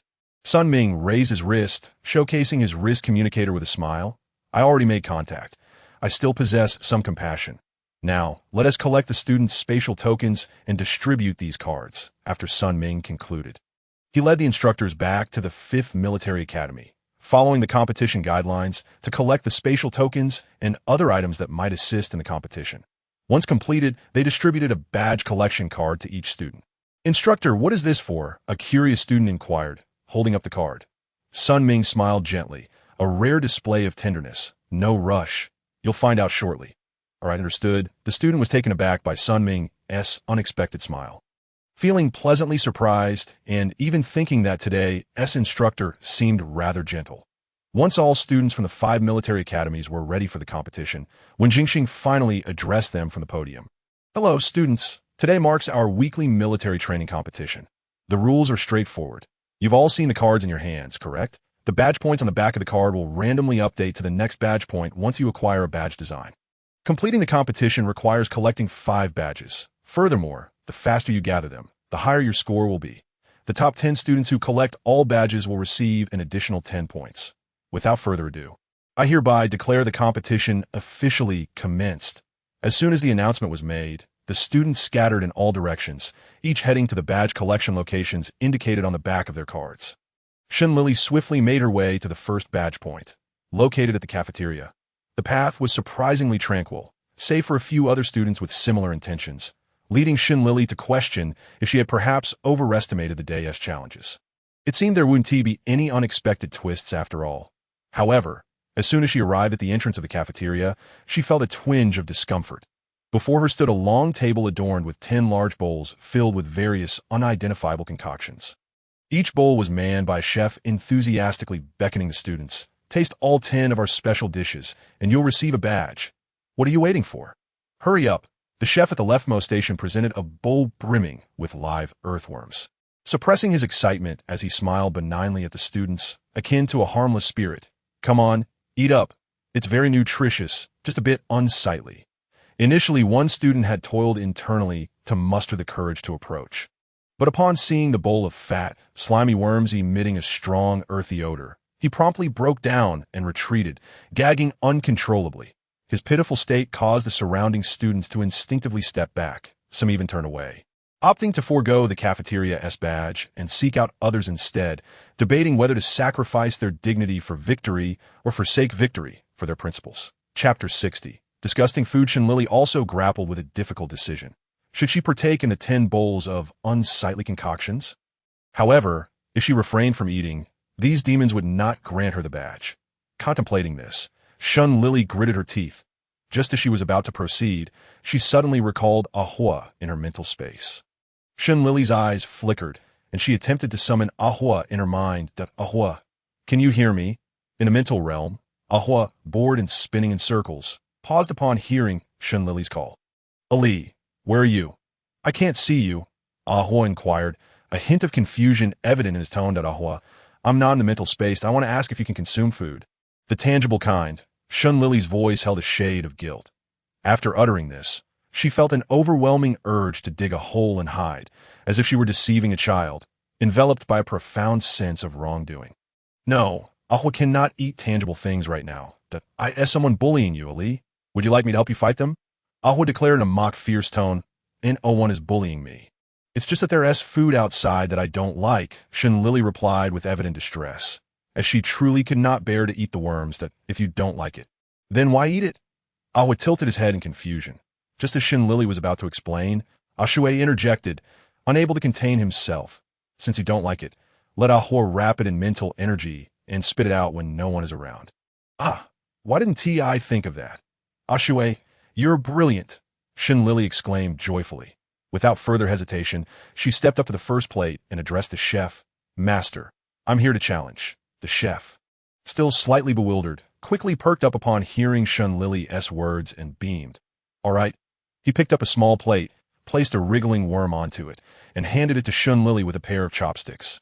As she accepted the plate, her hands trembled slightly.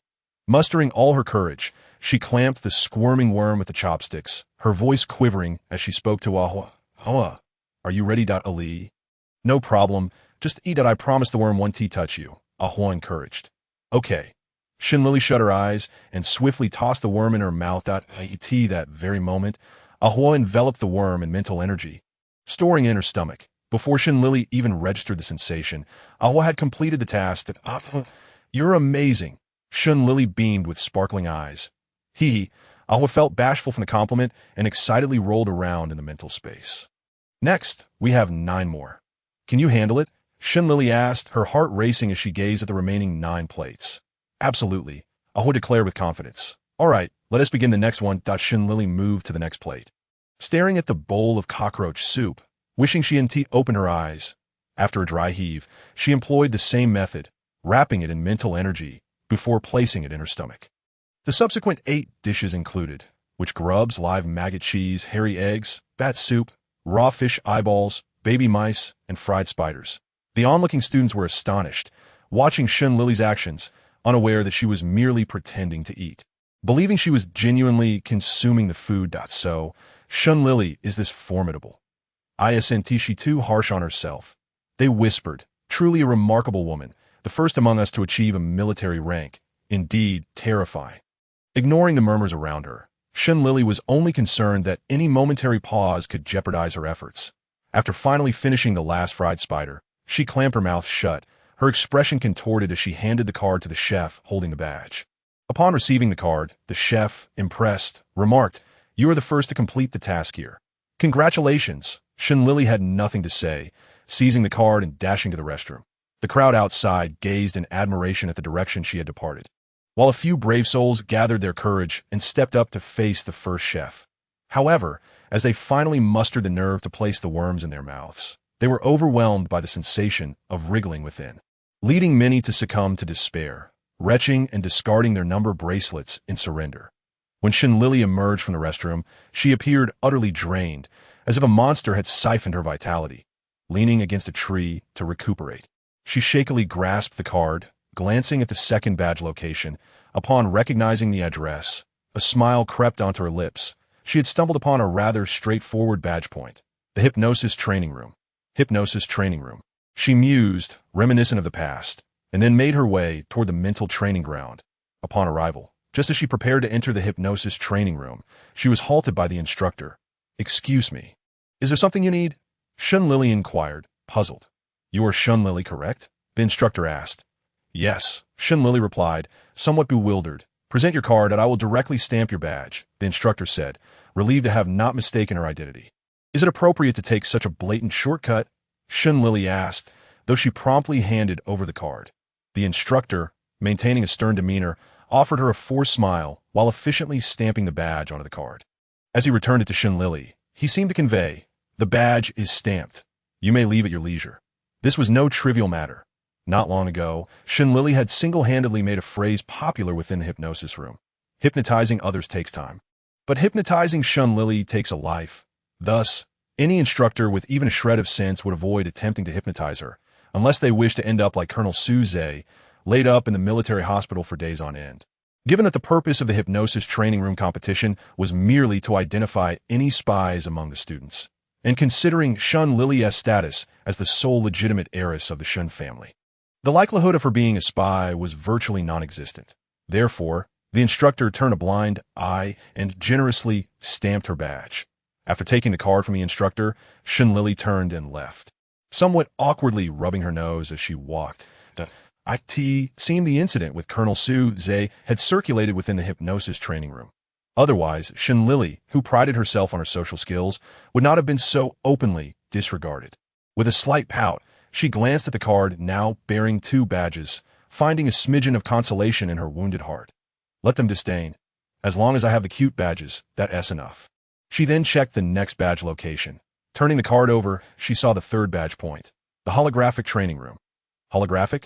What is this training about? Shun Lili pondered, feeling perplexed. Yet overthinking was futile, and she resolved to investigate first. The holographic training room was also located within the mental training ground, and Shun Lili arrived shortly.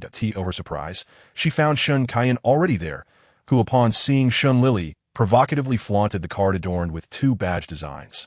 Waving it in front of her, "Little sister, prepare to concede," Shun Kaiyan taunted with a smug grin. "Don't you think it's too early to say that, second brother?" Shun Lili countered defiantly, showcasing her own card with 2 badge designs.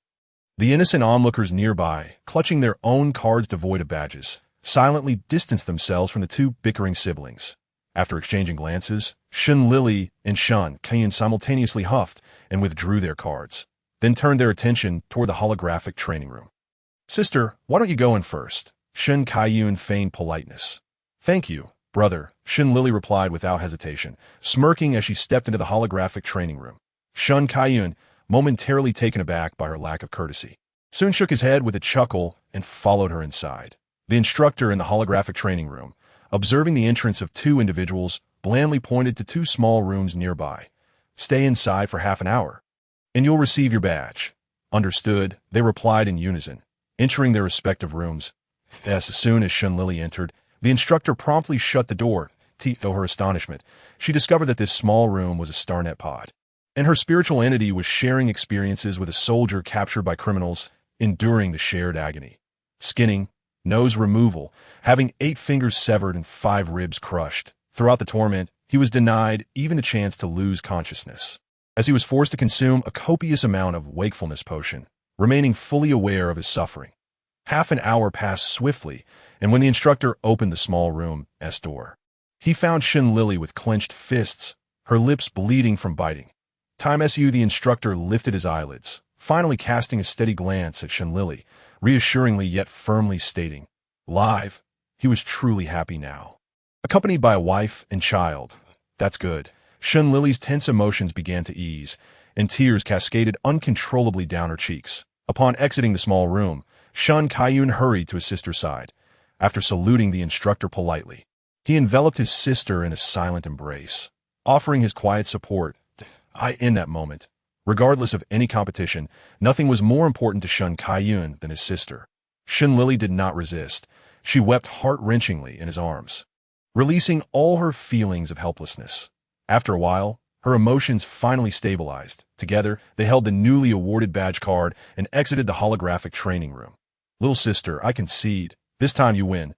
Less forfeit," Kayun said, unable to bear seeing his cherished sister endure further suffering. Just moments ago, Lili had nearly shattered his heart with her tears, and he wished to avoid such helplessness again, compared to losing. Her tears were the most formidable weapon, striking directly at his heart and leaving him utterly defenseless. Moreover, Lili was not a combat type. She should not have to endure such trials. However, upon hearing his words, Lili felt no gratitude. Instead, her anger surged from 0 to 100. Kayun, repeat what you just said. She glared fiercely at her elder brother, her eyes ablaze with fury. "But I said it was for your own good."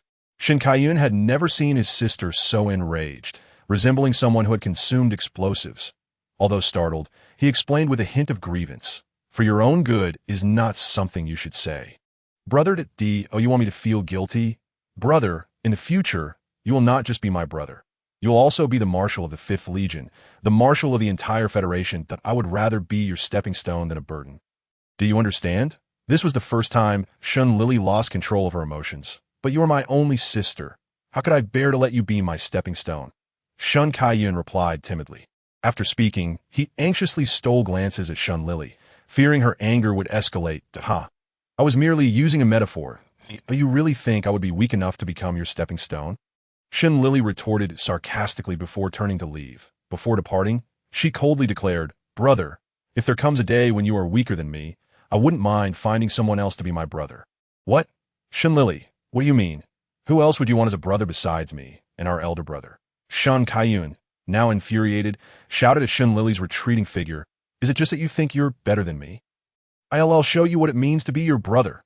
Lili did not look back as she walked away. Instead, she waved dismissively over her shoulder, as if to say, "Just wait and see." Yet, unbeknownst to Kayun, a faint smile curled at the corners of her mouth. Chapter 62. The ultimate plan. Lili had certainly experienced the joy of showing off, but the aftermath felt like a funeral pyre, leaving her filled with regret. After reaching the 3rd badge point, she yearned to give up. However, now that she had spoken, she felt compelled to maintain her bravado in front of Kayun. What else could she do but cry to her mother and grit her teeth to continue competing? Sigh. Lili sighed deeply, then turned her gaze to the 4th badge point on the card. This badge point was located on the back mountain of the military training base. Yet before she could reach it, she encountered numerous students, disheveled and injured, emerging from the direction of the badge point. Lili felt an inexplicable tightness in her throat, swallowing nervously as she observed each student passing by. The more she looked, the more her anxiety grew. Could someone please explain why a simple competition could lead to such severe injuries? And why did those students look at her with sympathy? What the hell? Lili felt tears welling up. Averting her gaze to avoid seeing Mord as, she drew closer to the badge point. Her heart raced with dread. Finally, when she arrived at the badge point, she was met by an instructor wearing a beaming smile. Lili's expression turned blank. She had come to realize that those instructors who smiled the brightest were often the least humane. Oh, another one. Don't look so tense. Rest assured, this badge point is quite simple. The instructor said cheerfully, Had she not witnessed the injured students along the way, she might have believed him. If you walk this path to the summit, you will meet the instructor holding the badge. Isn't that simple? The instructor spoke with utmost sincerity, his expression one of a trustworthy individual. And oh wonder so many students have been fooled here. Lili internally scoffed, giving the instructor a cold nod before embarking on the uphill path. The eerie trail was silent, save for the occasional caw of crows, reminiscent of the dead of night. Lili steeled herself, remaining vigilant of her surroundings. Bang! Ouch! That hurts! Lili clutched her head where a rock had struck her, gasping in pain. Before she could unleash a curse, she noticed rocks raining down from all directions. "In honor among thieves," she exclaimed, quickly erecting a mental barrier to shield herself from the onslaught of stones. Though she felt a slight reprieve, reaching the summit would take at least 2 hours, and even her mental strength would be tested. After a moment of contemplation, she called out to Amu in her mental space. "Amu, can you help me deflect these stones?" "Of course," Amu replied without hesitation. I could do it too." Ahwa chimed in, eager to assist. Lili was reluctant to let Ahwa take charge, knowing that while his attack power was formidable, it also drained mental energy rapidly. She had chosen to conserve her energy by allowing Amu to take action instead. Not wanting to hurt Ahwa's feelings, she diplomatically suggested, let Amu handle the simple stuff. And when we face something difficult, I'll call on you, all right?" This flattery made Ahwa's spirit beam with pride, and he nodded shyly, saying, "Sure, Ali, just call me when you need me." "Absolutely," Lili sighed with relief. Pleased with her assurance, after calming Ahwa, she directed Amu to deflect the incoming stones while she swiftly made her way to the summit. Along the path, she encountered not only stones but also deep pits in the ground, snares hanging from above, and various other traps. After traversing a portion of the mountain path, several gunshots rang out in rapid succession. Lili adeptly dodged a few bullets, concentrating on the source of the gunfire. However, she only caught sight of a few figures swiftly retreating. Frowning, she thought that if she wasn't mistaken, those individuals seemed to be soldiers of the 5th Legion. It appeared that this badge point was becoming increasingly intriguing. Lili's eyes deepened with contemplation, her expression shrouded in mystery. Meanwhile, a group of soldiers from the 5th Legion were discussing Lili among themselves. "Squad leader, this kid is incredible. We can't stop her at all," one exclaimed. "Moreover, her mental energy seems endless. We've been at it for half a day, and she shows no signs of exhaustion," another added. "Yes, we're getting close to the summit. If this continues, we'll be the first class to be defeated by a student." The squad leader, after listening to his team, fell silent for a moment before finally saying with a piercing gaze, "It seems we have no choice but to activate the ultimate plan." What is the ultimate plan?" I wasn't informed. The soldiers exclaimed in confusion. "When did we even have an ultimate plan?" The squad leader, feigning mystery, glanced at his teammates before suddenly activating his holographic device and stating flatly, "The ultimate plan is to call for reinforcements that if we can't win, it would be foolish to persist." The soldiers fell silent, staring blankly at their squad leader as he executed the call for reinforcements right before their eyes. They felt a sense of shame akin to elementary school students who, unable to win a game, ran home to call their parents. It felt embarrassing, yet undeniably satisfying. Chapter 63. The Brother Complex. Su Haitang reinforcements arrived swiftly. Within 3 minutes, 3 young Federation majors appeared silently. The lead was a striking young woman exuding an aura of coldness, accompanied by 2 youthful boys who radiated an enigmatic danger upon seeing the reinforcements. The Federation soldiers and the squad leader immediately saluted and shouted in unison, "Sir!" The soldiers exhibited an attitude of utmost solemnity, showing no sign of underestimating their youthful appearance. The 3 majors returned a military salute. And then the only female among them, Su Haitang, spoke with a hint of indifference. "Speak. What brings you to us?" Reporting Major Su, "We have encountered an exceptional student whom we simply cannot subdue. Hence we seek the commander's assistance." The squad leader admitted with a hint of embarrassment. "Oh, let me see her information." Su Haitang's icy gaze finally revealed a flicker of interest. "Yes." The squad leader promptly activated the holographic projection of Lili's data. "Ah, so is Lili. Perfect, I have long wished to meet her." Su Haitang scoffed, her cold demeanor intensifying, as if she were confronting an old foe. The federal soldiers and the squad leader felt an unexpected pang of guilt, sensing that they may have inadvertently summoned a deadly rival for Lili. Gaozhua, Feng Cheng, we move, Su Haidang commanded, and the three rushed toward Shun Lili. Meanwhile, the federal soldiers and the squad leader exchanged awkward glances. After a moment, one of the soldiers hesitantly remarked, I can't shake the feeling that Major Su seems intent on avenging a personal grievance against Shun Lili. You can confidently drop the seams, the squad leader sighed in resignation. Several soldiers exchanged glances, and one curious individual asked, Squad leader, do you know something we don't? I just remembered the squad leader rubbed his forehead in annoyance before continuing. Isn't Shun Lili the student who hospitalized Colonel Su Zhe a few days ago? This Su Haitang is his younger sister, renowned for her obsession with her brother.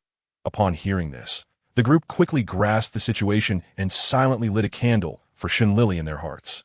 Meanwhile, Shun Lili was nearing the mountain summit, but before she could revel in her success, she abruptly halted, warily observing a certain direction. Amu switched to Ahua, she thought. Understood, Amu responded, and in the next moment, the spiritual entity surrounding Shun Lili transformed into Ahua. Ali. We're the bad guys. Ahua's spirit vibrated with excitement. Patience, they're already here, Shun Lili replied, just as three individuals, all high-ranking federal soldiers, appeared before her. You are Shun Lili? Su Haidang scrutinized Shun Lili with disdain. Indeed, and you are? Shun Lili replied, perplexed by Su Haitang's hostility. From the moment Su Haitang approached, Shun Lili sensed a profound enmity, prompting her to switch Amu for Ahua. Initially suspecting a confrontation with the Zerg, she was instead met by a strange girl harboring animosity towards her. Umph. As long as you are Shun Lili, that is sufficient, lest I mistakenly confront someone else, Su Haitang declared, dismissing Shun Lili and instructing her companions, I can handle this alone. Do not interfere. Gaozhua and Feng Cheng exchanged glances before nodding in agreement. Stepping back to allow the two to engage, Su Haidang wasted no time. Like lightning, she lunged at Shun Lili, her mental energy coalescing into blades aimed at her limbs. She would not spare anyone who dared to harm her brother. Just as Su Zhe was Su Haidang's Achilles heel, Shun Lili was Ahua's. Anyone who bullied Ali was deemed a villain in Ahua's eyes. Villains deserve punishment. Ahua's spiritual form gradually turned a deep crimson, its aura transforming from that of a harmless creature into a bloodthirsty beast. In the face of the incoming mental assault, Ahua shielded Shun Lili while unleashing a whip-like mental force, shattering Su Haitang's blades and striking her fiercely in the abdomen. This was the first time Shun Lili witnessed Ahua in combat mode, astonished by its formidable strength. If Ahua alone was this powerful, then if a Shui and Amu joined, the two adversaries would scarcely stand chance. Unlike Shun Lili's ease, Su Haidang, after dodging the blow to her abdomen, attempted various attacks, all of which were thwarted by Shun Lili's mental defenses. Su Haitang's eyes nearly turned to ice, especially upon seeing Shun Lili's nonchalant demeanor, as if she were merely spectating. Enraged, Su Haidang gritted her teeth and intensified her assault. Gaozhua and Feng Cheng, observing the skirmish, were astonished by Shun Lili's prowess. Despite Su Haidang being a top graduate from the 5th Military Academy, she was struggling against a mere newcomer, as the intensity of Su Haitang's attacks escalated. Shun Lili, though initially capable, found her physical constitution unable to sustain Ahua's overwhelming mental force. Ahua, deliver your strongest blow and incapacitate her, Shun Lili urged, battling through her discomfort. Understood, Ahua recognized Ali's plight. If this continued, Shun Lili's body might collapse first. Without reservation, Ahua unleashed its most potent attack, striking Su Haidang and rendering her unconscious. As Su Haidang fell, Gaozhua and Feng Cheng caught her and examined her condition. Confirming there were no serious issues, Gaozhua then turned to Shun Lili and said, You have won. Let us depart. Shun Lili retracted Ahua, nodding expressionlessly to the two before making her way to the mountain's peak. Once out of their sight, she promptly spat out a mouthful of blood. Indeed, an S-class physique is still somewhat taxing, she mused, wiping her mouth with her sleeve. Chapter 64. The end of the competition after cleaning the blood from her lips. Shun Lili placed her right hand on her left wrist, checking her pulse to assess her physical condition. After a moment, she sighed in relief and mused, this must be what they call the ability to heal itself if treatment is delayed. Since her physique had upgraded, Shun Lili felt not only her combat prowess had increased, but also her body's self-healing speed had vastly improved. This was merely an S-class physique. Should she ever advance to SS class, She might become a living weapon. With a newfound determination, Lili gazed resolutely towards the summit. It was time to retrieve the fourth badge. As she ascended, the path remained surprisingly tranquil, devoid of traps, ambushes, or overbearing instructors. Before long, Lili successfully acquired the fourth badge designed on her descent. She encountered a group of cheerful freshmen near the exit. It seems the instructor was not lying. Perhaps it truly is quite easy. Look, she has already come out. Indeed, that instructor does not seem the type to deceive. Hello, did you obtain your badge? One cautious student inquired. Upon realizing they were addressing her, Lili raised an eyebrow, merely flashing her card with the 4 badge designs without further comment. The cautious student, upon seeing it, sighed in relief, thanked Lili, and joined their companions in heading towards the summit, thinking to themselves that perhaps they had been overly suspicious. Left behind, Lili regarded the ascending students with a touch of sympathy before hastily departing. After all, as a novice in this endeavor, she felt a twinge of anxiety, fearing that lingering too long might attract the vengeful spirits of her fellow classmates. It seems that even dragon slayers may one day become dragons. And she had unexpectedly joined the ranks of those who sought to gain the upper hand. Once she confirmed the surroundings were safe, Lili slowed her pace, unable to suppress a chuckle at her own childish behavior. After a moment of mirth, she retrieved her card and glanced at the location of the 5th badge, the comprehensive training ground. Lili was momentarily bewildered upon seeing the address for the 5th badge location. She rubbed her eyes and checked again, ensuring she had not misread. Wasn't this the starting point? How could it be a badge location? Driven by curiosity and confusion, Lili decided to revisit the comprehensive training ground. Upon her return, she easily located the 5th badge point using the clues from her card and was astonished to discover that the instructor at this badge point was none other than her own academy's instructor, Sun Ming. Upon seeing Lili as the first to return, Sun Ming smiled knowingly. You little rascal, back so soon. Is it just the badge from my hand that you need now? Yes, I just need the final badge design. Instructor, why not tell me how I can obtain it from you? Lili replied, preparing herself for potential trials with cautious anticipation. Show me your card. Sun Ming raised an eyebrow, a mysterious smile gracing his lips. Lili nearly thought she had misheard, but instinctively presented her card. In the next moment, the final badge design missing from her card was filled in by the badge in Sun Ming's possession. At that moment, the card underwent a transformation. The front displayed the number 8, while the back showcased the wolf's head emblem of the 5th Military Academy. Instructor, this really a fair way to cheat. Lili gazed in astonishment at the altered card, her voice trembling with anxiety. Sun Ming felt a vain throb on his forehead. Unable to contain himself any longer, he lightly tapped Lili on the head and scolded. Do you think your instructor is the type to do this? Lili covered her head, which nearly suffered concussion, pouting in silent indignation. Whether you are or not, you ought to have some self-awareness. She thought to herself, daring only to mutter it internally. The 5th emblem point was the most challenging yet the simplest. Sun Ming believed that for the sake of his reputation, an explanation was necessary. Lili looked up, attentively listening. The primary requirement for the 5th emblem point was to gain the instructor's recognition. Do you understand? Sun Ming said with significant emphasis. Lili nodded, comprehending the implication. This was merely a way to ensure that students, in case of failure, will at least receive 1 badge as consolation. It was no wonder that, compared to the previous 4 emblem points, this one felt like a mere gift. The military training base was filled with camaraderie. Albeit in limited measure, in the subsequent time, Lili found herself rather idle, simply stationed at the comprehensive training ground, waiting for the competition to conclude. During this waiting period, she encountered several familiar faces, most of whom returned battered and bruised. Even Shun Kaiyun returned with a grim expression, as if he had been through a rough ordeal. Especially upon seeing Lili, his frustration deepened. There was no need to elaborate. He probably believed he could not retain his wife any longer. Shin Kaiyun felt as if he might vomit blood from his irritation. Even having easily obtained the heart badge from the instructor did little to improve his mood. Unfazed, Shin Kaiyun approached Lili, somewhat hopelessly asking, Little sister, have you collected all your badges? Lili smiled, feigning modesty as she replied, Yes, and I ranked 8th. Dear second brother, so you've lost. Shin Kaiyun's expression darkened further, hesitating before finally inquiring, How did you manage to get the badge from the cafeteria? This question turned Lili's face sour. Observing her reaction, Shun Kaiyun deduced that he had struck a nerve.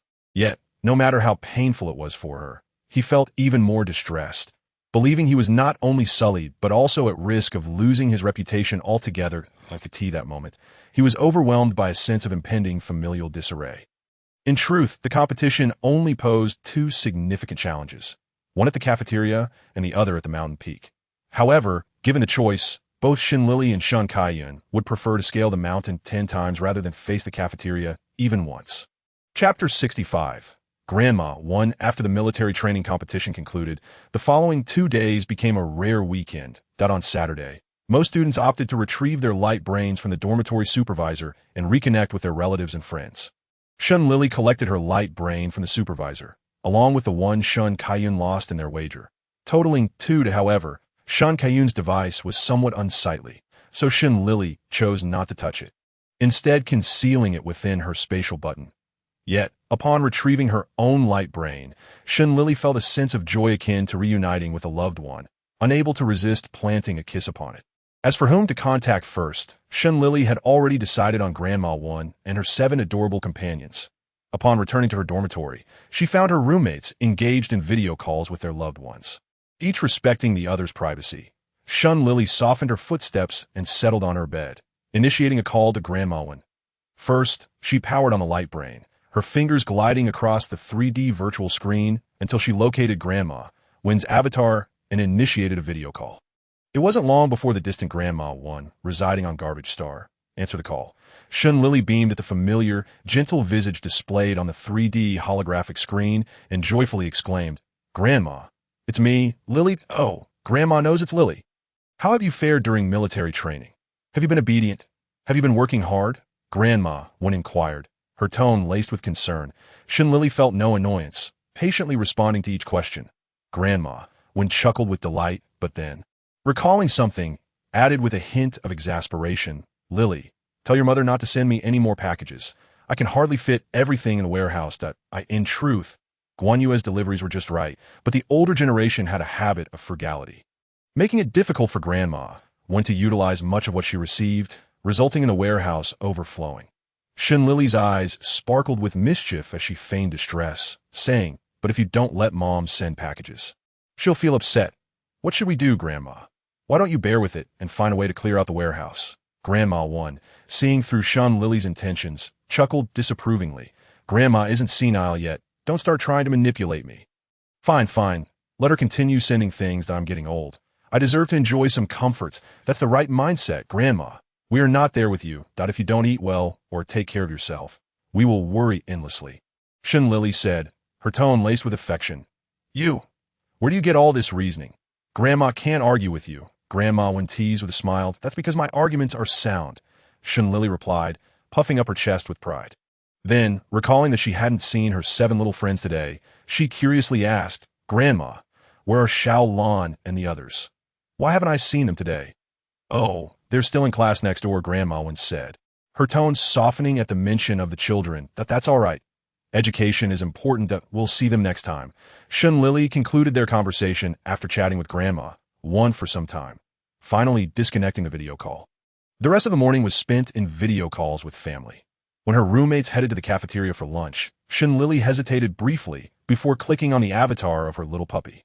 Moments later, the 3D virtual screen lit up, and Baizhou's voice echoed through. "Ollie, how have you been lately?" Baizhou asked with genuine concern. "Not well. The training is grueling, and I lack any fluff to pet," Shun Lili replied, hinting at her grievances. "Come to the Empire, and I can take care of you. Plus, I can pet you," Baizhou said jokingly, though there was a trace of sincerity in his tone. Shun Lili chuckled at his words, responding playfully, "You shouldn't sell yourself short." "Then, would you consider coming?" Baizhou asked with a hint of anticipation, his enthusiasm palpable. "No, I quite like the Federation. How about you come to the Federation instead? I can take care of you, grooming you daily and providing massages. What do you think?" Shun Lili suggested with a raised eyebrow and a smile. "I would love to come, but I can't leave the Empire just yet." "Ollie, if you're not afraid of being chased, why don't we elope?" Baizhou proposed excitedly, his eyes sparkling with enthusiasm. Upon hearing the word chased, Shun Lili's smile abruptly faltered as she recalled that Baizhou was, after all, the Empire's crown prince. If she were to abscond with a future king, not only would she face pursuit, but the Federation and Empire might even go to war. The more she pondered, the more dreadful it seemed. Lili shivered and quickly declared with righteous indignation, "Zhou, we are both pillars of the Empire and the Federation in the future. We cannot abandon our responsibilities for personal desires." That would be wrong. Her impassioned speech left Zhou momentarily stunned. However, as he considered the countless subjects of the Empire behind him, he realized Lili was indeed correct. "Ollie, you are right. My perspective was too narrow." Zhou admitted solemnly. "That's all right. Recognizing one's mistakes is commendable. It is a virtue." Lili reassured him, relieved to have swayed him. She silently congratulated herself for preserving the peace between the Empire and the Federation. A voice suddenly echoed from outside Zhou's room. "Your Highness, the Emperor requests your presence." Without waiting for Zhou to respond, Lili, understanding, said, "You should go attend to your duties." "All right, Ollie, goodbye," Zhou replied wistfully. "Goodbye," Lili echoed before ending the video call. She stared at the dimming screen and felt her stomach grumble. Lili decided not to reach out to anyone else for the time being. She got up to head to the cafeteria, and after finishing her meal, returned to her dormitory to watch a live stream of the Mecha Master. Chapter 66. The Anomaly of the Insectoid Species While Students Reveled in Their Weekend. An atmosphere of growing awkwardness enveloped a certain hospital room in the 5th Legion. "Are you saying it was willingly offered, rather than Lili deliberately attacking you?" Su Haitang exclaimed, her eyes wide with incredulity as she pointed an accusatory finger at Su Zhe. "Who told you Lili was purposely attacking me?" Su Zhe replied, confusion evident in his gaze. He wondered if someone was intentionally trying to harm his sister, thus maliciously coaxing her into confronting Lili. Su Haidang was a loss for words, her tone laced with accusation as she responded, "Is it not true that every time I ask, you stammer and hesitate? That's why I assumed you were afraid of the Shen family and dared not speak up." "Come on, if I were truly afraid of the Shen family, would I have fought with Shen Kaiyun for so long?" Su Zhe countered. Su Zhe initially felt a tinge of guilt, but upon hearing the subsequent remark, his displeasure surged, prompting him to straighten his posture and retort. However, as soon as he spoke, Su Zhe's gaze began to waver once more. Fearing further misunderstanding from his sister, he resigned himself and explained, "I intended to hypnotize Lili to see if I could uncover some dirt on Shanka. I had no idea her mental prowess would surpass mine, and if it weren't for my swift mental agility, I would have been bedridden for much longer than just half a month."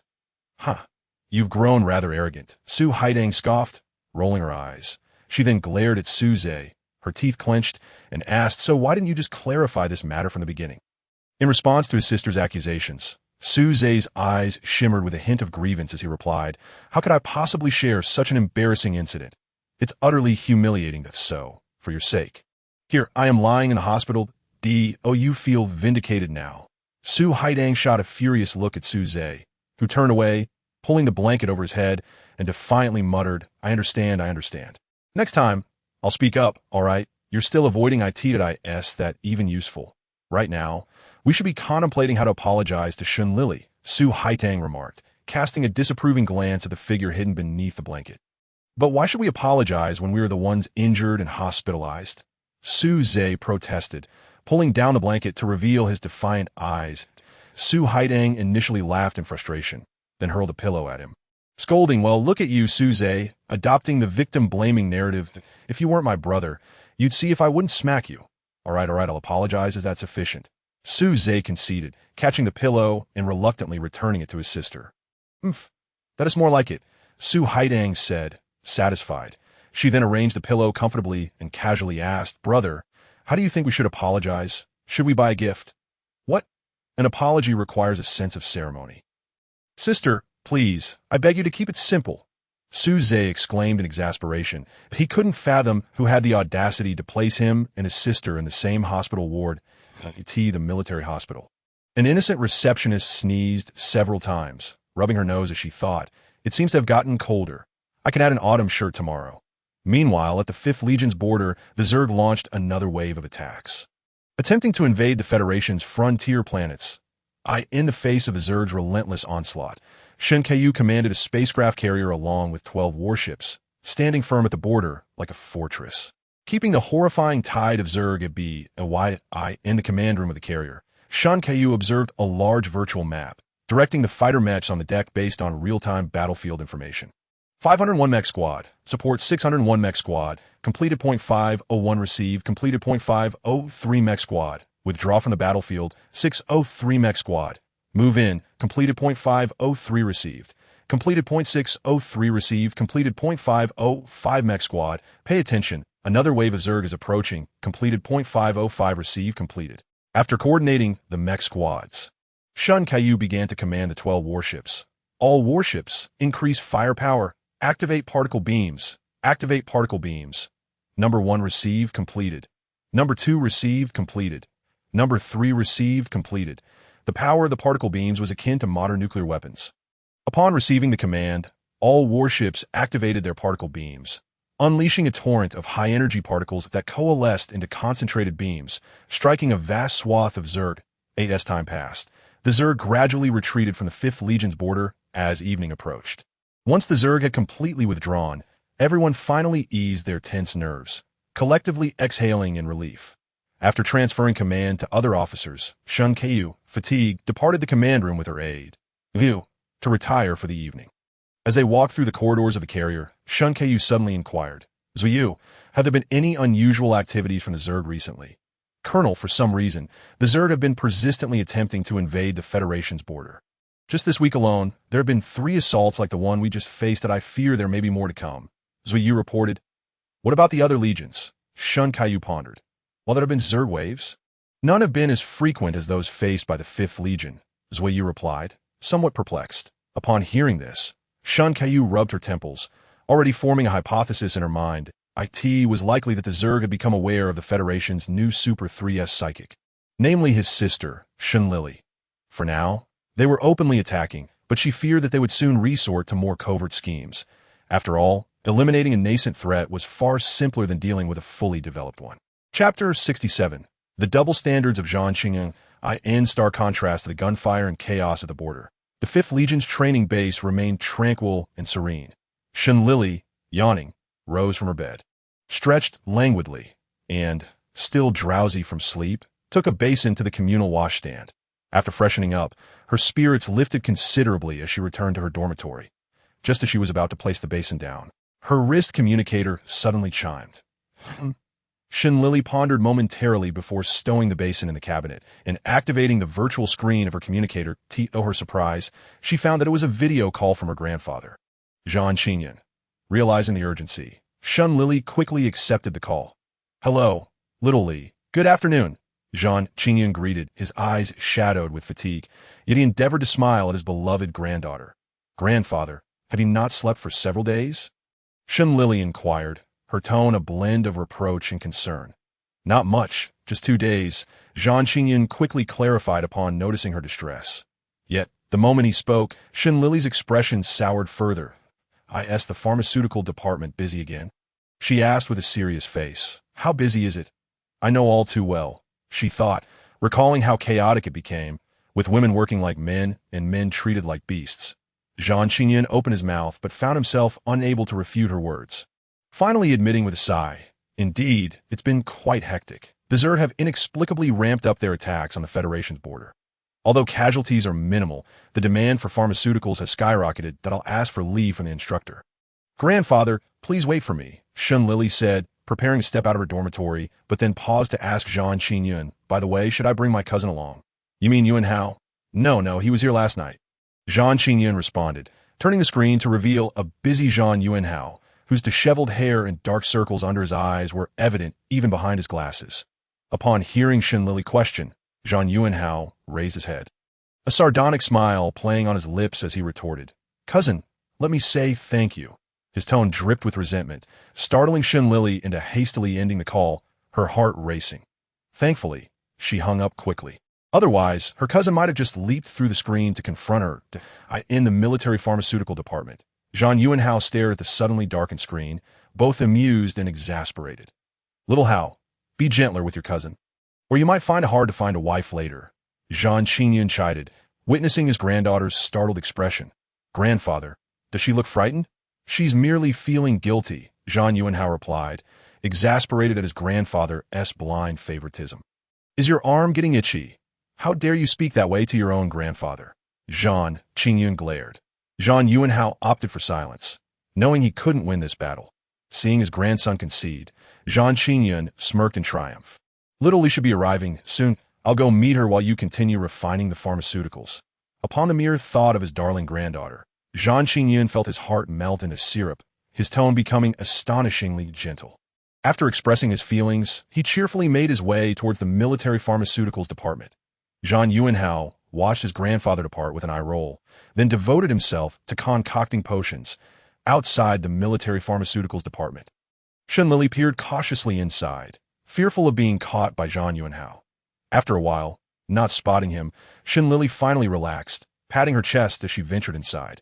Xiaoli, you're here, Zhang Qingyun exclaimed, having just finished advising a pharmacist on potion-related inquiries. He looked up and noticed his beloved granddaughter had arrived. Grandpa. Lili beamed, her face radiating joy. It's been a while. Did you miss me? Of course, Zhang Qingyun replied warmly. From now on, don't call me Grandpa, just Grandpa will do. It feels more intimate. He approached her, affectionately ruffling her hair. All right, Lili obediently nodded, then added, Grandpa, take me to the potion-making room that I want to start right away. Very well, the same little room as last time. I've kept it for you, Zhang Qingyun said, his heart swelling with pride at Lili's diligence. Stroking his white beard, he couldn't help but feel a pang of longing. How could such a wonderful granddaughter not belong to the Zhang family? He would gladly trade a grandson for her. Chapter 68. A breach of ethics. The potion-making room was just as she had left it, filled with herbs that made the spacious room feel cramped. Standing at the entrance, Lili gazed at the dense assortment of herbs and felt momentarily breathless.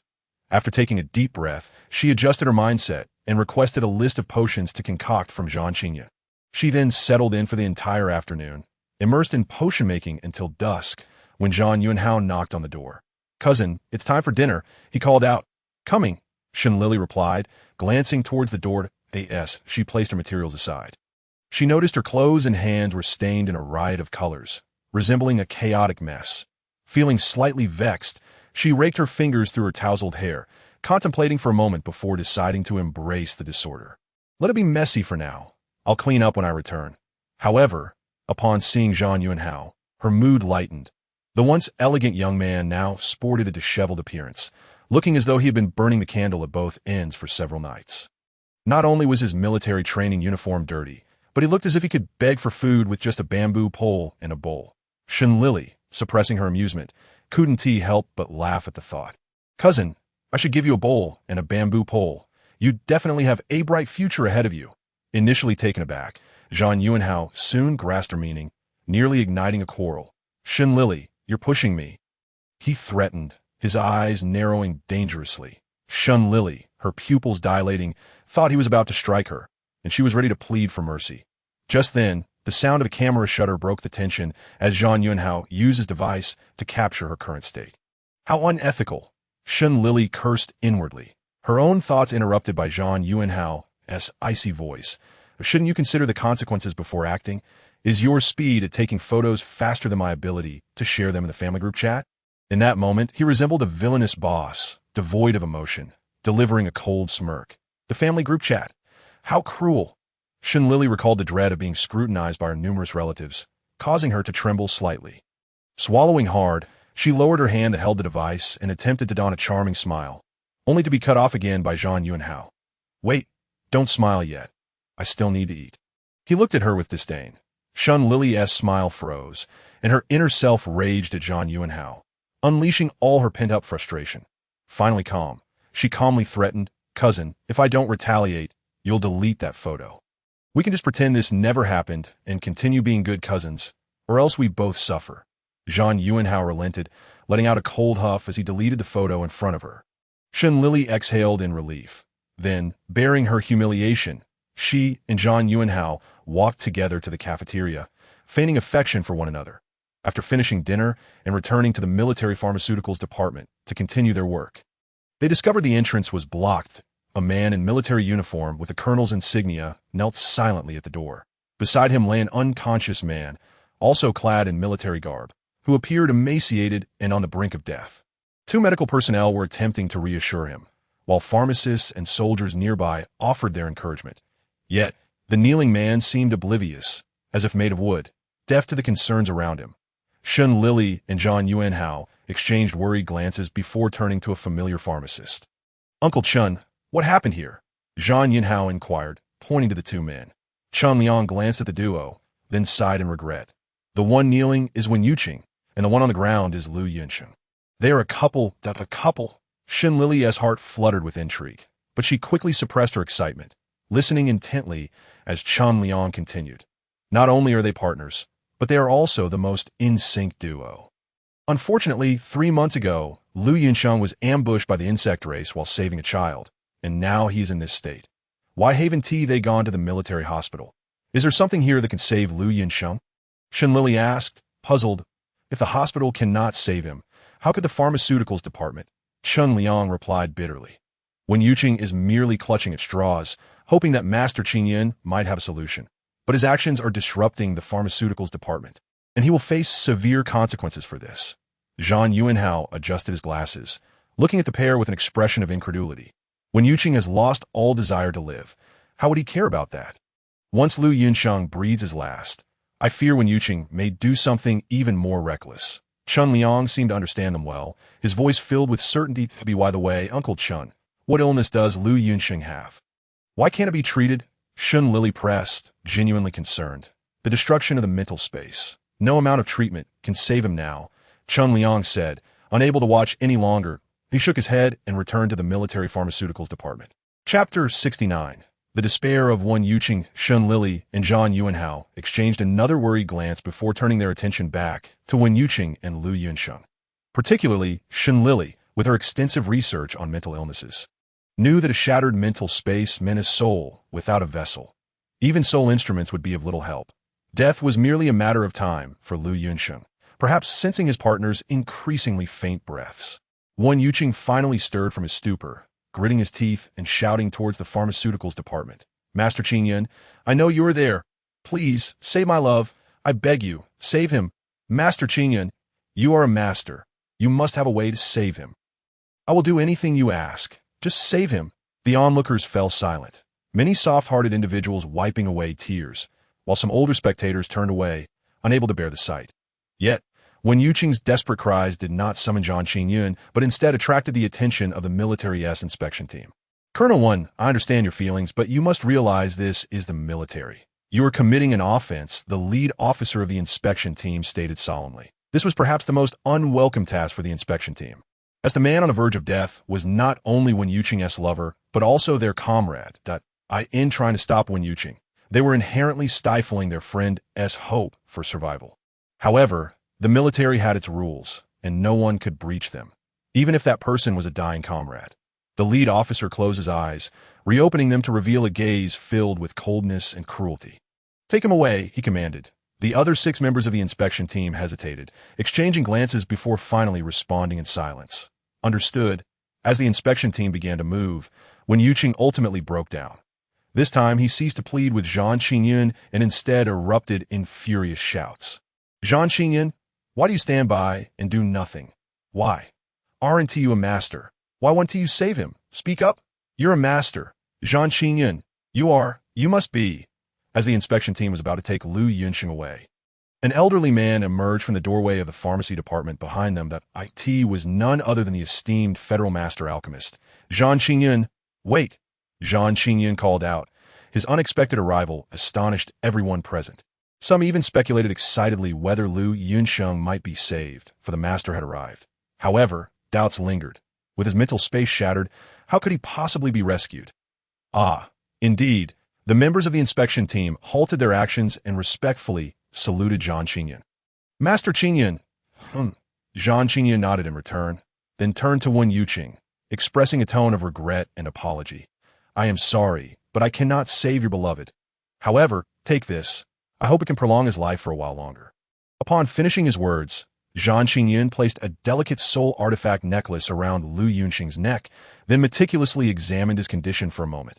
With a sigh, he retracted his hand and shook his head at Wen Yuqing. The flicker of hope that had ignited within Wen Yuqing was extinguished in an instant. He ceased his cries and struggles, silently cradling Lu Yunsheng, his eyes now void of life. The members of the inspection team were at a loss whether to proceed with their orders. casting their gazes towards their officer. Just as the officer was about to give the command to continue, Zhang Qingyun interjected. No need. Let them leave on their own. Very well. Let us depart. The leader of the inspection team fell silent for a moment before turning to lead everyone away. Once they had all exited, Zhang Qingyun advised Wan Yuqing. Take this child to the military hospital. At least he may live a little longer. After speaking, Zhang Qingyun closed his eyes momentarily, then resolutely turned and returned to the military pharmacy department. As Zhang Qingyun departed, others followed suit, shaking their heads and sighing in resignation.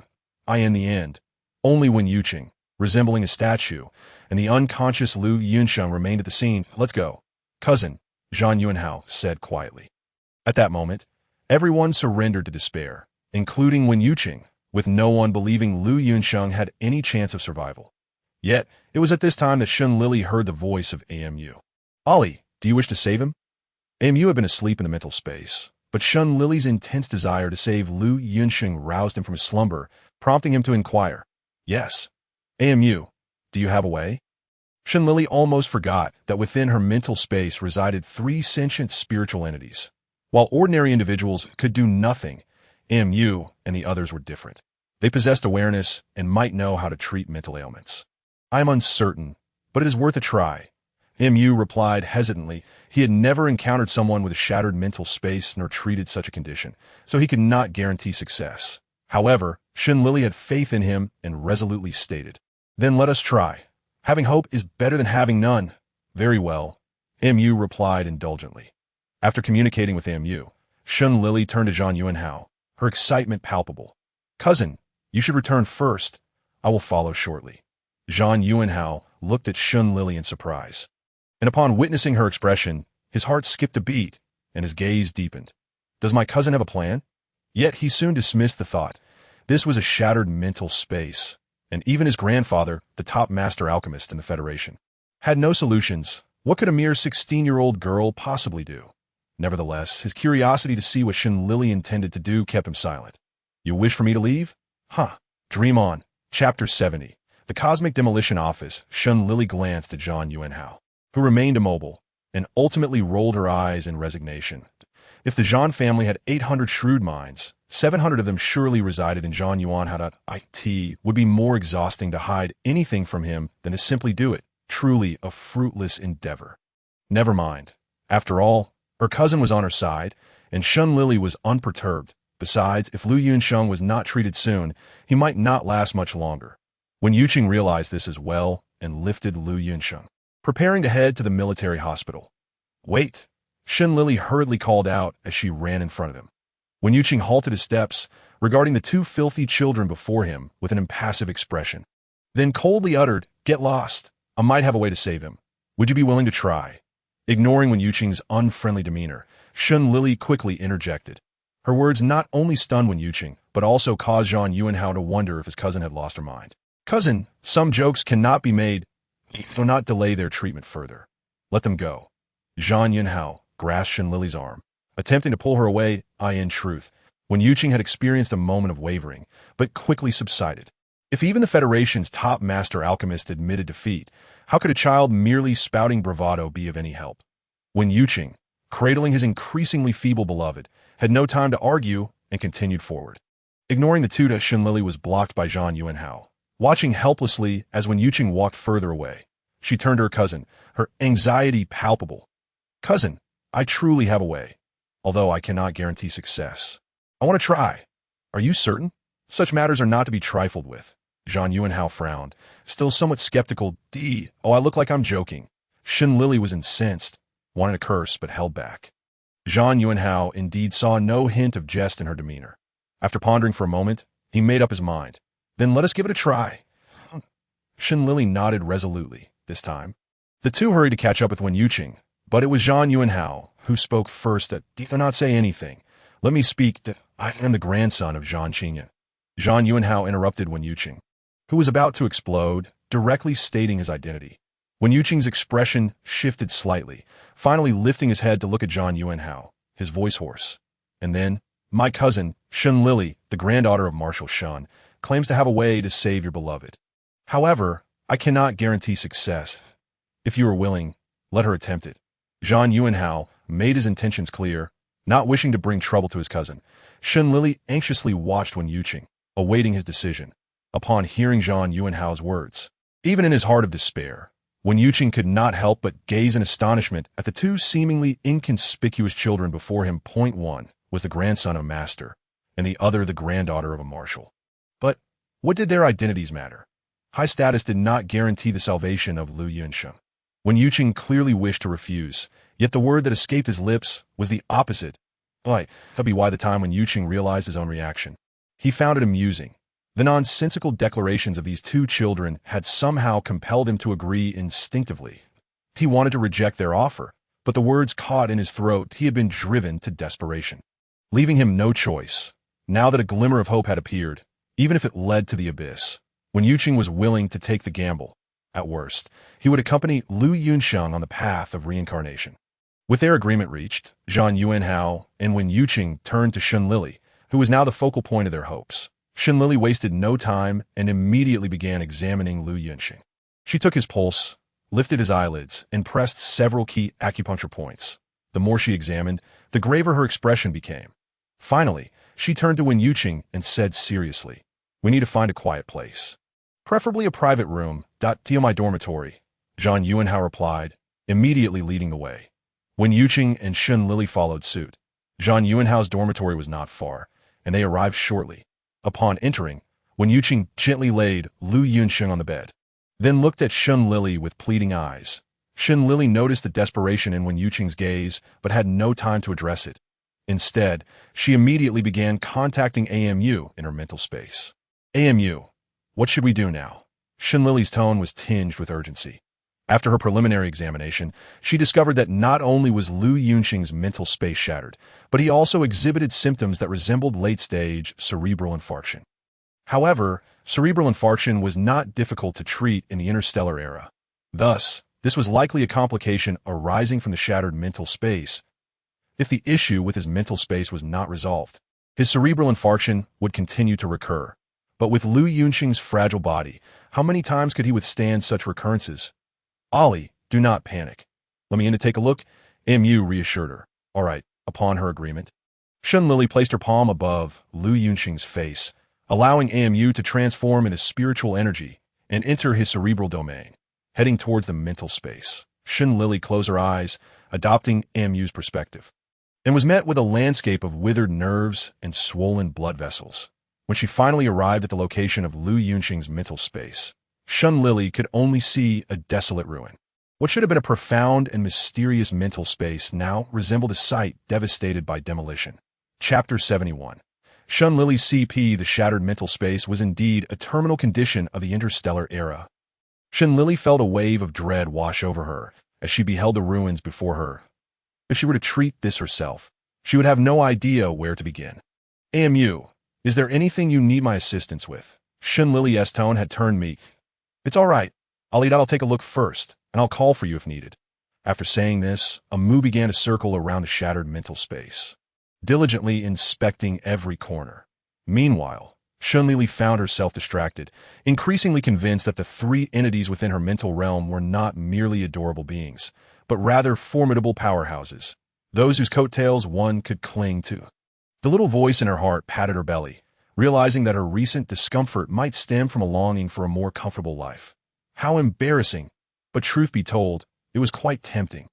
"Ali, I found something here," Amu suddenly interjected. "Where?" Lili scrutinized her surroundings, only to see a desolate expanse. Here did Amu extended a tendril of mental energy to touch a singular diamond crystal among a pile of fragmented mental shards, which emitted a faint glow. "What is this?" Lili also reached out, wrapping the crystal in her own mental energy. After observing it for a while, she exclaimed, "Could this be Lu Yunsheng's consciousness?" Consciousness is akin to the soul, and Lu Yunsheng's soul, having lost its mental space, is now being incessantly drained by the energy of the universe, diminishing from a once brilliant luminescence to a mere flicker.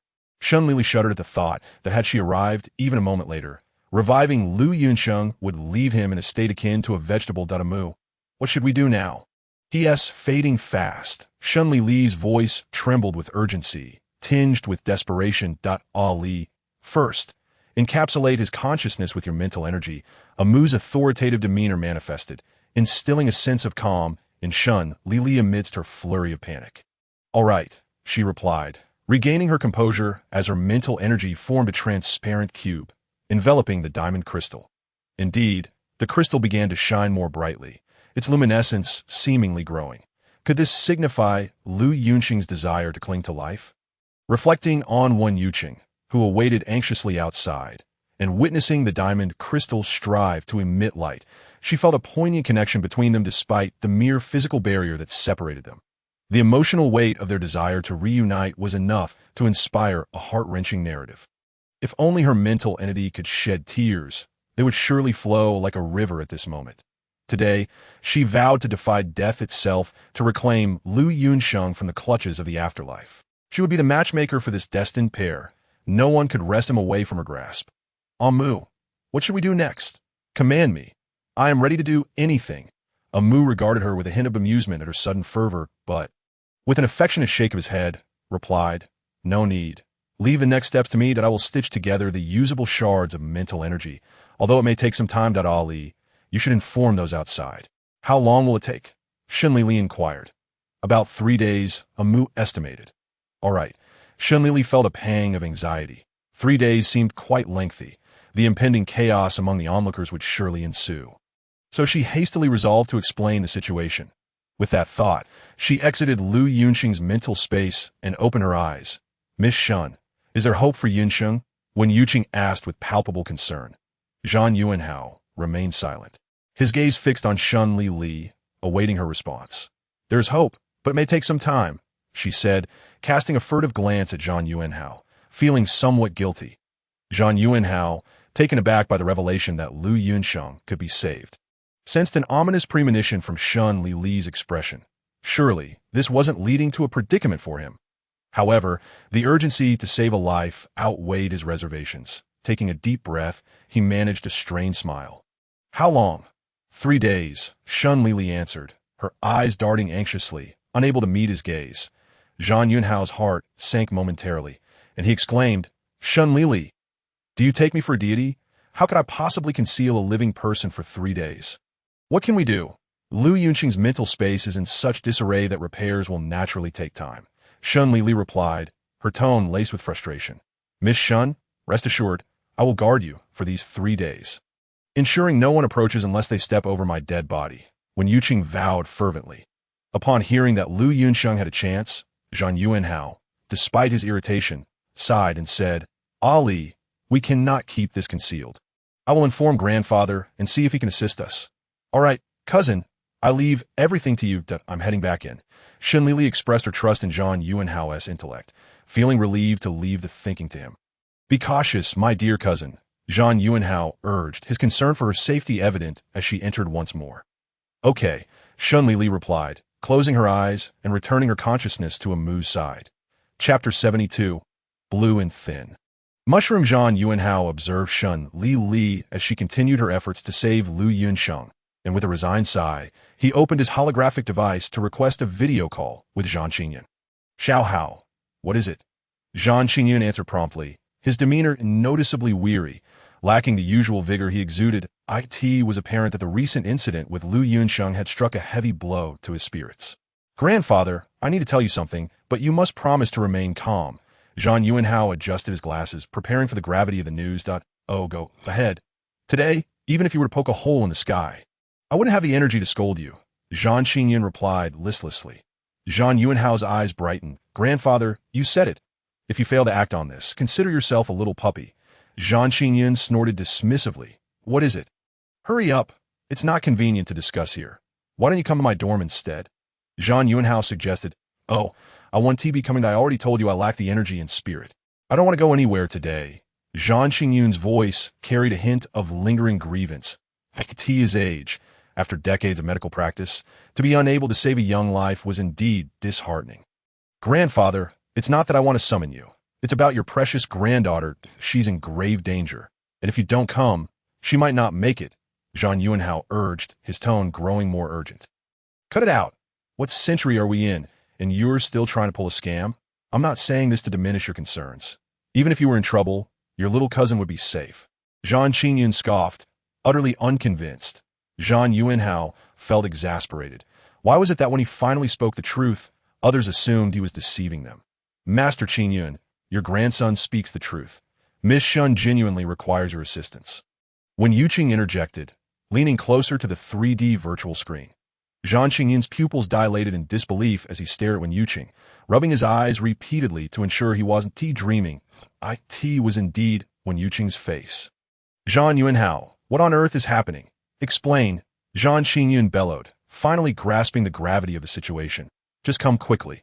I cannot clarify everything in this holographic medium, Zhang Yuanhao urged, blocking his ears from the impending storm.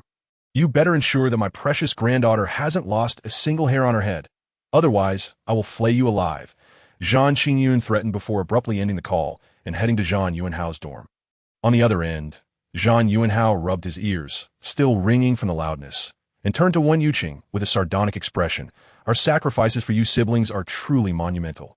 Wen Yuqing, oblivious to the underlying sarcasm, instinctively felt that it was if only I could knock some sense into you, I would be eternally grateful, as it would spare me from your incessant foolishness. Zhang Qingyun retorted without hesitation. Zhang Yuanhao was left speechless. Grandfather, your presence is my blessing. Zhang Qingyun cast a triumphant glance at her grandson, who was rendered speechless. She then turned her attention to her granddaughter, who seemed to be treating a patient. Upon closer inspection, Zhang Qingyun was startled to discover that the patient was actually Lu Yunsheng. She nearly choked, and once she regained her composure, she angrily addressed Wen Shengyu. You know this is an incurable disease. With no hope of recovery, why are you engaging in such nonsense with these two children? Master Qingyun, I have no other options left. Even the slightest glimmer of hope compels me to try. Wen Yuqing asserted resolutely. Sadat, very well, what may be poison for me could be nectar for another. If they are willing, so be it. Zhang Qingyun sighed, no longer attempting to persuade him that no, it's not poison. Miss Shen claims she can save Yunsheng. Wen Yuqing hurriedly explained, sensing that Zhang Qingyun had misunderstood.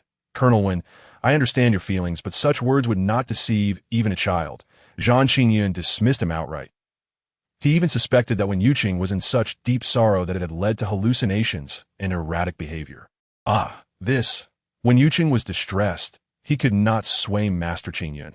It seemed that no matter what he said, Master Qingyun would just assume he was overwhelmed with grief, which was why he acted this way.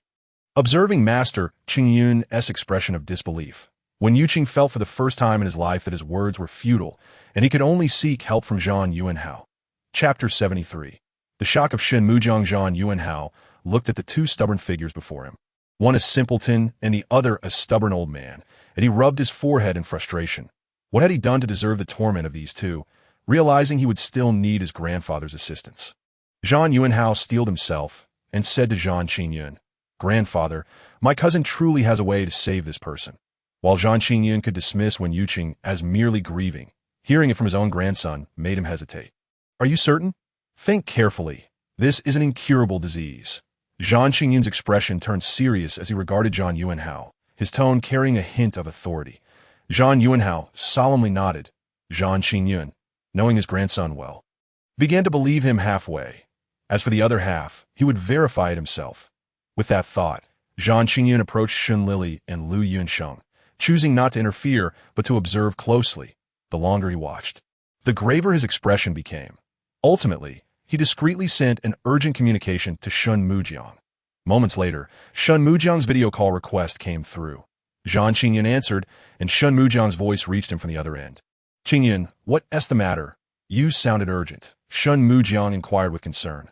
Come to serious. I cannot explain everything over video, Zhang Qingyun replied gravely. All right, I'll take the jump ship and be there in an hour. Shun Mujiang responded without asking further, promptly ending the call. Zhang Yuanhao was aware that his grandfather and Shun Lili's grandfather shared decades of friendship, but he was surprised by how deep it ran. Without a single question, he was on his way, far more decisive than when he had video called his grandfather earlier. Grandfather, why did your father-in-law come without asking anything? Zhang Yuanhao complained quietly. Zhang Qingyun, though old, had sharp hearing, and upon hearing this, he retorted, Grandson, you see, they are all grandchildren. Why is it that your cousin looks better and is more considerate than you? Moreover, Her aptitude for pharmaceutical creation surpasses yours.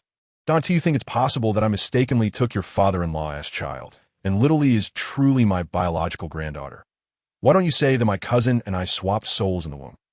Whoever's grandfather this is, take him away. An hour later, Shen Mujiang arrived at the 5th Legion. As Zhang Qingyun went out to greet him, he took the opportunity to explain the situation. Shen Mujiang's initial reaction was skepticism. A shattered mental space was an interstellar death sentence. How could it possibly be cured? Especially when it involved his granddaughter. Had it been Zhang Qingyun, he might have considered it slightly more plausible. I am serious. Why don't you believe me? Zhang Qingyun was exasperated, beginning to understand Wen Yuqing's feelings. Qingyun, this isn't a matter of belief. It's simply impossible. Shen Mujiang had long since despaired of any claims regarding the cure for mental illness. Every year, over 100,000 federal soldiers in the 5th Legion succumbed to or were severely injured by mental disorders. He had searched for decades without finding a way to save them. Now, to suddenly be told that someone could cure mental illness. How could he possibly believe it? You stubborn old fool. Zhang Qingyun cursed angrily. Qingyun, you should accept reality, Shen Mujiang advised. To hell with your reality. Zhang Qingyun exploded, cursing profusely. The two old men, both in their hundreds, bickered like schoolchildren all the way to Zhang Yuanhao's dormitory. Marshal. Wen Yuqing stammered nervously as he saw the 5th Legion's Marshal, his voice trembling as he saluted. Grandfather, Zhang Yuanhao greeted with a smile. Shen Mujiang nodded in acknowledgement to Wen Yuqing, then turned his attention to Zhang Yuanhao, affectionately ruffling his hair, his eyes sparkling with mirth. Ahao, your hairstyle is quite unique today. No, it's not a style. I am about to wash up and change clothes, Zhang Yuanhao replied, his usual aloof demeanor replaced by a bashful smile. Shen Mujiang, hurry up. What are you dawdling for? This little rascal isn't worth your attention. If you want to see something, go home and look at your own eldest and second grandsons. Zhang Qingyun glared. Zhang Yuanhao, your temper hasn't changed a bit. You're still just as explosive as in your youth. Shen Mujiang remarked, soothingly patting Zhang Yuanhao's head before walking over and observing the testing device that Zhang Qingyun had specifically prepared to assess Lu Yunqing's condition. Shen Mujiang glanced at Zhang Qingyun with resignation, then approached Lu Yunqing, examining the 3D virtual screen on the testing device. That Lu Yunqing's condition was dire, both physically and mentally, reflected in the low data readings. Yet as time ticked by, the readings began to gradually rise. The moment the mental power data increased by a millimeter, Shen Mujiang's expression turned grave and astonished. As he continued to observe, tears welled up in his eyes. Zhang Qingyun noted this change and, with an unusual gentleness, patted Shen Mujiang on the shoulder, his tone laced with reproach. At your age, how can you still cry in front of the younger generation? It's quite embarrassing, you know? Qingyun, I'm simply overwhelmed with joy, Shen Mujiang countered. Zhang Qingyun rolled his eyes dismissively. Ah, yes, of course. Chapter 74. The conference in the attic. Shen Mujiang could easily see through Zhang Qingyun's feigned indifference. But he didn't elaborate. Instead, he collected himself and turned to Zhang Qingyun with a determined expression. Qingyun, I understand why you called me here, but this matter cannot remain concealed. Too many people in the Federation need Ali, and I believe she would be willing. This is your own granddaughter. Once this matter becomes public, she will be the target of scorn and the first to be hunted by the Zerg. Shen Mujiang, do you even have a heart? Zhang Qingyun exclaimed in furious disapproval. Ali not already a target for the Zerg. Zhang Qingyun, why is your pharmaceutical department so overwhelmed? Others may be unaware. But you surely know the situation. Shen Mujiang's eyes revealed his anguish. Making this decision was like cutting into his own heart. Shen Mujiang, but Lili is still just a child. Zhang Qingyun's brow furrowed deeply, his expression filled with sorrow. Qingyun, if the Federation is a great tree, the soldiers are its roots, enduring the Zerg's relentless gnawing to nourish the leaves. If the leaves abandon the roots in their time of need, the roots will wither, and the great tree will fall. You think the leaves would have any chance of survival then? Shen Mujiang closed his eyes in silence. But at least, Zhang Qingyun began. But a clear, youthful voice interrupted him. Grandfather, there's no need to conceal anything. This is what I want to do. Shun Lili, having opened her eyes once more, smiled at her arguing grandfathers upon hearing her words. Both elders fell silent, and finally, Shen Mujiang smiled with a blend of bittersweet pride. Very well, my granddaughter. Rest assured, even if there is danger, Your grandfather is no easy target. Should they come, I will not hesitate to strike. And I, my dear granddaughter, though your great-grandfather is merely a pharmacist, I still possess a degree of influence, Zhang Qingyan added, refusing to be outdone. The two elders exchanged a glance, sparks of determination igniting in their eyes. Puffed. Lili could not help but laugh, causing a brief pause in her mental power output. After a gentle, yet helpless reminder from AMU, Lili finally came to her senses and realized the gravity of the situation. Grandfather, I must concentrate on my treatment now. Please inform the personnel from the Federal Military Research Institute that I can assist them in developing a potion to treat mental disorders. But let's set the time for 3 days from now. Lili said thoughtfully. All right, leave it to me. Focus on your treatment. Mujing assured her with a nod. Lili felt reassured by her grandfather's words and turned to Zhang Qingyun, offering a comforting smile. Uncle, I know you care for me deeply, but I hope you won't blame grandfather for this. It's something I've always wanted to do. The timing has simply been moved up. After speaking, Lili closed her eyes and began earnestly assisting AMU in mending the fragments of Lu Yunqing's mental space. Once the stitching began, it could not be interrupted, especially after the commotion caused by the two grandfathers outside. Concerned, Lili and AMU managed to carve out a moment to speak before she hurried back to her task.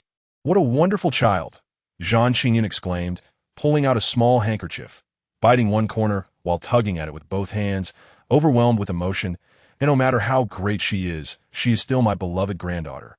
Mujing teased, unable to restrain himself from ribbing his old friend. Zhang Qingyan smirked, then looked at Mujing with a frosty demeanor. My term ends next year. I seem to have grown a bit weary of the 5th Army Corps. Perhaps I should return to the 3rd Army Corps. Mujing gasped, his expression faltering as he stammered. The wind was too strong earlier. I didn't hear what you said. I have a meeting to attend. Lili, please leave this grandfather in your care. I must take my leave. With that, Mujing hurriedly made his exit. Zhang Qingyun watched him flee, a smug smile spreading across his face. Humph, still thinking he can compete with me. Late at night, after many years, the 5 marshals of the capital gathered rarely. The marshals were Marshal Zhou Yu of the 1st Army Corps, Marshal Tang Lin of the 2nd Army Corps, Marshal Zhang Xiaochuan of the 3rd Army Corps, Marshal Lin Yi of the 4th Army Corps, and Marshal Mujing of the 5th Army Corps. This emergency meeting was convened by Mujing.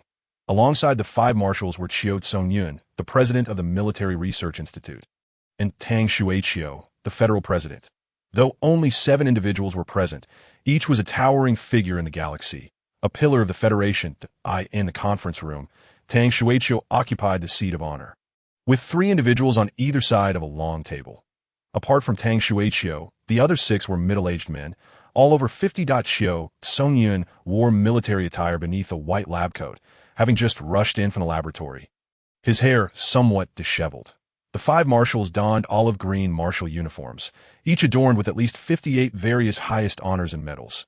Among them, Tang Shuiqiu was the youngest, in his early 30s, clad in a white presidential military uniform.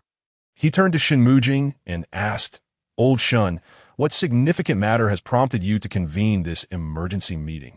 And why has old Qiu been summoned? Is it related to him? Just after a battle with the Zerg. And now we have an emergency meeting. Tang Lin complained that my experiment isn't finished yet. Once the meeting concludes, I must hurry back. Qiu Tsongyun adjusted his glasses. By the way, Mujing, when will you return my esteemed master? Zhang Xiaochuan chuckled. Lin Yi remained aloof, uninterested in the conversation. Mujing cleared his throat, adopting a serious tone. Today, I have gathered everyone here to announce something of great importance. I could see that moment. The room fell silent. All ears attentive to Mujing's words, he surveyed the group before dropping a bombshell. There is hope for curing the terminal mental disorder. Upon hearing this, the air in the conference room stilled momentarily before erupting into a cacophony of astonished exclamations. I want all the details on this matter within 3 seconds. Qiu Tsongyun stood up, his eyes sparkling with eagerness, filled with a thirst for knowledge. Have the potion masters finally developed it? Are we finally seeing hope before we perish? Zhang Xiaochuan exclaimed excitedly that I believe it must be the soul weapon masters who have made the breakthrough since, as we all know, only soul weapons can treat mental disorders. Lini interjected, regardless of whether it is the potion masters or the soul weapon masters. As long as a method is found to treat terminal mental disorders, I, old Tang, will offer daily incense in gratitude, Tang Lin declared boldly. The nightmare era of terminal mental disorders is finally coming to an end. Zhou Yu added with relief. Old Shun, please do not keep us in suspense. Who is the master that has found a solution to the terminal mental disorder? Tang Shuiqiu's tone conveyed urgency. One could hardly blame the dignified federal president and the marshals for losing their composure. The terminal mental disorder had plagued the Federation and the Empire for centuries. That it is a disease that current medical advancements cannot fully cure and poses a life-threatening risk. Each year, the death toll among civilians and soldiers alike due to this affliction is a staggering figure, comparable in severity to the Zerg. With the Zerg, one still has a chance to resist and survive. However, for those afflicted with mental disorders, unless they can acquire the exorbitantly priced soul weapon, their fate is grim. Even with a soul weapon, it merely prolongs survival rather than providing a cure.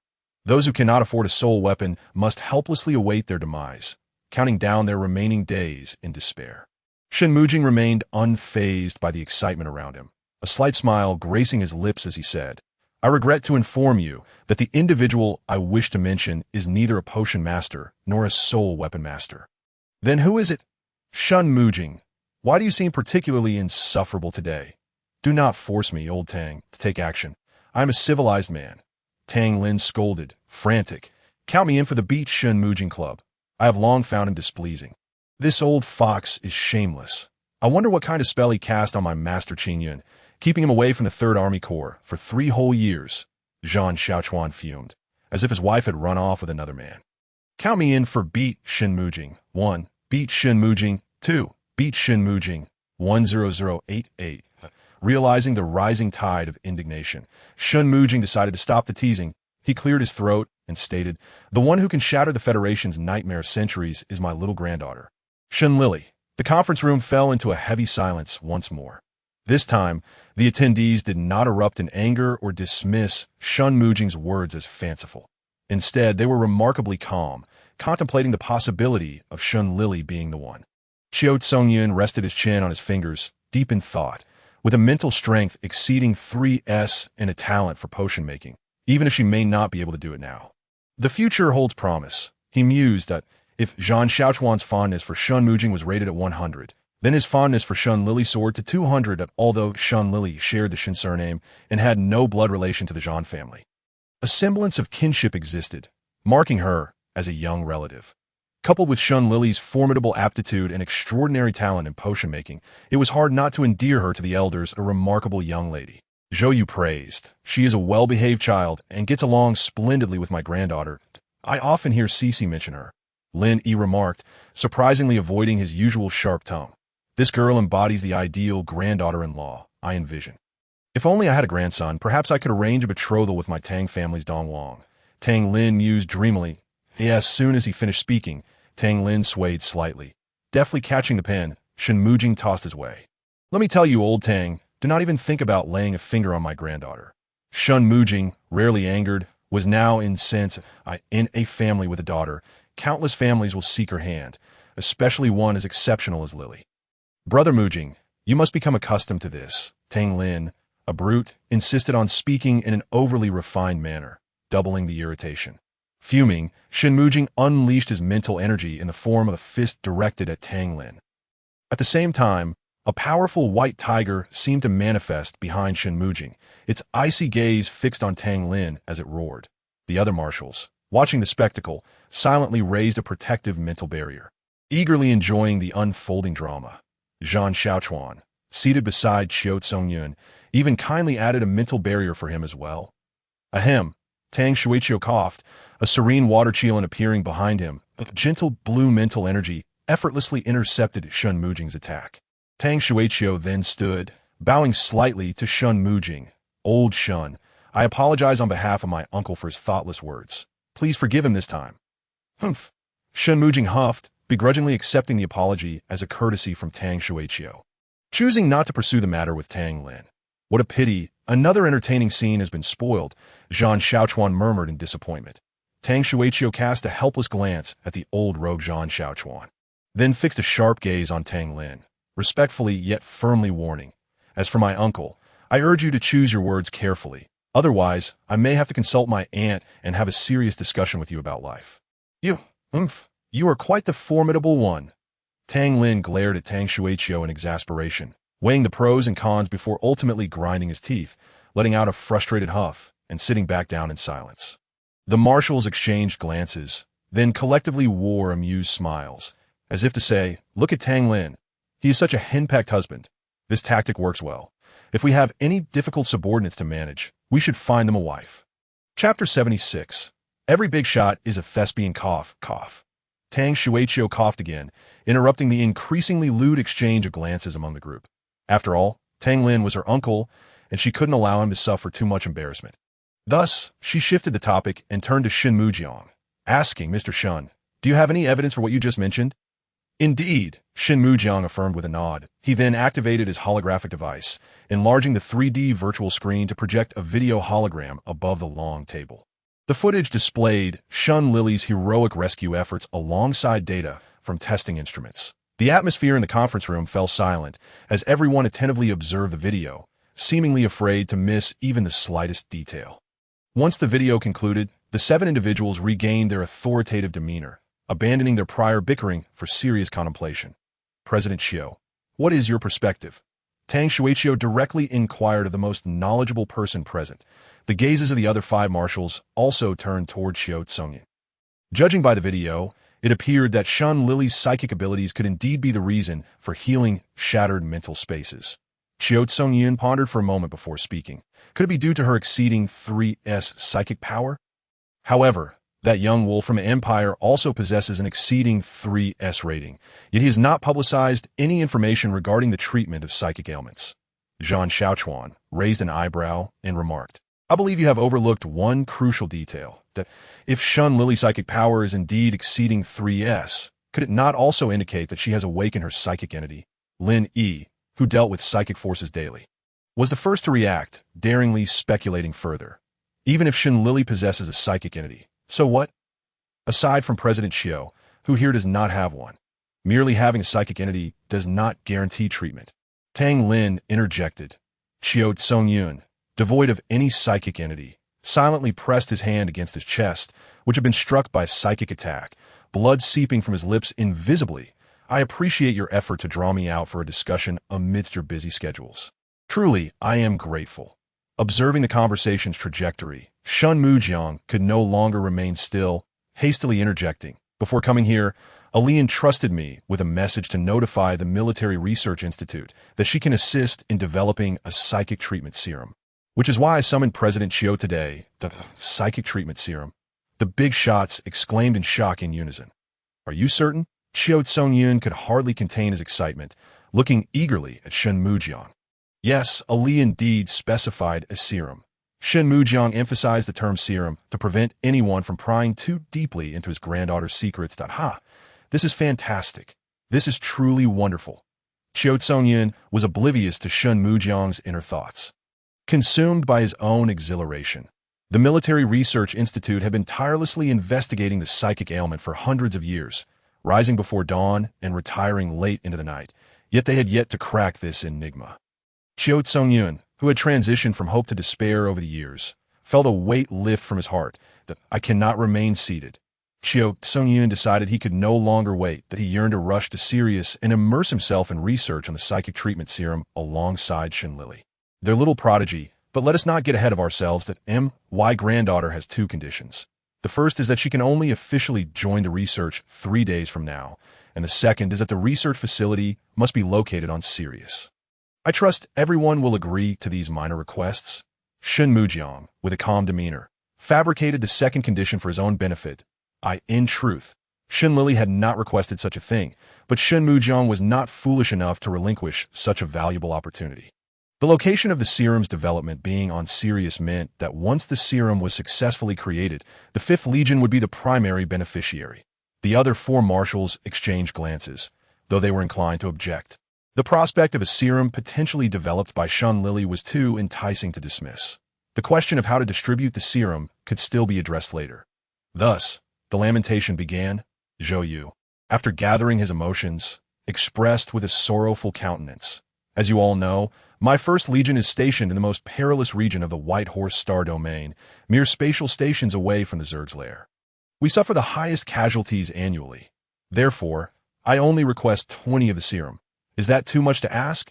The others closed their eyes in contemplation, fingers stroking their chins in agreement. Not excessive, not excessive.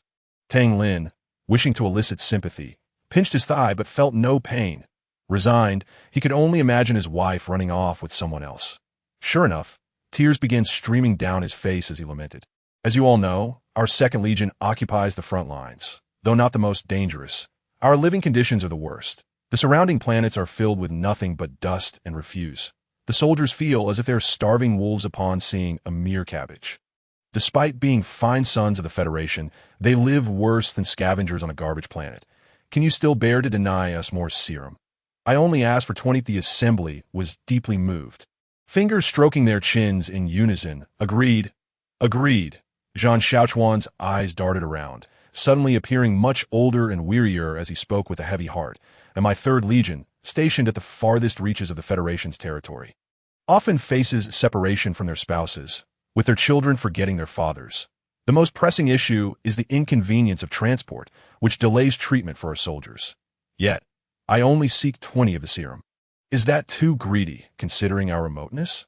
The assembly empathized, fingers stroking their chins in unison. Not greedy, not greedy. Chapter 77. A Fire's Little Flight. Seeing these schemers nearly dividing the serum among themselves, Shen Mujiang hurriedly interjected before Lin Yi could speak. Lamenting, everyone is aware of the 5th Legion's circumstances, setting aside the fact that the serum is my granddaughter's achievement. Just consider the recent Zerg tide. The 5th Legion has faced the most attacks. I want to elaborate on how dire our situation is. I trust your hearts are not made of stone. Therefore, I must request 30 of the serum. If this is not possible, my granddaughter may become distracted during her research. And should she fail to produce results? Before Shen Mujiang could finish, the others quickly interrupted. Give, give, give. A subtle smile crept onto Shen Mujiang's lips, and he feigned a deeply touched expression, saying, Thank you all. I extend my gratitude on behalf of the brothers in the 5th Legion. Lin Yi replied, So, you're leaving only 10 for me? Huh. In your dreams, I demand 15 for the 4th Legion and 15 for the 3rd Legion. Lin Yi stated coolly. Hey, why am I the only one being singled out for this? Zhang Xiaochuan shot a glare at Lin. Lin Yi glanced at Zhang Xiaochuan and calmly replied, Next year, I'll ensure you receive an extra 10 of soul devices.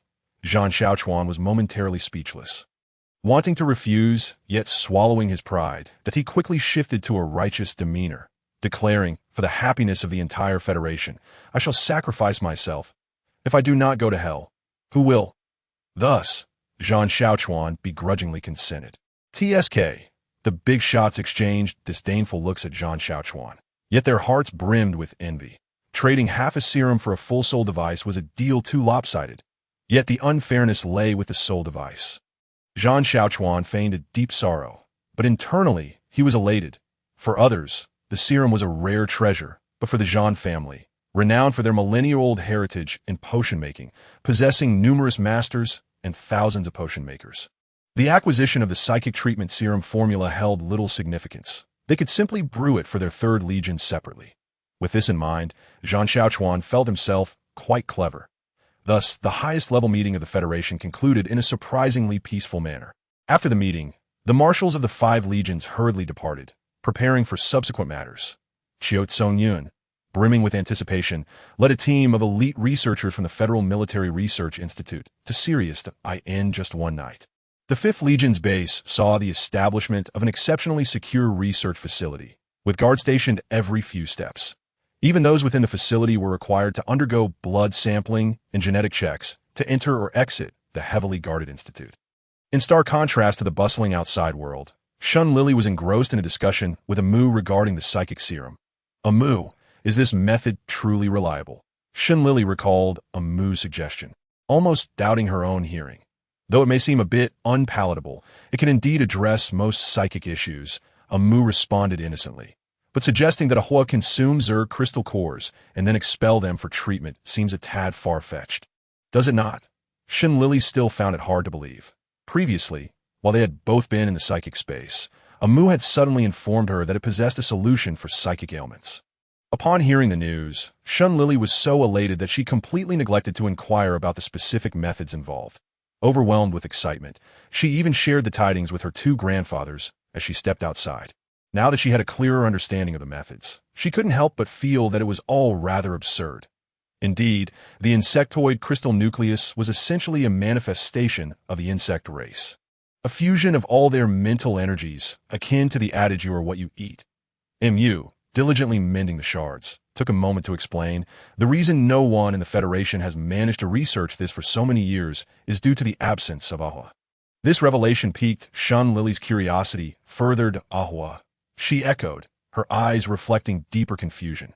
Yes, only Ahua can consume the insectoid crystal nucleus and then expel it. This process leaves behind Ahua's benign mental energy within the nucleus, which can then be used as a medicinal catalyst, combined with specialized healing agents, to treat various mental disorders. Moreover, the expelled mental energy can be absorbed by the patient's body, potentially enhancing their own mental capacity. AMU, without a hint of impatience, provided this explanation in a gentle and thorough manner. As Shun Lili's spiritual entity, AMU shared her pharmacological memories, which meant that while Shun Lili understood, AMU did as well. The only significant difference between them was that Shun Lili was not a spiritual entity and, therefore, lacked this knowledge. If she were to discover these intricacies on her own, it would likely take an impossibly long time. Unless, of course, Ahua accidentally ingested a crystal nucleus and expelled it, creating a serendipitous situation where Shun Lili might notice something amiss. Fortunately, with AMU's presence, she had managed to avoid decades of unnecessary detours. I understand now. Thank you. AMU, Shun Lili said, realization dawning upon her, her spirits lifting. She was acutely aware of how formidable Ahua's mental energy was. For instance, the volatile mental energy within the insectoid crystal nucleus, which others shunned, seemed like mere snacks to Ahua.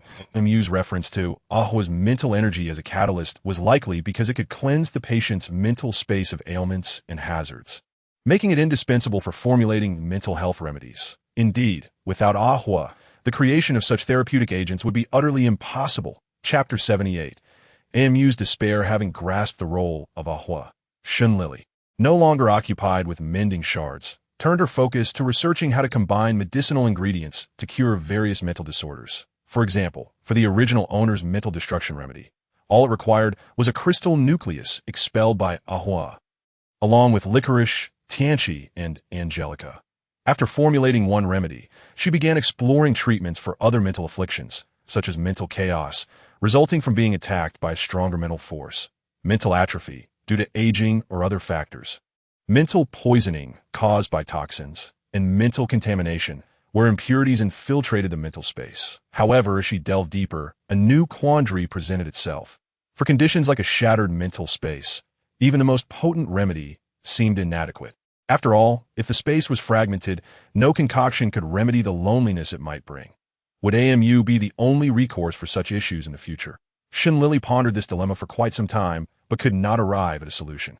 Eventually, she turned to AMU, her eyes pleading for assistance. AMU, can others mend the fragments of a shattered mental space? AMU contemplated for a moment before hesitantly nodding. Yes, it is possible. Shun Lili had merely asked out of curiosity, so she was pleasantly surprised to hear that it was indeed feasible. She looked at AMU with excitement and inquired, "What method is that?" "This," MU began, trailing off momentarily before extending a tendril to cover his forehead, appearing somewhat despondent. "After cleansing the impurities from the insectoid crystal nucleus, I would consume it and then expel it, which would carry my mental energy that I could then use the mental energy within this nucleus as a suture to mend the fragments."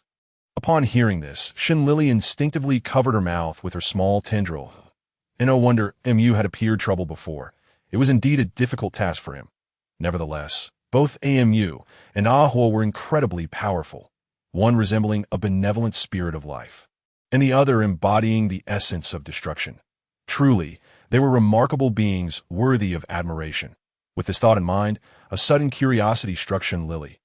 MU, what if Ashue also consumed the insectoid crystal nucleus and then expelled it? Would there be any therapeutic effect? MU couldn't help but chuckle at this, then replied with a teasing tone, "Ali, only Ashue must not do that, and you must never ask him. Be wary of his potential grudges, or he may ignore you for a very long time." Shun Lili, feeling slightly embarrassed, scratched the back of her head and laughed awkwardly. "Rest assured, I wouldn't dare to ask. If Mu was a gentle and kind elder, and Ahua a cute and cuddly child, then Ashue resembled the strict headmaster of class. Even when he stood silently, Lili felt an urge to shrink back. She swallowed hard, feeling a twinge of fear at the thought. Shaking her head to dispel her thoughts, she refocused on her research into mental health remedies. Time flew by. Lili spent 3 entire days within Lu Yunsheng's mental space. During this time, aside from receiving nourishment from others and occasionally glancing at Lu Yunsheng's consciousness, she dedicated herself entirely to researching the combinations of medicinal ingredients for mental health treatments. Now, she had amassed a wealth of theoretical knowledge, only lacking the final experiment to yield definitive results. Feeling ready to emerge, she glanced at Mu's progress, which was also nearing completion. Before long, after stitching the final seam and tying a knot, Mu returned to Lili's side and announced, "Ali, we can release his consciousness now." Great! Lili opened the mental energy box and liberated Lu Yunsheng's consciousness. The diamond-shaped crystal tentatively departed from her palm, and upon confirming there was no danger, it began to flit about the mental space. Lili and Mu exchanged gleeful smiles as they observed the excited, even mischievous, movements of the diamond crystal. After sharing a glance, they both departed from Lu Yunsheng's mental space. The diamond crystal paused momentarily, circling the spot where the two had vanished multiple times. Then, in a flurry of anxious energy, it darted around the mental space, searching as if it were a cub abandoned by its mother beast. Had Mu still been present, he might have pressed his forehead in exasperation, for this behavior clearly indicated that Lu Yunsheng had either lost his memory or had become somewhat daft, treating Lili as if she were his mother. Unbeknownst to Lili, she was about to gain an exceptionally large SOS. She opened her eyes. She found herself staring at Wen Yuqing, her cousin grandfather, and a stranger with an expression of fervent admiration directed at her. Lili suppressed the urge to unleash her excitement and cautiously sidled up to her cousin grandfather to observe in silence. Seeing that his granddaughter was frightened, Zhang Qingyun slapped Xiao Songyun on the back of his head. Expressing his disdain, "Rein it in a bit. You frightened my dear granddaughter." "Oops." Xiao Songyun, though struck, showed no resentment. His fervent expression vanished, replaced by a serious demeanor. "Hello, Lili. Allow me to introduce myself. I'm the president of the Federation Military Research Institute. My surname is Xiao, and you may call me Grandpa Xiao." Xiao Songyun smiled, transforming into a dignified and charming elder. "Hello, Grandpa Xiao." Lili stepped forward to politely shake his hand.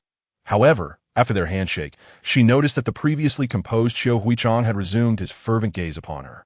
In that moment, Lili could distinctly hear the sound of a great figure's image shattering in her mind. The president of the Federation Military Research Institute, Xiao Songyun, whom Lili had once imagined to be a cool and wise figure, now appeared before her akin to an infatuated fan, invoking a sense of idle disillusionment within her. Indeed, it was better to maintain some distance from idols. Otherwise, she felt she might not be able to contain her fists. Chapter 79. A big son becomes a mother Yunsheng. You're awake. Wen Yuqing, who had been closely monitoring Lu Yunsheng, was the first to notice the slight movement of his fingers. This drew the attention of everyone present, including Xiao Songyun, who shifted his fervent gaze to Lu Yunsheng. This was the first patient to recover from a mental energy affliction, and the desire to dissect and study this phenomenon was overwhelming. Xiao Songyun's intense gaze frightened the newly awakened Lu Yunsheng to the point of tears. However, instead of retreating behind Wen Yuqing, he locked his eyes on his Lili and, with a sudden leap, clung to her arm, whimpering, "Mommy, there's a strange uncle." At this proclamation, the entire dormitory fell into a state of shock. Lili, meeting the incredulous gazes of those around her, hurriedly shook her hands in denial, exclaiming, I'm not. He's just making things up. I can't possibly have such a big son." For the first time, Zhang Qingyun did not come to his granddaughter's defense. Instead, he burst into laughter, a hint of schadenfreude in his tone that I didn't expect to have a great-grandson so soon. It seems the shattered mental space has indeed affected him, perhaps even causing some memory loss. Xiao Songyun stroked his chin thoughtfully. Upon hearing this, Wen Yuqing felt his heart shatter. After all, he had pursued Lu Yunsheng for a decade before finally marrying him. What would happen now if his spouse had lost his memory? Would he be viewed as a pervert? Would his partner reject him?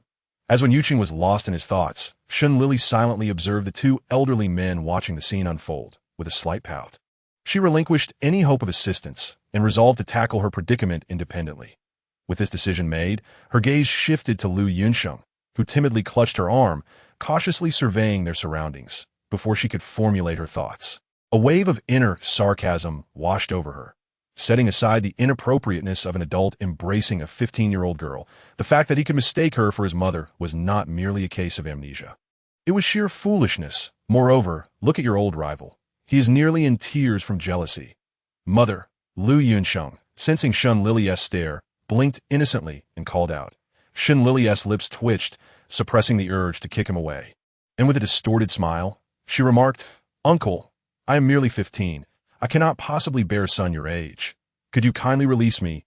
Lu Yunsheng's subconscious echoed the impossibility of the situation, yet he undeniably felt maternal warmth emanating from this girl. The more he thought about it, the more aggrieved he became, tears streaming down his face like a forsaken child abandoned by a heartless mother. Oh dear! Shun Lili was on the verge of losing her sanity and hurriedly summoned AMU in her mental space. AMU, come quickly. What should I do? Lu Yunsheng seems to have lost his mind and insists on recognizing me as his mother, Shun Lili exclaimed in despair. AMU, perceiving the scene through Shun Lili's eyes, could only offer a sympathetic response. His consciousness has been excessively drained by cosmic energy that, in due time, he should recover. Oh, why does he see me as his mother? Do I resemble his mother? Or is there some maternal aura about me? Shun Lili was perplexed by this notion. Well, that is hard to say that it might be, because we have been using mental energy to rescue him, coupled with the 3 days of care we provided, which likely imparted a motherly warmth. AMU concluded, unable to stifle a chuckle. Shun Lili sighed. Well, that reasoning is both compelling and absurd, leaving me utterly speechless. Thankfully, Lu Yunqing's current guardian, Wen Yuqing, was unable to bear the sight any longer. He strode over, rendering Lu Yunqing unconscious, and held him tightly, addressing Shun Lili with an awkward inquiry. Miss Shun, what has happened to Yunsheng? With a sigh of relief, Shun Lili replied, his consciousness has been compromised. He merely needs some time to recuperate. Very well. I shall take him home now. Farewell, Miss Shun, Master Qingyun, and President Xiao. Wen Yuqing exhaled in relief, bid his farewell, and promptly left with Lu Yunsheng in tow, moving with such swiftness as if someone were trying to steal his wife. Qiao Tsungyun and Zhang Qingyun couldn't help but burst into laughter again, teasing Shun Lili about her earlier flustered demeanor. Grandpa, Master Qiao, are we still practicing the mental healing potions? I might forget later. Shun Lili gave the two old mischief-makers a death glare and threatened through clenched teeth. The laughter of the two elderly men abruptly ceased, as if a duck had its throat grasped. Particularly, Qiao Tsungyun reacted most strongly, hastily asserting, Yes, let us go. The laboratory is all prepared for you. We are merely awaiting your presence. I shall assist as well. Zhang Qingyun expressed his interest in the mental healing potions and followed them to the 5th Legion Research Institute. In the following days, Shun Lili immersed herself in the Research Institute, spending 3 days in heated debates with top experts from the Federal Military Research Academy, followed by 7 days of frenzied potion making. The 3 days of debates revolved around the unchanging ingredient of the insectoid crystal cores provided by Shun Lili. However, opinions varied widely regarding the ratios of the medicinal herbs and the potion formula, resulting in a stalemate until a competition determined the best and most cost-effective formulation, chosen by Qiao Tsungyun. As for the 7 days of potion making, Shun Lili did not partake directly, but dedicated her efforts to supplying the alchemists with fire and wood crystal cores, these crystals being derived from the insectoid cores that AMU and Ahua had extracted. Researchers discovered that only Shun Lili could manufacture such cores, ultimately naming them after her. She proposed adding firewood to prevent both types of cores from being uniformly labeled Azli crystal. With a sense of wonder, Shun Lili gazed at AMU and Ahua, who had transformed into small white tigers due to the abundant nourishment from the insectoid crystals. Lost in thought. Chapter 80. The little white tiger cubs, a few days ago. AMU and the others had suddenly morphed into winged little white tigers, leaving Shun Lili genuinely astonished. She had initially believed her spiritual entity was merely a pillar, only to discover it was akin to an eggshell. It was only until the day before that AMU and the others had truly been born. Covering her face momentarily, when she lowered her hands, her eyes sparkled with delight. Without hesitation, she summoned Ashue. who had been idle. Sure enough, what greeted her was the adorable little white tiger cub. The cub boasted a pair of tiny wings, its snow-white fur adorned with black stripes. The most striking feature was the ancient totem on its forehead, exuding an air of majesty and mystery. Beneath its half-moon-shaped ears, its eyes, lined with what appeared to be golden eyeliner, revealed a pair of silver-gray eyes, currently regarding Lili with extreme disdain and awe, no matter how many times she looked. The cuteness was overwhelming. Lili was captivated by Shue's enchanting visage, oblivious to the cub's disdain, and found herself yearning to bury her face in its soft fur. Dreams are beautiful, but reality can be harsh. Lili found herself thwarted as Shue firmly pressed its front paws against her face. Warning, Lili, if you engage in any more bizarre behavior, I shall cease teaching you about Mecha. Lili looked up bewildered and repeated, Mecha? Yes, was that not your utmost desire? Shue, relieved to see Lili finally cease her antics, threatened. Do you create Mecha? Lili asked, perplexed. And why would I not? Shue responded nonchalantly. Now I cannot. Shue added matter-of-factly. Lili burst into laughter. After a moment of silence, she couldn't help but chuckle. Her little cub was simply too adorable, even when boasting with such refreshing audacity. All right, I shall refrain from touching you. Lili affectionately patted Shue's little head. Although her wish was fulfilled, Shue remained unsatisfied, feeling as though its abilities were being doubted. Humph! Shue, disinterested in arguing with its foolish master, promptly returned to the mental space. Tiske. Lili clicked her tongue in regret and shifted her eager gaze to the other two adorable creatures. All three little darlings looked remarkably alike, save for the differing colors of their forehead totems. Shue's totem was blue, Mu's was green, and Ahwa's was our Edie. As Lili gazed at the charming little white tiger cubs, her heart nearly melted. Regrettably, Mu and Ahwa were too preoccupied. Observing the busy little creatures, she reluctantly withdrew her gaze. Indeed, Mu and Ahwa had been working diligently these past few days. Although consuming the insectoid crystal cores was not particularly arduous, it was contingent upon moderation. Lately, their bellies had been quite round, especially Ahwa, whose consumption was the highest, causing Lili to feel a pang of sympathy. Ahwa, perhaps you should take a break? Lili approached, observing Ahwa, who had grown plumper than Mu and Shue, and gently stroked its head at Ahwa, leisurely reclining on the table with its front paws, clutching an insectoid crystal core, tilted its head in confusion at Lili's inquiry. Ali, is there a shortage of crystals? Then I shall eat less. There are plenty of crystals, but when do you feel uncomfortable eating so much? Your belly appears quite round. Lili expressed her concern. I feel fine. The crystals are delicious, and I can eat them indefinitely. But will Ali dislike a plump Ahwa? Ahwa replied, feeling a touch melancholic while holding the crystal core, observing the two converse in a disjointed manner. Mu interjected, Ali, insectoid crystal cores pose no harm to us, especially since Ahwa only consumes the volatile mental energy within them. Thus, even excessive consumption is harmless. Any undigested energy merely becomes fat storage, leading to temporary weight gain, which will diminish once digested. Only then did Lili feel reassured and lavished Ahwa with compliments, declaring, no matter how plump Ahwa becomes, you will always be my little darling. My precious sweetheart. Besides, plump Ahwa is even cuter. I particularly adore it. Then I shall eat more and become plump. Ahwa replied, beaming with joy, realizing that becoming plump would not incur Ali's displeasure. Ahwa felt liberated, even accelerating its consumption of the crystal cores. Previously, it had hesitated to eat too many, fearing it would be disliked for being too heavy, but now it could finally indulge.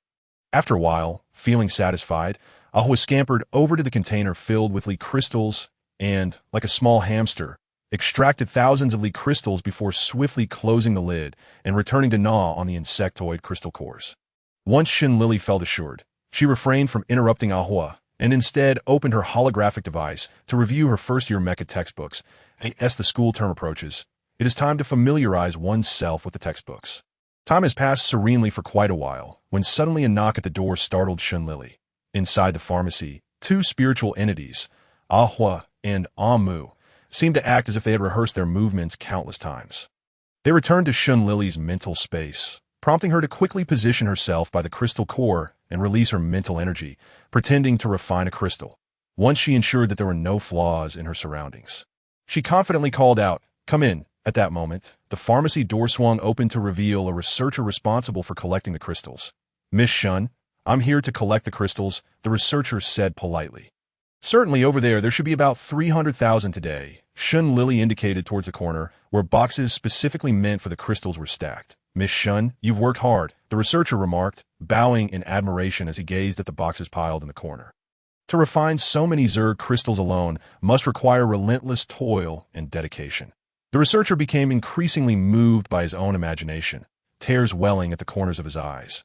Wiping away the tears, he took a deep breath and began to encourage himself, thinking, if someone of Miss Shun's noble status can work so diligently, we cannot lag behind. Tonight they, too, would burn the midnight oil to formulate mental energy treatment potions. As the researcher departed, he couldn't help but turn back and solemnly declare, "Miss Shun, your efforts will not be forgotten." He intended to boast about her dedication to his colleagues, ensuring that her hard work was recognized by all. Shun Lili looked on, bewildered, at the researcher, who seemed almost fervent in his admiration, feeling as though she had unwittingly been cast into a peculiar role. Yet, she brushed off her confusion, closing the door behind her and releasing Amu and Ahua from her mental space. They eagerly resumed gnawing on the crystals while Shun Lili immersed herself in her freshman mecha textbook. 2 days passed in this manner, and the stock of crystals was temporarily sufficient. Shun Lili stepped out of the pharmacy, initially intending to assist in the formulation of treatment potions. However, the researchers, with their jovial demeanor, insisted she take a rest, making her feel as though she had been laboring tirelessly for days. Their looks, akin to those of diligent factory workers, led Shun Lili to feel she might indeed have been working harder than she realized. Taking out a small mirror, she examined her rosy complexion and then glanced at the researchers, whose eyes were shadowed with fatigue. Clearly, they were the true laborers. Shun Lili scratched her head, somewhat perplexed, but chose not to dwell on her confusion. Instead, she sought out Zhang Qingyun to express her intention to return to the military training base. "Well, if you don't train soon, the military training will conclude, but you may return tomorrow. Tonight, you can enjoy the Star Network on your light brain." Zhang Qingyun supported her decision to return. After a moment, he added, "Is there anything happening on the Star Network tonight? Perhaps something significant? The Federation plans to announce the mental energy treatment potion at 7 p.m. tonight. That it would be a pity to miss it." Zhang Qingyun divulged without hesitation. "That sounds lively. I'll head back tomorrow then." "Grandfather, I'm off to have some fun," Shun Lili remarked, eager to take a look at the military mecha department before returning. "Go ahead," Zhang Qingyun said affectionately. Ruffling her hair, he remained blissfully unaware of her destination. Otherwise, he might have been less inclined to indulge her. Upon exiting the research facility, Shun Lili made her way to the military mecha department. As she approached the entrance, 2 soldiers halted her. Presenting the one-time entry permit given to her by Shan Ku on her light brain, she was granted access to the mecha department prior to her arrival. Shun Lili had imagined the mecha department to be chaotic, perhaps even reeking of industrial metals. However, upon entering, she was pleasantly surprised to find the area impeccably clean and orderly in the lobby of the mecha building. Numerous containers were arranged, each housing a transparent energy shield, with most containing a space button. Shun Lili speculated that each button likely contained a mecha, as labels detailed the mecha names and their owners, along with military ranks and affiliations. Additionally, the containers bore signs indicating whether the mechas were under repair or had been restored. The lobby was bustling with federal soldiers, eagerly searching for their mechas according to the numbers displayed on their light brains. Once they located their mechas, they simply had to press a button in front of the energy shield, and after identity verification, they could reclaim their space buttons. Once in possession of their buttons, the soldiers promptly exited the lobby, their mechas hidden within. Feeling a twinge of regret at not being able to see the mechas, Shun Lili decided to head toward the repair department, hoping to catch a glimpse of a mecha under maintenance. She casually approached the entrance of a repair room and peeked inside. The spacious room housed a damaged mecha, with a mecha repair technician and 2 assistants diligently working on it. After observing for a while, Shun Lili finally understood the reason for the cleanliness. The technicians kept their tools and parts and space buttons, retrieving them only as needed. Her heart racing with excitement, Shun Lili was suddenly startled by a voice from behind. "Who are you? What are you doing here?" a stern voice demanded. Turning around, she found an elderly janitor, broom and dustpan in hand, regarding her with suspicion. His fierce gaze seemed to say that unless she provided a reasonable explanation, he would call for security. Cautiously, Lili made a should gesture before hurriedly approaching the old man, presenting the entry permit issued by Shankeyu. Hello, sir. I'm a student from the military training base. Here to visit the mecha department for a day. The janitor scrutinized the permit for a moment, then relaxed his expression, though he looked at Lili with mild disapproval. If you're here to visit, why this sneaky behavior? If it were someone else, I would have called security by now. Thank you, sir. I didn't want to disturb the masters, so I thought it best to observe quietly, Lili replied. Somewhat sheepishly, perhaps inspired by her passion for mechas, the janitor's demeanor softened. You're a silly child. Come, I'll take you to a repair room for a visit. Really? Thank you, sir, but did I want to disturb anyone? Will I? Lili asked, her excitement mingled with modesty. Not at all. That room is empty, and there's a C-class mecha waiting for repairs. You can take a close look at it, the janitor assured her. Wow, that's amazing. Thank you, sir, Lili exclaimed, her enthusiasm palpable. Come along then, the janitor smiled, clearly fond of polite children, and led the way. Lili followed eagerly behind him, her spirits high. Not long after, the janitor brought Lili to a repair room that was slightly larger than the previous one. Stopping to catch her breath, Lili peered inside, where she saw a 6-meter-tall, deep blue mecha occupying the center. The exterior paint was nearly stripped away, and the body was in tatters, giving the impression that it was on the brink of being deemed scrap. Yet, despite its dilapidated state, it was still a mecha. The thought of being able to interact closely with it made Lili tremble with excitement. The janitor noticed her enthusiasm and raised an eyebrow. I haven't asked yet, which major are you in? Mecha manufacturing? Yes, Lili nodded vigorously. Good. This mecha is now your responsibility. Make sure to clean it thoroughly and remove any damaged parts if you're capable of replacing them. Feel free to give it a try. This space button contains its new components that I'll leave it in your capable hands. I have other matters to attend to, the janitor said, tossing her a space button before departing nonchalantly. Lili was left feeling as though she had been assigned a laborious task, yet she couldn't help but relish the opportunity. This labor was delightful, and she could do it 10 more times. Meanwhile, the janitor encountered a mecha technician exiting a repair room. To his surprise, the seemingly humble janitor did not initiate a greeting. Instead, the technician placed his right hand over his heart and offered a respectful salute.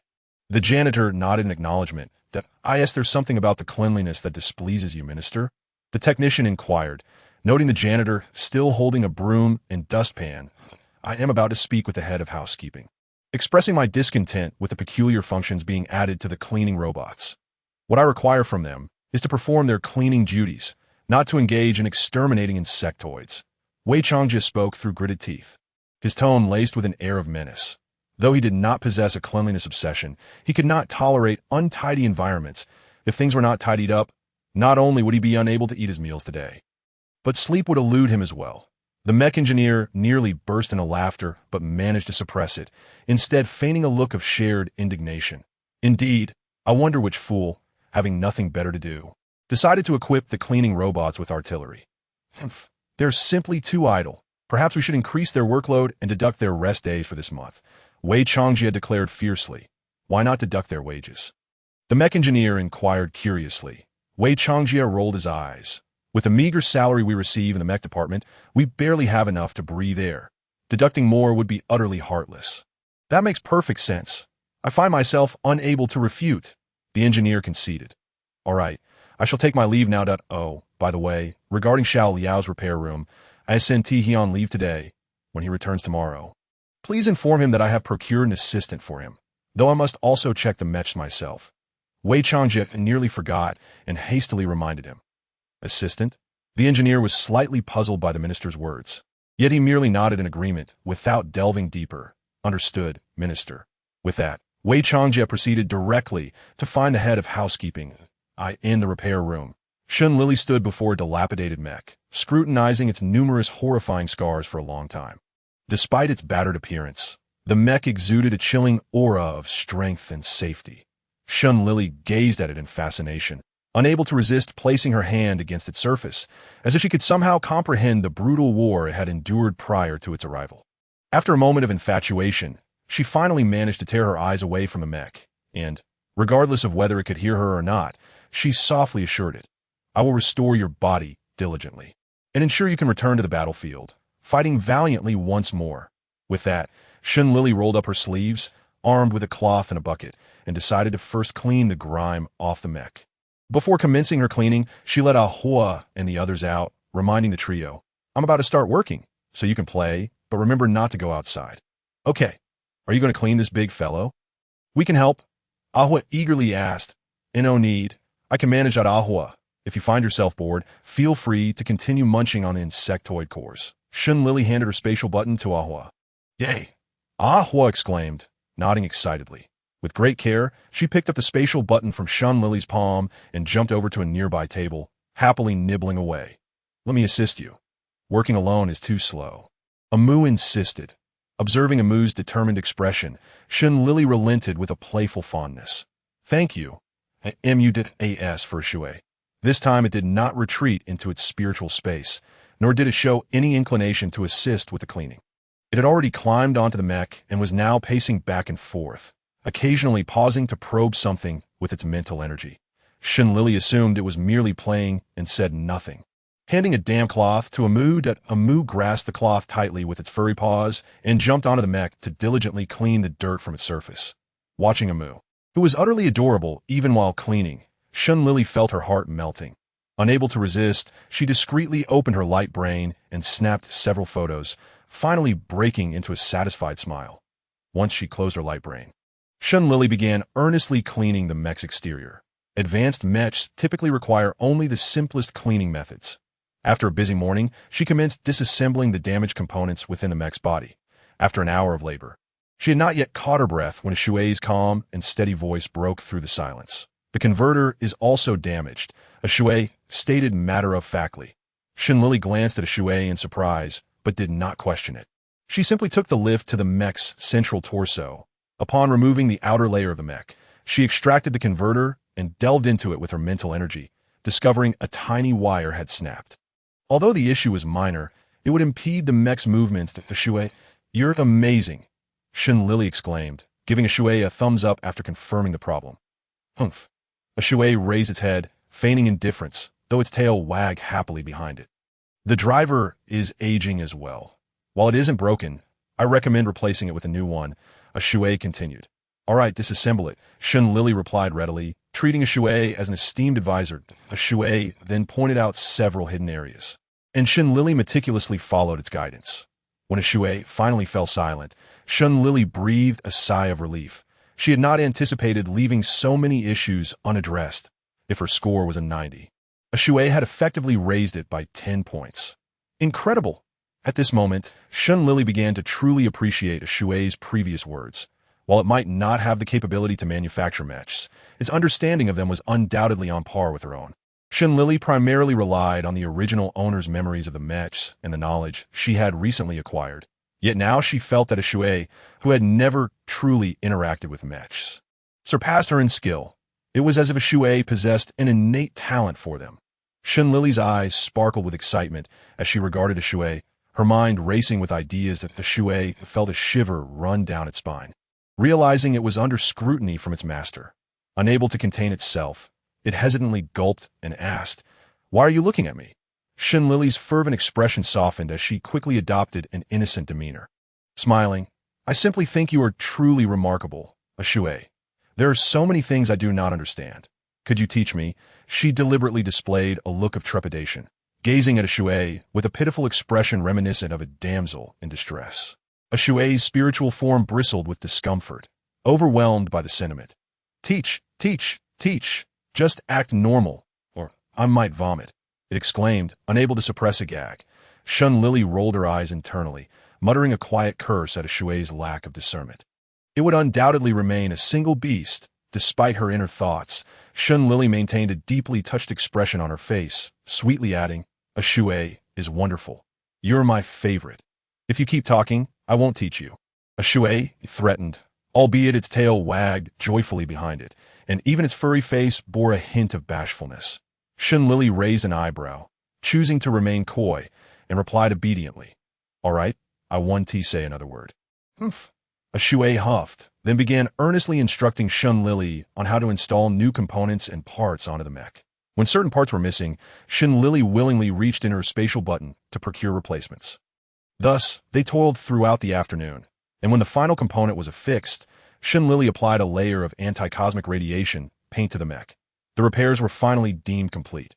Once everything was tidied up, Lili and the three little ones lined up before the rejuvenated mech, for pairs of eyes gazing in awe at the magnificent sight before them, unable to refrain from exclaiming in unison. Wow, this big fellow looks so cool. Aho exclaimed excitedly. That's just average, Shui remarked, though a glimmer of satisfaction danced in its eyes. Li and Shui, you both did wonderfully. You're amazing. Amu praised, slightly flushed from the compliments. Lili and Shui couldn't help but smile widely. After a moment of admiration, Lili proposed, let us take some pictures together. After all, this is our first repaired mech, and it would be a shame not to commemorate it. Absolutely. How exciting. Aho was the first to agree, spinning around joyfully. Shui surprisingly nodded without its usual biting remarks that I'll choose the angle. Ali, hand me your light brain, Amu said affectionately, taking the device from Lili and using its mental energy to levitate it. Following Amu's direction, Lili positioned herself a bit further from the mech, wrapping her arms around Amu, Shui, and Ahua, and they all beamed together for a photo. They captured images on the mech's shoulder, in the palm of its hand, in the crook of its arm, and finally, within the mech's control cabin, completing their last group shot. When Lili retrieved her light brain and opened the album, she joyfully flipped through the photos with the three little ones. Ahua, please refrain from moving around so much next time. Look, this photo turned out blurred. Shui scolded upon spotting a slightly fuzzy image of Ahua. I understand. I won't move around next time. Ahua replied, looking forlorn. It's all right. There's only one like that. The rest are quite good. Amu comforted, ruffling Ahua's little head. Lili remained silent, gently patting Ahua's head in consolation. She would not actively involve herself in the affairs of the three little ones, as each one of them was dear to her. In a situation where both the palm and the back of her hand were flesh, she could not bear to prioritize one over the others. Fortunately, Amu naturally possessed an aura of elderliness, which allowed her to look after Ahua and Shui. Otherwise, just the thought of these sweet torments would leave her feeling quite overwhelmed. Amu, sending you heartfelt affection. Chapter 84. Understanding the farewell after admiring the photos. Lili prepared to leave, allowing Amu and the others to retreat to the mental space for some rest. Alone, Lili exited the maintenance room and closed the door behind her. She wished to express her gratitude to the elderly man once more, but after searching in vain, she had to leave with a sense of regret, just as she stepped out of the mecha department's entrance. She was suddenly whisked away by a man and a woman, one covering her mouth, the other wrapping an arm around her waist. Confused by her abrupt abduction, Lili took a moment to gather her thoughts, only to catch a glimpse of her captors, Su Zhe and Su Heitong. An unsettling premonition surged within her. Surely, these two were not here for revenge. Were they? Should she put up a fight when the time came? The process of her abduction was brief, lasting less than 30 seconds, before they brought her to a secluded corner.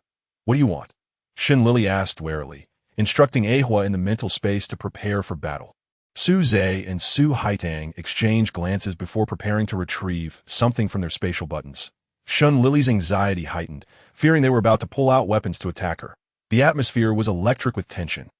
In the moment just before Ahua was about to emerge, two hands appeared in front of Lili, holding gifts. Gifts?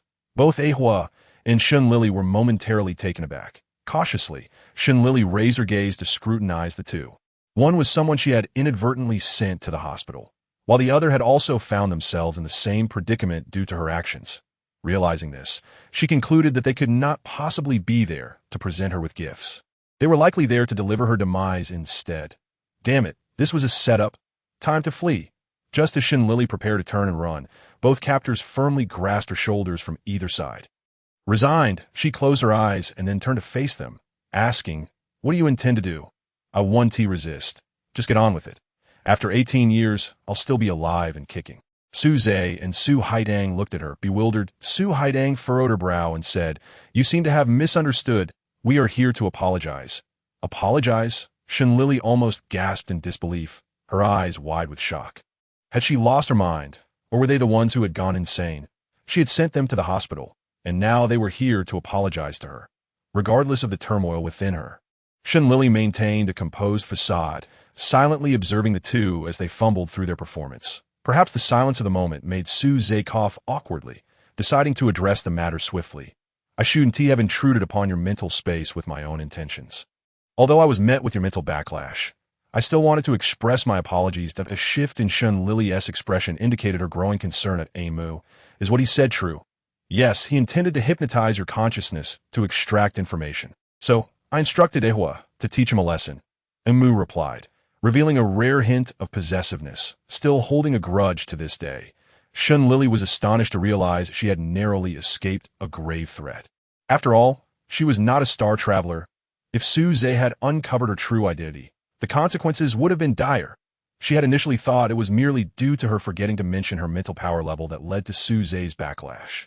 Yet, it turned out there were schemers aiming to harm her. Infuriated, she declared to Amu, "Next time we encounter such a person, strike hard. They shouldn't be allowed to get up for at least half a year." Understood. Amu clenched a little fist in solidarity. After understanding the situation, Shen Lili regarded Su Zhe with palpable disdain, but accepted the gifts nonetheless, adding with a sardonic smile, "Colonel Su, shall we try again next time?" The consequences aren't too severe. Just a 6-month hospital stay. Su Zhe shivered, retreating behind his sister, and no need for further threats. He had grown weary of the hospital cafeteria's fare. Seeing Su Zhe cower behind Su Haidang eased Shen Lili's anger slightly, prompting her to huff in annoyance before turning her attention to Su Haidang. "And what about you? What do you wish to apologize for?" Su Haidang struggled to maintain her aloof demeanor under Shen Lili's scrutiny. Clearing her throat, she stammered, Su Zhe is actually my brother. I thought you were deliberately bullying him during the assessment, so I may have been a bit harsh. I sincerely apologize, and here's my gift. Hoping you can forgive me." Shen Lili felt a wave of incredulity wash over her. The truth was more perplexing than ignorance. At least then, she wouldn't feel so frustrated. Now she felt as though she had swallowed a mouthful of food that refused to go down. Yet, since it was Su Haitang who had acted, Shen Lili found herself more inclined to forgive. With a resigned sigh, she accepted the gift from Su Haitang, fixing her gaze on both of them. "I acknowledge your gifts and apologies, but I have one request. You say it, and we shall fulfill it." Su Zhe and Su Haidang replied eagerly, their eyes bright with anticipation. Shen Lili initially intended to ask them to keep their distance, but seeing their eager faces, she found the words stuck in her throat. Finally, she sighed, placing a hand on her forehead. "You are both comrades of my elder brother. Please take care of him for me." "Of course, this is a small matter. Leave it to us."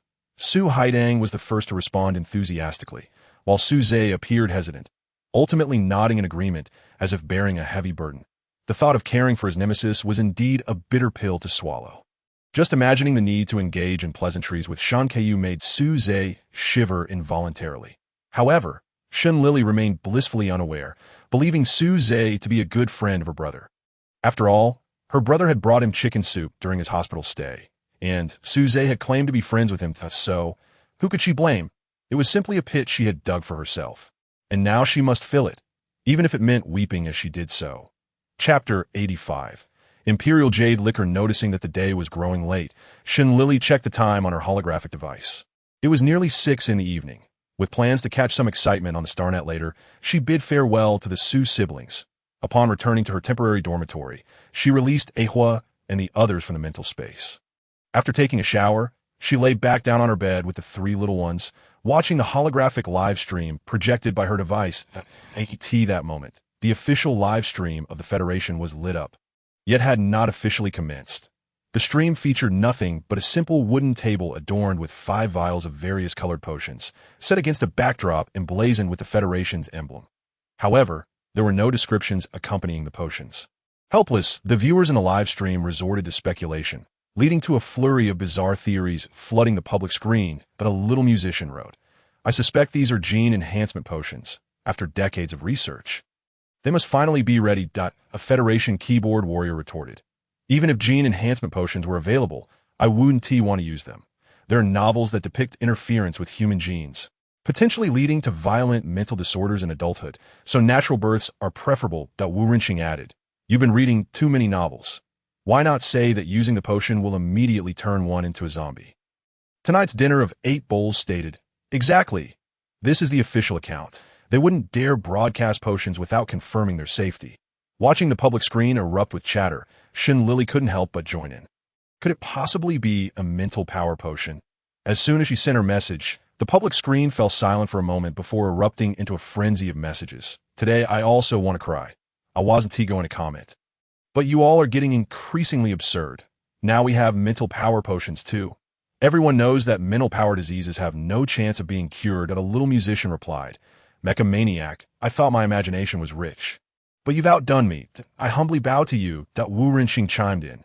Even my grandfather, who is nearing his end, asked me today if the mental power potion has been released.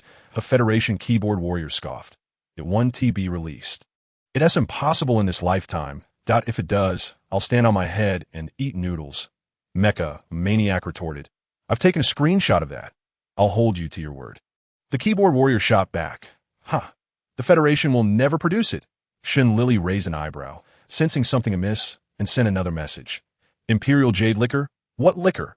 Are you saying the potion bottles contain alcohol? The keyboard warrior asked. Once again, the public screen fell silent for a moment, only to erupt with even more excitement than before. A little musician announced. I've caught a lost little spy.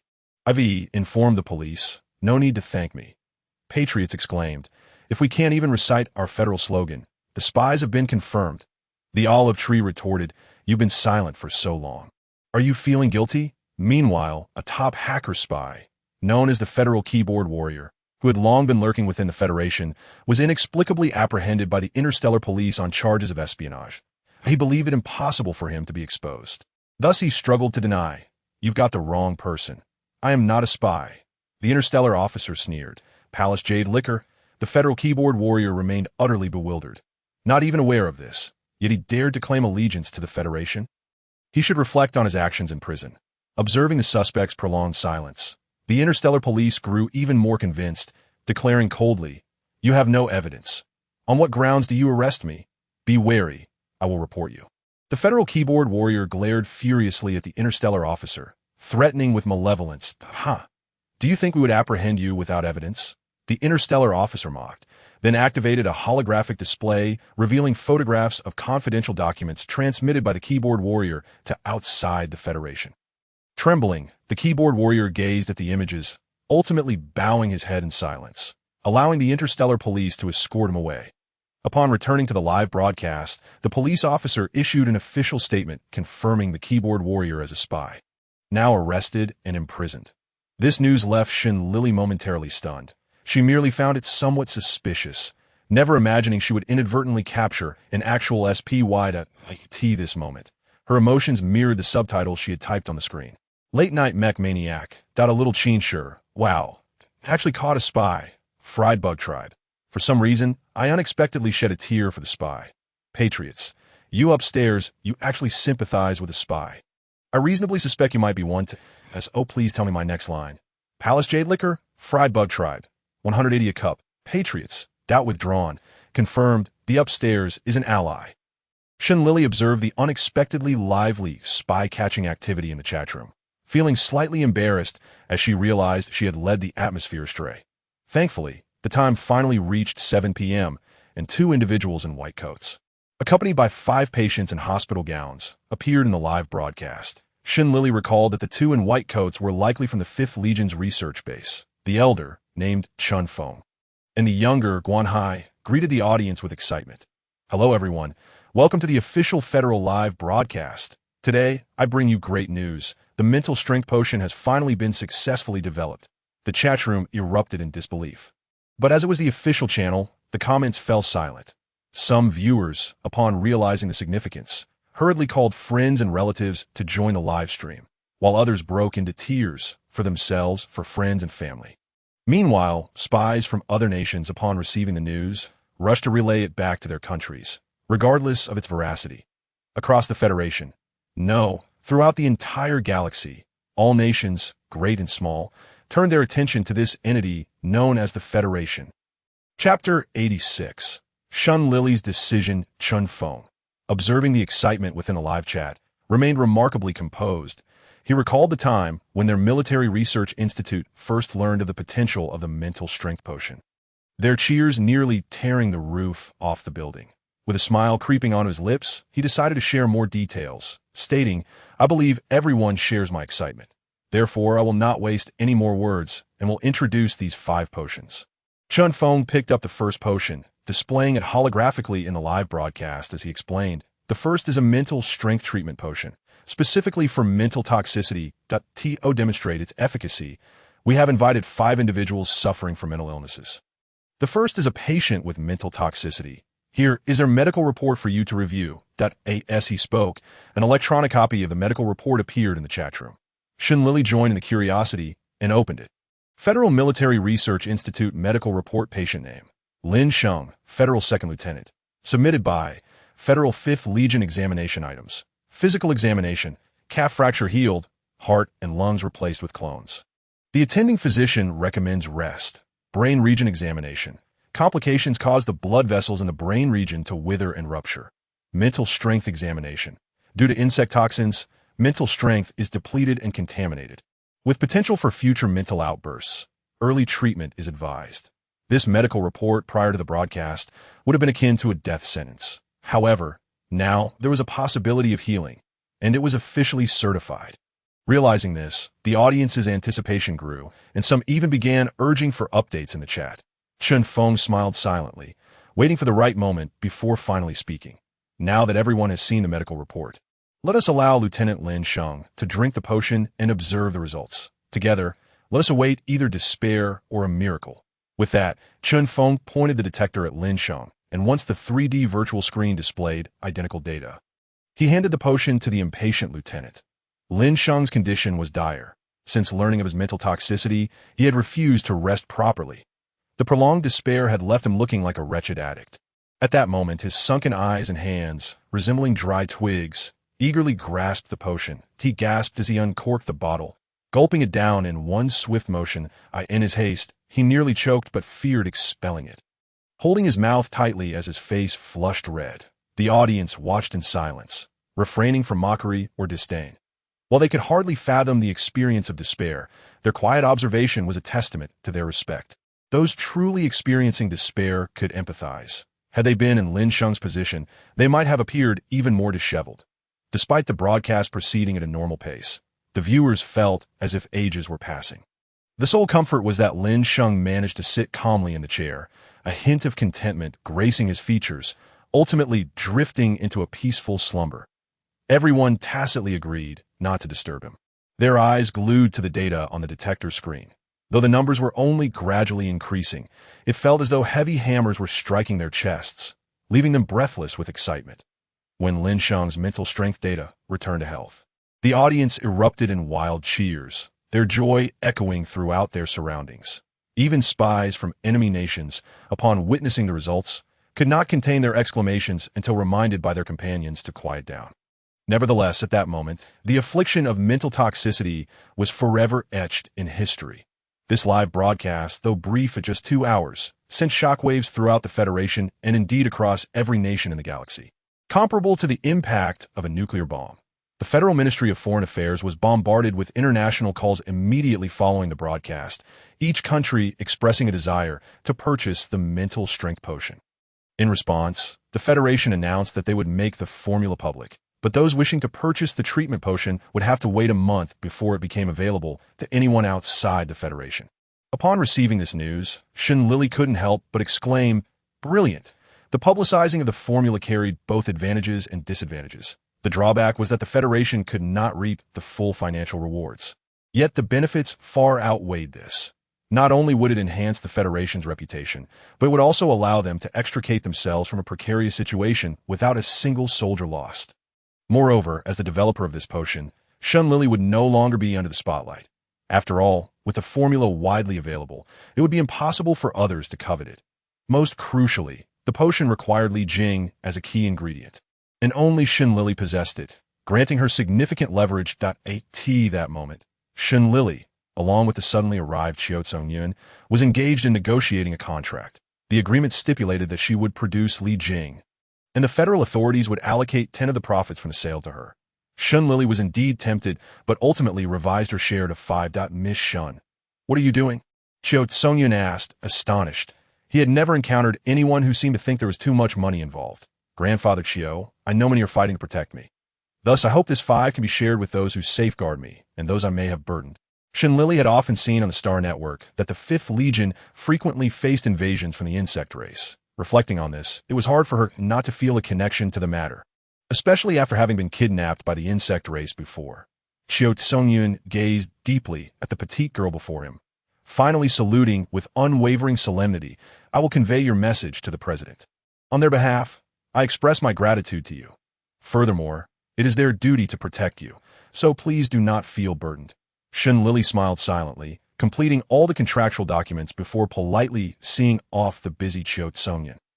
Watching him depart, a yawn escaped Shun Lili as fatigue settled in. Remembering she needed to return to the military training base early the next day, she bid goodnight to Ahua and the others before lying back down to rest. Chapter 87.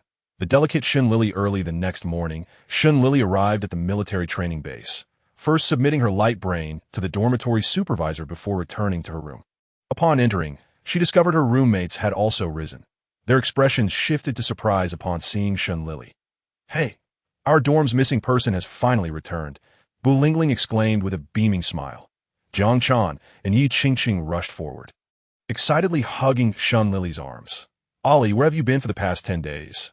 Yi Qingqing, now more familiar with everyone, boldly clung to Shun Lili's arm, adorably inquiring. Yes, I was so envious. You have no idea how tough it has been for us at the military training base. Look at my hands.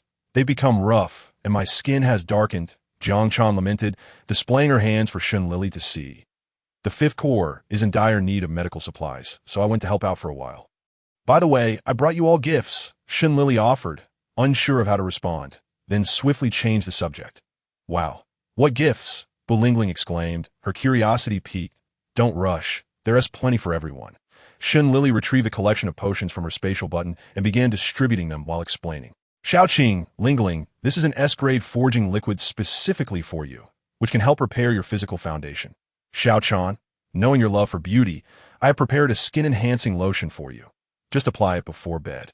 Jia, I wasn't sure what you would like, so I brought you an S-grade healing potion. And Qingqing, this is a mecha model that someone in my family loves, a gift for you. With a playful wink towards Yi Qingqing, she added a hint of mischief to her expression that why Yi Qingqing's cheeks flushed as she eagerly seized the mecha model from Shun Lili's hands. Han Shaoqing and the others were equally astonished by Shun Lili's generous gifts. Overwhelmed with emotion, they each took out something precious from their own spatial buttons to present to Shun Lili. Ollie, I stumbled upon this. I'm not sure what it is, just that it's material for mecha construction. I hope you won't mind, Bu Lingling said, handing over a box containing a peculiar substance. Though unfamiliar to Bu Lingling, Shun Lili recognized it immediately. This material is called mithril. It enhances the flexibility of mecha joints.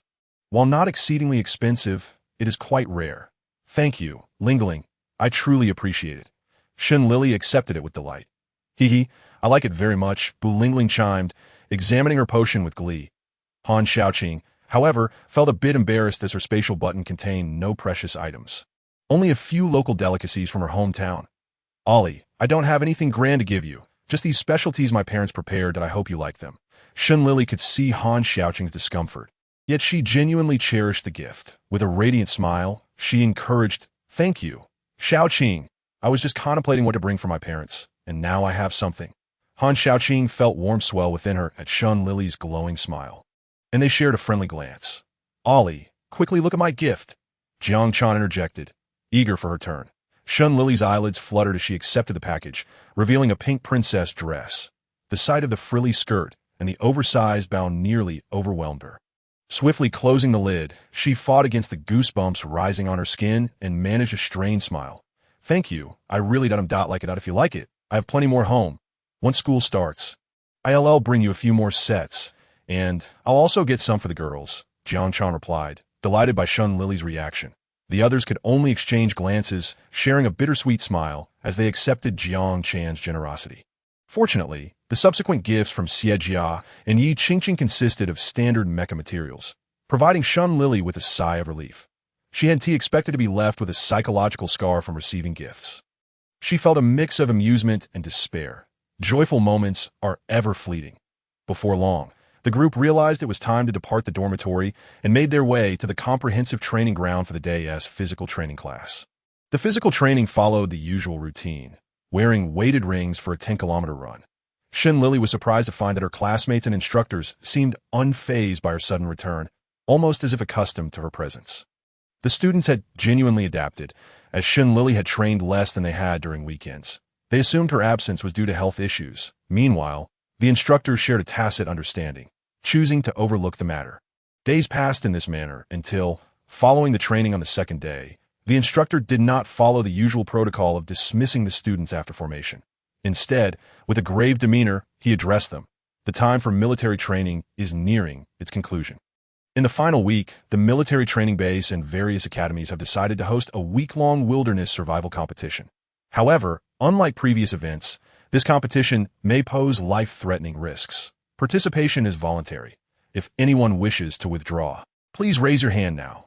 After scanning the assembly of students from the 5th Military Academy and seeing no hands raised, he continued, "Very well, it seems you are all quite brave. However, I hope you do not feel pressured.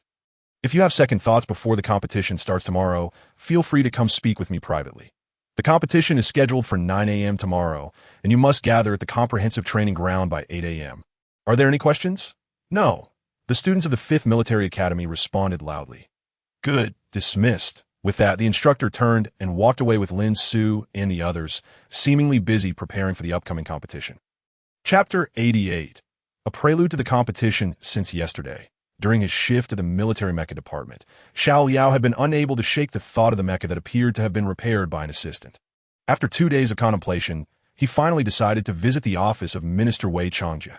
Minister Xiao Liao began hesitantly, unsure how to broach the subject. "Xiao Liao, is there something on your mind?" Wei Changjie asked. Noticing the uncertainty on Xiao Liao's face, "Well, Minister, I wanted to inquire about the assistant you arranged for me the other day. I thought they performed quite well and was wondering if I could have them as my assistant. What do you think?" Xiao Liao stated clearly after a moment of hesitation. Wei Changjie recalled the assistant and replied, "You're referring to her. However, she is not part of our department and is still merely a student." "A student?" Xiao Liao exclaimed in surprise. "Indeed, she is a student from our mecha manufacturing program," Wei Changjie added. "Have students become this capable nowadays?" Xiao Liao mused, recalling the mecha he had seen repaired the other day. Unable to hold back his astonishment, Wei Changjie raised an eyebrow. Intrigued, "Is she really that impressive? I believe she is just a freshman this year." Wei Changjie assumed that the girl must have been diligent, keeping the mecha impeccably clean, which had earned Xiao Liao's approval. "Yes, quite impressive. I appreciate a student who values cleanliness," he mused, his impression of her growing more favorable. He thought that if she came by again, he could take her to see more advanced mechas. A freshman? She must be just a teenager, yet she can independently disassemble broken components and replace them flawlessly without error. Truly remarkable. Xiao Liao expressed his admiration. Still astonished, hearing this, Wei Changjie suddenly focused intently on Xiao Liao. "You mean she repaired a damaged mecha all by herself?" "Yes, Minister. Wasn't she the assistant you arranged for me? It seems you know even less about her than I do." Xiao Liao replied, puzzled. Wei Changjie was left speechless. Could he confess that he had simply grabbed a random laborer to clean up the dirty mecha? After all, it was Xiao Liao's fault for leaving the mecha in a filthy state in the maintenance room. It appears that the mech department must establish an additional rule. Aside from maintenance periods, dirty mechs are to remain within the confines of the spatial button. Wei Changjie, increasingly displeased, cast a sharp glance at Xiao Liao, who, after all, might soon become the first subject of his scrutiny. Minister Xiao Liao stammered, feeling uneasy under the intense gaze, uncertain of his misstep. "No worries. Follow me. Let me see the repaired mech," Wei Changjie replied dismissively. Choosing to momentarily bypass the subject at hand, his curiosity piqued, he wondered if the young girl truly possessed the remarkable skills Xiao Liao claimed. Leading Xiao Liao to his maintenance room, Wei Changjie gestured for him to present the mech. Nodding, Xiao Liao produced a C-class mech, which, once tattered and worn, now radiated an aura of formidable elegance. Had Wei Changjia not witnessed its previous state, he might have failed to recognize it, a testament to Shun Lili's meticulous repairs.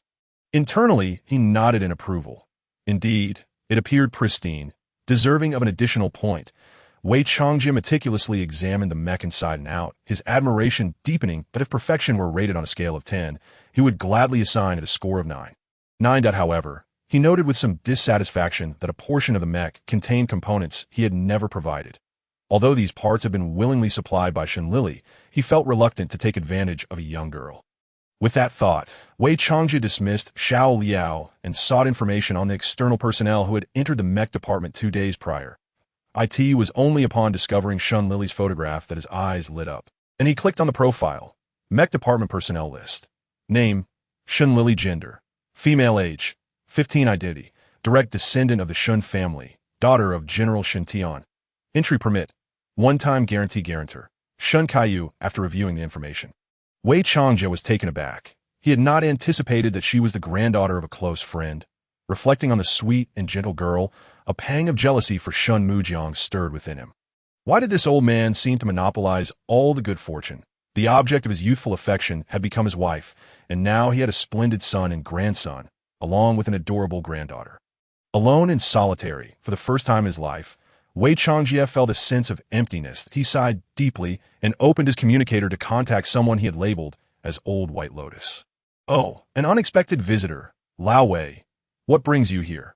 Shun Mujiang's cheerful face appeared on the 3D virtual screen as soon as Wei Changjia laid eyes on him. His expression soured, but he suppressed his aversion for the sake of his purpose. Shun Lili is your granddaughter, correct? Shun Mujiang raised an eyebrow in surprise. Yes, my little granddaughter. What about her? I would like her to learn about mechs under my guidance. Please facilitate this, Wei Changjia stated boldly. Shun Mujiang. This is not solely within my purview. Since my granddaughter developed the mental strength potion, opposition to her continuing in the mech department has intensified. Recently, I have even begun to waver. Upon hearing Wei Changjia's proposal, his expression turned serious.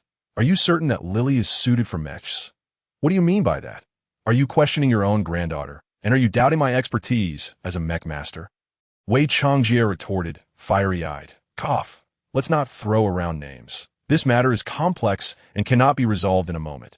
Many oppose Lili's presence in the mech manufacturing department, advocating for her to focus on potion development. If you can accept her as a disciple, that would be a good outcome, Shun Mujiang explained, clearly distressed over the situation. He had been inundated with messages from the Potion Association, who disapproved of his granddaughter's military training. For 2 days, he had been bombarded with texts and calls, making him contemplate drastic measures against the association. Wei Changjia was unconcerned with Shun Mujiang's troubles. Seeing no opposition, his demeanor lightened slightly as he patiently elaborated. Your granddaughter possesses notable talent in mechs. With dedicated training, her achievements in this field will undoubtedly be significant. Will she reach the level of a master? Shun Mujiang inquired casually. Wei Changjia was momentarily speechless. Such a question seemed absurd. It was akin to a parent asking if their child could attend prestigious universities before they had even learned to walk. Do you even grasp what you were saying? He managed to say calmly, before erupting in anger, do you think becoming a master is as simple as picking a cabbage? Shun Mujiang felt thoroughly chastised, but defensively rubbed his nose. Lao Wei, that's not my intent. What I mean is, if Lili lacks the potential for mastery, she may not be able to study mechs comfortably. What do you mean by that? Wei Changjia questioned, his brow furrowing deeper. Sensing an underlying implication in Shun Mujiang's words, many oppose Lili remaining in the mech department, wishing for her to switch to potion studies. Shun Mujiang revealed candidly. Are you seriously suggesting that because others speak against her passion for mechs, she should abandon it? Wei Changjia looked at him disdainfully. Lao Wei, you have yet to comprehend the gravity of this situation. Are you aware of the recent fame surrounding the mental strength treatment potion? Shun Mujiang countered. Yes, but how does that concern your granddaughter? Did she develop it? Wei Changjia scoffed, rolling his eyes. Shun Mujiang had anticipated this reaction. The truth was so unbelievable it could baffle even the youngest of children. With a resigned sigh, he spoke as someone who had experienced it all. The mental strength potion was indeed developed by Lili. Hence, the Potion Association will likely compel her to switch departments upon the start of the new term. Really? You aren't deceiving me? Wei Changjia asked, astonished and incredulous. Shun Mujiang nodded gravely. He would never jest regarding such matters concerning his granddaughter. Wei Changjia's brow furrowed deeply. He expected the implications to be so profound. He could hardly fathom that a mere 15-year-old girl had indeed developed a treatment potion capable of saving countless lives. This revelation left him in a quandary. Was it a waste of Shun Lili's talent for potion making if she continued her studies in mechs? After all, if she pursued her studies in potions, she might become the next pharmaceutical savant. Yet, the thought of forcing such a passionate girl, who adored mechs, to abandon her dreams for potion studies, left him feeling discontented.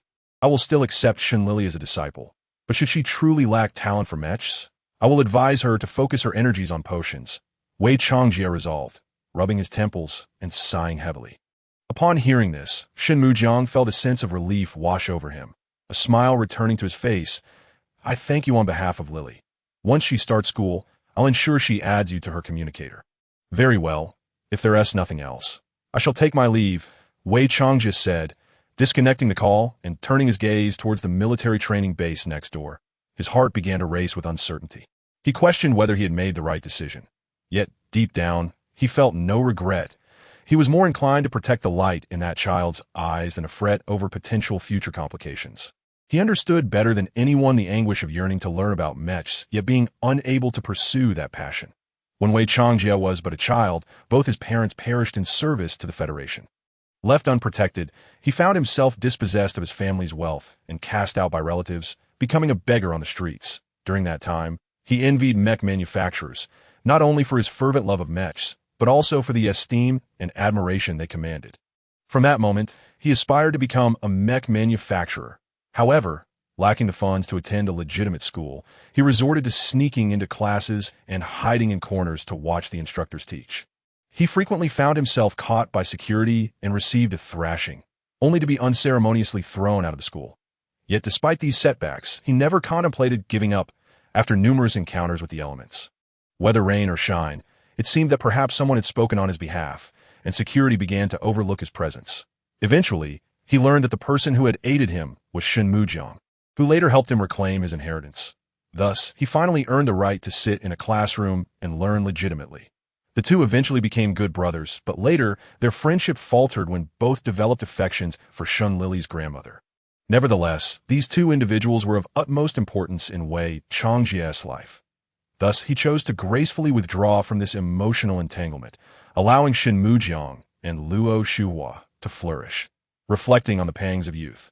Wei Changjia skillfully retrieved a photograph from his drawer, gazing nostalgically at the radiant, black-haired girl captured within. As he looked on, a bittersweet smile crept upon his lips, and he murmured, Shuhua, if only you had lingered a moment longer.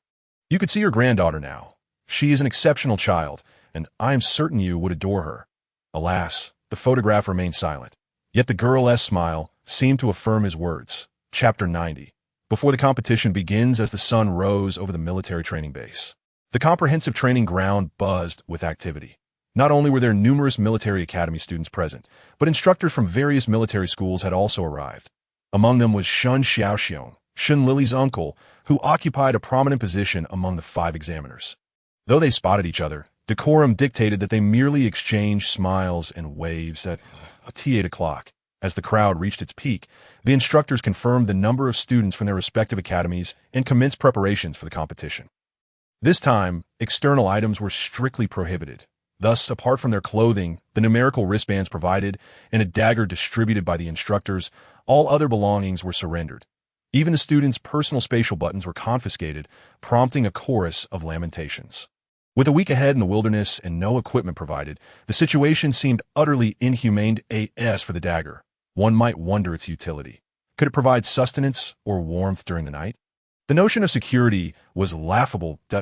In an era of interstellar advancement, military students had grown accustomed to firearms, rendering a mere dagger as trivial as a nail clipper to modern society. Useful, yet hardly significant. However, under the looming threat of point deductions from instructors, the students were compelled to remain silent. After the preliminary arrangements were concluded, Wen Yuqing, the head of the military training base, cleared his throat and addressed the students. Greetings. Everyone, the month-long training for newcomers has reached its conclusion. In this final stretch, the school has decided to host a competition to assess your progress. So, I ask, do you have confidence in yourselves? Please respond loudly. Though the students inwardly sighed at the absurdity, they nonetheless feigned enthusiasm, exclaiming, "Yes," when Yuqing nodded in satisfaction and continued, "Excellent. Now, I will announce the rules of the competition. This will be a team-based event. Each team will earn 1 point for every beast they slay. The top 10 teams will receive an additional 100 points. Teams will consist of 5 members each, based on the wristband numbers. 1.5 is one team, 6.10 as another, and so forth. The objective is to survive in the Sugly Forest for 1 week. A friendly reminder, should you feel your life is in danger, remove your wristband, and instructors will retrieve you based on your location. Now, prepare to board the spacecraft." As he finished speaking, 6 imposing spacecraft emerged from the 5th Military Corps base and landed before the training ground. The instructors led their students aboard their respective crafts. Once the students had boarded, the examiners and the military training base's head climbed onto a separate craft, which then took flight southward, on board the 5th Military School spacecraft.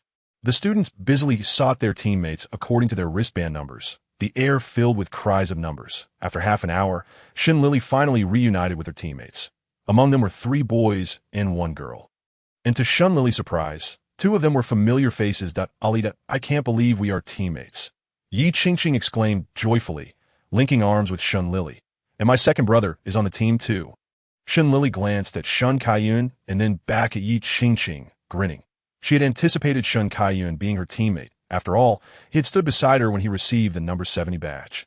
What surprised her was that Yi Qingqing held the number 66 badge. What a coincidence.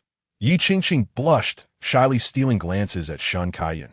Shun Lili silently marveled at her friend's adorableness, refusing to acknowledge any jealousy.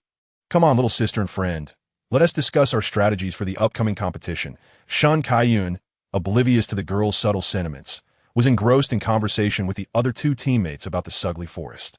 Shun Lili and Yi Qingqing joined them, and the teammates began to size each other up. "Since we will be together for a week, let us start with introductions. I'll go first. I am Shun Kaiyun, specializing in single combat and command, with both spiritual power and physical strength rated at 3S level. If everyone has no objections, I would like to take on the role of team leader for this competition." Shun Kaiyun spoke with a solemn demeanor, devoid of his usual playful nature. In the presence of family, he could frolic freely, but before outsiders, he embodied the rightful heir of the Shun family and the next potential Marshal of the 5th Corps. Seeing Shun Kaiyun's reliability, even Shun Lili had to concede his undeniable charm, explaining his status as a heartthrob among the students of the 5th Military Academy. She glanced at Yi Qingqing, who was admiring Shun Kaiyun, and couldn't help but sigh inwardly. The others exchanged glances, and without dissent, they nodded in agreement to Shun Kaiyun's leadership. "Now it's my turn. I am Shun Lili, specializing in mecha and pharmacy, with a spiritual power rating of 3S and physical strength at S level. I look forward to working with you all." Shun Lili introduced herself with a smile. "I am Yi Qingqing, from the pharmacy department, with both spiritual power and physical strength rated at S level. I look forward to your guidance." Yi Qingqing introduced herself shyly. "I am Yi Qiu, specializing in soul weaponry, with spiritual power at S level and physical strength at a level. I too look forward to your guidance." Yi Qiu, a boy with a youthful visage, chimed in, his demeanor reminiscent of a child. "I am Han Shou, specializing in single combat, with physical strength rated at 2S and spiritual power at S level." "Nice to meet you all." Han Shou, a strikingly handsome lad with a somewhat aloof demeanor, concluded. Chapter 91. Arrival at Sugly Forest. Once everyone had introduced themselves, Shun Kaiyun resumed the discussion. "Let us deliberate on the Sugly Forest. Please share any knowledge you possess, and we shall formulate our plan of action. Little sister, you may begin."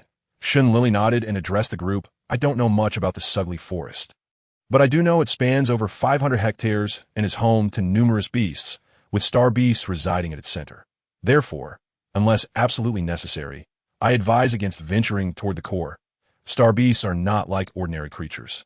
They possess formidable spiritual power and are innately endowed with S-level physical strength from birth, which only intensifies as they age. They are beings even the insect race avoids. Moreover, star beasts are protected by the Federation, akin to national treasures from the past, and cannot be harmed, traded, or consumed. Unless one seeks a life of confinement, such actions would be ill-advised." Hearing Shun Lili's words, the group nodded in agreement, then turned their attention to the next person.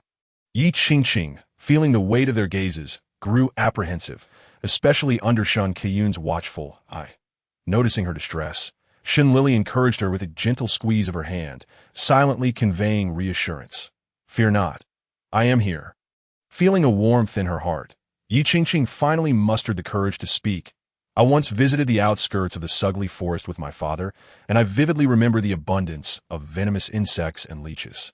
Therefore, we should prepare adequately before entering the forest. That information is invaluable. Can you and Ali handle the insect-repelling herbs?" Shun Kaiyun inquired, looking at the two girls. Shin Lili calmly nodded in agreement.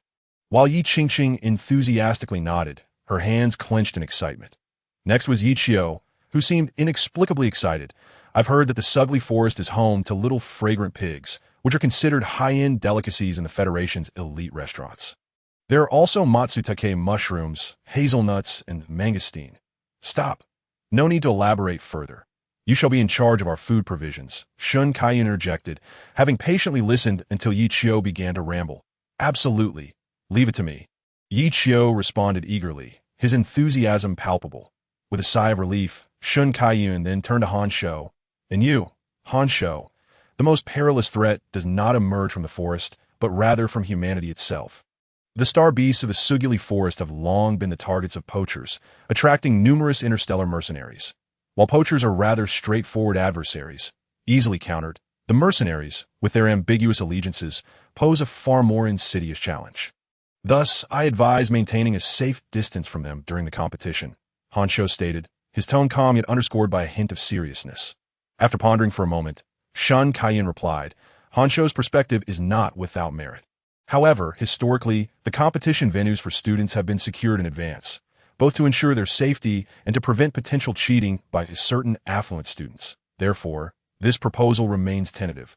Does anyone else have suggestions? If not, I shall share some thoughts for your consideration." The four of them nodded attentively, their focus fixed on Shun Kaiyun as they awaited his words that "I have only visited the Sugly Forest once, and the precautions I recommend align closely with what has already been mentioned. However, one crucial point I must emphasize is that with autumn approaching, the beasts will begin to stockpile food. Herbivorous creatures may pose little threat. Yet carnivorous beasts are likely to see us as potential prey.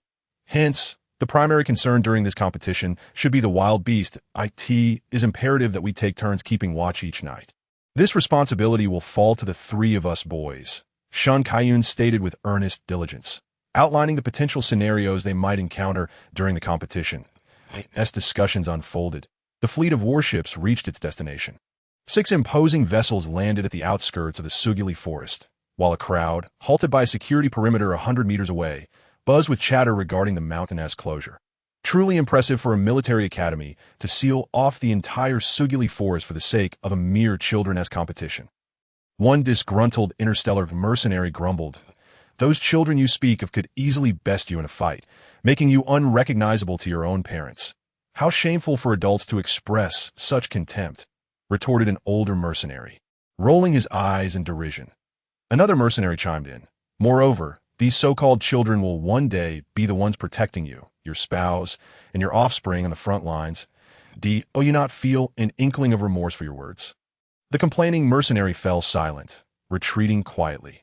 The remaining mercenaries, witnessing this exchange, chose to observe the 6 warships with keen interest. When the students disembarked, the mercenaries could not help but exclaim in surprise, likening them to a troop of baboons descending from the mountains.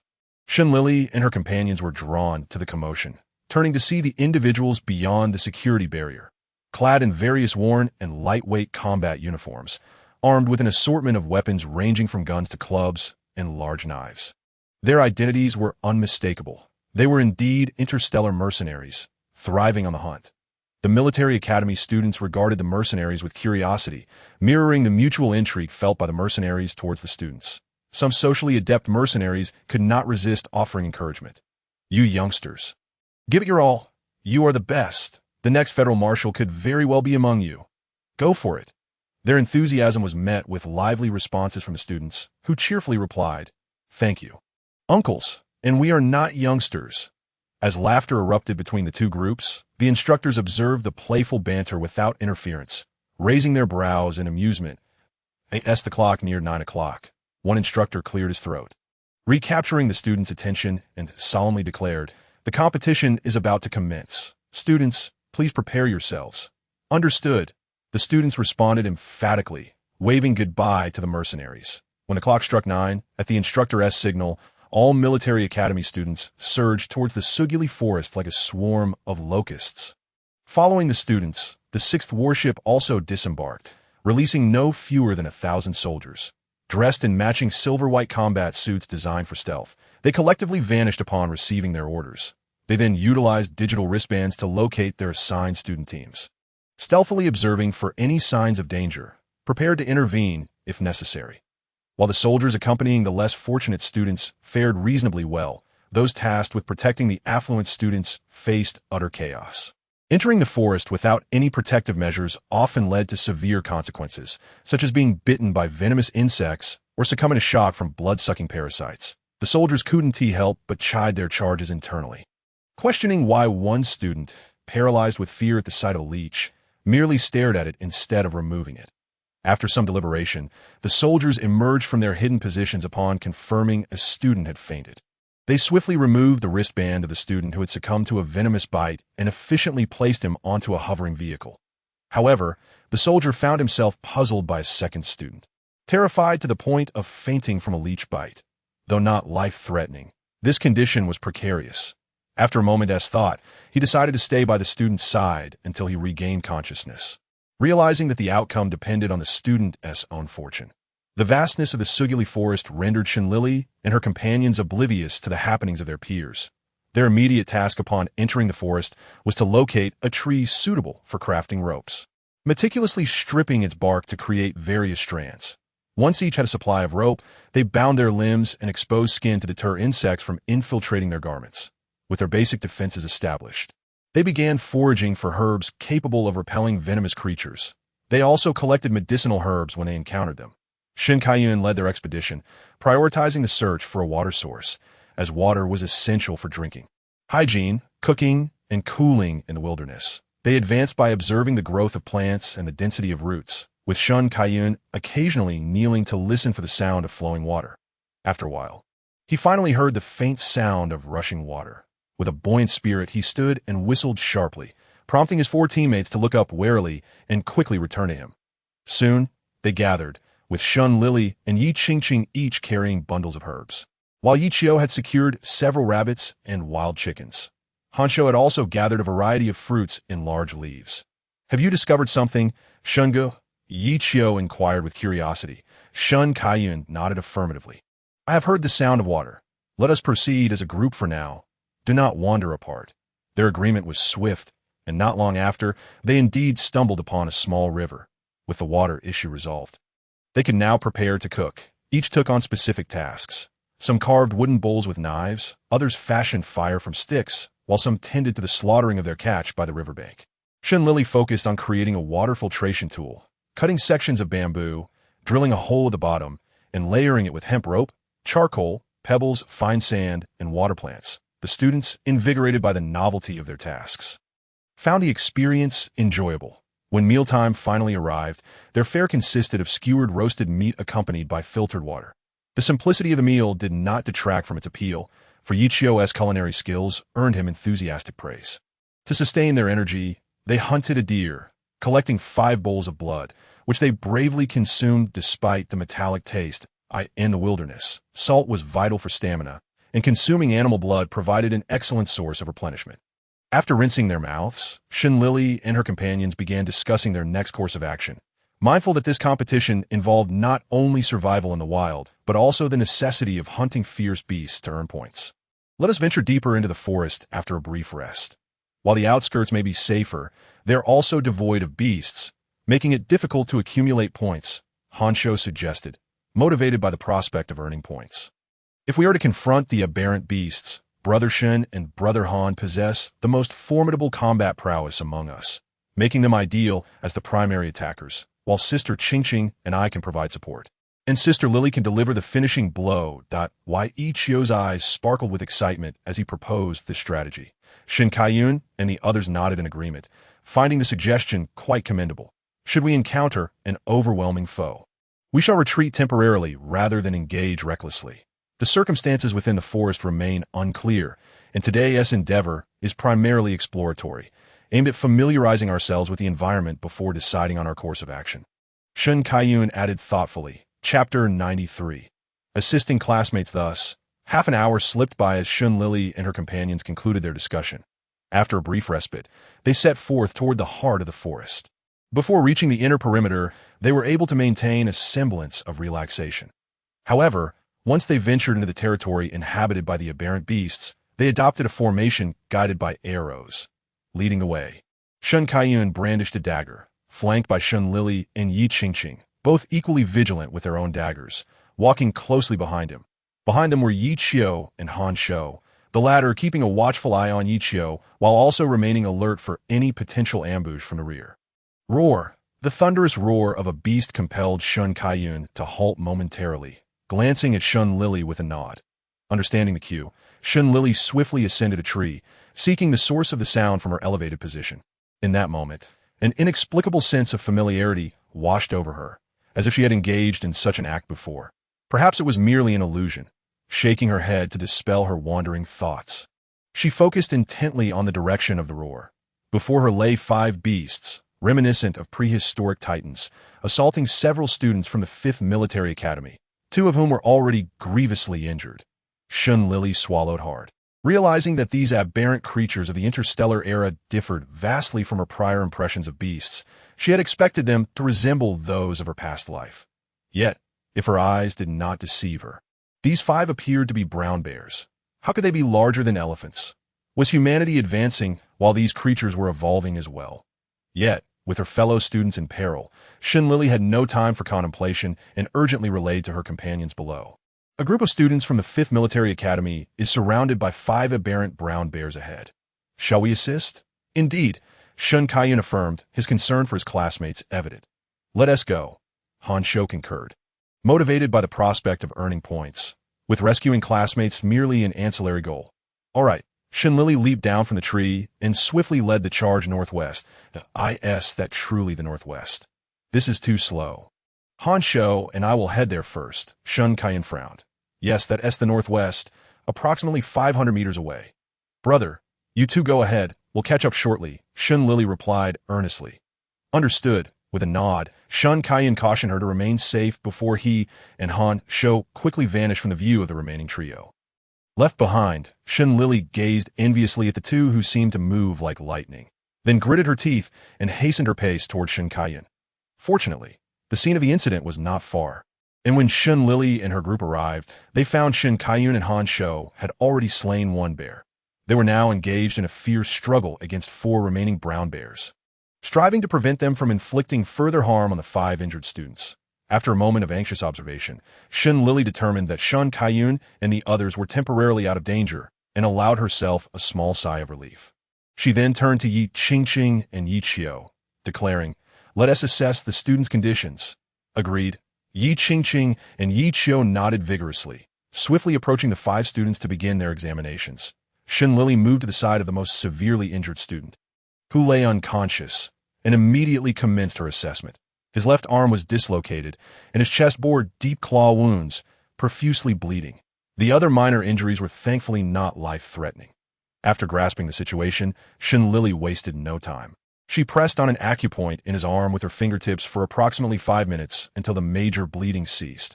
Only then did she carefully tear open his shirt to access 3 hemostatic herbs from her waist, chewing them before applying them to the wounds. The dislocated arm was straightforward to remedy. With a few strategic presses, she rejoined it with a firm motion. The remaining conscious students and Yi Qingqing looked on in astonishment at Shun Lili's swiftness and efficacy in treatment. Her healing prowess seemed almost unparalleled, reminiscent of a medical pod. Was she not simply a prodigy? Engrossed in her task, Shun Lili paid little heed to her classmates' reactions. She quickly moved to another gravely injured student, who was also unconscious, and instructed Yi Qingqing, I'll take over this one. Please monitor the condition of the student beside him and alert me if anything changes. Understood. Yi Qingqing nodded affirmatively, taking over the student previously treated by Shun Lili. Yi Qingqing couldn't help but conduct another examination. only to be astonished by Shun Lili's adeptness at managing such severe injuries without any medical pods or supplies. How had she accomplished this? Was it magic? In awe and admiration, Yi Qingqing regarded Shun Lili, realizing that her initial admiration for her male idol paled in comparison to the newfound respect for Shun Lili, with the utmost familiarity akin to a daily routine. Shun Lili had already stabilized another severely injured student within 10 minutes. As for the 3 students with lighter injuries, Yi Qingqing had already tended to them. With the injured students attended to, Shun Lili exhaled in relief and turned her gaze back to the battlefield. She observed Shun Kaiyun and the others in combat. Within the conference room aboard the 6th warship, 5 examiners and 5 military training instructors, along with the training-base director, Wan Yuqing, discussed Shun Lili's remarkable abilities. Even a master-level doctor pales in comparison, Jean Tiana remarked, adjusting his glasses as he watched the live feed of Shun Lili. Shun Lili has always excelled, Sun Ming chimed in, proud of his student's accomplishments, as it reflected well on him as an instructor. This little one never fails to surprise us. I suddenly have this urge to capture her in a sack and raise her secretly. Tang Changming chuckled. Humph. Shin Xiaoxiong huffed with pride, unusually in a good mood and not inclined to engage in banter with him. Among those present, the only one feeling discontent was Zhou Ziheng from the 1st Military Academy.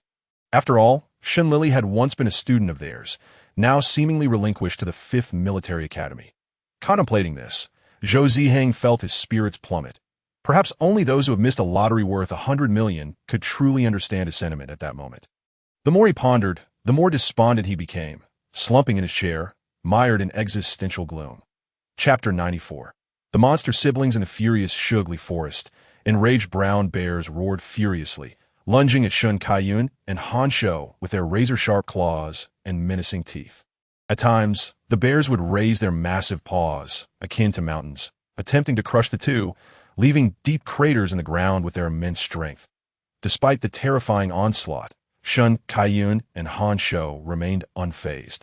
Showcasing impeccable coordination, Shun Kaiyun faced the bear head-on, while Han Shou, akin to a stealthy assassin, harried the bear, seizing moments to thrust his dagger into its eyes and vulnerable neck. However, the rest of the bear's body seemed impervious, as though clad in steel. From her position, Shun Lili observed this scenario with exasperation. Initially, she had assumed that the aberrant beasts of the interstellar realm would be akin to those on Earth, thus deeming a dagger adequate for the task. However, witnessing the ferocity of these creatures, she realized the military training base's lack of regard for student safety. It was akin to providing students with mere toothpicks to battle lions and tigers. A blatant disregard for their well-being. Covering her forehead, Shun Lili sighed before addressing Yi Qingqing and Yi Qiu. I shall assist. You two remain here to care for the students. Yi Qingqing and Yi Qiu, one an apothecary and the other a spirit weapon master, understood that their involvement would only serve to offer the aberrant beasts a feast. They accepted the reality and reluctantly cautioned Shun Lili. Alalai, please be careful. Nodding, Shun Lili drew her dagger and charged into the fray. Direct confrontation was beyond her capabilities. Thus she, like Han Shou, opted to harass the bears from a distance. Little sister, why have you come? Shun Kaiyun disapproved of Shun Lili's presence on the battlefield. With a scowl, Shun Lili retorted, What's wrong? Afraid I'll hinder you. Shall we wager on who can slay more beasts? Very well. If I win, you must call me dear brother throughout the competition. Shun Kaiyun leaped to the left, skillfully evading a bear's claw while teasing Shun Lili. Raising an eyebrow, Shun Lili shot back. Fine, if I win, you must call me sister during the competition. Deal. Shun Kaiyun grinned confidently, and then a surge of formidable psychic energy emanated from him. Before him, the terrifying mental energy gradually materialized into a chilling spear, which appeared in Shun Kaiyun's palm. The manifestation of mental energy is the only skill that approaches the divine, capable of actualizing one's imagination, often proving to be more formidable than the physical object itself. However, to achieve such manifestation, one must possess complete control over their mental energy, which must not fall below an S-grade level. Furthermore, it requires years of relentless practice to wield the manifested weapon effectively. Otherwise, the created object would shatter like fireworks at the slightest touch, lacking any offensive capability. Armed with an ice-sculpted spear, Shun Kaiyun ceased to evade and charged directly at the brown bear, launching his assault. As he approached, he leaped into the air, gripping the spear tightly, and thrust it downward with great force. Poorly caught off guard, one of the brown bears was pierced through the top of its skull. Standing frozen in place, the hint of a smile graced Shun Kaiyun's lips as he withdrew the spear and leaped off the bear's head. Upon landing, the bear behind him collapsed, kicking up a cloud of dust. Thus, Shun Kaiyun achieved his first kill. Shun Lili, still unable to manifest her mental energy, possessed a mental force that was akin to the most potent weapon. This was something Shun Kaiyun could not rival. A colossal surge of mental energy erupted from Shun Lili's being, piercing into the head of Ano. The more she pondered these thoughts, the more discomfort she felt. Shun Lili let out a heavy sigh and listlessly gazed at the crackling flames in the bonfire. Although the warm glow was meant to be comforting, it instead illuminated the desolation and solitude etched upon her face. Chapter 96. The Manifestation of Weapons. Ali. What are you thinking about? Ahua, ever sensitive to her emotions, sensed her unhappiness from within the spiritual realm and promptly sprang from it, landing in Shun Lili's embrace, adorably inquiring. Upon seeing Ahua's cute demeanor, a faint smile finally graced Shun Lili's lips. She gently caressed Ahua's soft fur and mused, I was reflecting on what transpired yesterday, that I could hardly believe how massive the beasts of this era are. I was genuinely taken aback when I saw one. Ali, do not be afraid. I will protect you, Ahua reassured her, assuming that she was still frightened, nuzzling his little head against her palm for comfort. We will also protect you. Without her noticing, a Shui and a Mu had also emerged from the spiritual space, the two small creatures squatting on the ground, their expressions contrasting, a cold one from a Shui and a warm one from a Mu, looking toward Shun Lili. The fact that a Shui, who was usually aloof, was among them amplified Shun Lili's gratitude several-fold. Thank you, Ahua. A Mu. I have come to understand. With you by my side, I shall no longer be afraid. Shun Lili's heart swelled with warmth at the sight of her adorable companions. Overcome with emotion, she lifted all three little ones into her arms, playfully rubbing her face against their fluffy cheeks. Yes, it was clear. Since the past could not be changed, she ought to cherish the present. Grandfather, Father Shun, Mother Shun, Grandma and Uncle, Elder Brother, Second Brother, CC, and Ahua, and the others were all part of her future. So what more could she desire? If she were to let the past overshadow her future, she felt she might betray someone's expectations. Who is this someone? Shun Lili suddenly realized she seemed to have forgotten someone who appeared to be quite important to her. Yet, no matter how hard she tried to recall, all she could conjure was the image of an elderly man with a benevolent smile and a face adorned with white whiskers, though she could not clearly see his features.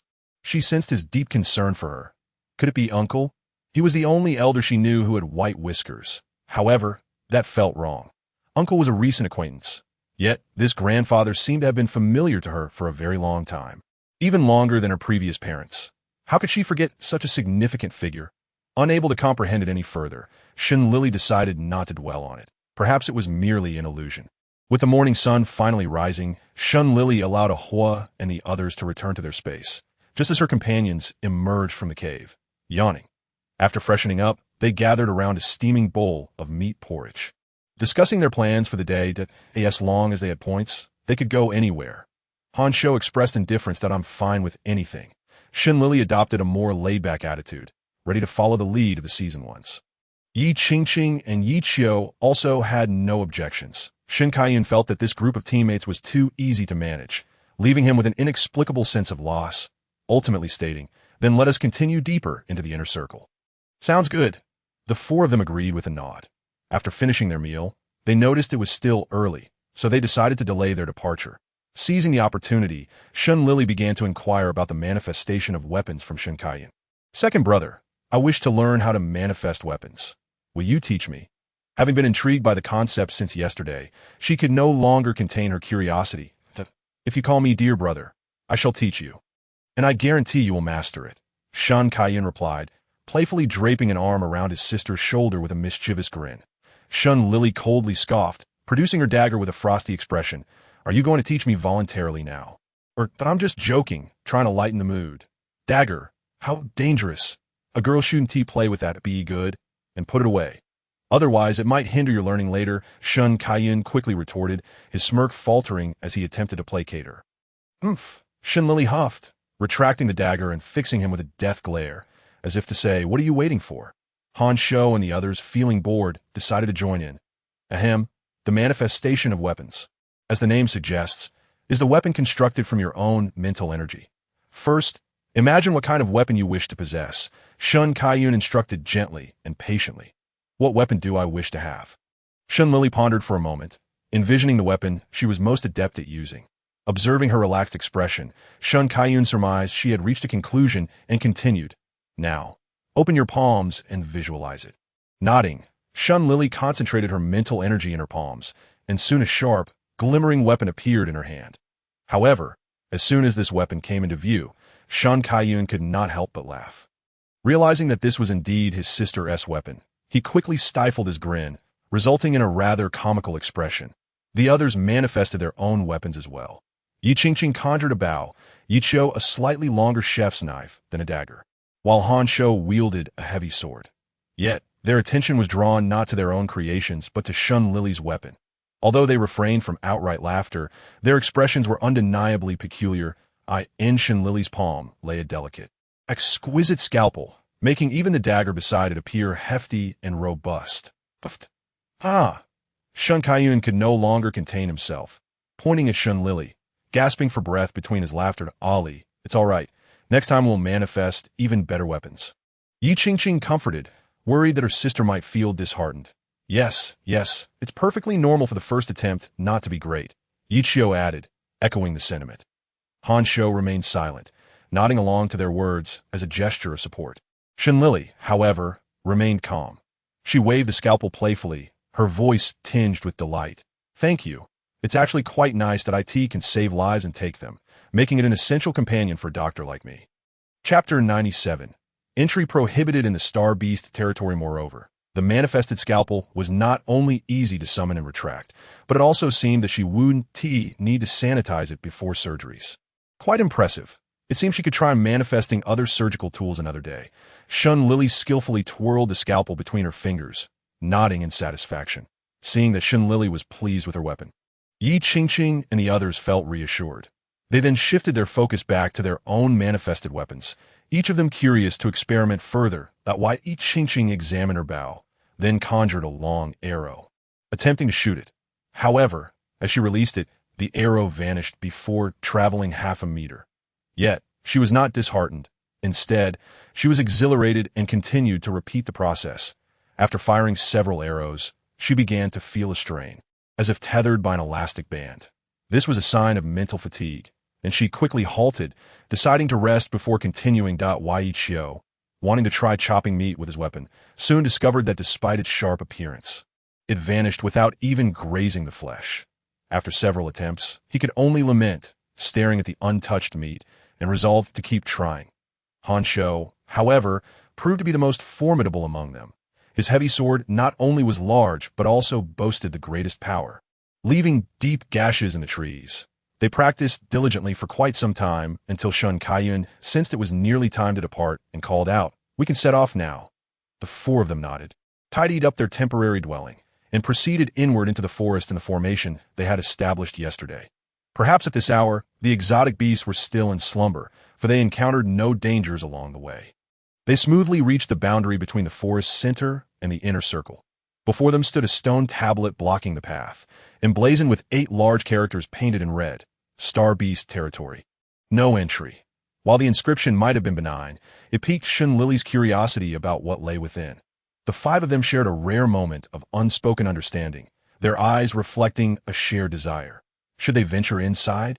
Shun Lili's eyes sparkled. She had yet to see a star beast. She had only heard tales of their extraordinary beauty, which had attracted the attention of numerous poachers, in the Federation. They were considered protected animals. But at the Empire's auction, star beasts were coveted treasures, fetching prices over 100 billion credit points.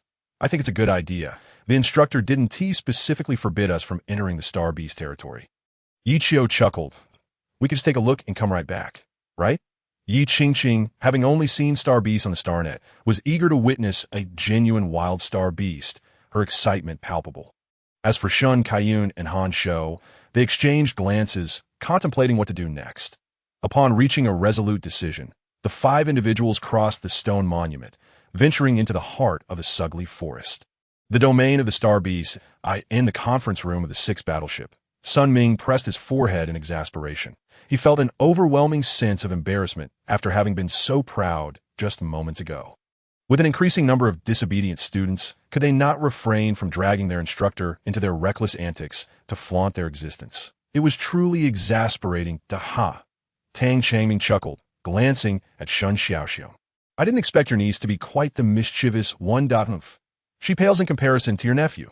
Shun Xiaoxiong retorted sarcastically, watching the footage transmitted by the nanobots. The unfortunate Tang Dongwang was being pursued by a horde of beasts, his quivering form eliciting sympathy even from Shun Xiaoxiong.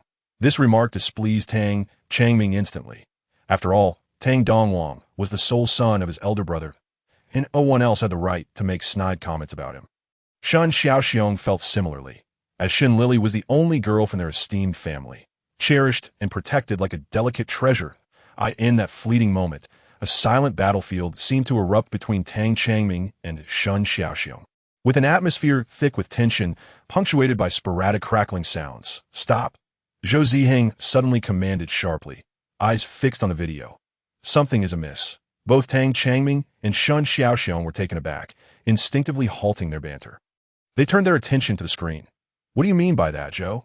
Shun Xiaoxiong inquired seriously. That moment, every gaze in the conference room was directed at Zhou Ziheng, anxiously awaiting his explanation.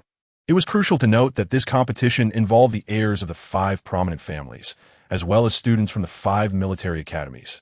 Any risk within the examination grounds was absolutely intolerable. Should anything transpire, the ramifications would be beyond what the Federation could bear. Just moments ago, the heirs of their respective families, whether by mischance or intention, had all wandered into the territory of the Star Beasts. This could not possibly be a coincidence. Zhou Ziheng's expression hardened, his voice laced with menace. The Star Beast cannot have betrayed us. Thus, the only explanation is that something has gone awry on their end. Shun Xiaoxiong's tone turned icy as he immediately contacted the military personnel stationed near the Star Beast territory to investigate the situation. Upon receiving the order, the soldiers wasted no time and hurried toward the area, only to be repelled by an invisible barrier before they could even enter. With no time to assess their injuries, the soldiers swiftly relayed this alarming news back to Shun Xiaoxiong and his companions. Bang! Shun Xiaoxiong slammed his palm onto the table, his eyes chillingly furious. What a grand scheme! Before the soldiers were sent flying, they had managed to glimpse the nature of the barrier. A colossal psychic shield requiring the collective mental prowess of dozens of 3S insectoid creatures to establish. Even more terrifying was the implication that the situation within the Star Beast territory was likely far worse. The examiners from the military academies, refusing to waste even a single moment, immediately appealed for assistance from the 5th Legion. Chapter 98.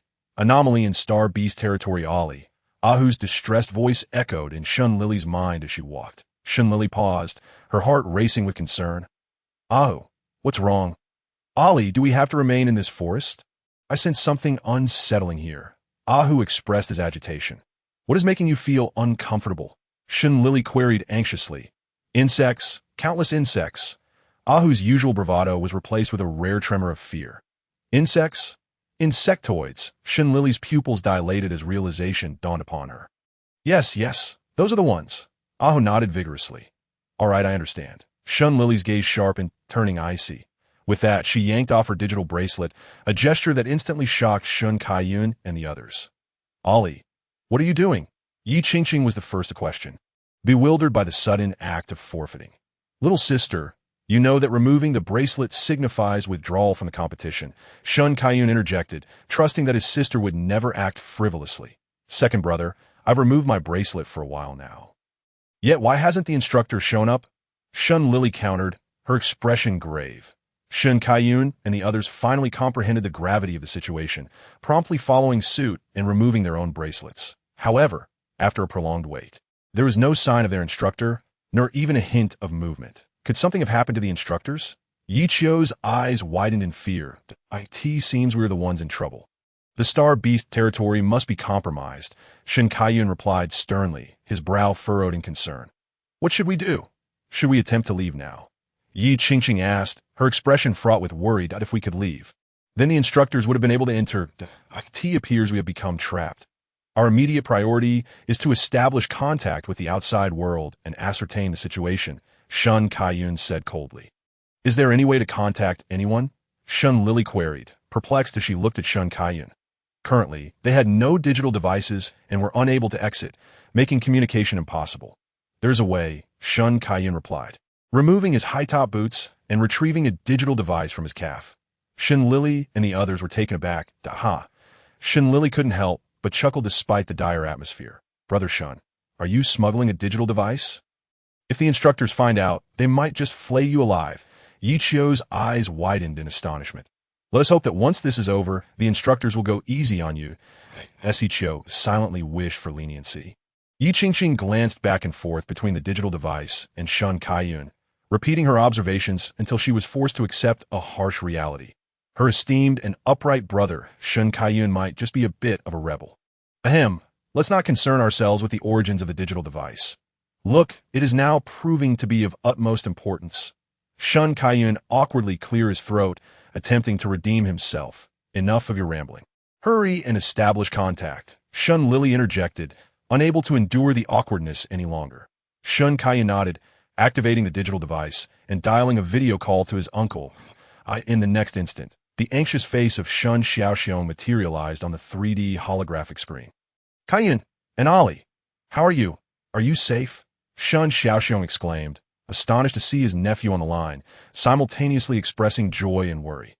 Uncle, we are safe for the moment, Shun Lili replied, appearing on the screen as well. But what is the situation? It seems we cannot leave. Shun Kaiyun looked at Shun Xiaoxiong with confusion. The insectoids have enclosed the Star Beast territory. The mech squad from the 5th Legion is on its way. Kaiyun, you must protect your sister during this time and await rescue, Shun Xiaoxiong urged with palpable concern. Understood, Uncle. Also, please grant me access to the digital device to track the bracelet's location that I will gather the students and ensure their safety. Shun Kaiyun quickly articulated his intentions. Very well, stay in touch, Shun Xiaoxiong concluded before disconnecting, sharing his instructor privileges with Shun Kaiyun's device. Once Shun Kaiyun received the permissions, he immediately accessed the digital bracelet's location map. His expression darkening further, his dismay. He discovered that all the heirs of the 5 prominent families were indeed within the Star Beast territory. The only silver lining was that, apart from the heirs, there are not many other students present. Little sister, Han Shou, Shui Qiu, Qingqing, I will bring them here. You all wait for me, Shun Kaiyun decided, considering everyone's physical capabilities. All right, second brother, please stay safe, Shun Lili acknowledged, aware of her own limits and not opposing his plan. Yi Qingqing and the others nodded in agreement, understanding the gravity of the situation. After giving his final instructions, Shun Kaiyun vanished from their sight. Ali, will we be all right? Yi Qingqing grasped Shun Lili's arm, fear evident in her eyes. Oh, not worry. I will protect you, Shun Lili reassured her, holding on her arm firmly. Why, Yi Qingqing's eyes sparkled with hope. Her cheeks flushed as she softly replied, Thank you, don't forget about me. Lili Jia, remember to protect me too, Yi Qiu whimpered. Shun Lili smiled, nodding. As your classmate, it is only natural that I protect you. Han Shou, confident in his abilities, remained composed, scanning the surroundings with a watchful expression. However, Shun Lili suddenly realized she had overlooked someone. Turning to Han Shou, Brother Han, if you need it, I will protect you as well. With that, she turned back, her gaze filled with concern for Shun Kaiyun's departure. Han Shou, initially taken aback, felt warmth spread through his chest upon understanding Shun Lili's words. The feeling of being protected by a companion was rather delightful. Chapter 99. The Beast King, Egg. Meanwhile, after Shun Kaiyun's departure, the first individual he encountered was none other than the unfortunate Tang Dongwang, who was being relentlessly pursued by a beast. The state he was in was utterly pitiful. His clothes were torn and tattered from brushing against branches, and his body bore numerous scratches. The most tragic aspect was that he was frantically fleeing for his life, with a monstrous creature trailing just half a meter behind him. One misstep would lead to a grim fate. As Tang Dongwang caught sight of Shun Kaiyun, he reacted as if he had encountered a long-lost relative, exclaiming in excitement, Oh my! Shun Kaiyun! Hurry, save me! Shun Kaiyun, amused by Tang Dongwang's pitiful state, chuckled before turning his gaze towards the monstrous beast. He first manifested a spear using his mental energy. Then, using his toes for leverage, he leapt towards the beast, which was about to devour Tang Dongwang in a critical moment. Shun Kaiyun deftly thrust the spear. Sending the creature flying, he too jumped up, gripping the spear firmly in both hands. As he descended, it was as if a meteor were hurtling towards Earth, and with a single thrust, he pierced the beast's skull. Tang Dongwang, who was seated on the ground and still gasping for breath, could not help but raise his hand in applause at the impressive display, exclaiming, "Well done, Shun Kaiyun! That was so cool!" Retrieving his spear from the beast's carcass, Shun Kaiyun approached Tang Dongwang and pulled him to his feet, asking, "What brings you to the territory of the star beasts? Don't tell me this bear chased you in here. This is the territory of the star beasts. I never intended to come here. That damn bear chased me all the way, and I didn't even realize where I was."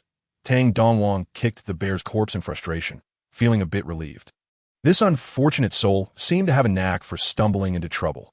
Surely his luck wasn't entirely spent on reincarnation. Shun Kaiyun sighed in silence, then stated, "I have urgent matters to attend to and cannot elaborate. Simply put, we are now surrounded by the insect race and cannot escape the territory. Walk straight for 1 kilometer, and you will find my sister waiting there. Stay put until I return. I still need to find Cece. Wan Feng and Yuan Haodat, I must leave now." With that, Shun Kaiyun turned and walked away. "Wait, can you please clarify? What do you mean we are surrounded by the insect race? Don't make such terrifying jokes." Tang Dongwang was on the verge of losing his mind, utterly unwilling to accept this grim reality.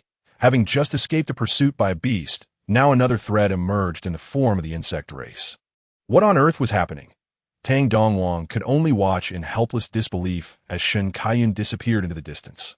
Ultimately, he resigned himself to the situation and hurried in the direction Shun Kaiyun had indicated. Meanwhile, the situation for Shun Lili was not much better. After Shun Kaiyun had left, they encountered several waves of the insect race. Just as they had dispatched one wave, they heard rustling from the bushes. Shun Lili exchanged glances with Han Shou and then cautiously turned towards the source of the sound. "Don't be afraid. It's me."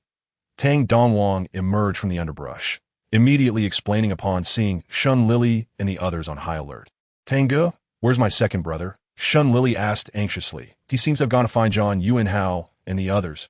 But he told me to come here, first to meet you all. Don't worry. Xiao Li, your second brother is strong. He will be fine," Tang Dongwang reassured her.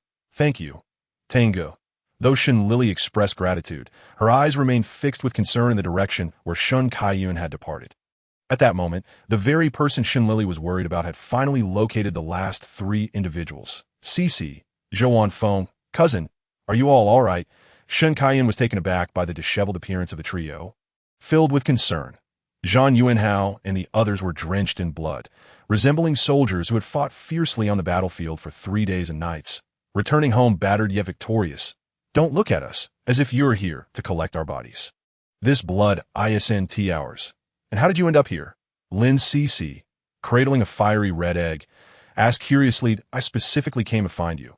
Let us talk while we walk. Ali is waiting for us." After stating this, Shun Kaiyun led the way back. Without hesitation, Lin Cece and the others followed suit. Along the way, Shun Kaiyun briefly recounted their experiences and current predicament. Noticing Lin Cece carefully cradling the egg, he raised an eyebrow in playful curiosity, asking, "What else with the egg?" Lin Cece, planning to have it for lunch. The moment those words left his mouth, Shun Kaiyun received an eye roll from Lin Cece. She turned to him, exasperated, and replied, "This egg is the unborn next king of the star beasts. You might want to reconsider eating it." "You mean this egg is the future king of the star beasts? Is it really that easy for them to become a king?" Shun Kaiyun's eyes widened in shock as he stared at the fiery egg. He had known it was special, but he had not anticipated it to be a royal egg. The current Beast King as female had entrusted it to them. Could it possibly be true? Lin Cece shot him a disdainful look. Entrusted? What about the current Star Beast King? Where was he when his wife and child were in danger? Shun Kaiyun frowned in confusion. Well, perhaps it was for this EGG.IT is said that the current king has some issues with innate mental energy. Therefore, he took some star beasts to search for a remedy. Leaving the insect race with an opportunity, Lin Cece recalled the image of the Azure Phoenix, entrusting the egg, and felt a pang of sadness, instinctively holding the star beast egg closer. Sighing, Shun Kaiyun's mood similarly darkened as he fell silent. Hastening towards the direction of Shun Lili, he was painfully aware that his sister was also in danger. With this thought, his heart raced even faster, and his eyes reddened with urgency. Ali, Wait for me. Chapter 100. Aries. Meanwhile, Lili had gathered a considerable number of students who had been rescued by Kaiyun. Fortunately, the students appeared to be in relatively good condition, lacking the fear and panic Lili had anticipated. Instead, they seemed as if they had prepared themselves for an impending demise. Sister Lili, will I be able to return? One severely injured student asked weakly. His eyes devoid of hope, the desolate and desperate gaze of the student pierced Lili's heart like a sharp, icy blade. Suppressing her sorrow, she encouraged him by gently stroking his hair. You will be out soon. The 5th Legion has arranged for a mech squad to rescue us, so you must hold on, all right? Okay, I will hold on, the student replied before closing his eyes and slipping into unconsciousness. Lili's previously relaxed expression turned grave upon witnessing the student's fainting. If help did not arrive soon, that student would not last much longer. With internal bleeding and lacking medication or specialized tools, even Lili could not prolong his life for long. What should she do now? Lili furrowed her brow, feeling helpless for the first time. Second brother, hasn't he returned yet? Before she could even check if Kaiyun had come back, the student's terrified screams pierced the air. So many insect races. Are we doomed? Though the students had prepared themselves mentally for sacrifice, the sight of so many massive insect creatures still filled them with dread. Unlike before, the insect race did not immediately launch an attack, but instead seemed organized. However, this realization did not alleviate Lili's anxiety. Rather, it made her heart sink, as it indicated the presence of stronger insect creatures. The disciplined formation of the insect race would likely pose an even greater challenge than the previous chaotic onslaught. Look, how can there be a person on the head of that leading insect? A student noticed the unusual sight among the insect horde. Curiosity rippled through the gathered students as they turned to observe. But was that truly a human? A golden-haired, red-eyed youth sat leisurely atop the head of the insect, his beauty striking and chiseled like a sculpture. His features were sharply defined, with alluring peach blossom eyes that brimmed with emotion. Drawing one in effortlessly, his high nose and perfectly shaped lips curved into a dazzling smile. At last, I found my little lamb. The golden-haired youth grinned, both amiable and sinister. With his words, the atmosphere shifted. Knowledgeable students recognized the youth's identity. Everyone, be careful. Do not approach him. He is of the insect race. A student who had identified the boy exclaimed in terror. But he looks human. Other students expressed their confusion. He is the prince of the insect race. Only royal blood can take human form, which implies his mental power and physique are at least Super 3S. The warning student's voice trembled, filled with despair as he continued. We're doomed. We'll never see rescue now. The prince of the insect race has appeared. Do we even stand a chance? I haven't even said goodbye to my family yet. Hearing the student's desperate words, Lili stepped forward. If they were to perish, she would do her utmost to protect these children beforehand. Aries gazed at the student who had uncovered his identity, propping his chin on his hand and offering an encouraging smile. I didn't expect humans to be so clever. I admire you. Soon, you shall become the food for my steed. Consider it a reward. The student's fear intensified, yet, recalling his identity, he resolved to maintain his composure. If it came to death, he would not tarnish his honor. They were military academy students, born to embrace death on the battlefield with pride. Thus, they could not falter, for they were the future soldiers of the Federation. Just allow them a moment of weakness.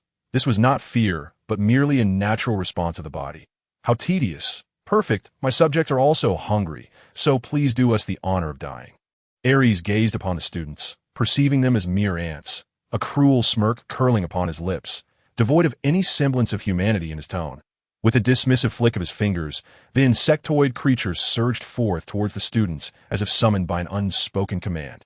In response, Lili quickly erected a mental barrier, shielding all her peers beneath its protective veil. Look, it's Lili, murmured the students, awestruck. Truly, she exemplifies the bravery of the Shun family, stepping forth in the face of danger. It's genuinely moving. Indeed, even a delicate girl like Lili is fiercely defending us. Classmates, let us not lose heart. Onward. Yes, let us rally. Even if we perish, let's take a bug down with us. Aries observed the sudden defiance of the ants with amusement, before shifting his gaze to the source of this upheaval. The individual who, single-handedly, upheld a formidable mental barrier against the onslaught of the insect horde. Before him stood a youth of approximately 14 or 15 years, with skin as fair and luxurious as silk. His eyes reflected an infinite purity, reminiscent of the brightest azure sky, shimmering with an intense brilliance. The contours of his cheeks were gentle, and his raven-black hair cascaded with natural waves and curves, evoking a myriad of tactile imaginings. Ares' eyes sparkled with interest, as if he had discovered a cherished plaything. His smile transforming into a beguiling yet sinister grin, he dismounted from the head of his insect steed, approaching Lili with a regal elegance, his blood-red gaze tinged with an aura of aggression. Bore into her for a moment before his smile deepened into one of satisfaction and danger. You possess great strength, and I respect the strong. Thus, I offer you the position of my insect kin, the esteemed consort of the royal prince. This is my gift to the formidable. Ares regarded Lili with the air of a noble deity, a mixture of affection and disdain. As for Lili,